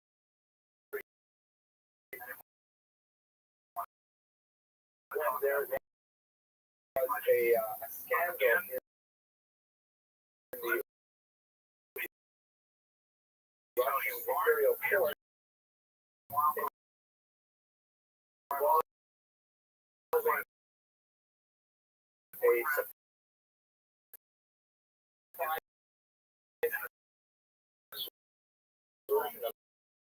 version of princess to Judaism. There was a Jewish doctor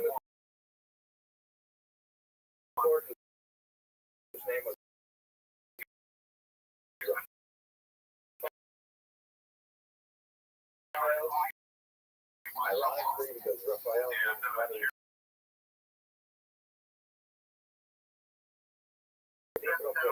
People found that the Catarina flower is too hard to pronounce. So they switched it to Znikro Petrov. And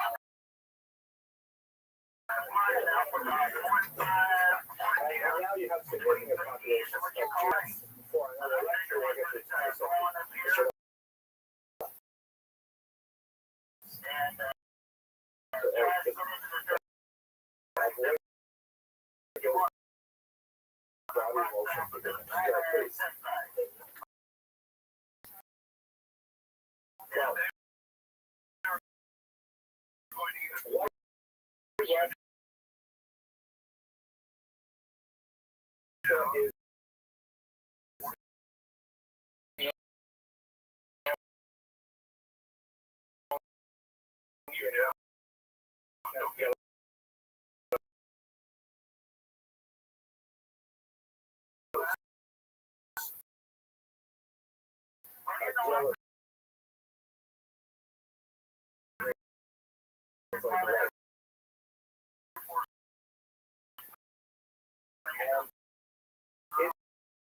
Is to the north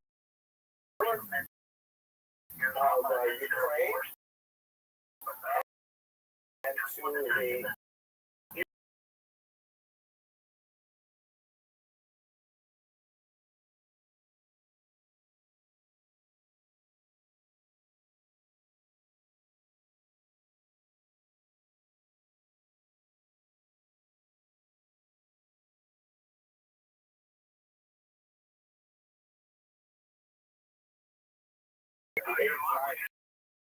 and centuries where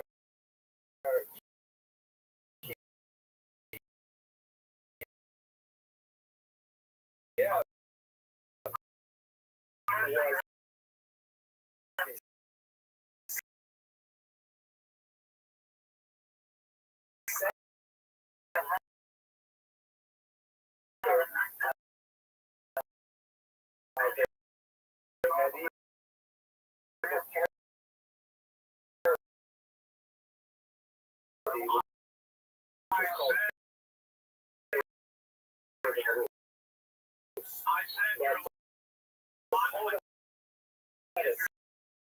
state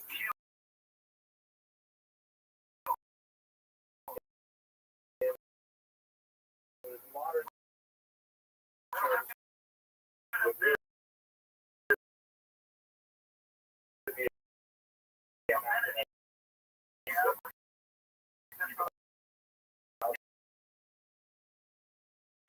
be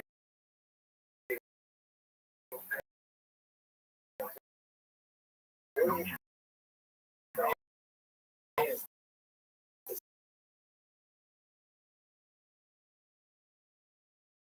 state as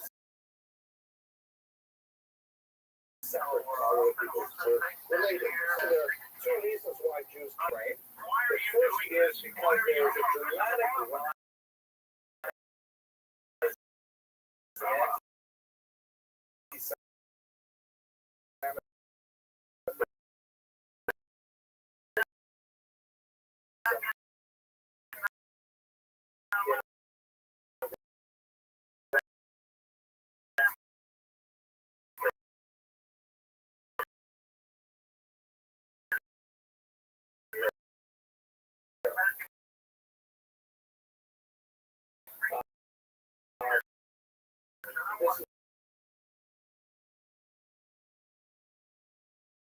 they expel the Jews again, and we can three times in France, just to give one example.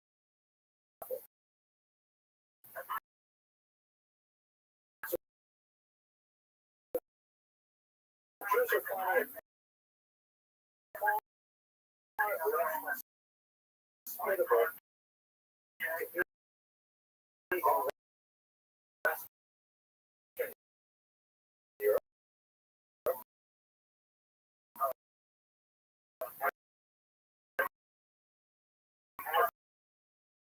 door is closed. They're looking for an open door, which has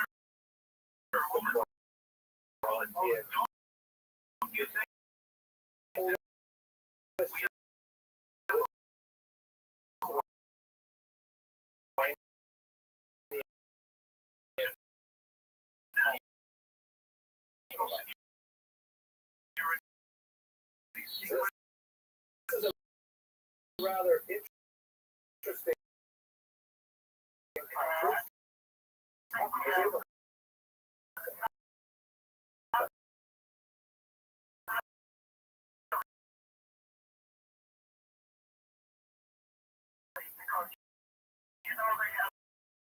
I interrupt right away.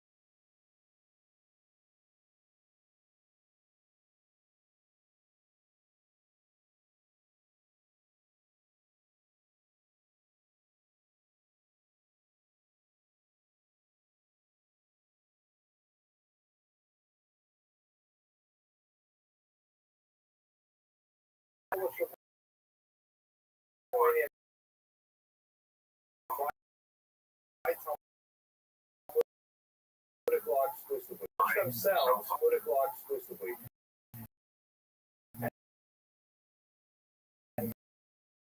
In many cases, even when they were in disputes with the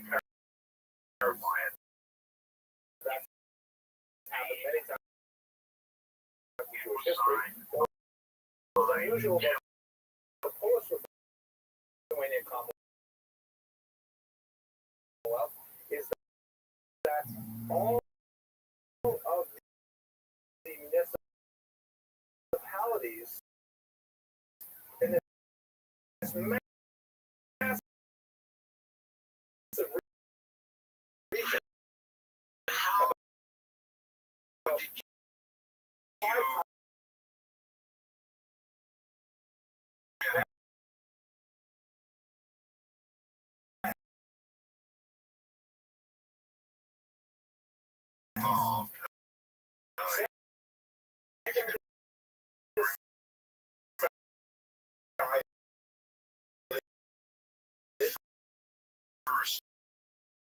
that they would all work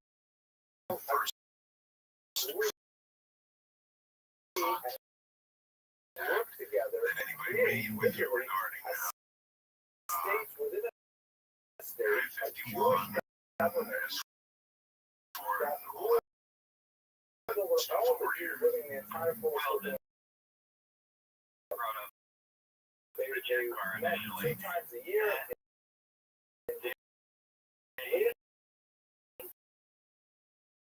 And they adjudicated all kinds of disputes. They worked to take care of ugly men, like women,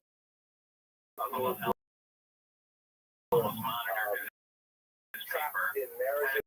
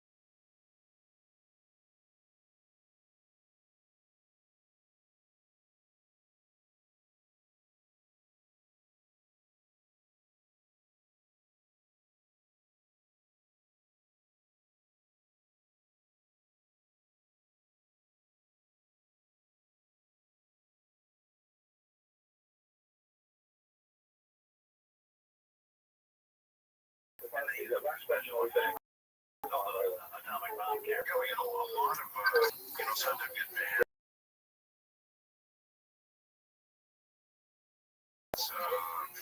Casimir also got repeated Defense industry, of course. And so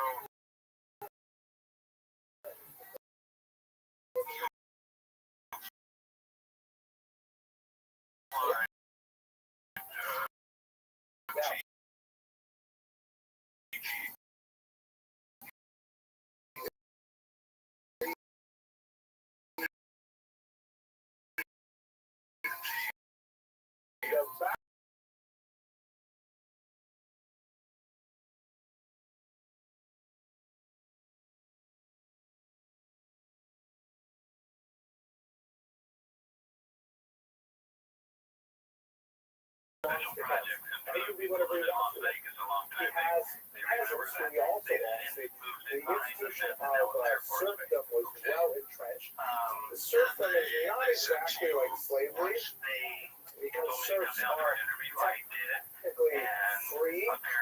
The only thing is that freedom is seriously compromised. They may not leave.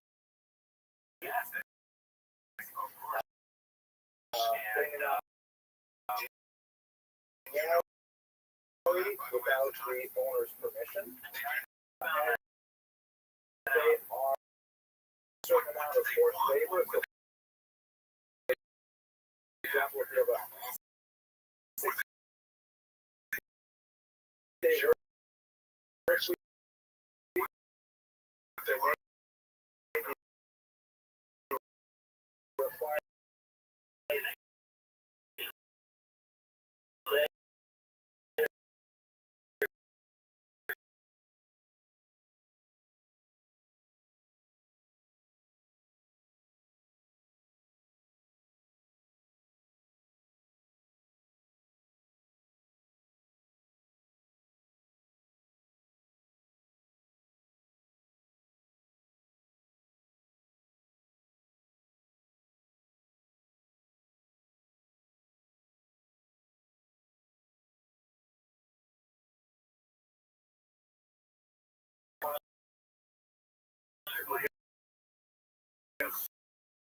so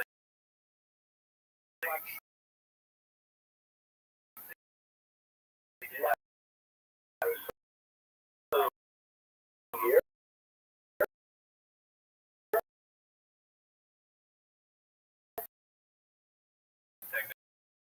Collected any way you see fit, which was just taxes on tolls, traveling through roads, for example. Sure, but they wanted to know about your Great, for if you wanted to grind JV, a portion of that would go to the Jew, and the rest would be for hunting or fishing, unless you pay the Jew for your cat. According to some really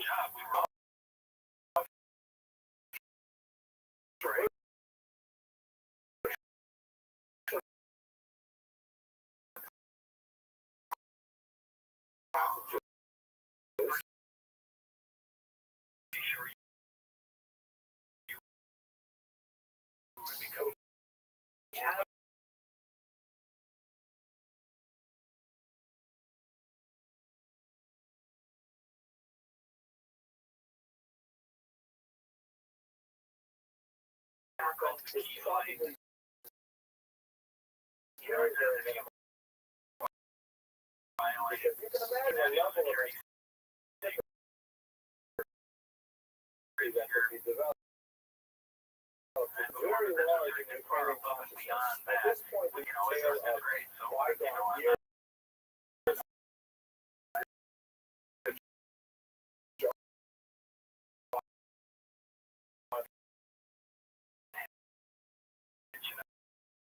Which is not really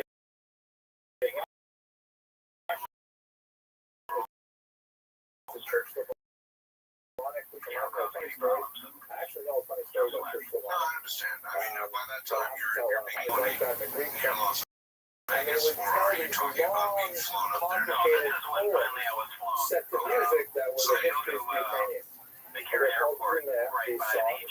And over and over again, Jews figure as these wicked people who are denying families the right to use their own churches. So even though it may be only a tiny minority of times that this actually occurred, it nevertheless was a big part of Ukrainian perception of the Jews. So you can imagine this is not necessarily a way to make friends in your new neighborhood. Add to that another industry that was very popular for Jews called propaganda, which I may have mentioned in an earlier class. Propaganda refers to the monopoly assigned to the Jews by the government for the production, distribution, and sale of alcohol. Jews have a long history with this industry. But I can tell you, Bob, when you drive up by the distillers BMW, today, you're dropping about 4:30 or 5 in the morning. There's a whole bunch of buses out there. and certainly not a And they've majority, got but signs right on the side of the buses. I saw it about a month ago. Glenn Levitt, And it just says Area 51. okay, that's a joke. Oh, really? Yeah. Anyways, that's fine. But so the Jews would be given the right to have the exclusive Anyway, privilege so of then they producing take you alcohol in some and front selling room, alcohol. like the main And you facility. remember that the Incidentally, vast majority, close up to on my website, 98% I've got a of picture, a Ukrainians pretty good are one, the best one farmers, I've ever seen peasants. of the Grow Lake The facility, figure and is it just about shows what reversed appeared for to be Jews. Only three about 2% of Jews large are hangars, farmers. with the one in the Most of center them perhaps are being the living largest. in the Is that your northern Hungarian recollection? region of Siget, and they're primarily dairy farmers. Like I said, it was a dairy farm. Jews are just not big into farming for lots of reasons I won't go into right now. But one big industry for Jews was maintaining fields. You know, you travel along the road, stop at an inn, on your way home from the field, and you have a few drinks. And the bartender would be Jewish, and the alcohol is produced by Jews, so every encounter you have with this perhaps less salient aspect of modern society would be Jewish. You combine that with the fact that you could often run up a tap where during the years when you're farming, but all of your produce is still in the ground, so you say, I'll pay you an harvest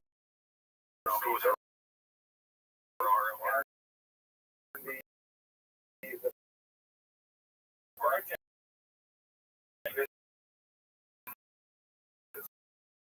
say, sure, I'll put it on your tab.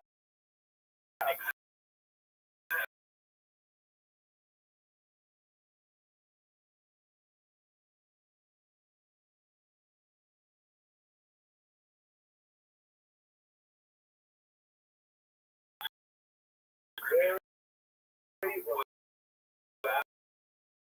valuable demographic studies indicate that as close to 20 they lived on air. That there was they could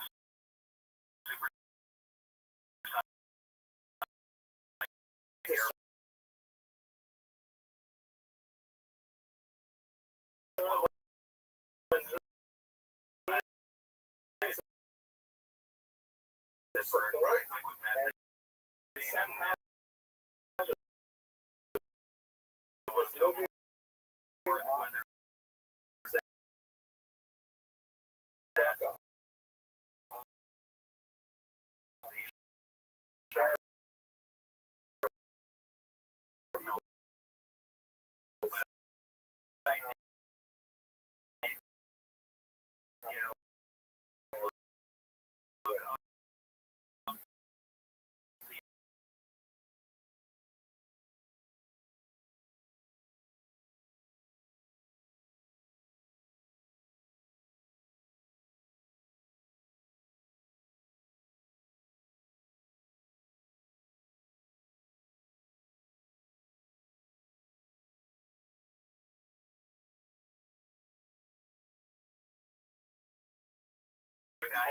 plowing, so some sorts of those days we barely have energy cultural activities.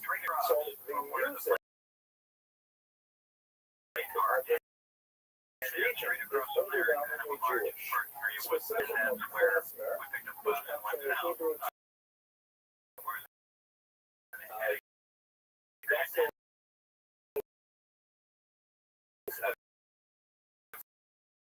song or instrument of song. Musician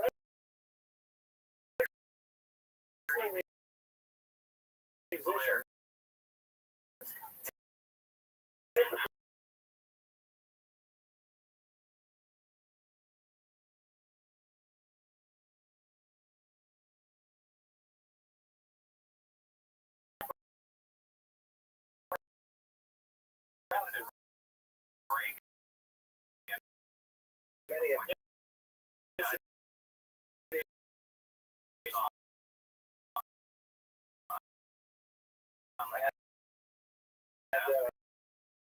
we are lucky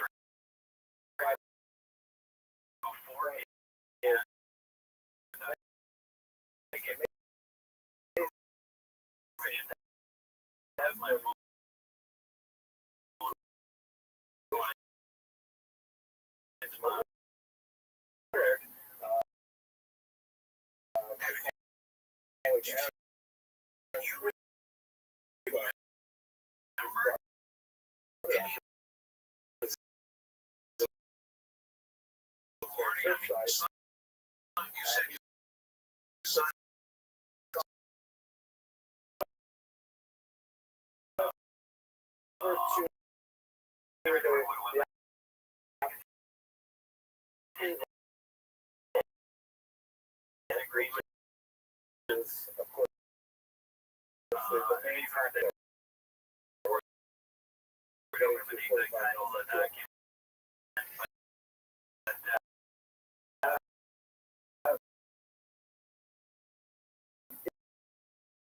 it's a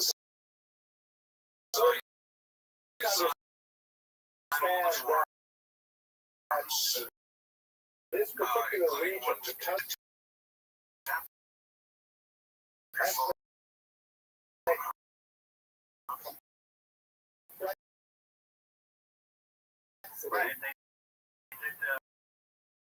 typically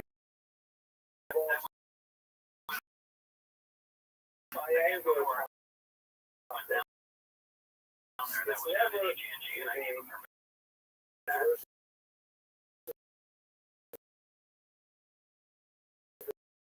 the Jews or the Pole versus the Jews or the Russians versus the Jews. Although the versus the Jews part is pretty much the fact is that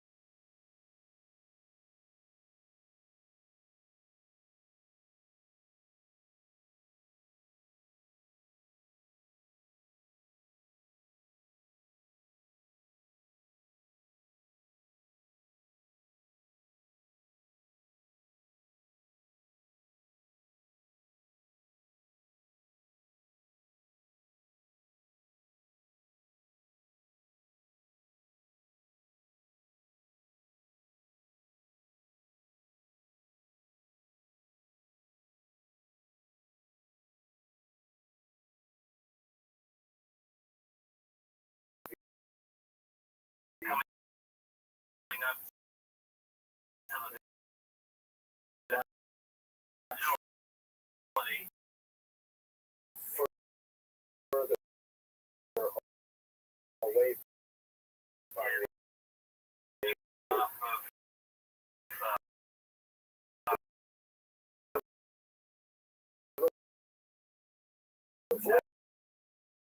what happened, as you can imagine, has economic. The Ukrainians were tired of centuries of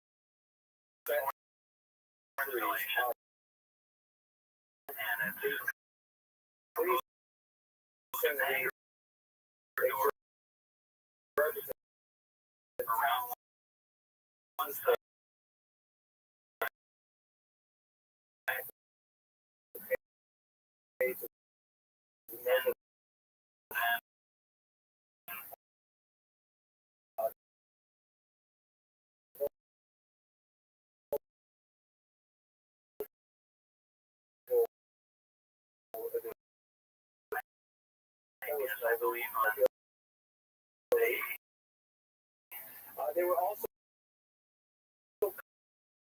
cultural because the main source of this rebellion from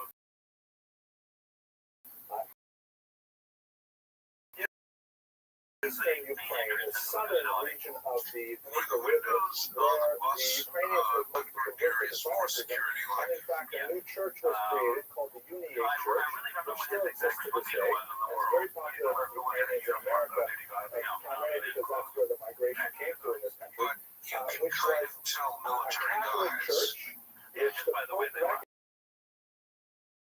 recognized as having primarily Orthodox rituals. So they look like Orthodox communion and things like that. And they even are allowed to marry, but they owe their allegiance to Rome rather than to leadership. A man named Rothschild. Here's how you make his name.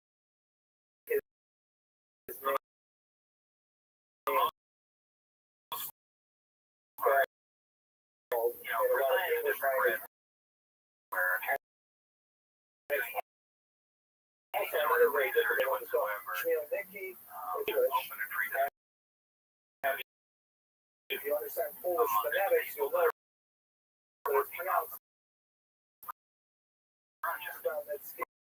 Okay.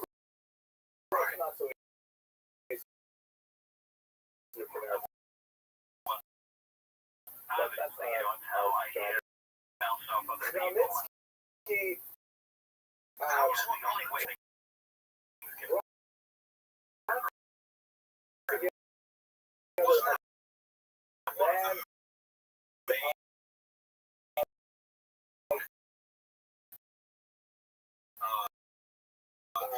outliers in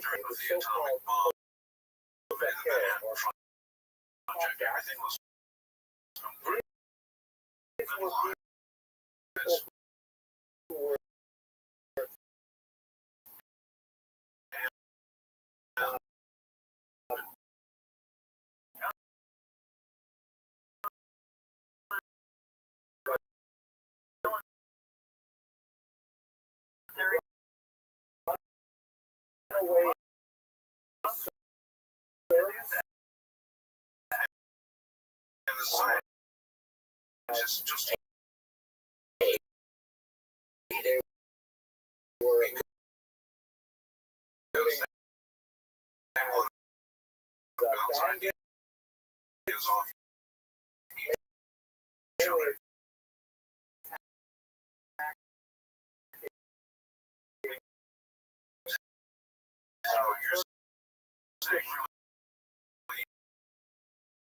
were on the black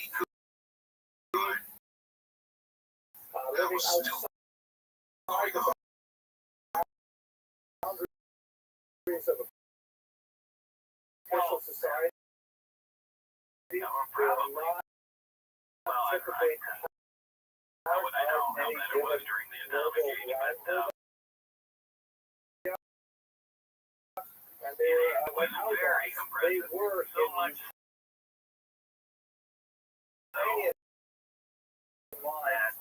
like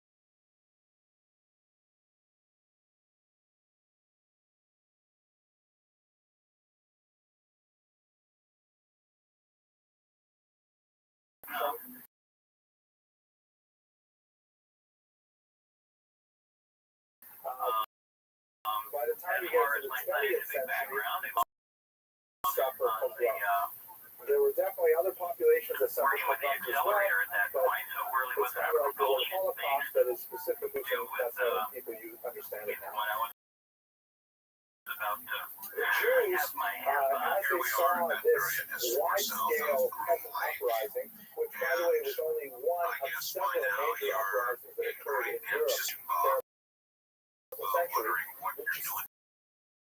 saw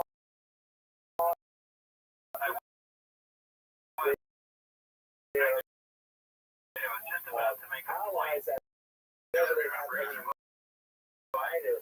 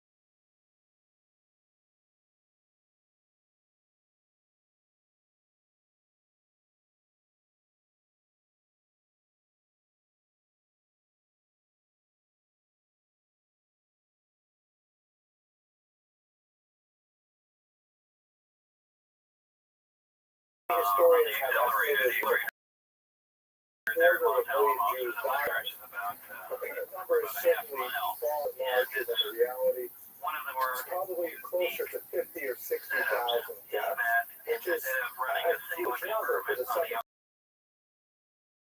century. If you look by compare this pogrom of the 80s, that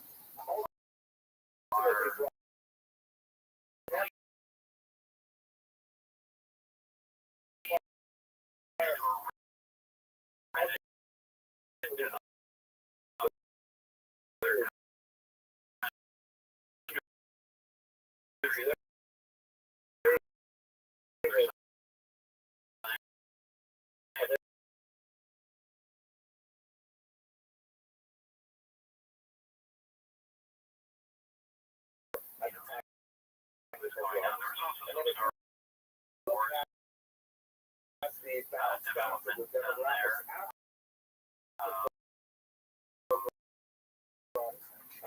the Jews replaced themselves figures in the tissue song. To give you a picture, this is a picture from, actually this is in Kiev, Rothschild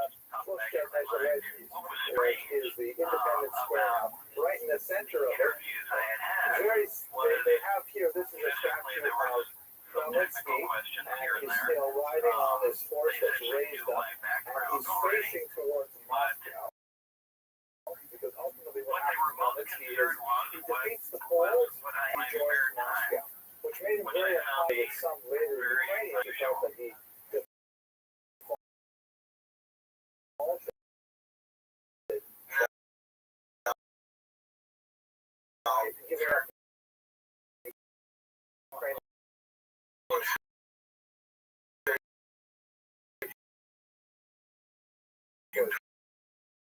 What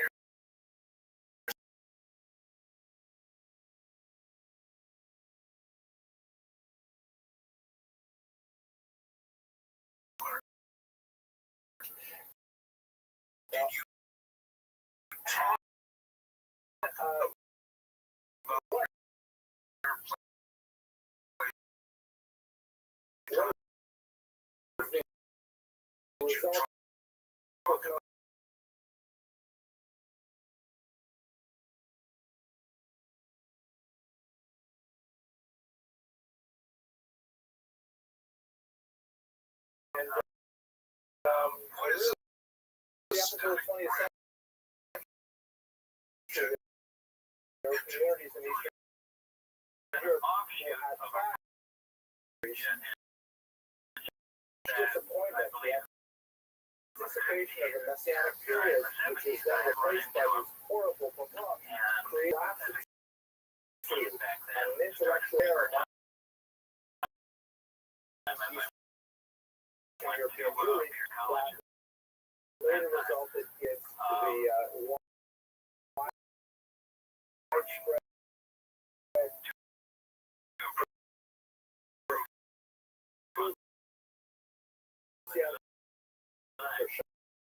shopsite Sweden called Messiah. I think some good argument for that. Shopsite Sweden, his greatest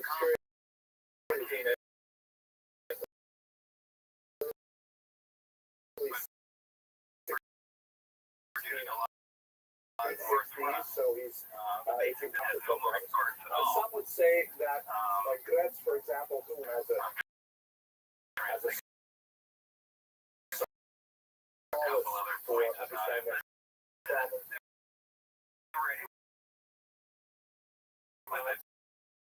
other historians disagree.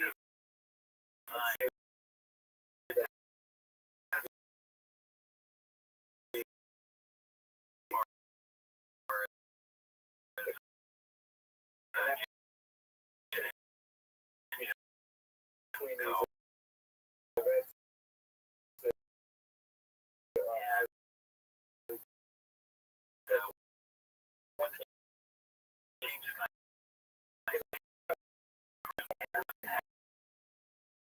we should return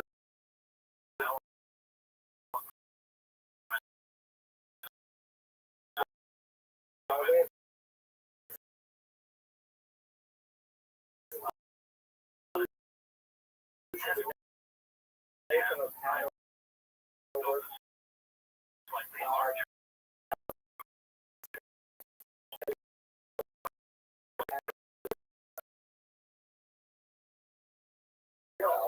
very, very valuable book because it allows for traveling over this book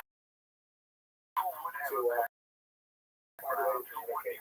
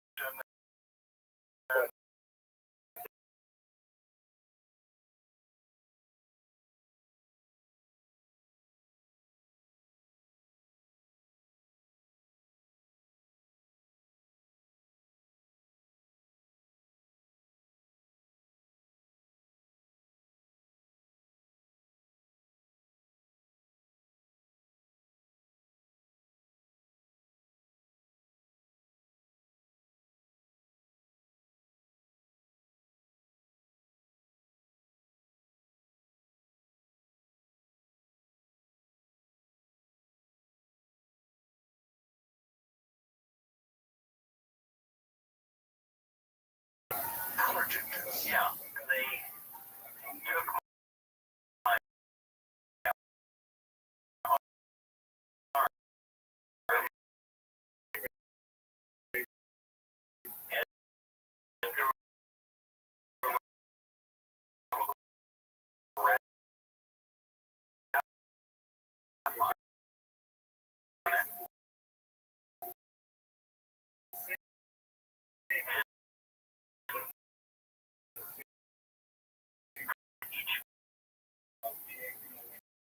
little area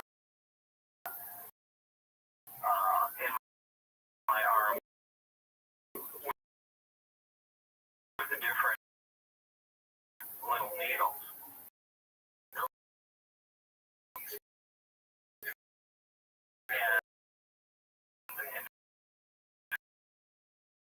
And I was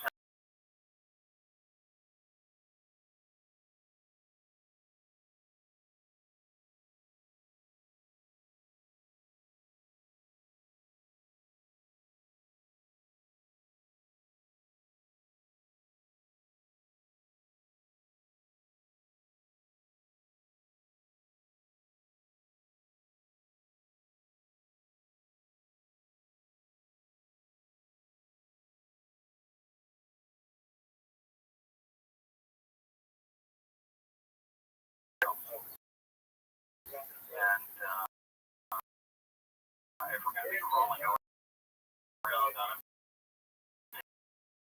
taking things apart and having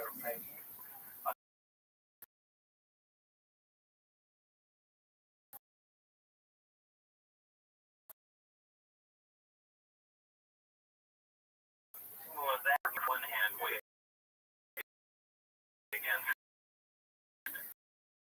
the fallout to people from time to time. And, the other strange thing, story long years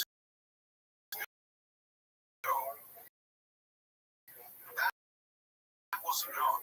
Hazel Leary was not around. Everybody regarded your story as absolutely incredible.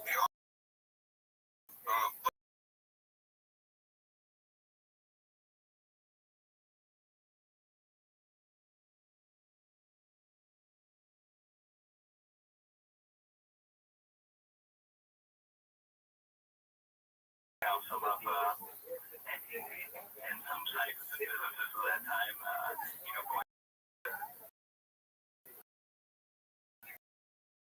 the reason the story can't be true was that it's ridiculous, so on and so forth, and now it's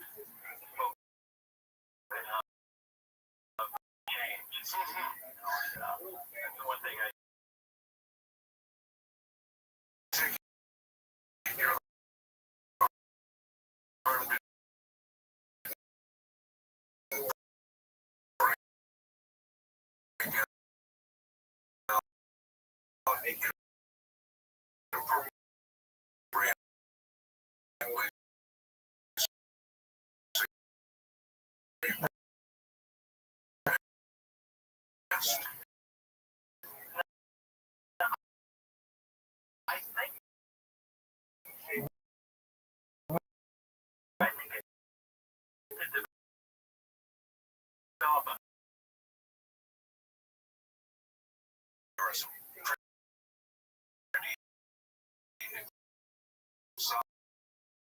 materials up there.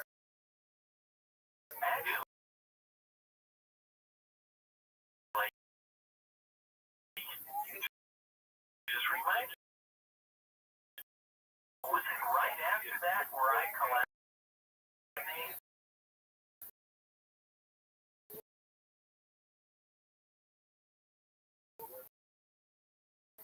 Oh, you remember that? Right. Yes. Was that error after I had left the project? No, you were still in the project. It was right after that.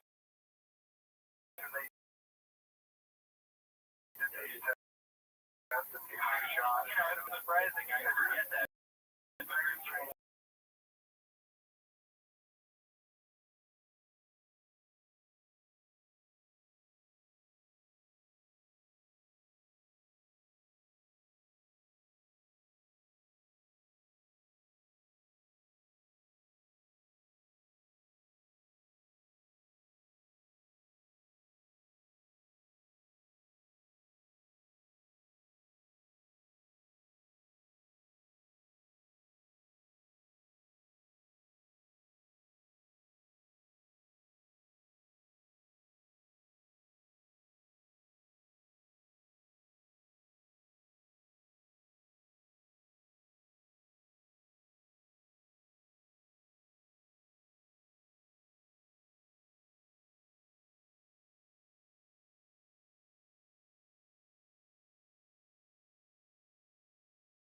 The urine sample. So in fact, I think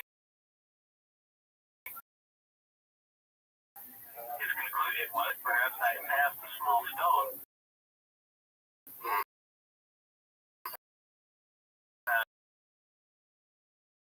But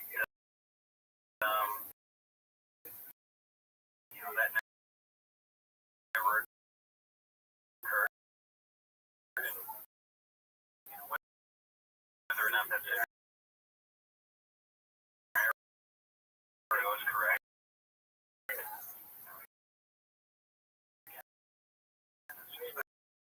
Speculation. But how's your health now, by the way, and since then? Okay. Oh, fine, no problem. All right.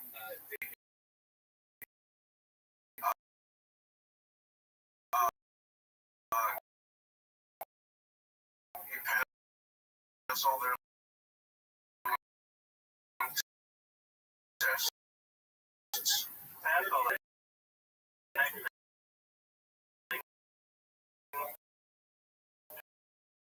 that happened was that I was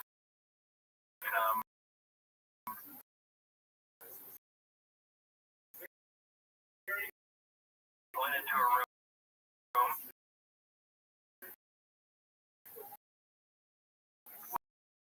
with quite a number of little briefing packages, briefing papers. These range from 2 pages to about 5 a day that I was working there. So they just sit you down at a table. And this is where it was stated that the project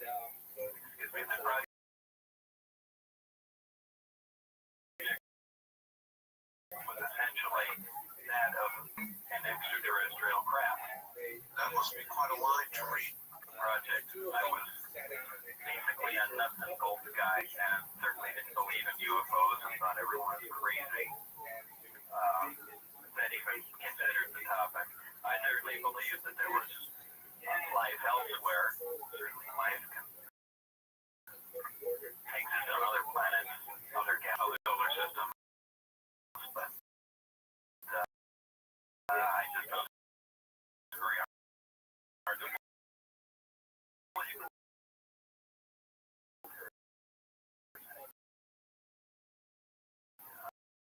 Intelligent life.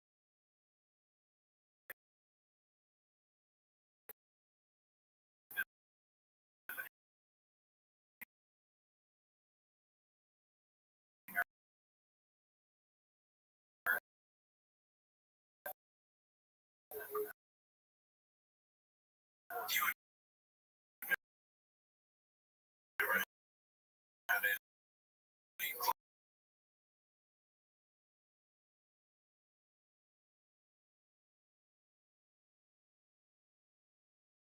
interviews, by the way, hours-long interviews.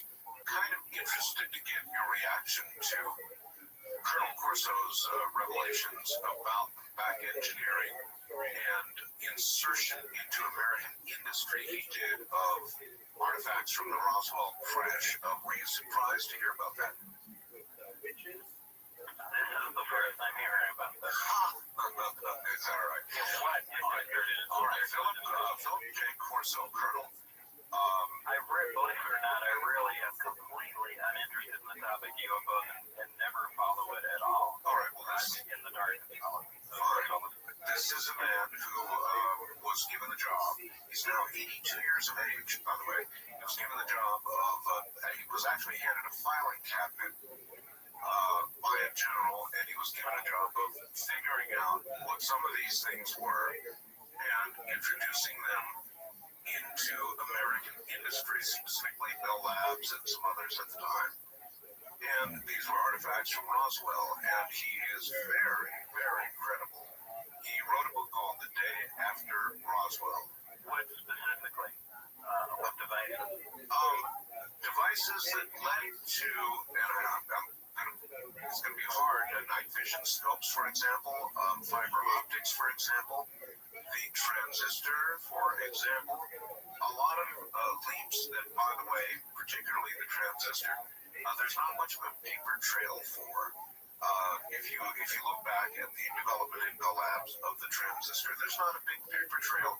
Yes, it arrived, but there's not a big paper trail about how it arrived. I'm so skeptical of something like that. The reason being, well, let me tell you, certainly you've seen pictures of the first transistor. We know what's developed in Bell Labs. We know there are a couple of guys working on it. But you know what the first transistor was? It was essentially just, it was more like a diode, just a P in and a P junction, just on a big slab of silicon. It really couldn't do anything. Certainly, if we had given that advanced technology at that time, wouldn't it have been something a little more down the road? But I actually gave him UFO magazine so he could read about it, but he doesn't read about it. It really is true. People don't believe this about you, Bob. They think you are the guru of ufology.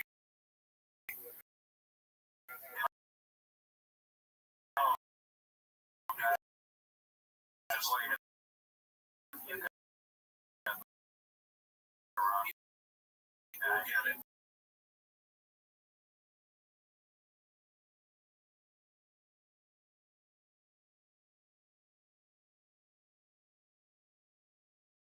Like, maybe this is another game that we're playing. Maybe they're just trying to determine what reaction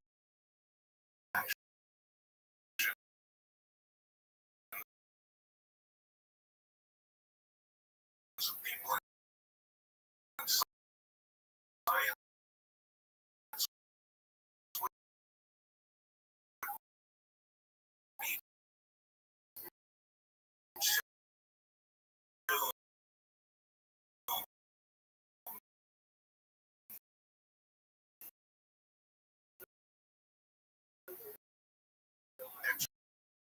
extraterrestrial.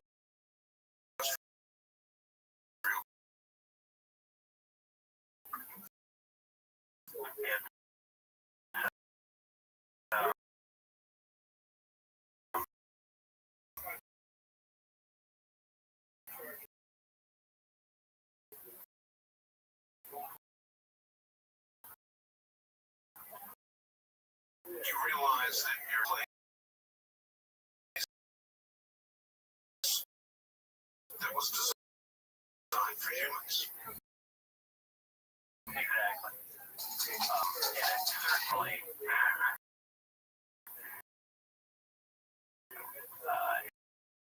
is different from anything that you're familiar with. And what I is everything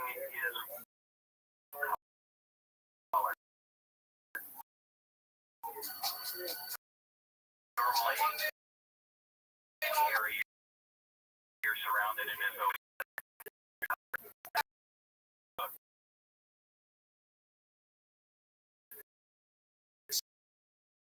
seamless and very visual.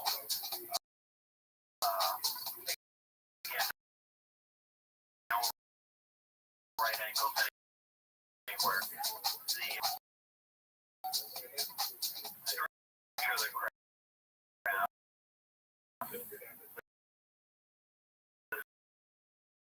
skin from the outside was smooth.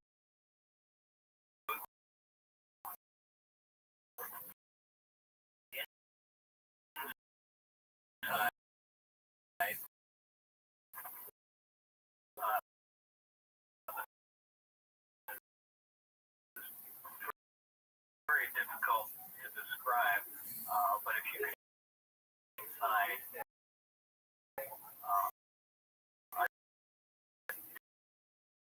correct.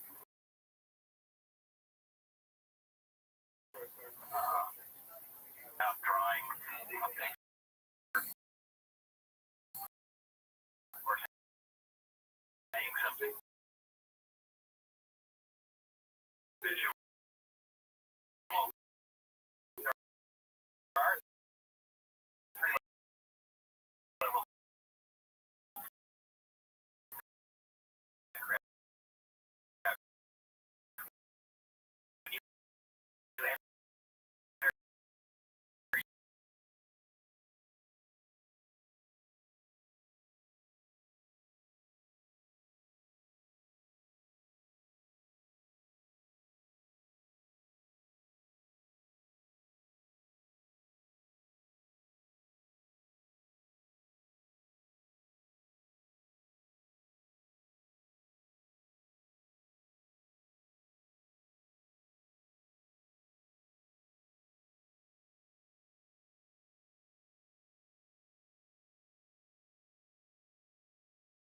aircraft, really, and impressed me. No levers, no buttons, no lights, no switches. However, I did not get to go in one part of the craft, so what was there.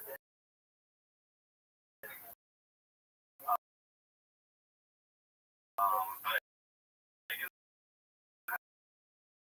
have a good idea. Yeah. What was. Now this was all on the center level.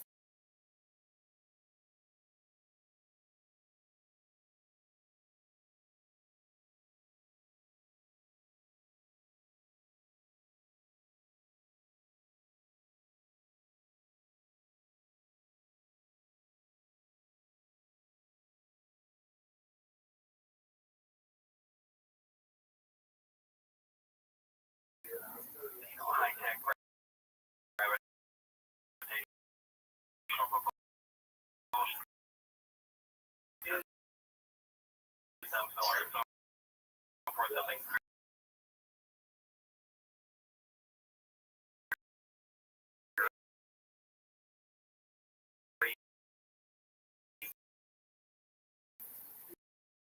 very simple to understand and easy, and anyone that takes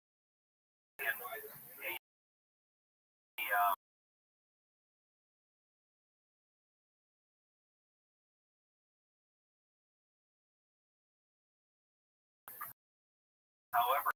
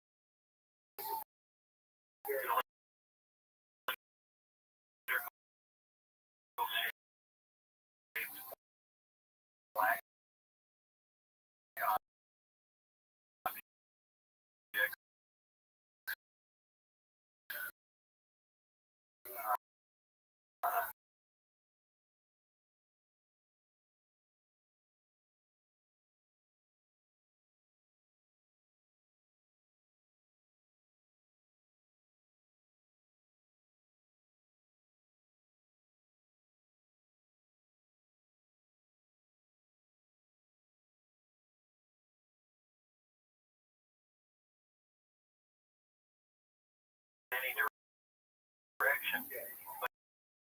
But it's a solid piece of pipe. It's something very, very unusual.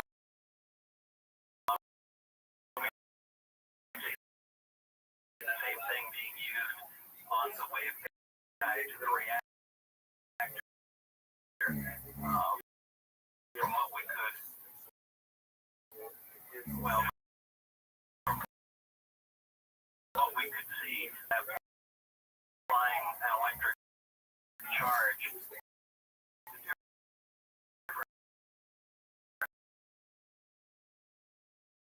parts of this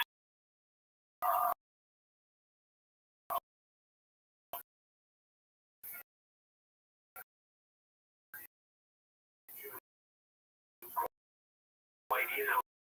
Really? And yeah, it's,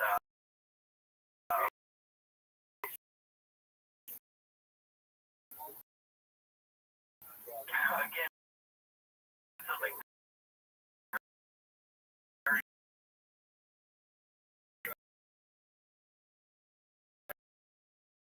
difficult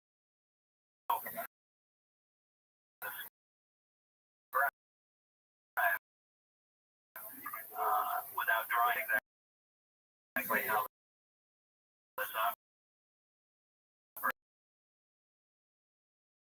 operating, but it was not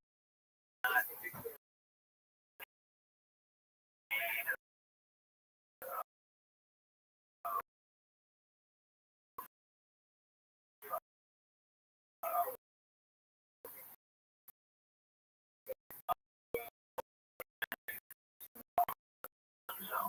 Anyway,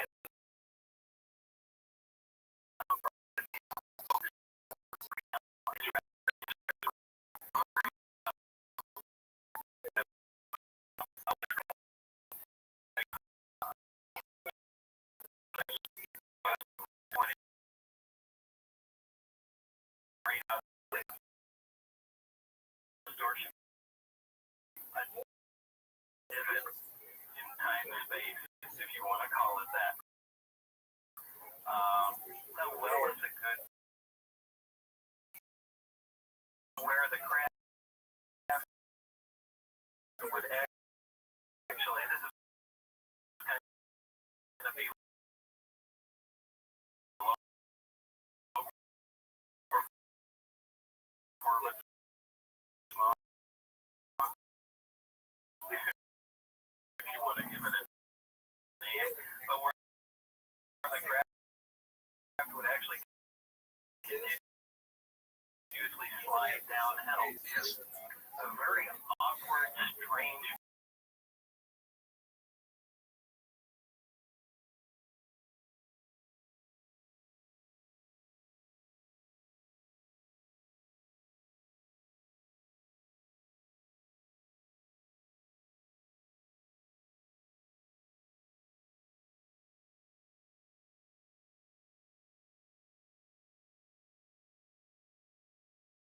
round.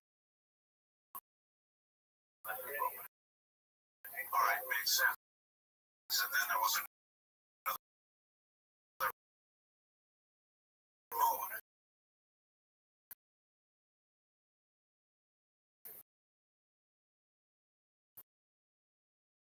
The other mode is the delta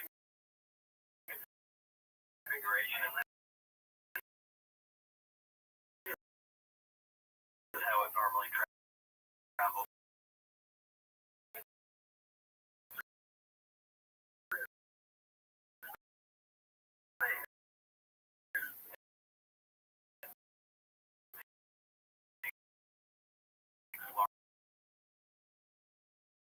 Large jumps. The focus on a single point now becomes inherently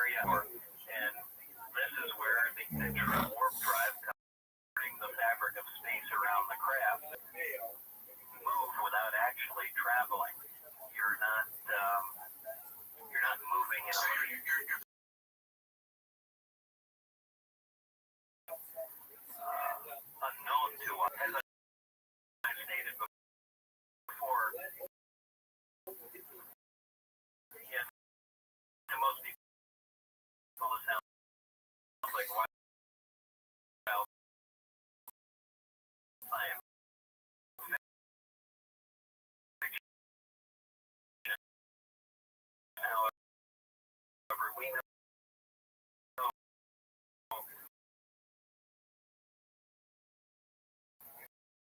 most of these things are possible. We know, for example, I think in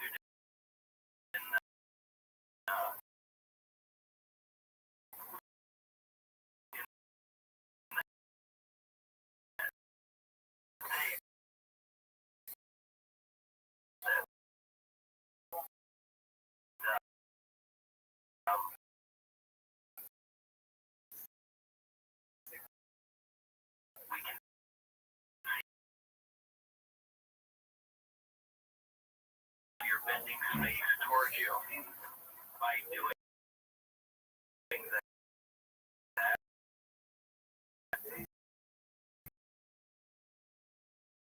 You're actually slowing time. Not to say that this is a time machine, it's just a back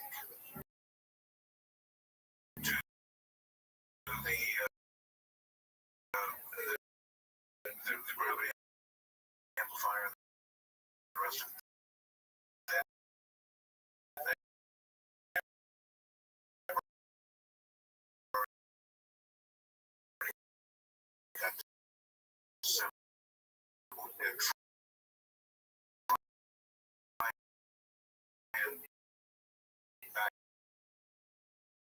as he can.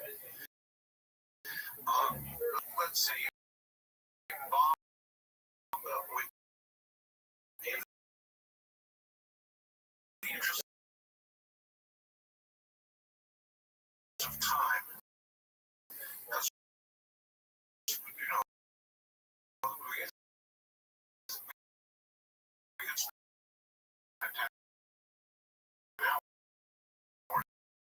it's with this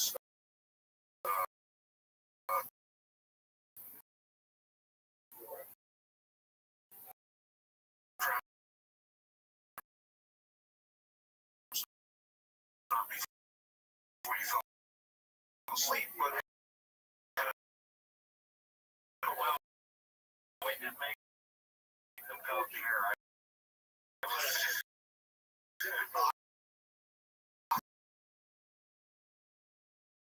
I should think,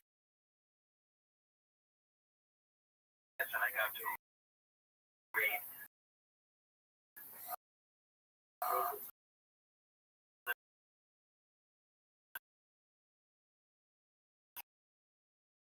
note that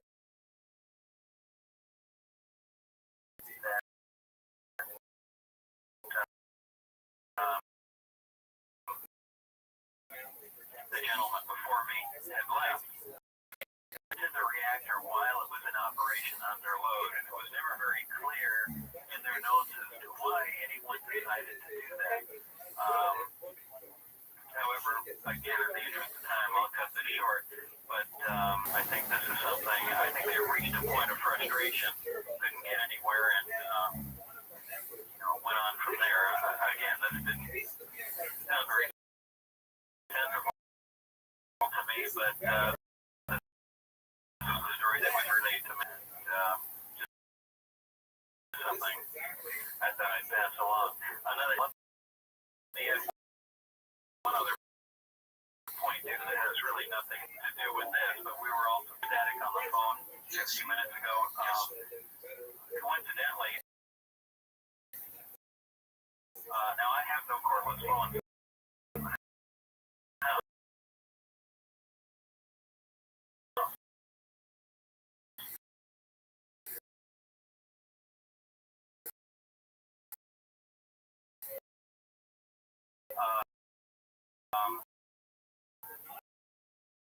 I was on the phone with Gene, and my neighbor comes to the door and tells me that she can hear my conversation on the phone on her court.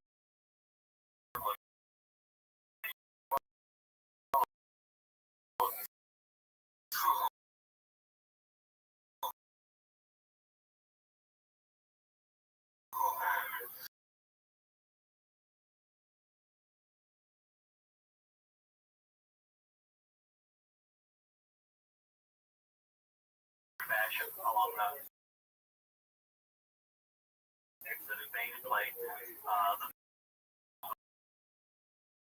diverted by electrical and magnetic inside of the reactor.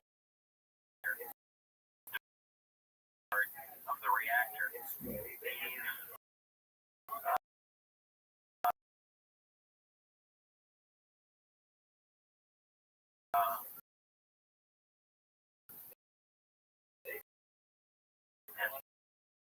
this is now where we get into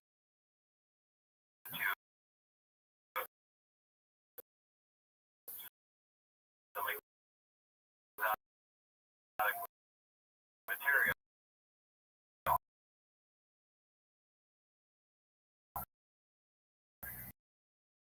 One of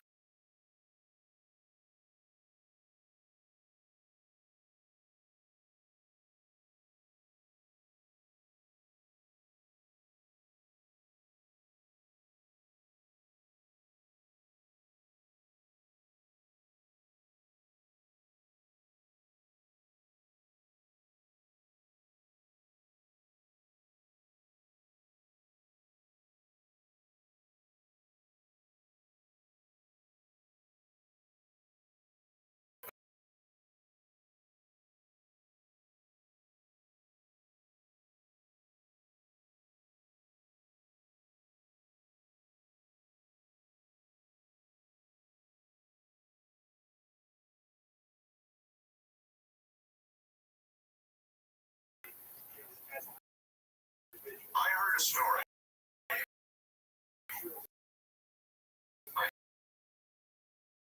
think it may have been from John Lear. That got some of element 115 that area. Is that true? I didn't think so. John, it was a rumor. We'll let it stand.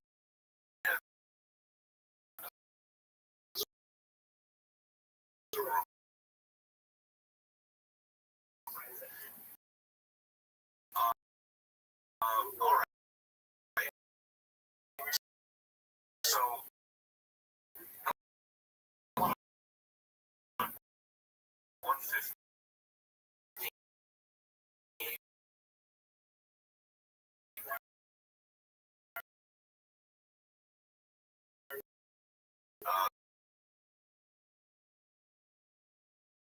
Something that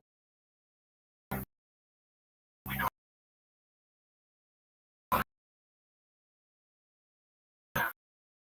yet. I think we have progressed a little bit on this, but we're certainly not at 115. Where are we now?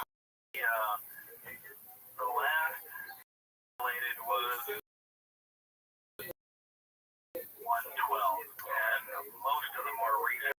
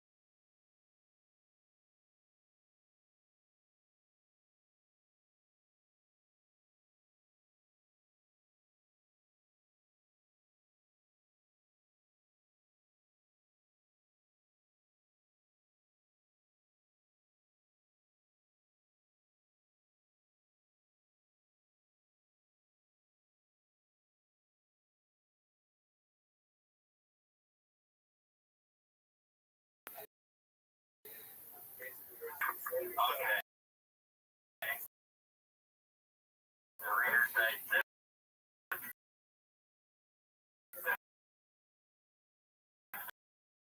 Sorry. Reader's Digest.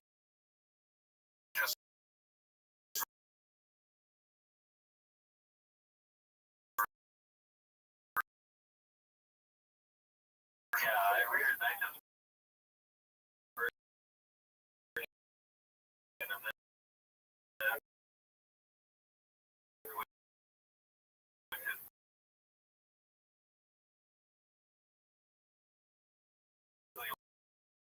Longer than the entire story itself.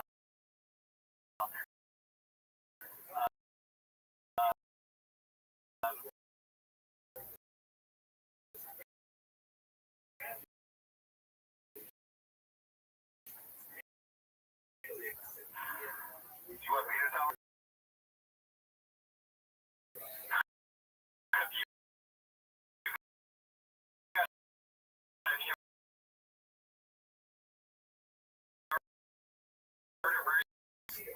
Were you when it began to go bad? Well, actually very early. Go ahead, Gene, give it a. Well, on and down and all on right when he got to the point where he told you about up to this point. I never heard any of this before. You heard that? No. Yeah, that's the reason that he lost his leg to do with that. All right.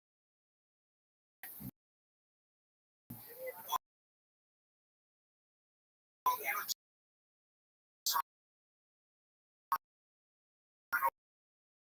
all these papers.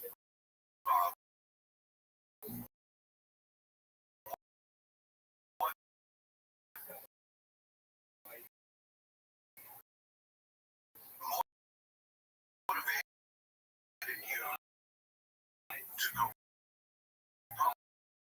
public. I think your name was in a sense still is recorded in a phone book, isn't it? Right. For the most part, however,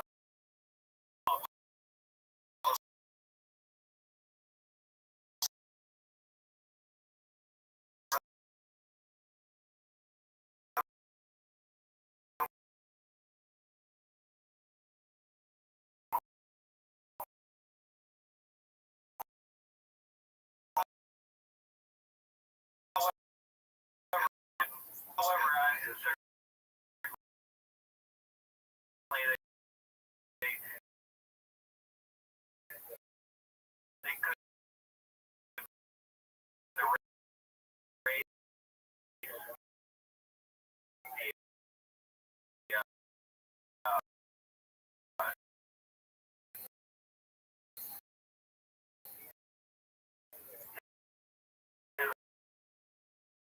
with Los Alamos as well as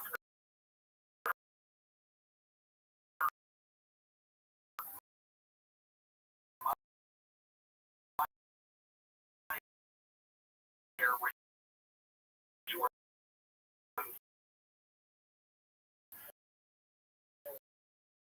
one of the contractors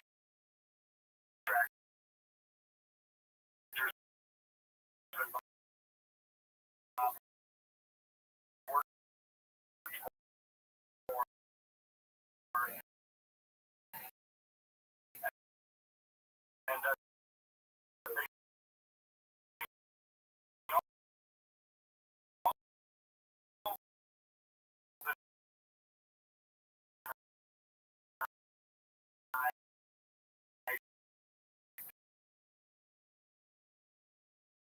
book with his name and station number in there, and then also he had a copy of Los Alamos newspaper from 1982. How did they react to that? Well,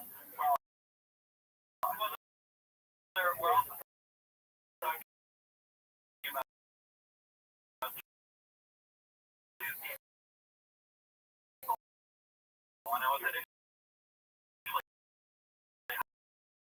hired on, I was hired on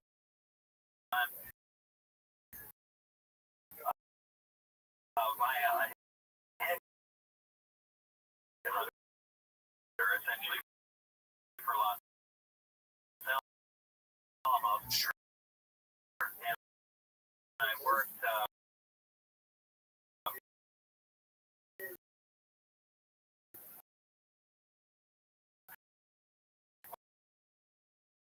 like I said,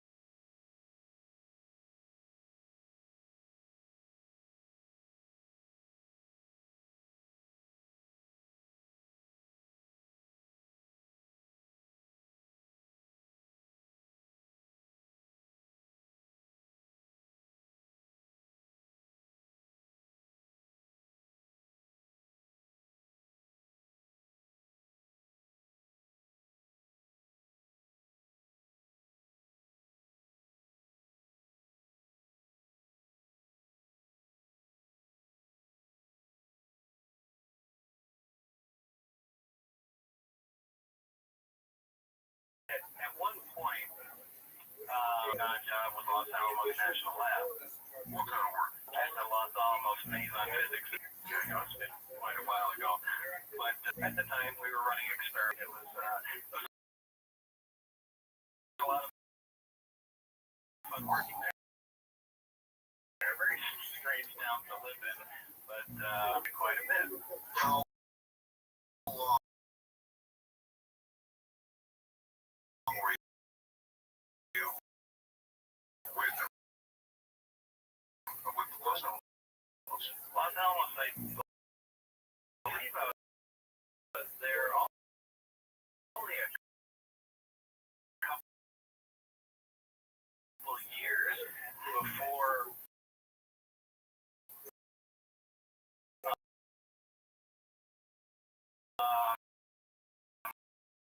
I realized that, I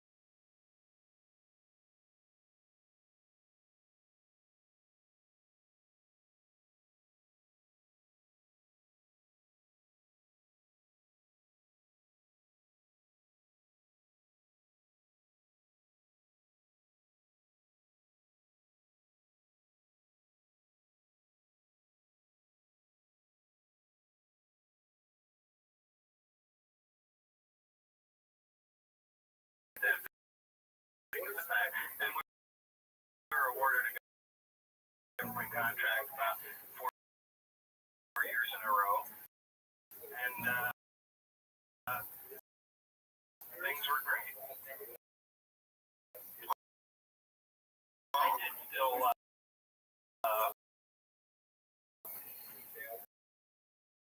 go down to the lab a lot because I knew people there, and there was a Los Alamos newspaper called The Monitor, and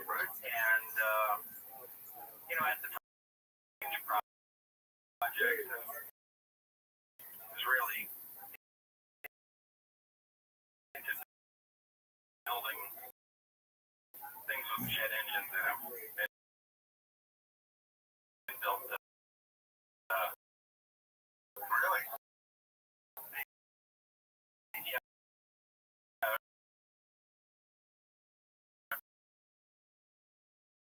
Race cars and I even built a little on the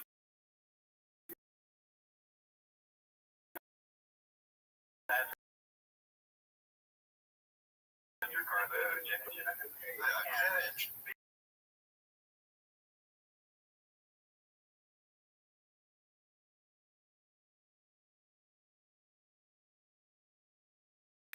No, that kind of stuff is easier if you know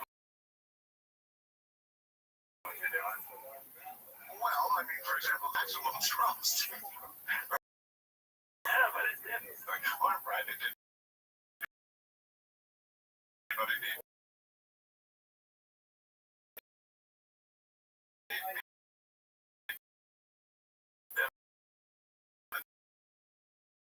So,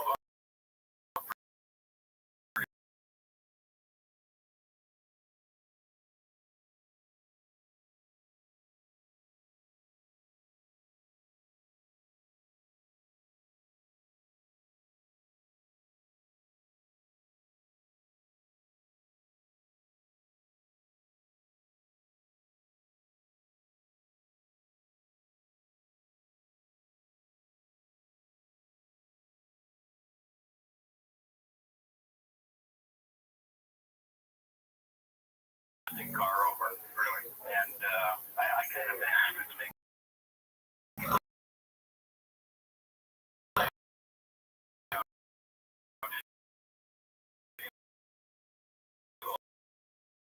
Well, I mean,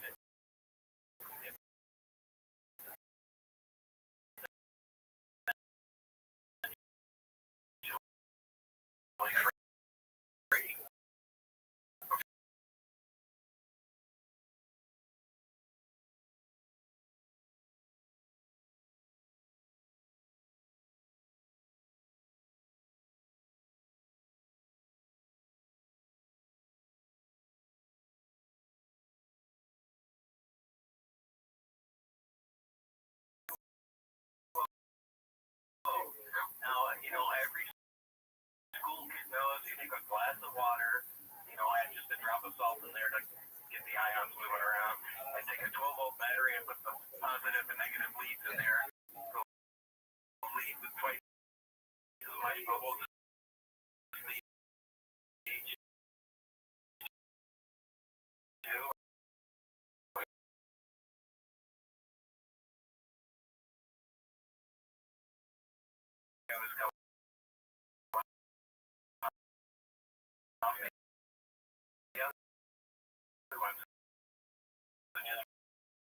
Running a little electricity water.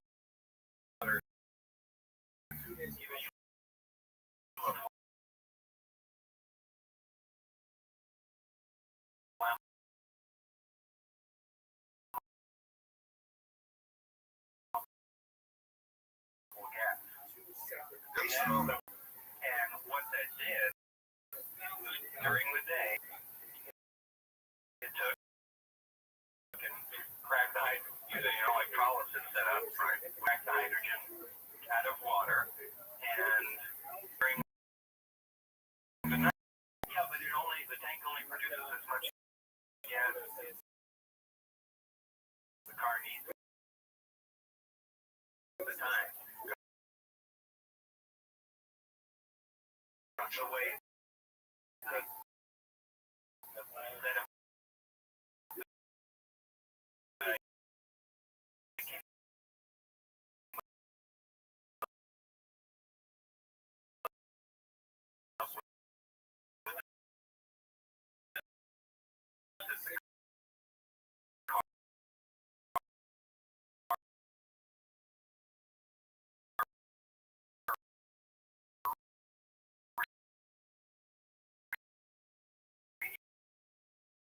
fluid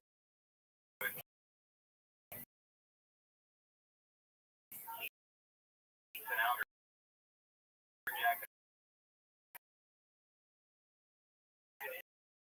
is a piston car, and the system is you can convert any existing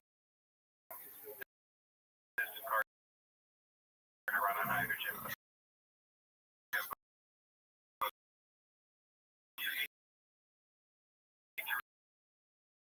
Retard the timing because hydrogen burns so much gas to the flame from just flashes through the car was 220 horsepower, and I think I was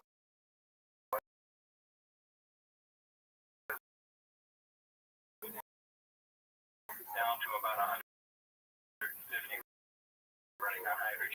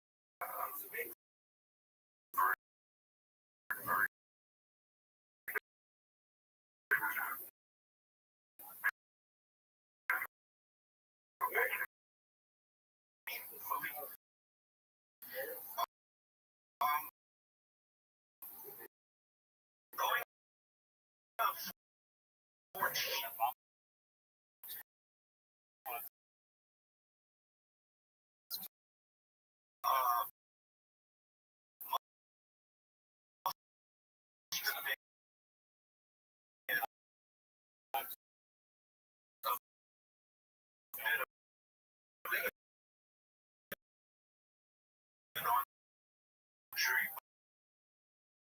But then you were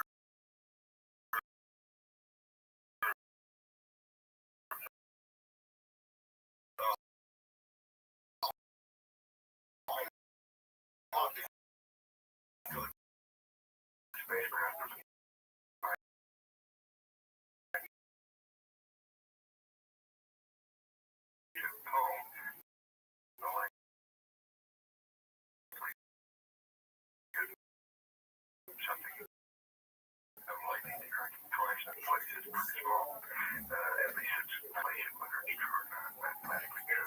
It doesn't matter, but it's nice translation. The main problem is don't screw up. And so, 2 hours.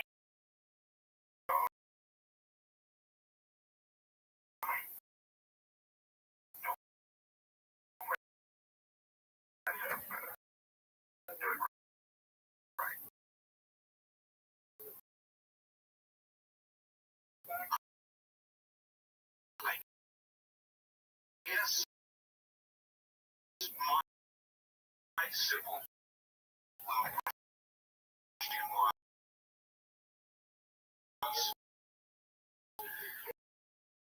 when you got to the moon, when you got on the moon, was it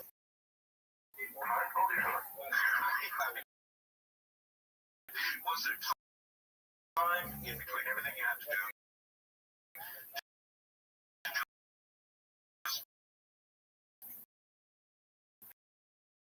You know,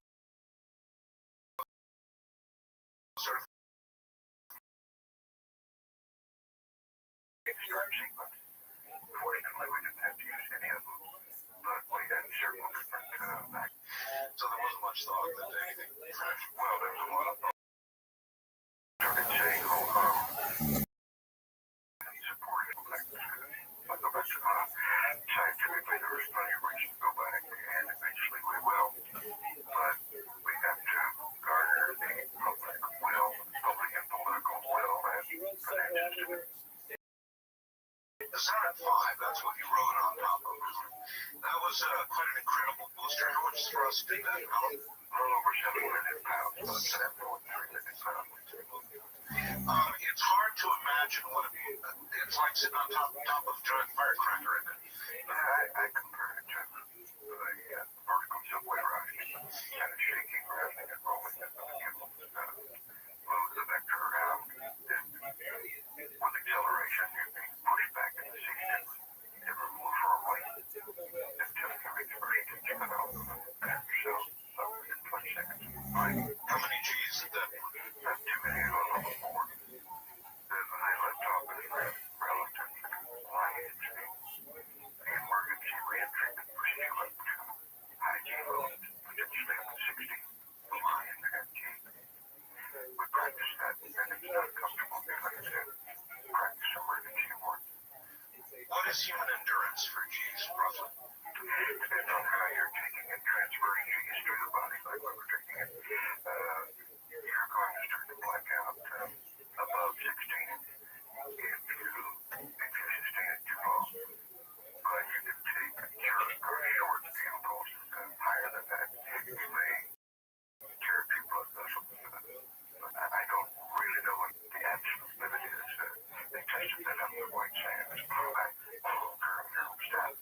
Tested on the white sands back in the 60s with rocket sleds to screening rolling up to 20 or 30 G's, as I recall. Wow. And yeah, they sustained a bit of damage sometimes. Was there any surprise for you on the moon? Was there anything you found on the moon that you didn't expect to find? Well, not along the lines you're talking about. The only big surprise was it was much more difficult to navigate than we thought, because it looks like a fairly smooth surface where we landed, relatively smooth. But it turns out the undulation of the crater impacts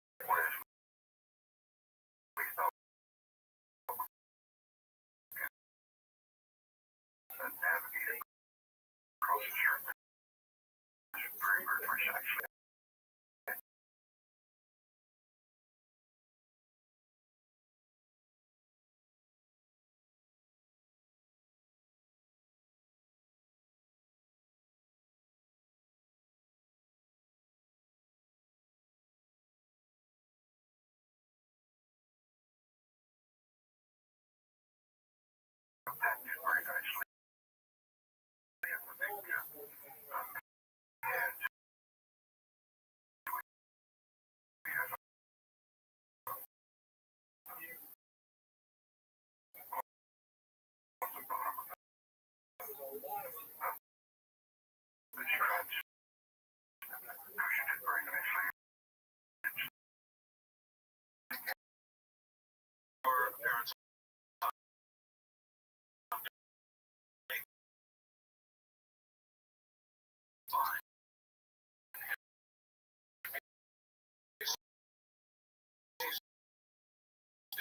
a few minutes into the interview, if you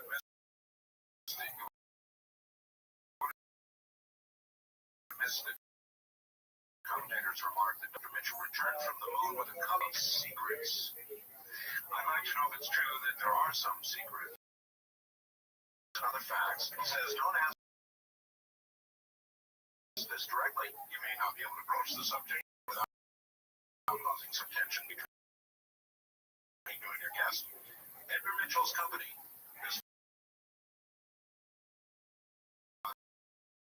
the CEO.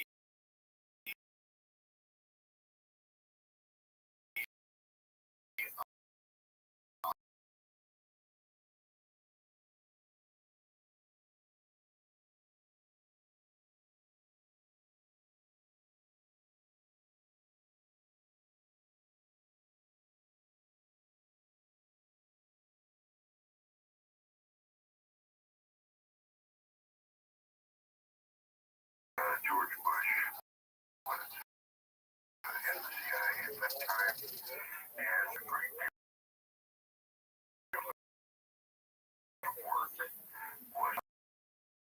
very successful.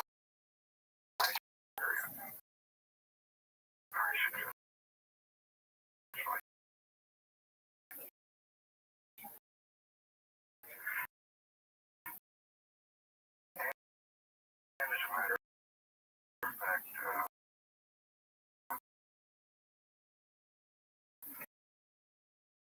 much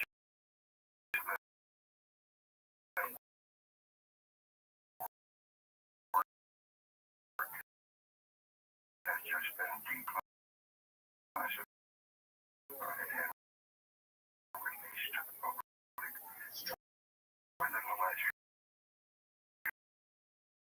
months. It's true. Harold Butoff and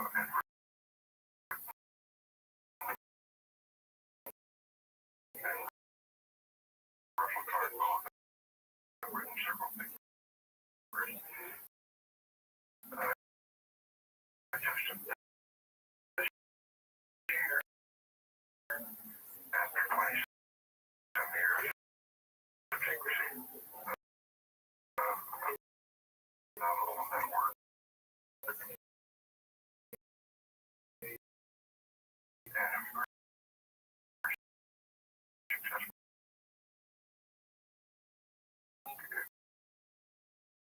Very exciting. But as far as funding my company and any of my efforts, I've never had one penny of CIA funding. Okay.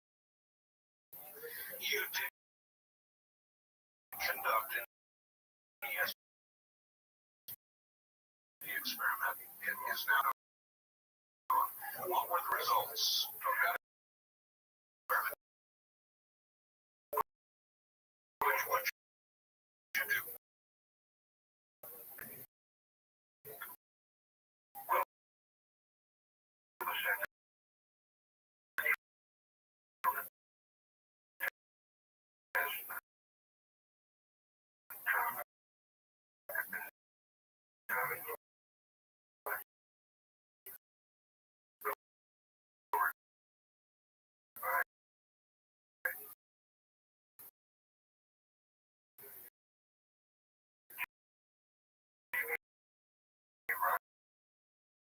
and other people over 30 years for. I just simply conducted it.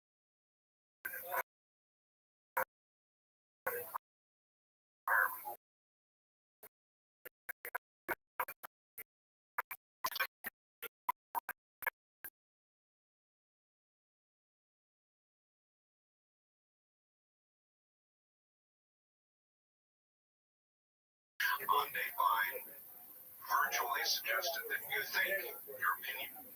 So it's safe to say that is that there was really perhaps a crash in 1947 in Roswell, and that it has been covered up. Is that roughly accurate? Yeah, that's pretty accurate.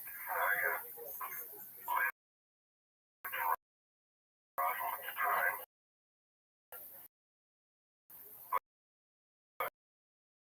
That was too young, of course, to be, although it was not too far from my birth. And interestingly enough, most of them would have been Robert.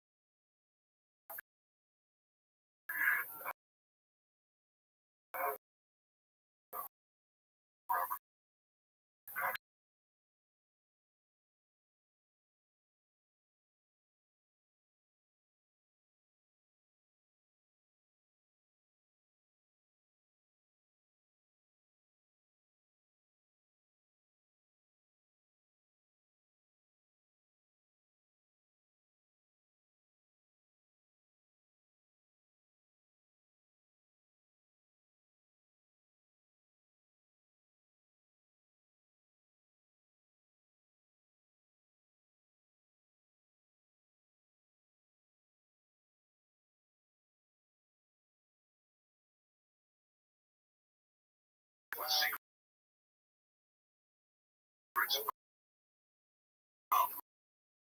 about now.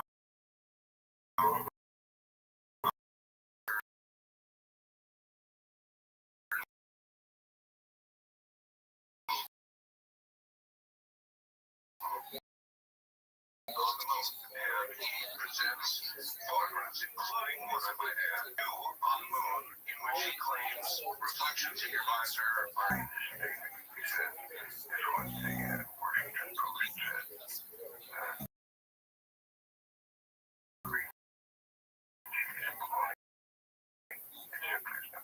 simply not true.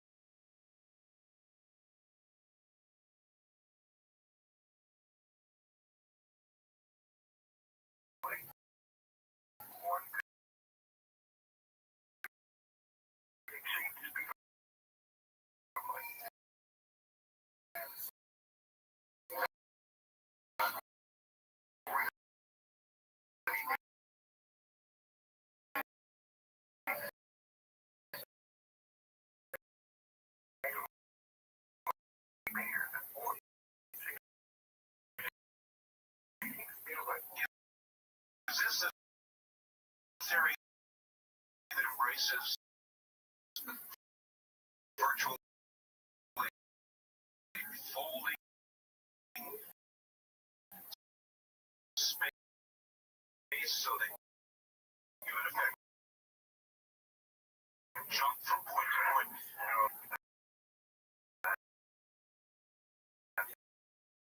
And the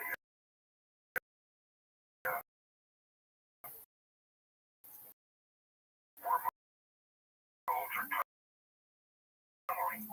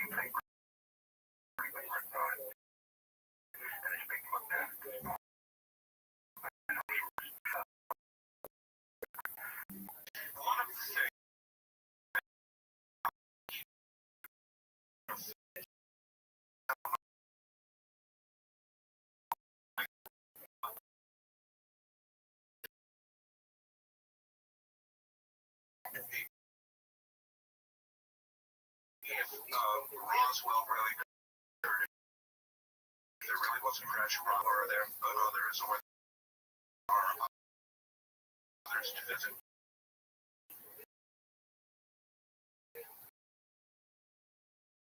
That any materials gathered would likely, frankly, be very much like the materials we have here on Earth.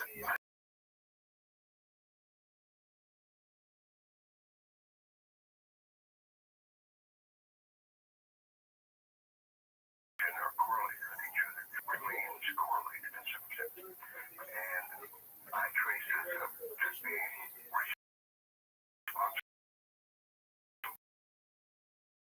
for what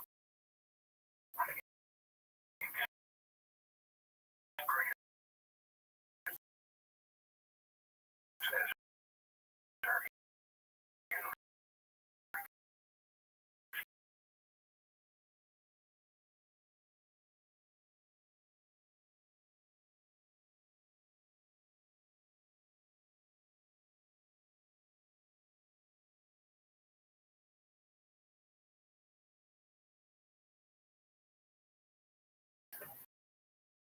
going to space.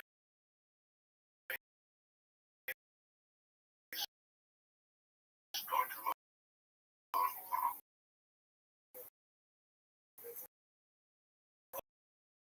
Was it?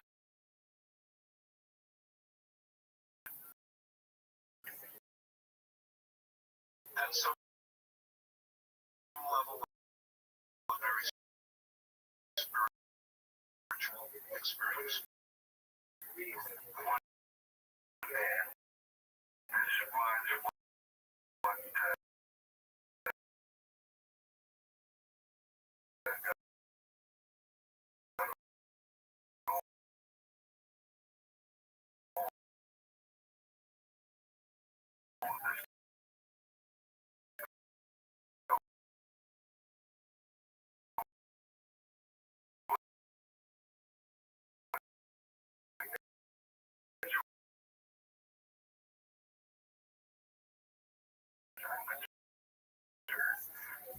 perception.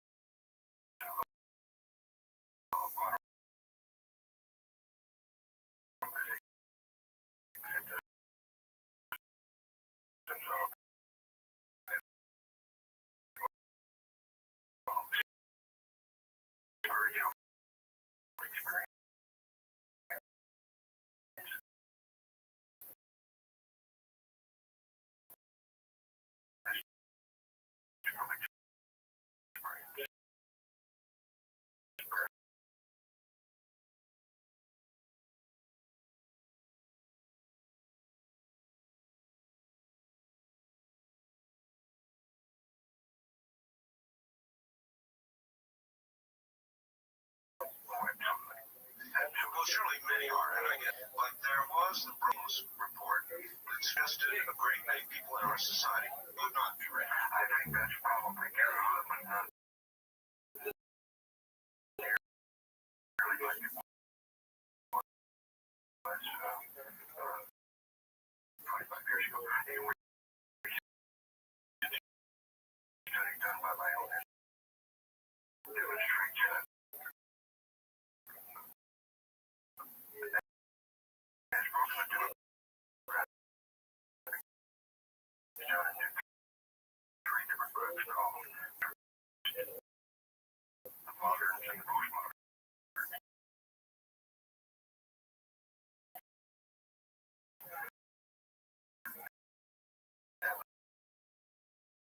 The postmoderns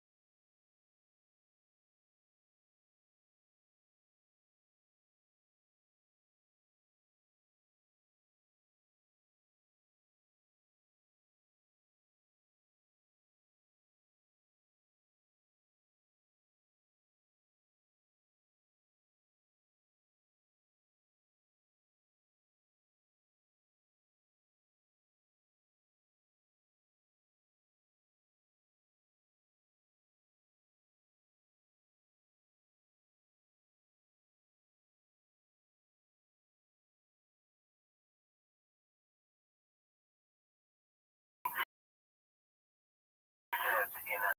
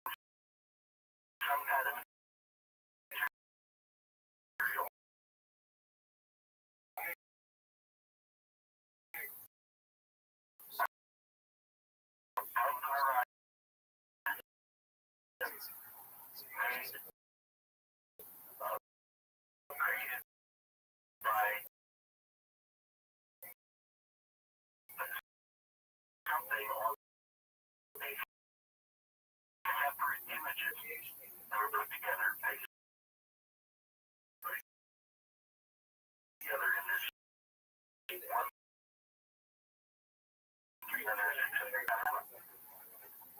actually, having original photographs to examine it's typical of the company. Absolute conclusion.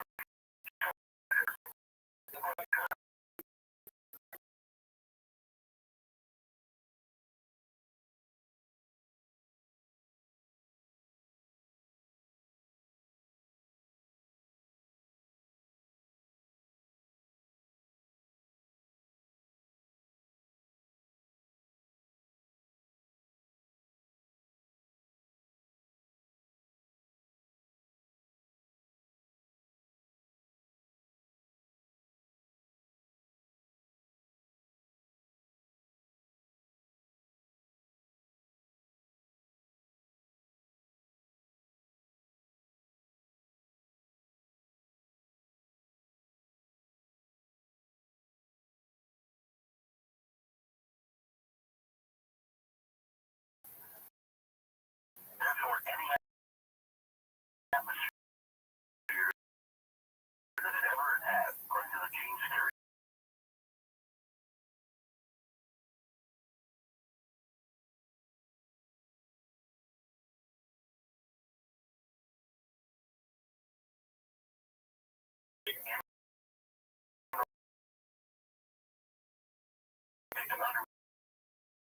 with laboratory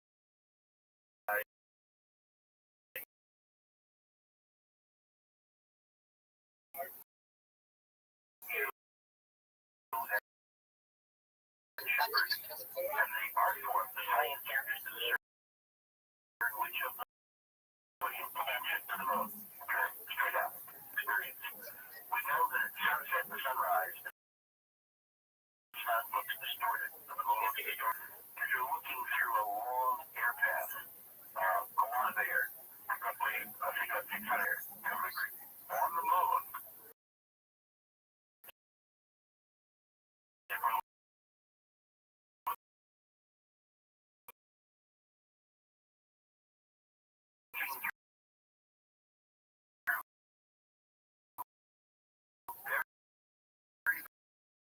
Very, very, very,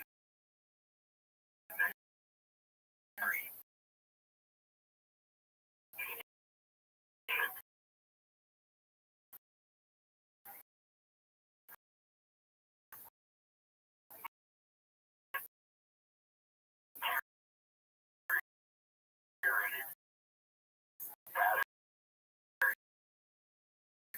and meteor eroded glass,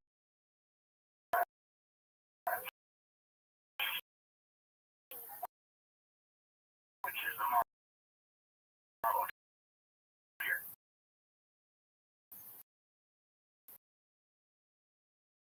Right?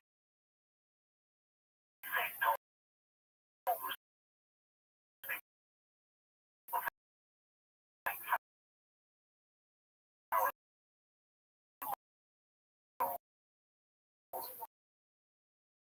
it's much more ragged and deteriorated.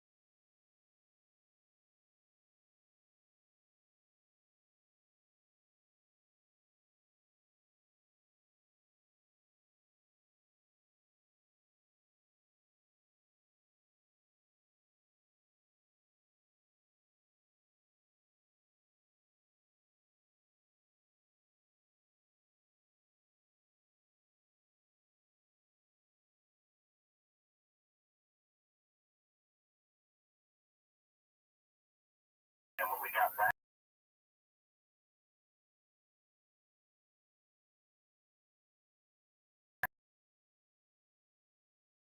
here a week later, from the original that John had given me, and from the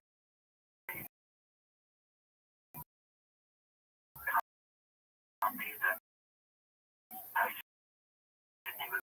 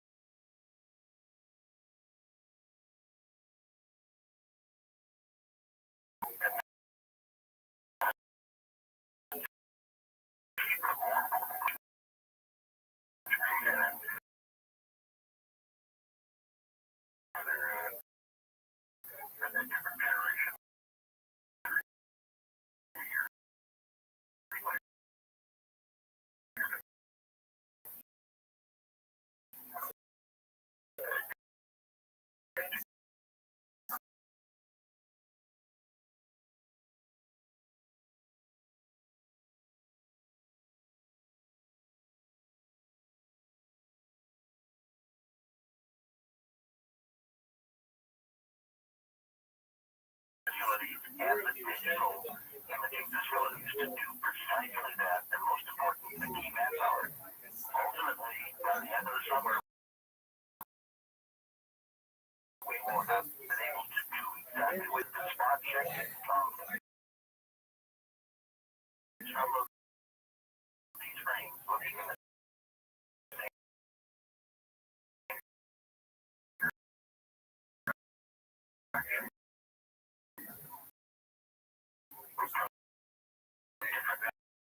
vantage points to show the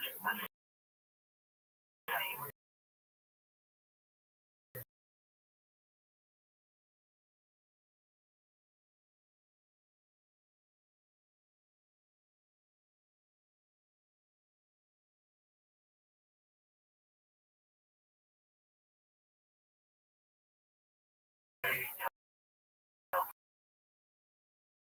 Vertical model I have,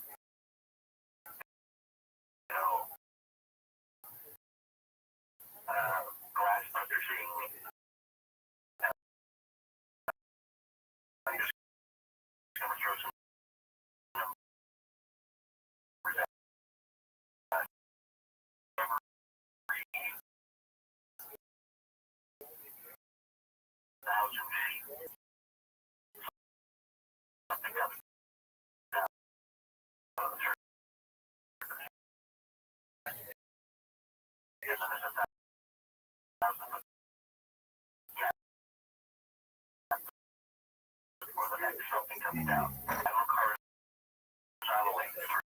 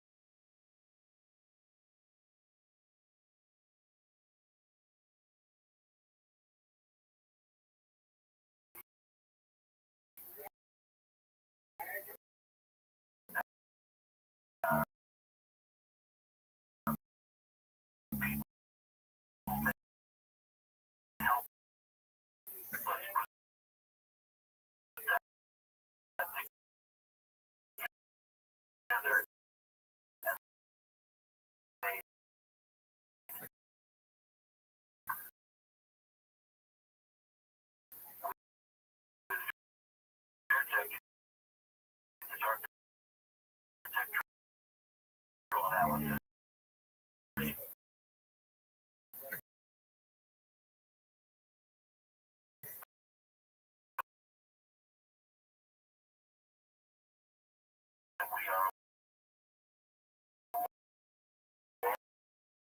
away from coming up with a definitive number. I know exactly where you're going with it. We're just asking you guys to bring it down and get back up without killing yourselves. Seeing in the pictures, and I can tell you where we're coming from. We've now looked at unmanned data for Lunar Orbiter, Betty, looking west from Surveyor 6. We're really striking. And we have 6 sensitive images. Up to an hour and a half after sunset. Looking west with the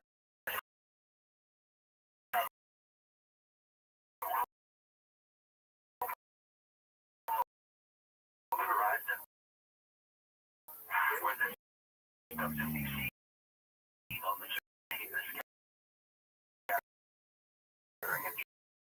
geometry of the stuff extending up, and I will send you those orbiter material. We see evidence of this all over.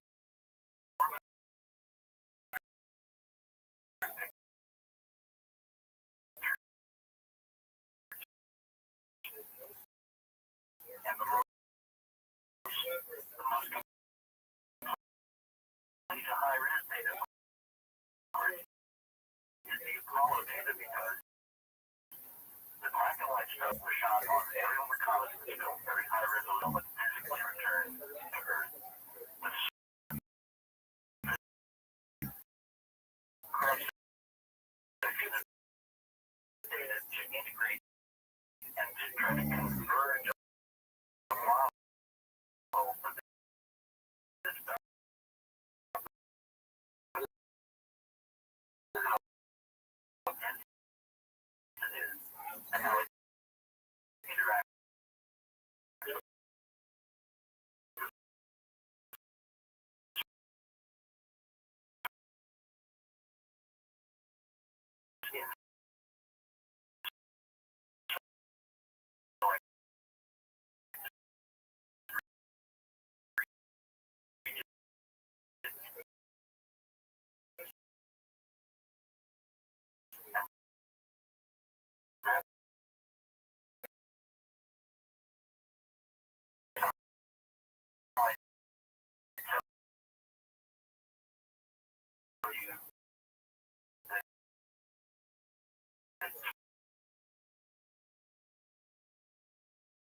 Gotta be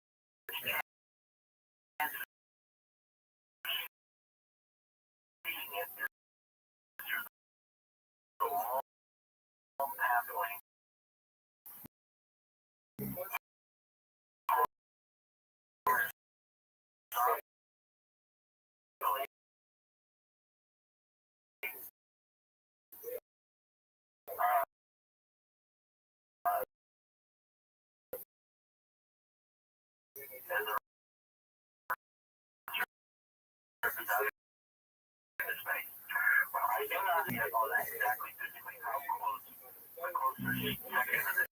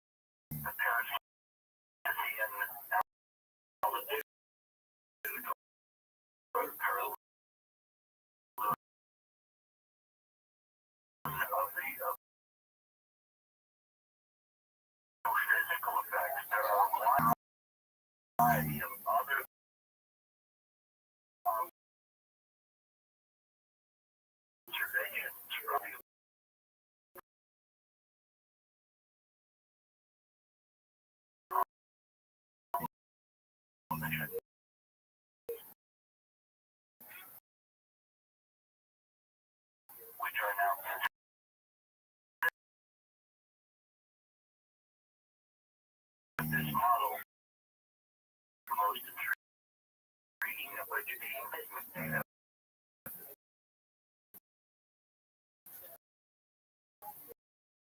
Beginning on Apollo 11 and really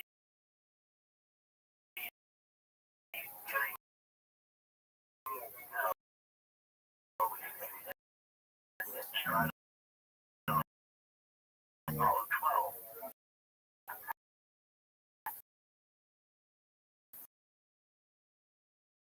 The altitude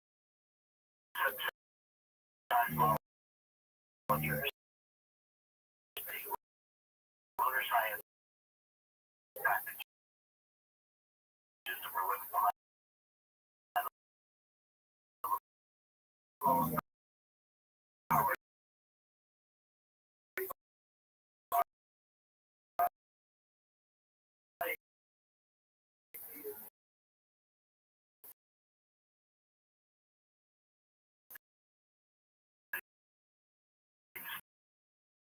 radioisotope.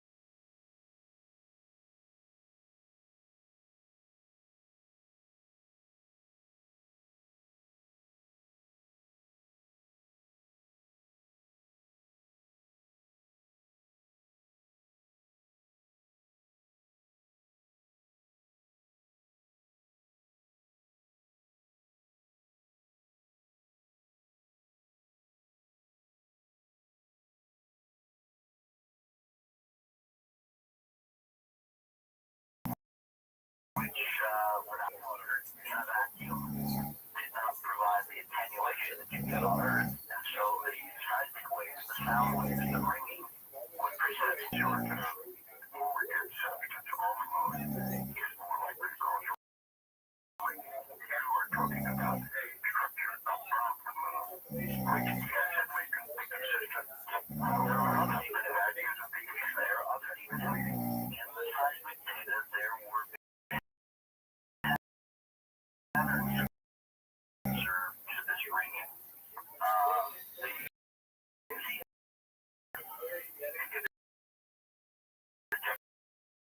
Motion up and down, left and right, and back and forth.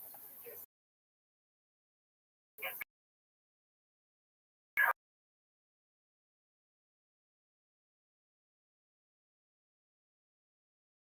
terms of looking at the alignment of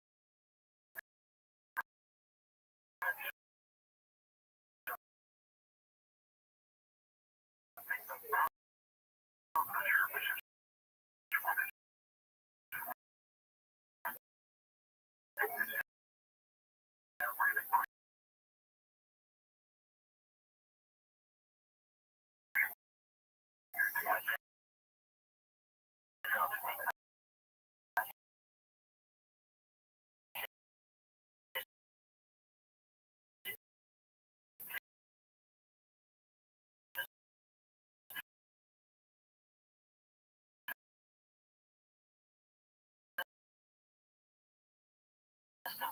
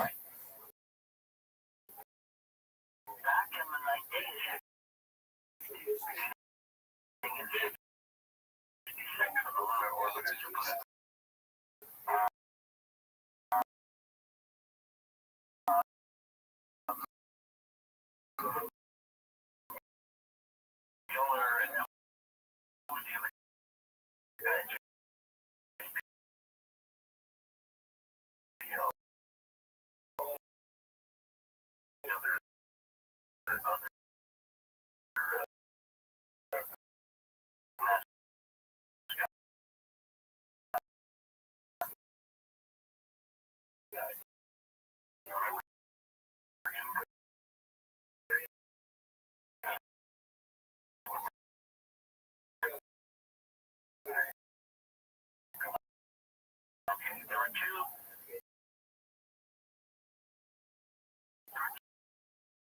scientists who were looking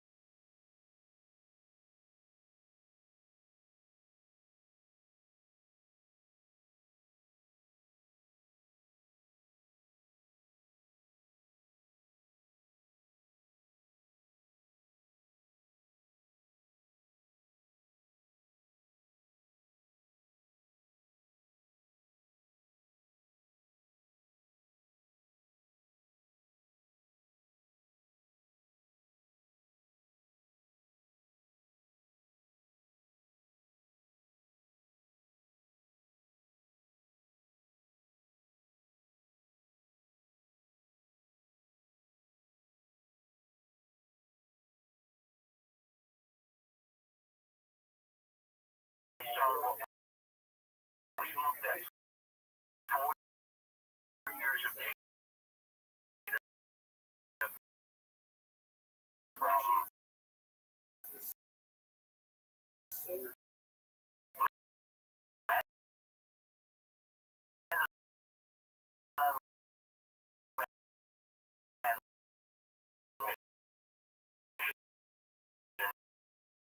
hard pressed to explain this as anything else and unnatural.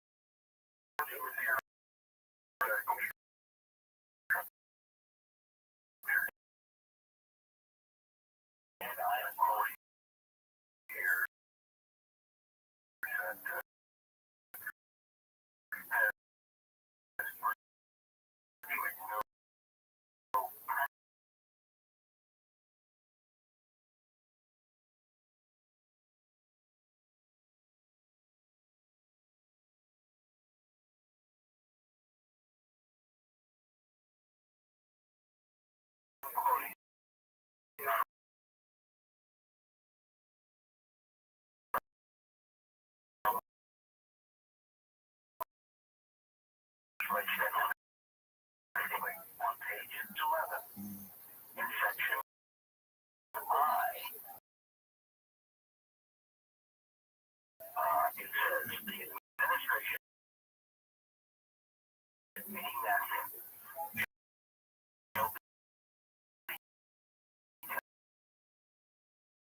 considered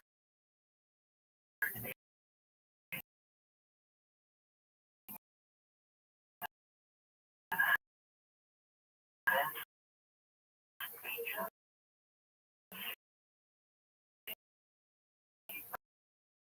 of the United States.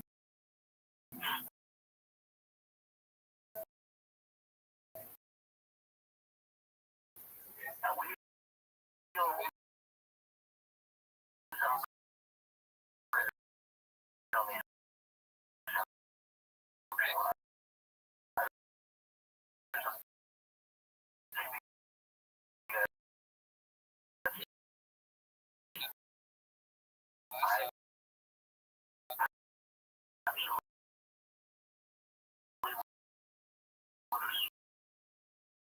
more on a stack of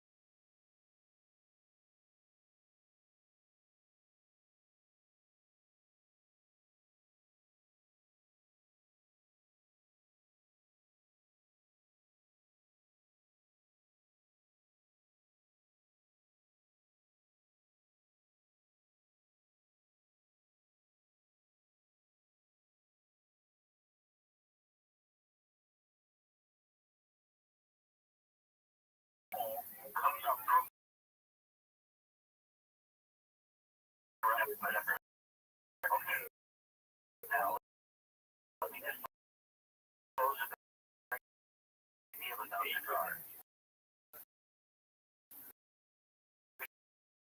Because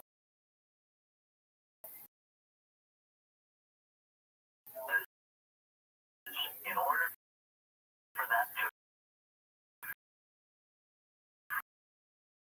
free and to remain visible,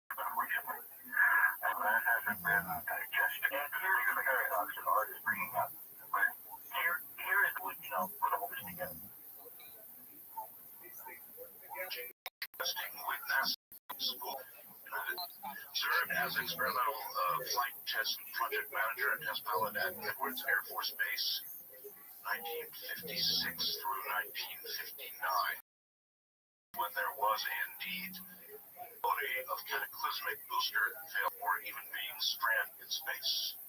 Today, Gordon Cooper lives in. He's president of Galaxy Group, a highly experienced engineering engaged generally modification of existing aircraft and design and manufacture of new aircraft. on the drawing board based partly on his own experience with is a design for Vantage, a vertical lift with saucer-shaped wings attaching to a fuselage. Gordon thinks the saucer shape is the way we should have been going with aircraft design for a long time, is to build this vehicle to 4 vertical lifts. He flew the last 1963 22 times around the Earth, 32 hours. Still, by the way, the U.S. record for longest solo space flight. On this flight, and you may recall if you're old enough, he lost all electronics. Or was the first man to manually control re-entry from space. Here is Gordon Cooper. Gordon, welcome to the program. Our phone connection is not the greatest in home, Gordon, so you're probably going to have to try and scream at me if you can. Okay. You are now in your 70s, aren't you? Yes, I am. I'm 72. 72. Did you think, as you think back on it, you... Well, of course, I always hope to, right? That's right. That's right. But I mean, many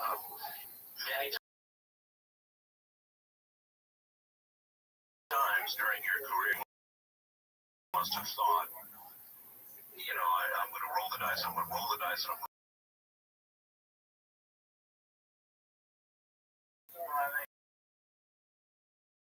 the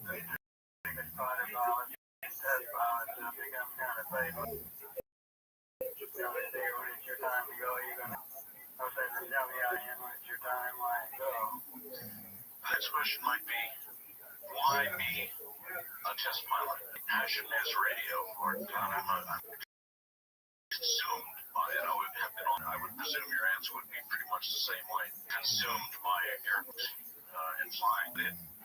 Well, I didn't really look at it. Tolerated on the test pilot.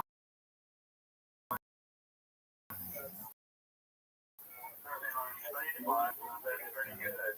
It works the pilot down a lot. Actually, that's quite true.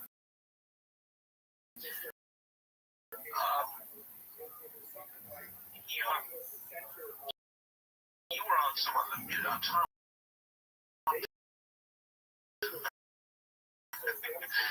As I had to the right stuff, I think toward the end, right at the end of the right stuff, you on top of the booster, this and you run. I mean, what does run a moment like that? You're sitting on a virtual little car that is not so careful, did a good job on it. I've been in some recent space movie. I saw it before the launch. One of the astronauts commented how many moving parts they have, and they were all built close. Yes, that's probably true. And I know, saw some of our rockets blow up. I guess when you stand there, you're fairly close and you see what blow up. That has to be imprinted very heavily on your mind when you're there. It is. I thought Americans would begin to understand why a person would be willing to roll the dice that way. What is so exciting? What is so magnificent? To get somebody like yourself to do that. Well, it's a fine job. It's very self-satisfying to be able to do a good job. It's very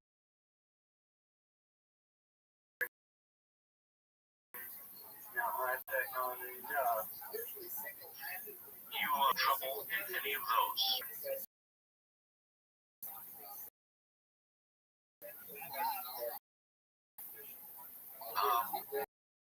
With respect to the last Mercury mission,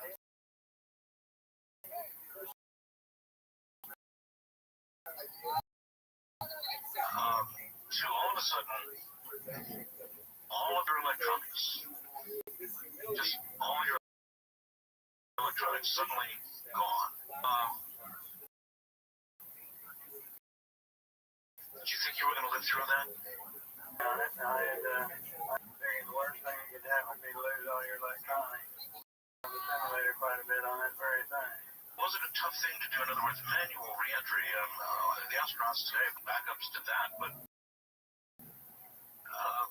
is it a pretty narrow window?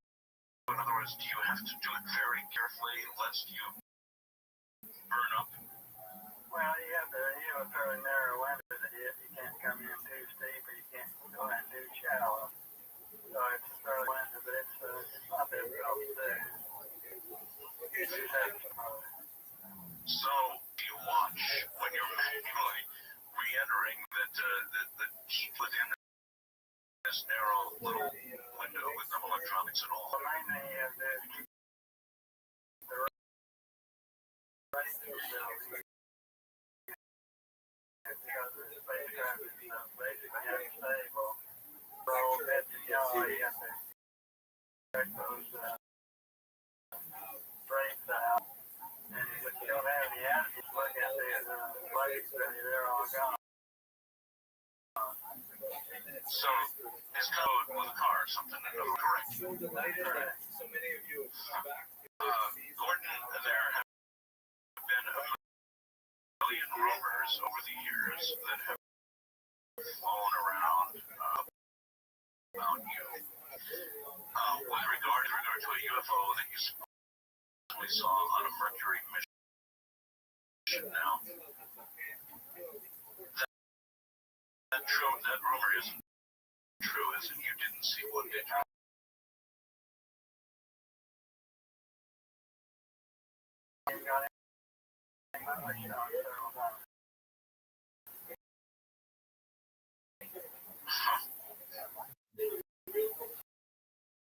The funny thing is that even though that's a complete BS story, the fact of the matter is you have those out. On one occasion, I saw some vehicles that we finally assembled were UFOs. Where was this? Where did you see this? Over Germany. Germany. Can you describe what you did?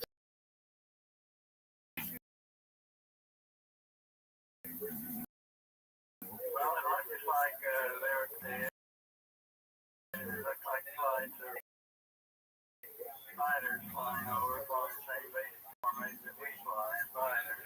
They were going, from east to west.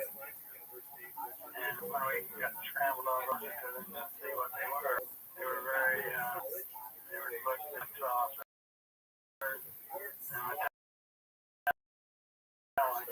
We couldn't get any closer enough to get any more detail on that. But you got it, and their speed relative to yours? Certainly faster.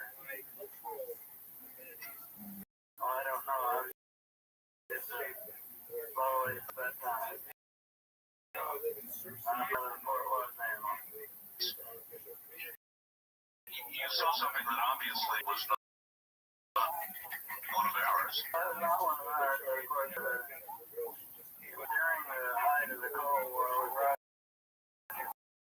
that point in time, we really had no way of knowing what Russia might be. It might have desired to be building. So we felt that it might be some kind of new Russian aircraft. Well, looking back on it now, I don't think they had anything like that. or at least history doesn't tell us they do. So it wasn't one of theirs, and I guess it must make you wonder a lot today.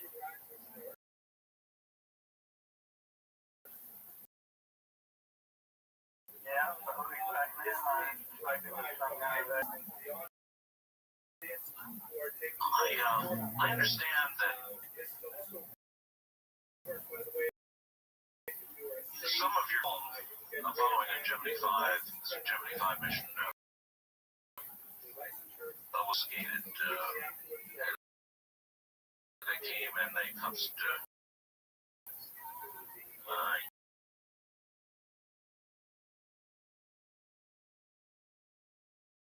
You'd apparently been taking shots from orbit, I guess.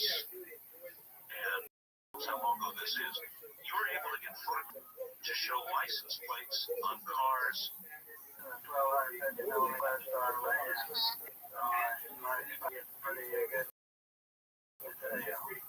Well, you might, but, you know, years and years and years ago, we were the very best spy satellites we had were capable of getting perhaps a license plate or something like that. So if you could do that, then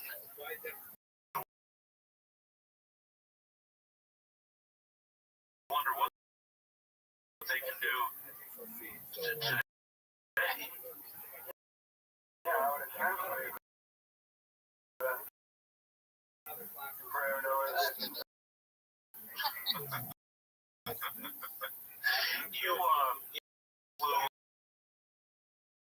And looking back on it now, you were really angry when they confiscated your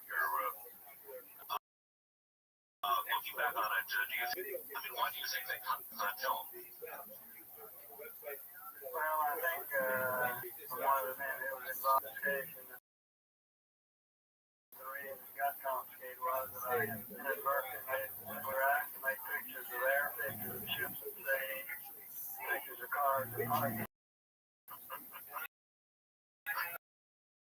And one of the airfields that I mapped unknowingly out to be some little area 51. Yeah, 51? Yeah, how about that? How about that? Do you know Gordon? No, you don't know. I'm in a little town called Rothschild, Nevada. Oh, yeah. And you see, just Gordon is area 50 mountain range here. And we see things from time to time in this town, and just about everybody in this town can tell a story that absolutely cannot be accounted for. They can't be accounted for. In my own thought, a large triangular passed directly over my head. I was standing there watching, silently, not making a sound, not flying, doing, I don't know, 30 miles perhaps, not enough to support aerodynamic flight of any sort that I know. I was in the Air Force and I get to fly in C-130's launch coordinate. So I know what a C-130 is. And 2 weeks after I saw what I saw said, yes, indeed, on that night there had been a mission that may have overflown the Pahrump Valley. That's where I live. And I have never been in someone's whole entire life. So we see these things, and they probably come and go from Area 51.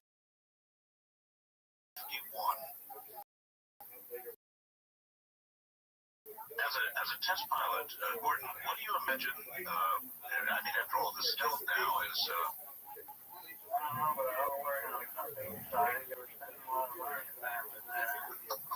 Most of all, I was spending, they were getting, something pretty exciting. Return to the tax number. I'm sure we probably are. But the book is Leap of Faith. Gordon.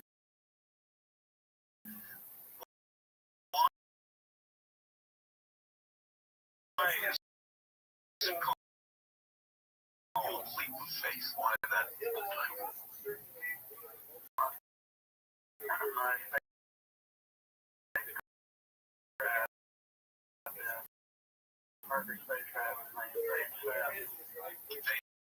That makes sense. Maybe it's your publisher Collins putting words in your mouth, but these are pretty strong words. It's here. Leap of faith is Gordon's first person author, Bruce Henderson. Though it is part memoir, part adventure from beginning to end, is his strong and unshakable belief in extraterrestrial intelligence. Statement, is that true? Well, I certainly believe that God created us by His great number. Here was a big marvelous place. And when you think about possibly 400 years into the hour, it makes you wonder if we aren't being kind of that populated on this one place. That's right. And as I said in the movie Contact, what a great waste. When you were in orbit, you were there for quite a while, 22 orbits, 32 hours, that's a long time. You would have time, I would presume, during that time, to look out, contemplate what we see down here. And did those kinds of thoughts and wonderings cross your mind then?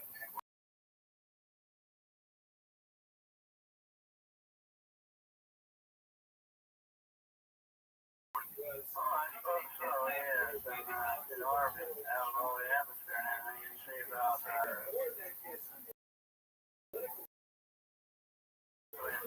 you realize that the studies of that.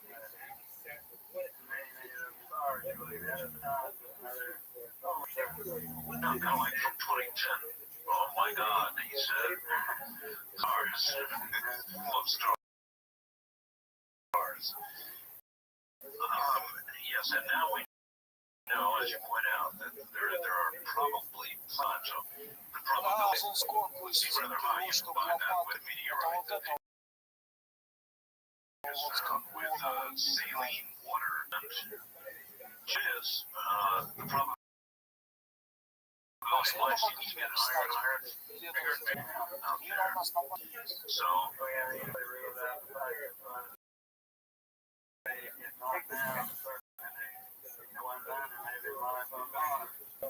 in fact, it is likely that at one time, or at least possible, was life on Mars. We know there was an atmosphere. We know there was water once on Mars. All of that's true.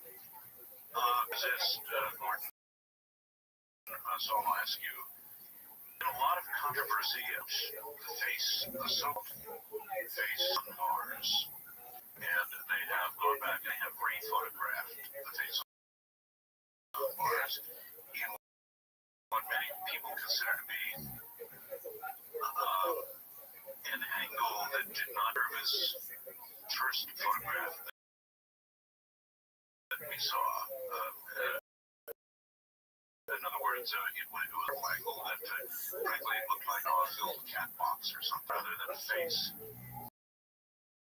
What do you think about the face? I just don't know. It could either be someone.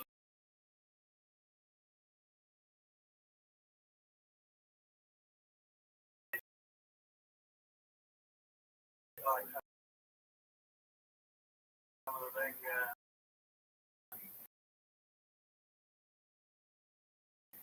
Down the South America. Or it could be the road. But I just don't know what the bank of it. That's why the reason we need to send some man tomorrow. Check some more things out. And I'm sure that you are very loyal to NASA. But is NASA today? One of the things right now for the most time. In fact, they want quite enough. Because they do a lot of good work in aviation brands that people don't even wear on. That's absolutely true. You're right. They don't choose their horn a lot, and their horn does not get too much anymore by the media at all. They just don't treat spaceflight the way they once did. No, they don't. What do you think? The American people, you think they got? Well, of course, I think we, you know, going back to the man, and that's the benefit of ever. Gordon, it's been 30 years, 30 years plus, since we went to the moon. That's a long, long time. I remembered, of course. I'm old enough, I'm 54, and so I remembered as a child. And we haven't gone back. Unbelievable. Yes, it is unbelievable. Why? And you can say all of this. You can say all kinds of reasons. And an administration really has the courage to live and really get going on it. And certainly a lot of it has been that thought. There's not any courage and wisdom that years ago. Exactly what I meant when I asked you that question about NASA then and NASA now. NASA then was much more of some organization, much more of a taker. And I guess it's not surprising as it takes fewer risks.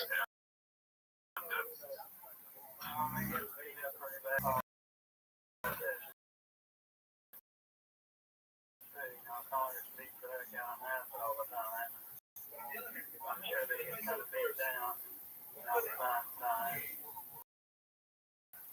NASA, when they are asked about the quality of extraterrestrial life, or even more directly to the point that there are signs that cannot be explained, NASA does depends upon the issue, or they don't like talking about that sort of thing. Investigation in this country called Project Blue Book that ended with a statement that whatever not explain everything they investigated, they are to national security. Can you buy that statement? That's right.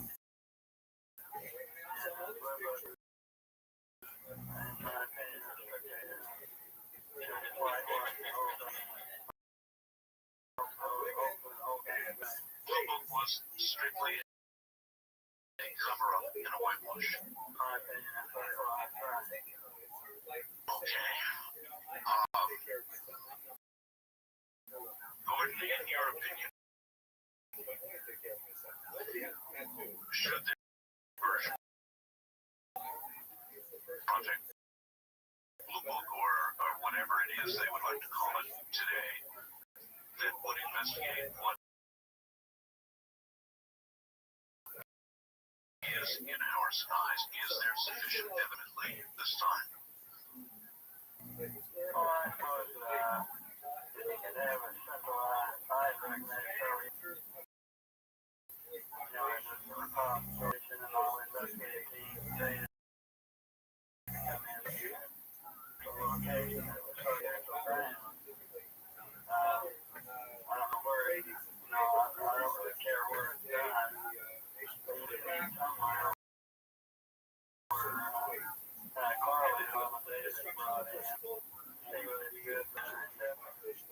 Do you think such a thing is politically possible? I don't know.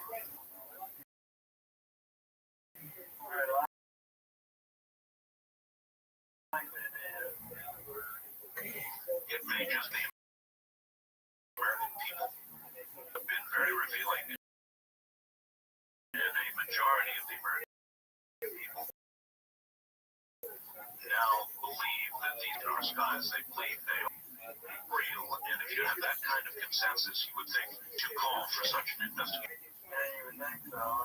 Certainly would have a good chance to get. You had, which I've heard about over the years, Gordon, at Air Force Base.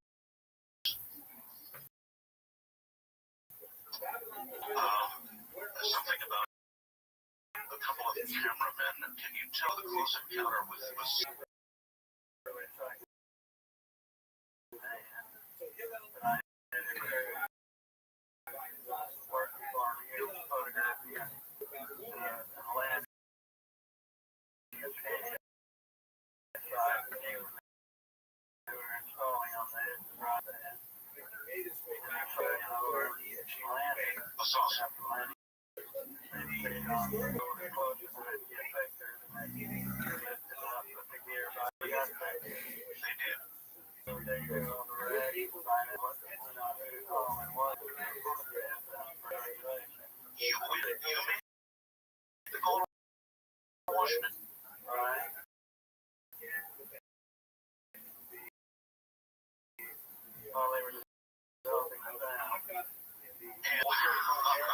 What was that?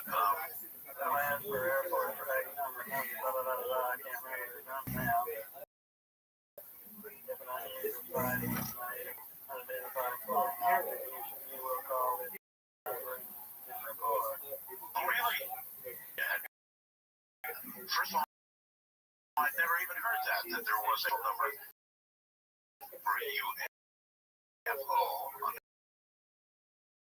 unidentified flying object, whatever you want to call it. And you called it. And you said, guess what? We've got photographs of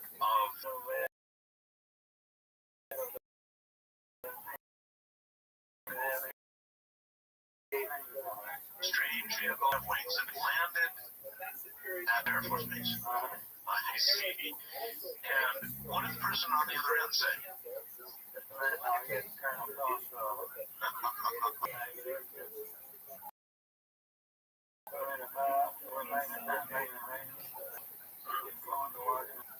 He told you, don't make trips, fly him to Washington right away. I assume that is precisely what you did.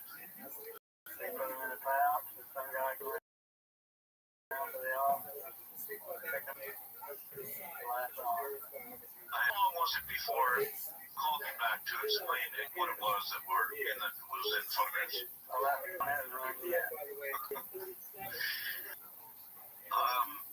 Gordon,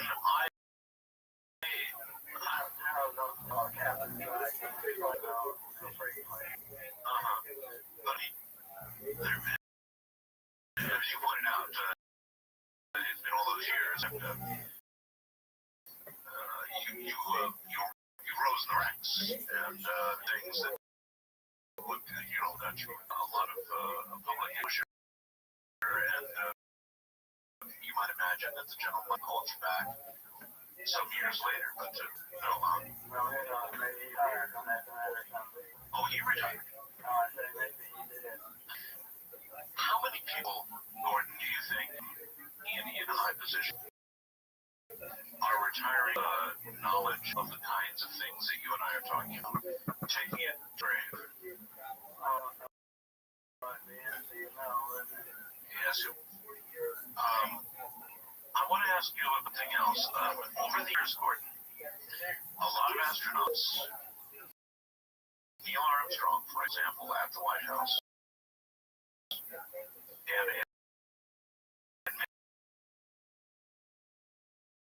many other occasions, a lot of astronauts have made very, very provocative statements that don't quite say that we are being visited, that the things that are real, they don't quite certain, but they almost say. Neil Armstrong particularly alluded to just some incredible things that will be coming down the line. And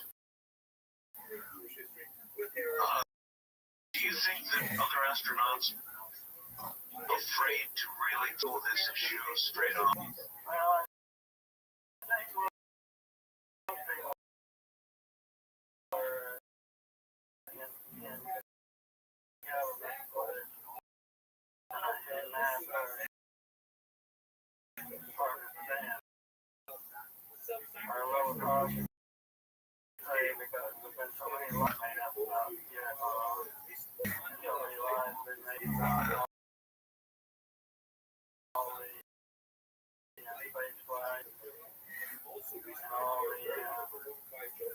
Shuffle of people.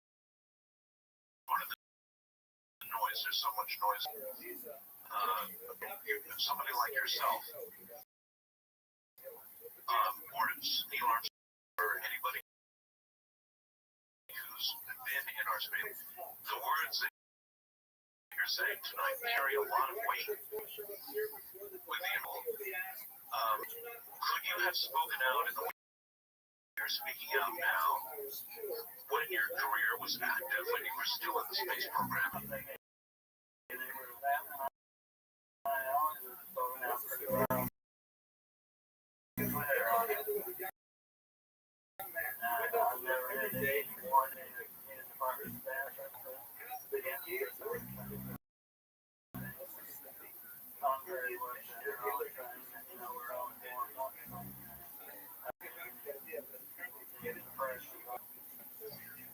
Would it be your opinion is very well aware of these things, doing tremendous speeds and maneuvers in an atmosphere that they I sure hope they are.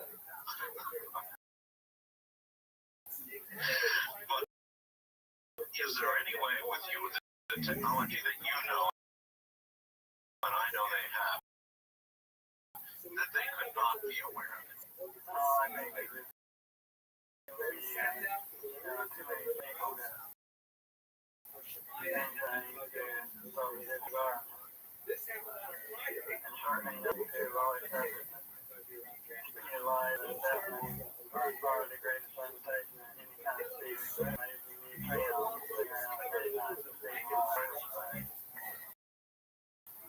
That's right. And so imagine that a violation of Einstein's theory about not being able to exceed the speed of light. You rather imagine that our distant future or present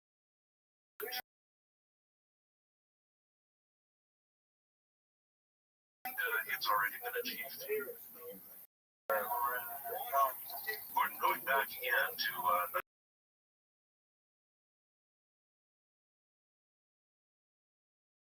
as ordered. You got to see them. You actually got to see the negatives. Right. Now, apparently, the cameramen were told that what was in the negative was a balloon. Yeah, I don't know.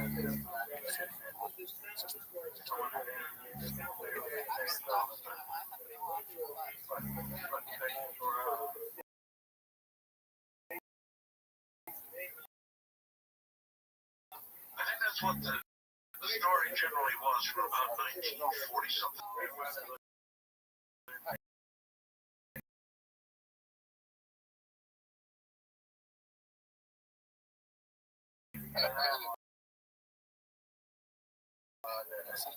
Well, I understand you were able to observe, at least in the negatives, that a tricycle-like landing gear.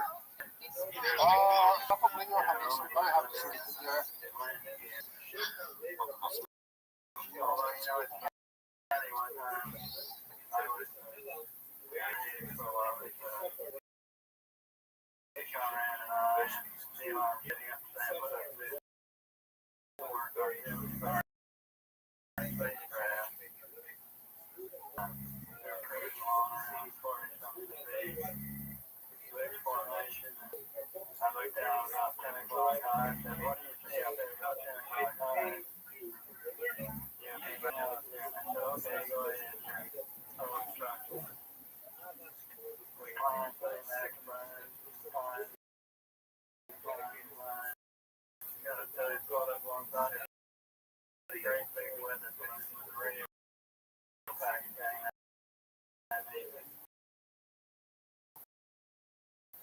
the weather book.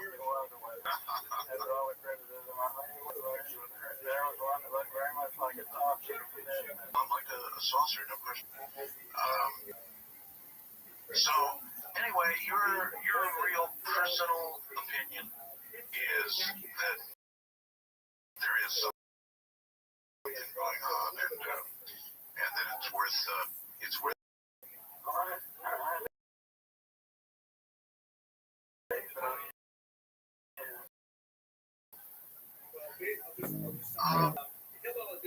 Americans, unfortunately, because at least Americans my age, are never going to get to go to work. They're never going to be in space. They're never going to know what it feels like.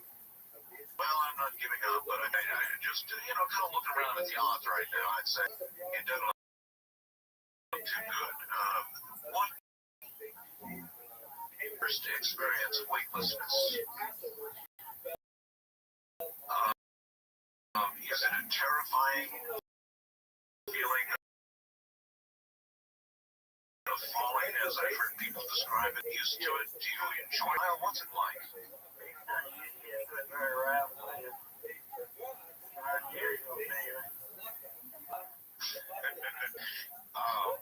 Did you get sick at all? You didn't?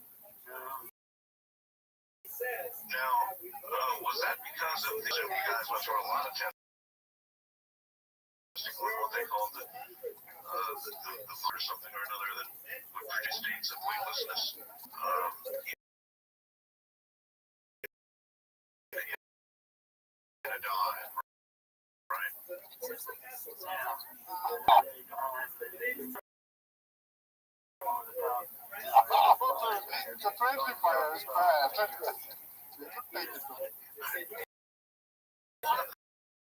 Mandates, or that NASA has, to begin to privatize, and it's really one of the things that not come to fruition that they were mandated by Congress to begin to privatize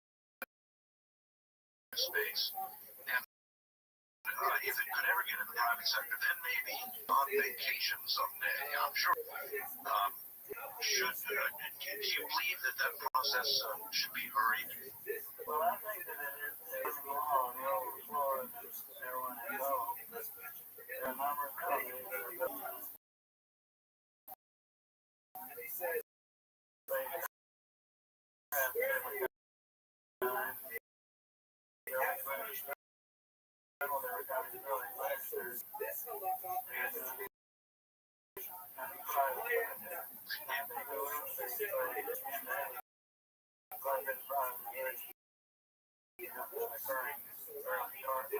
so we're on the verge of it. You are in the middle of a mixing group which is producing among. Why do you think it says here that the saucer shape is the way we should have been going with aircraft design for a long time? But they did. Or was hidden? I mean, this shooting reminds me like Devil's Advocate, The Dead.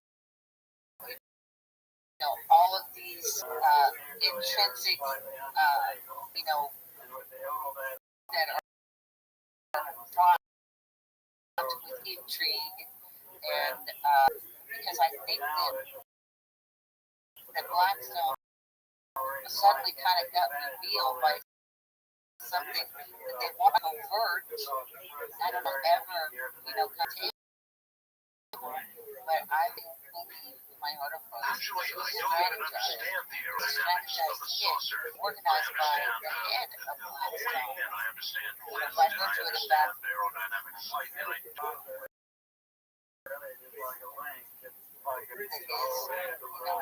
Housekeeper is pushed in front of a train by an unknown, assailant. It's just a random act of violence. So, when we were talking, I saw this. Flying things out at Area 51.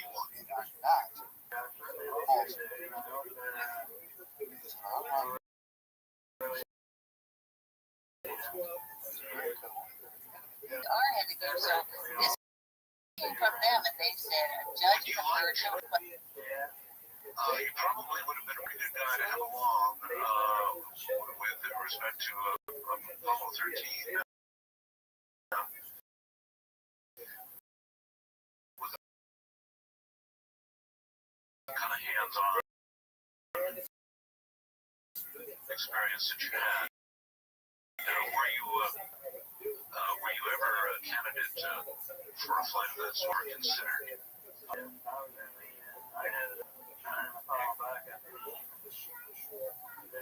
Not proper backup teams and so forth. Were people thinking that it would not be too bad if somebody got the flu on the wrong day?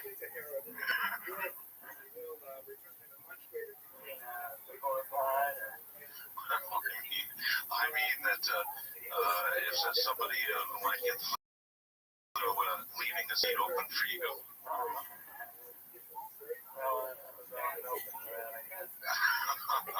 I don't know if you can answer this or not, or maybe you can just say you gave us as much as really, I guess, an answer would, or nearly as much. That is this question: are there many things during the time you were in the space program, or during all the years that you were connected to NASA aircraft? Are there many things that even today you can't talk about? Not really. Nothing out there, nearly anything going declassified and talk about.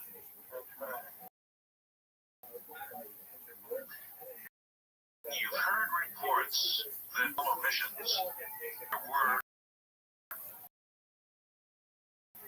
inexplicable things that were seen. Have you not?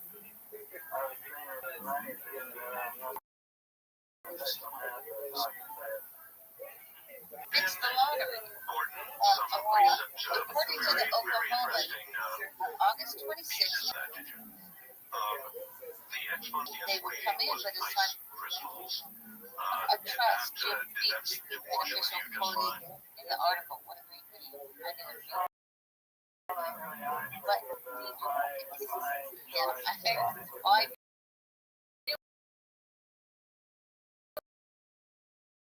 But I think that a computer malfunction, live televised broadcast of the Sunday law, forcing officials to hold the trial later behind closed doors with oversight from an anonymous. And I don't know where your trust claims is downfall. First glance, it's just individual privacy, but timing is very hard to ignore, right? July 1st, 2008, just one day before. Then there was another more recent shuttle flight. I'm not sure if it was 50. I think it was 50, Gordon. In which the outboard camera on the shuttle come down and focus a specific piece of land. Whoever was controlling the camera from the ground phoned in and waited. And without question, there was something that appeared to come up, perhaps some sort of experiment, perhaps something leaving the atmosphere at a tremendous speed. I really have no idea. Maybe some sort of laser or plasma weapon, or who knows. Have you seen that footage? I would love your view of it. You were in orbit, spending the time in orbit. Can you spend more time looking outward toward the stars or back toward Earth?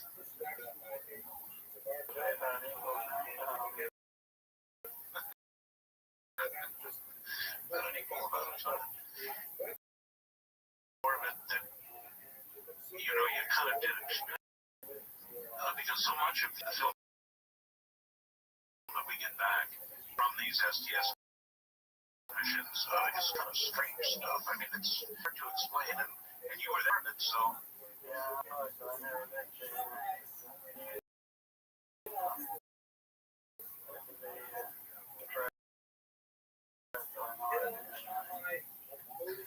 If you back then were able to take photographs of license plates, then they should, by now, they'd be able to count the hairs on our head.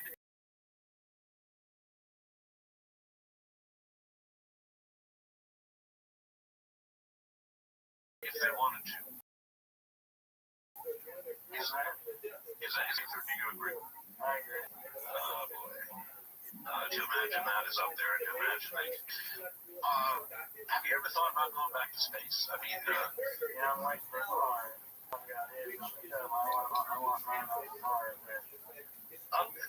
there any of the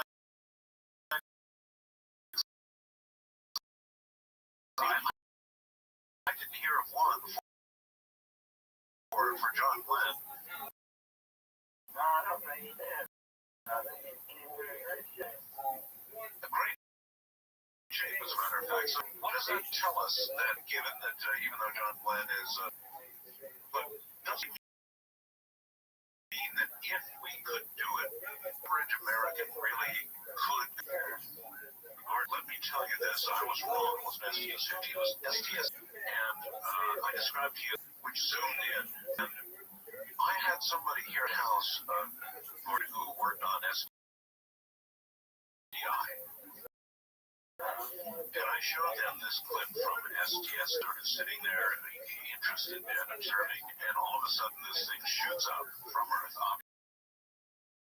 obviously. And this person, who I will not identify for the right, said, oh my God, I worked on that. So I guess since you see it, I would ask you, would you like to see it and perhaps render an opinion for us? It's one of the most spectacular things I've ever seen, and I sure would like to get your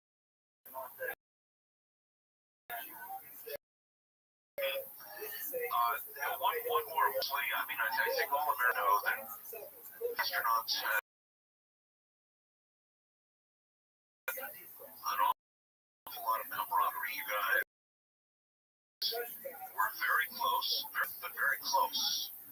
And there must have been a lot of time in a bar somewhere, knocking back a few. Were you ever told anything by any of the other astronauts about anything that was on the moon or elsewhere that they really particularly talk about in public?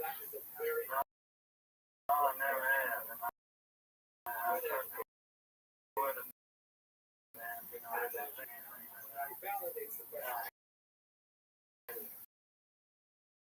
I interviewed Dr. Morgan Moon, and to this day I wondered if they were. He said, it's kind of strange, but when I try to think back and remember my emotions in my young moon,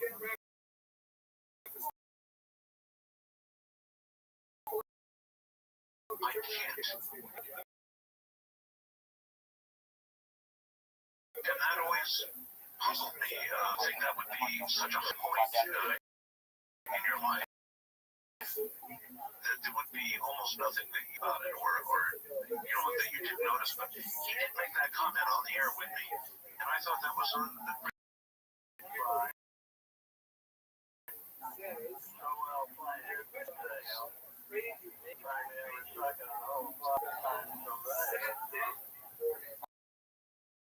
They don't have time for that. They don't have time. A lot of their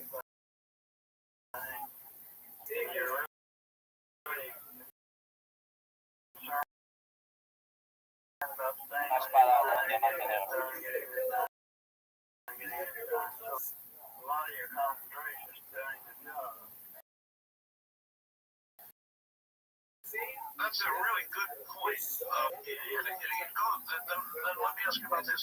Mine was, doing our task, and we're not spending a lot of time looking up at the sky. Not live for long.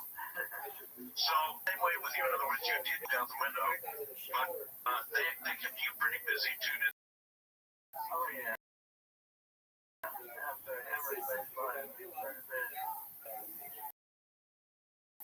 Well, this is going to be one of the perhaps most startling programs.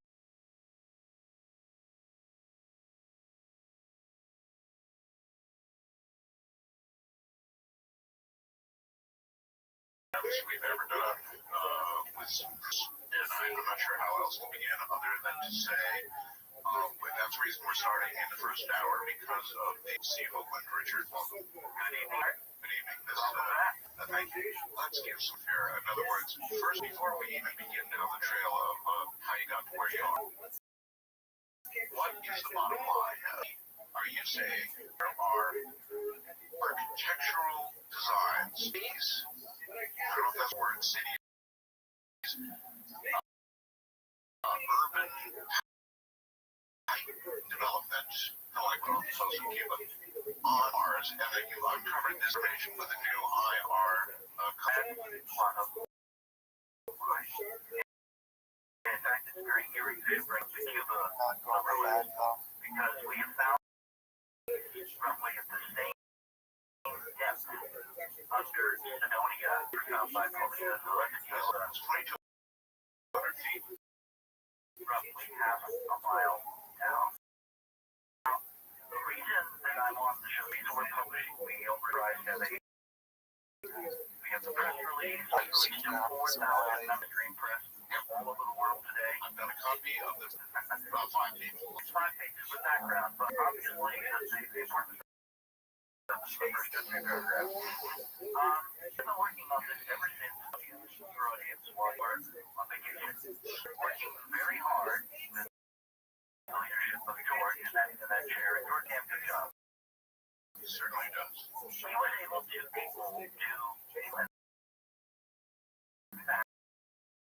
NASA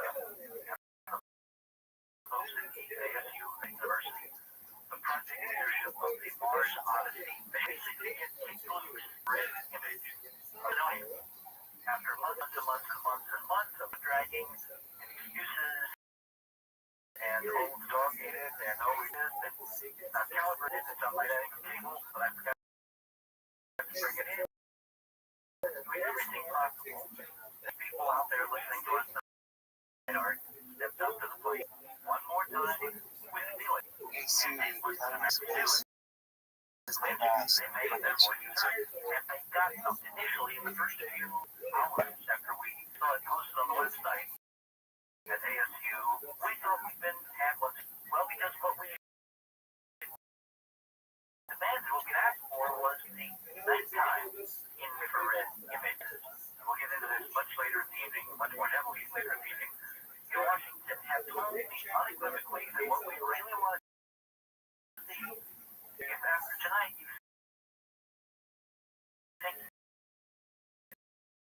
see anything on the daytime images, you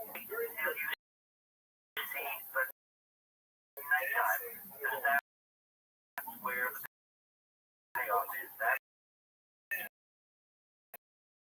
where I've been looking for now for 20-some years, namely unequivocal proof of the relative extraterrestrial civilization on Mars apparently alive. To what degree of certainty the daytime color IR photograph we talk it into in the next hour or so. I would say my confidence level is now 99.99999%. I think it's there. Right now, and there are also reasons to do. All the tests we've done, all the cross-checking, all the various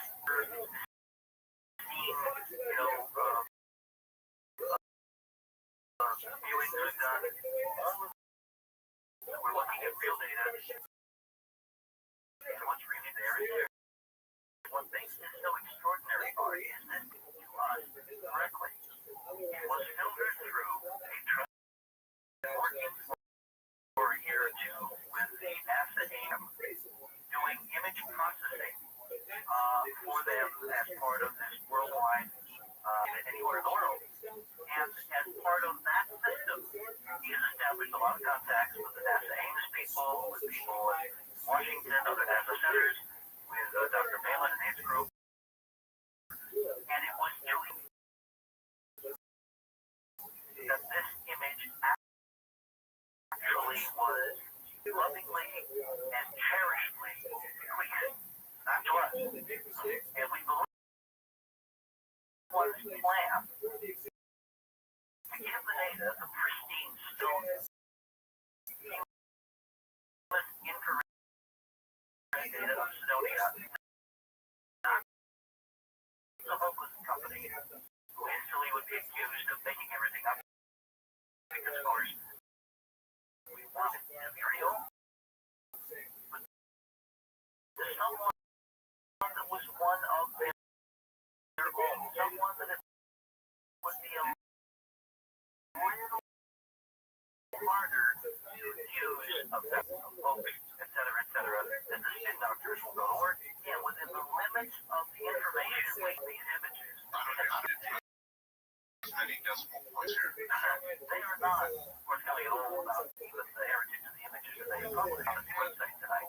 There's no sun angles, there's no orbit numbers, there's no release. They could be, again, like Dr. Malin used to keep them in a drawer for months before they put them up. All right. So I am, to answer your question, Art, I am extraordinarily confident because of the way this image was acquired. We're going to go into that in detail. The processing steps that were applied to it, we're going to go into that in detail. And the character and integrity of the individual, we'll go into that in detail. Okay, Keith Laney then is the man associated with NASA, and what does he do? He works on the East Coast. This is Charlotte, North Carolina, not far from where my own homestead used to be. Right. He is an independent contractor. He does image processing. He's been a member of the anomalous community. Located in Mars, whatever, for years and years and years. And as I said here, so he was accepted by the program at NASA Ames to work on data collaboration for the unmanned rover landing. Seriously trusted by NASA to his office and asked them if they're in publishing the data you're publishing tonight themselves. Yes. And they said, yes. Back to your central question. You see what is down there. So, the whole reason we're taking an infrared picture is because it is a surface scan. It isn't looking merely at the top of Mars. You pick the right band. If you pick the right, you basically can get penetration into and beneath the surface of another Heat signatures, or looks for difference in heat, and I believe that's the. Well, if you're looking at short infrared, it's basically light going longer wavelength than its reflection. The band of CMOS, which stands for thermal emission imaging system. You have a camera which is looking like objects. Right. So for those who don't understand, an object beneath the surface of Mars would be a delta difference between the heat of the surface and beneath the surface. Exactly. And that's what you are seeing. Well, plus tonight, you'll see this. You're going to Mars were not place it is. It has a unique history. It has. We probably would be conversation because I don't think even the NASA, even the famous team understands that. Although there is some indication, correct, that the principal of it, either looking at the camera, Dr. Christensen published this thing prior to the October DBM, Major Scientific Meeting, Division of Planetary Sciences that is held every year. He said that for other data taken by this camera since from these kinds of infrared images since February of this year,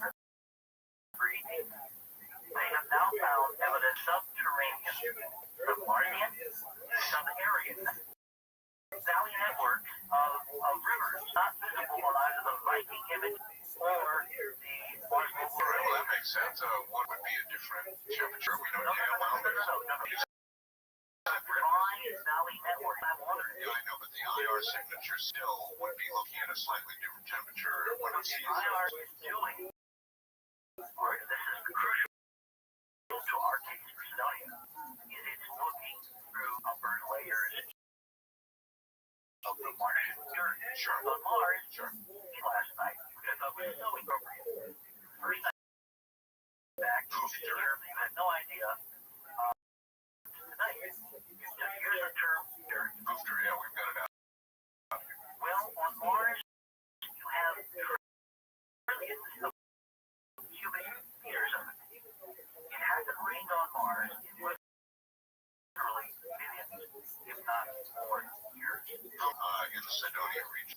According to, and they agree with low people's minds, according to an independent instrument spacecraft, everybody except us that forgot the laser pinger, Yes. the device that is actually doing profiler with them. Up until the news broke a few months ago, doing profiling around Mars. The depth of the basin in which the city lies is almost as deep under from 6.62 to 12.58. So the laser is in the middle of the precise waveband with pictures. And so what we're seeing with the laser, in terms of a lot of profile, apparently going down through an enormous amount of extraordinarily dry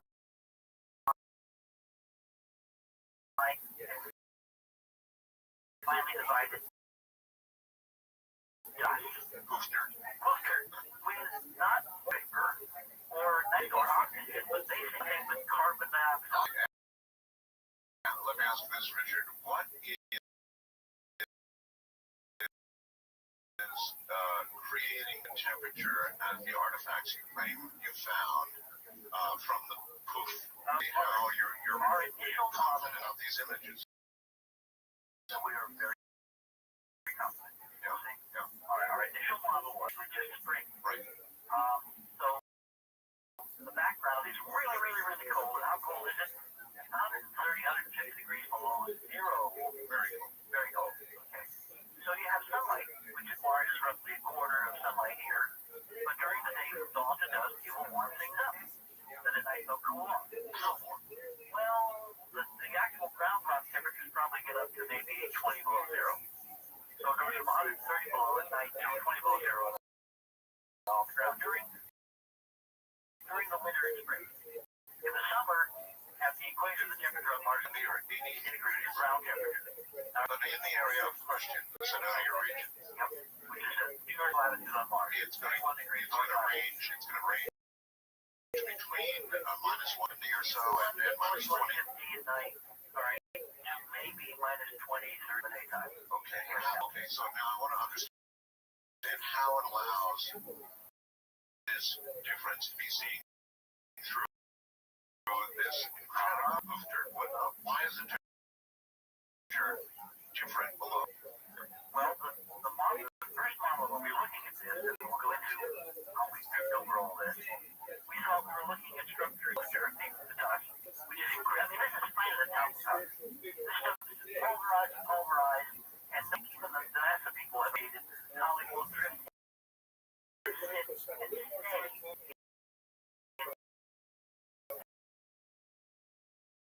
stay valleys and canyons.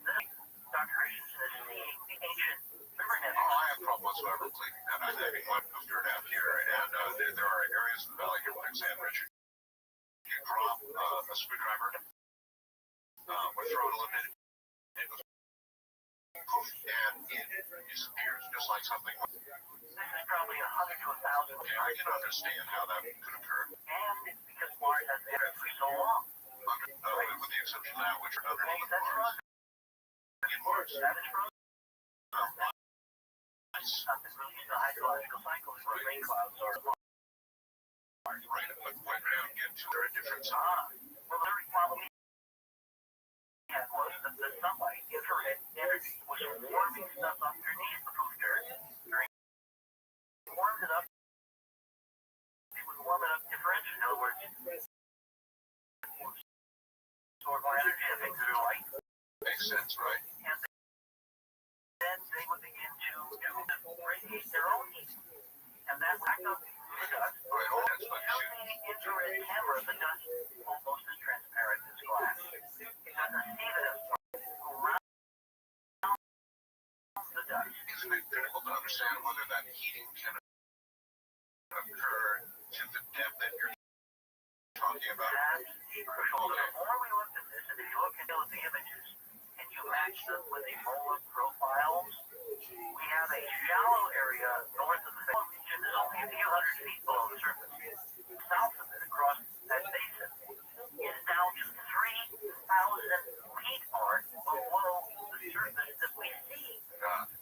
And I started working the other night with Ron Nix, who's our I think I just understood why you want the night photographs, because at night the surface cools. The differential between that which you're trying to see much greater, a very different place. It had atmosphere, it had moisture, it had water, it had all the ingredients of life before something happens, and that's another argument and another program probably, but it had the setup for life. No question about it. So could there have been an entire civilization that covered up in the manner being described? Should there not be cities? Actually, I've got a couple of questions, Richard. Shouldn't there be cities, not just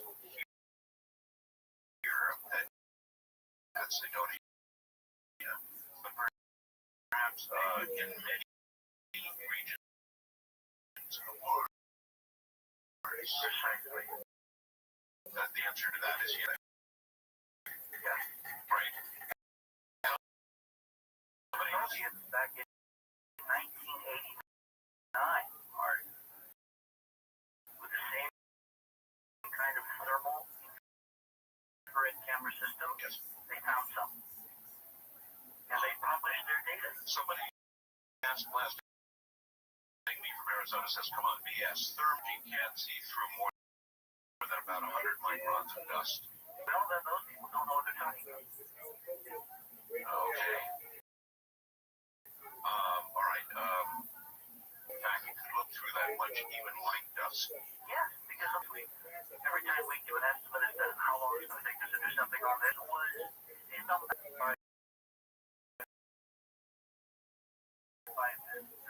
entire panoply of evidence. To him and to me, came out that we had literally 3 nights ago.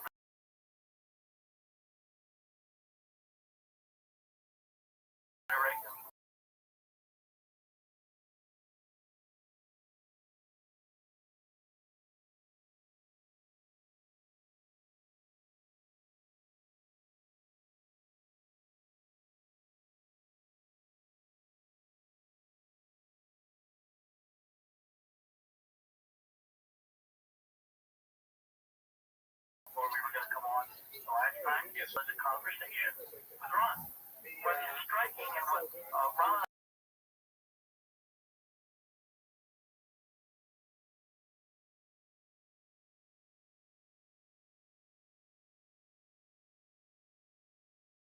Martian real estate. Okay, all right. Yes. Appears to have little bright rim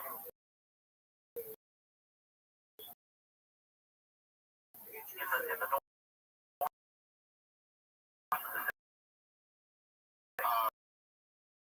Yes, I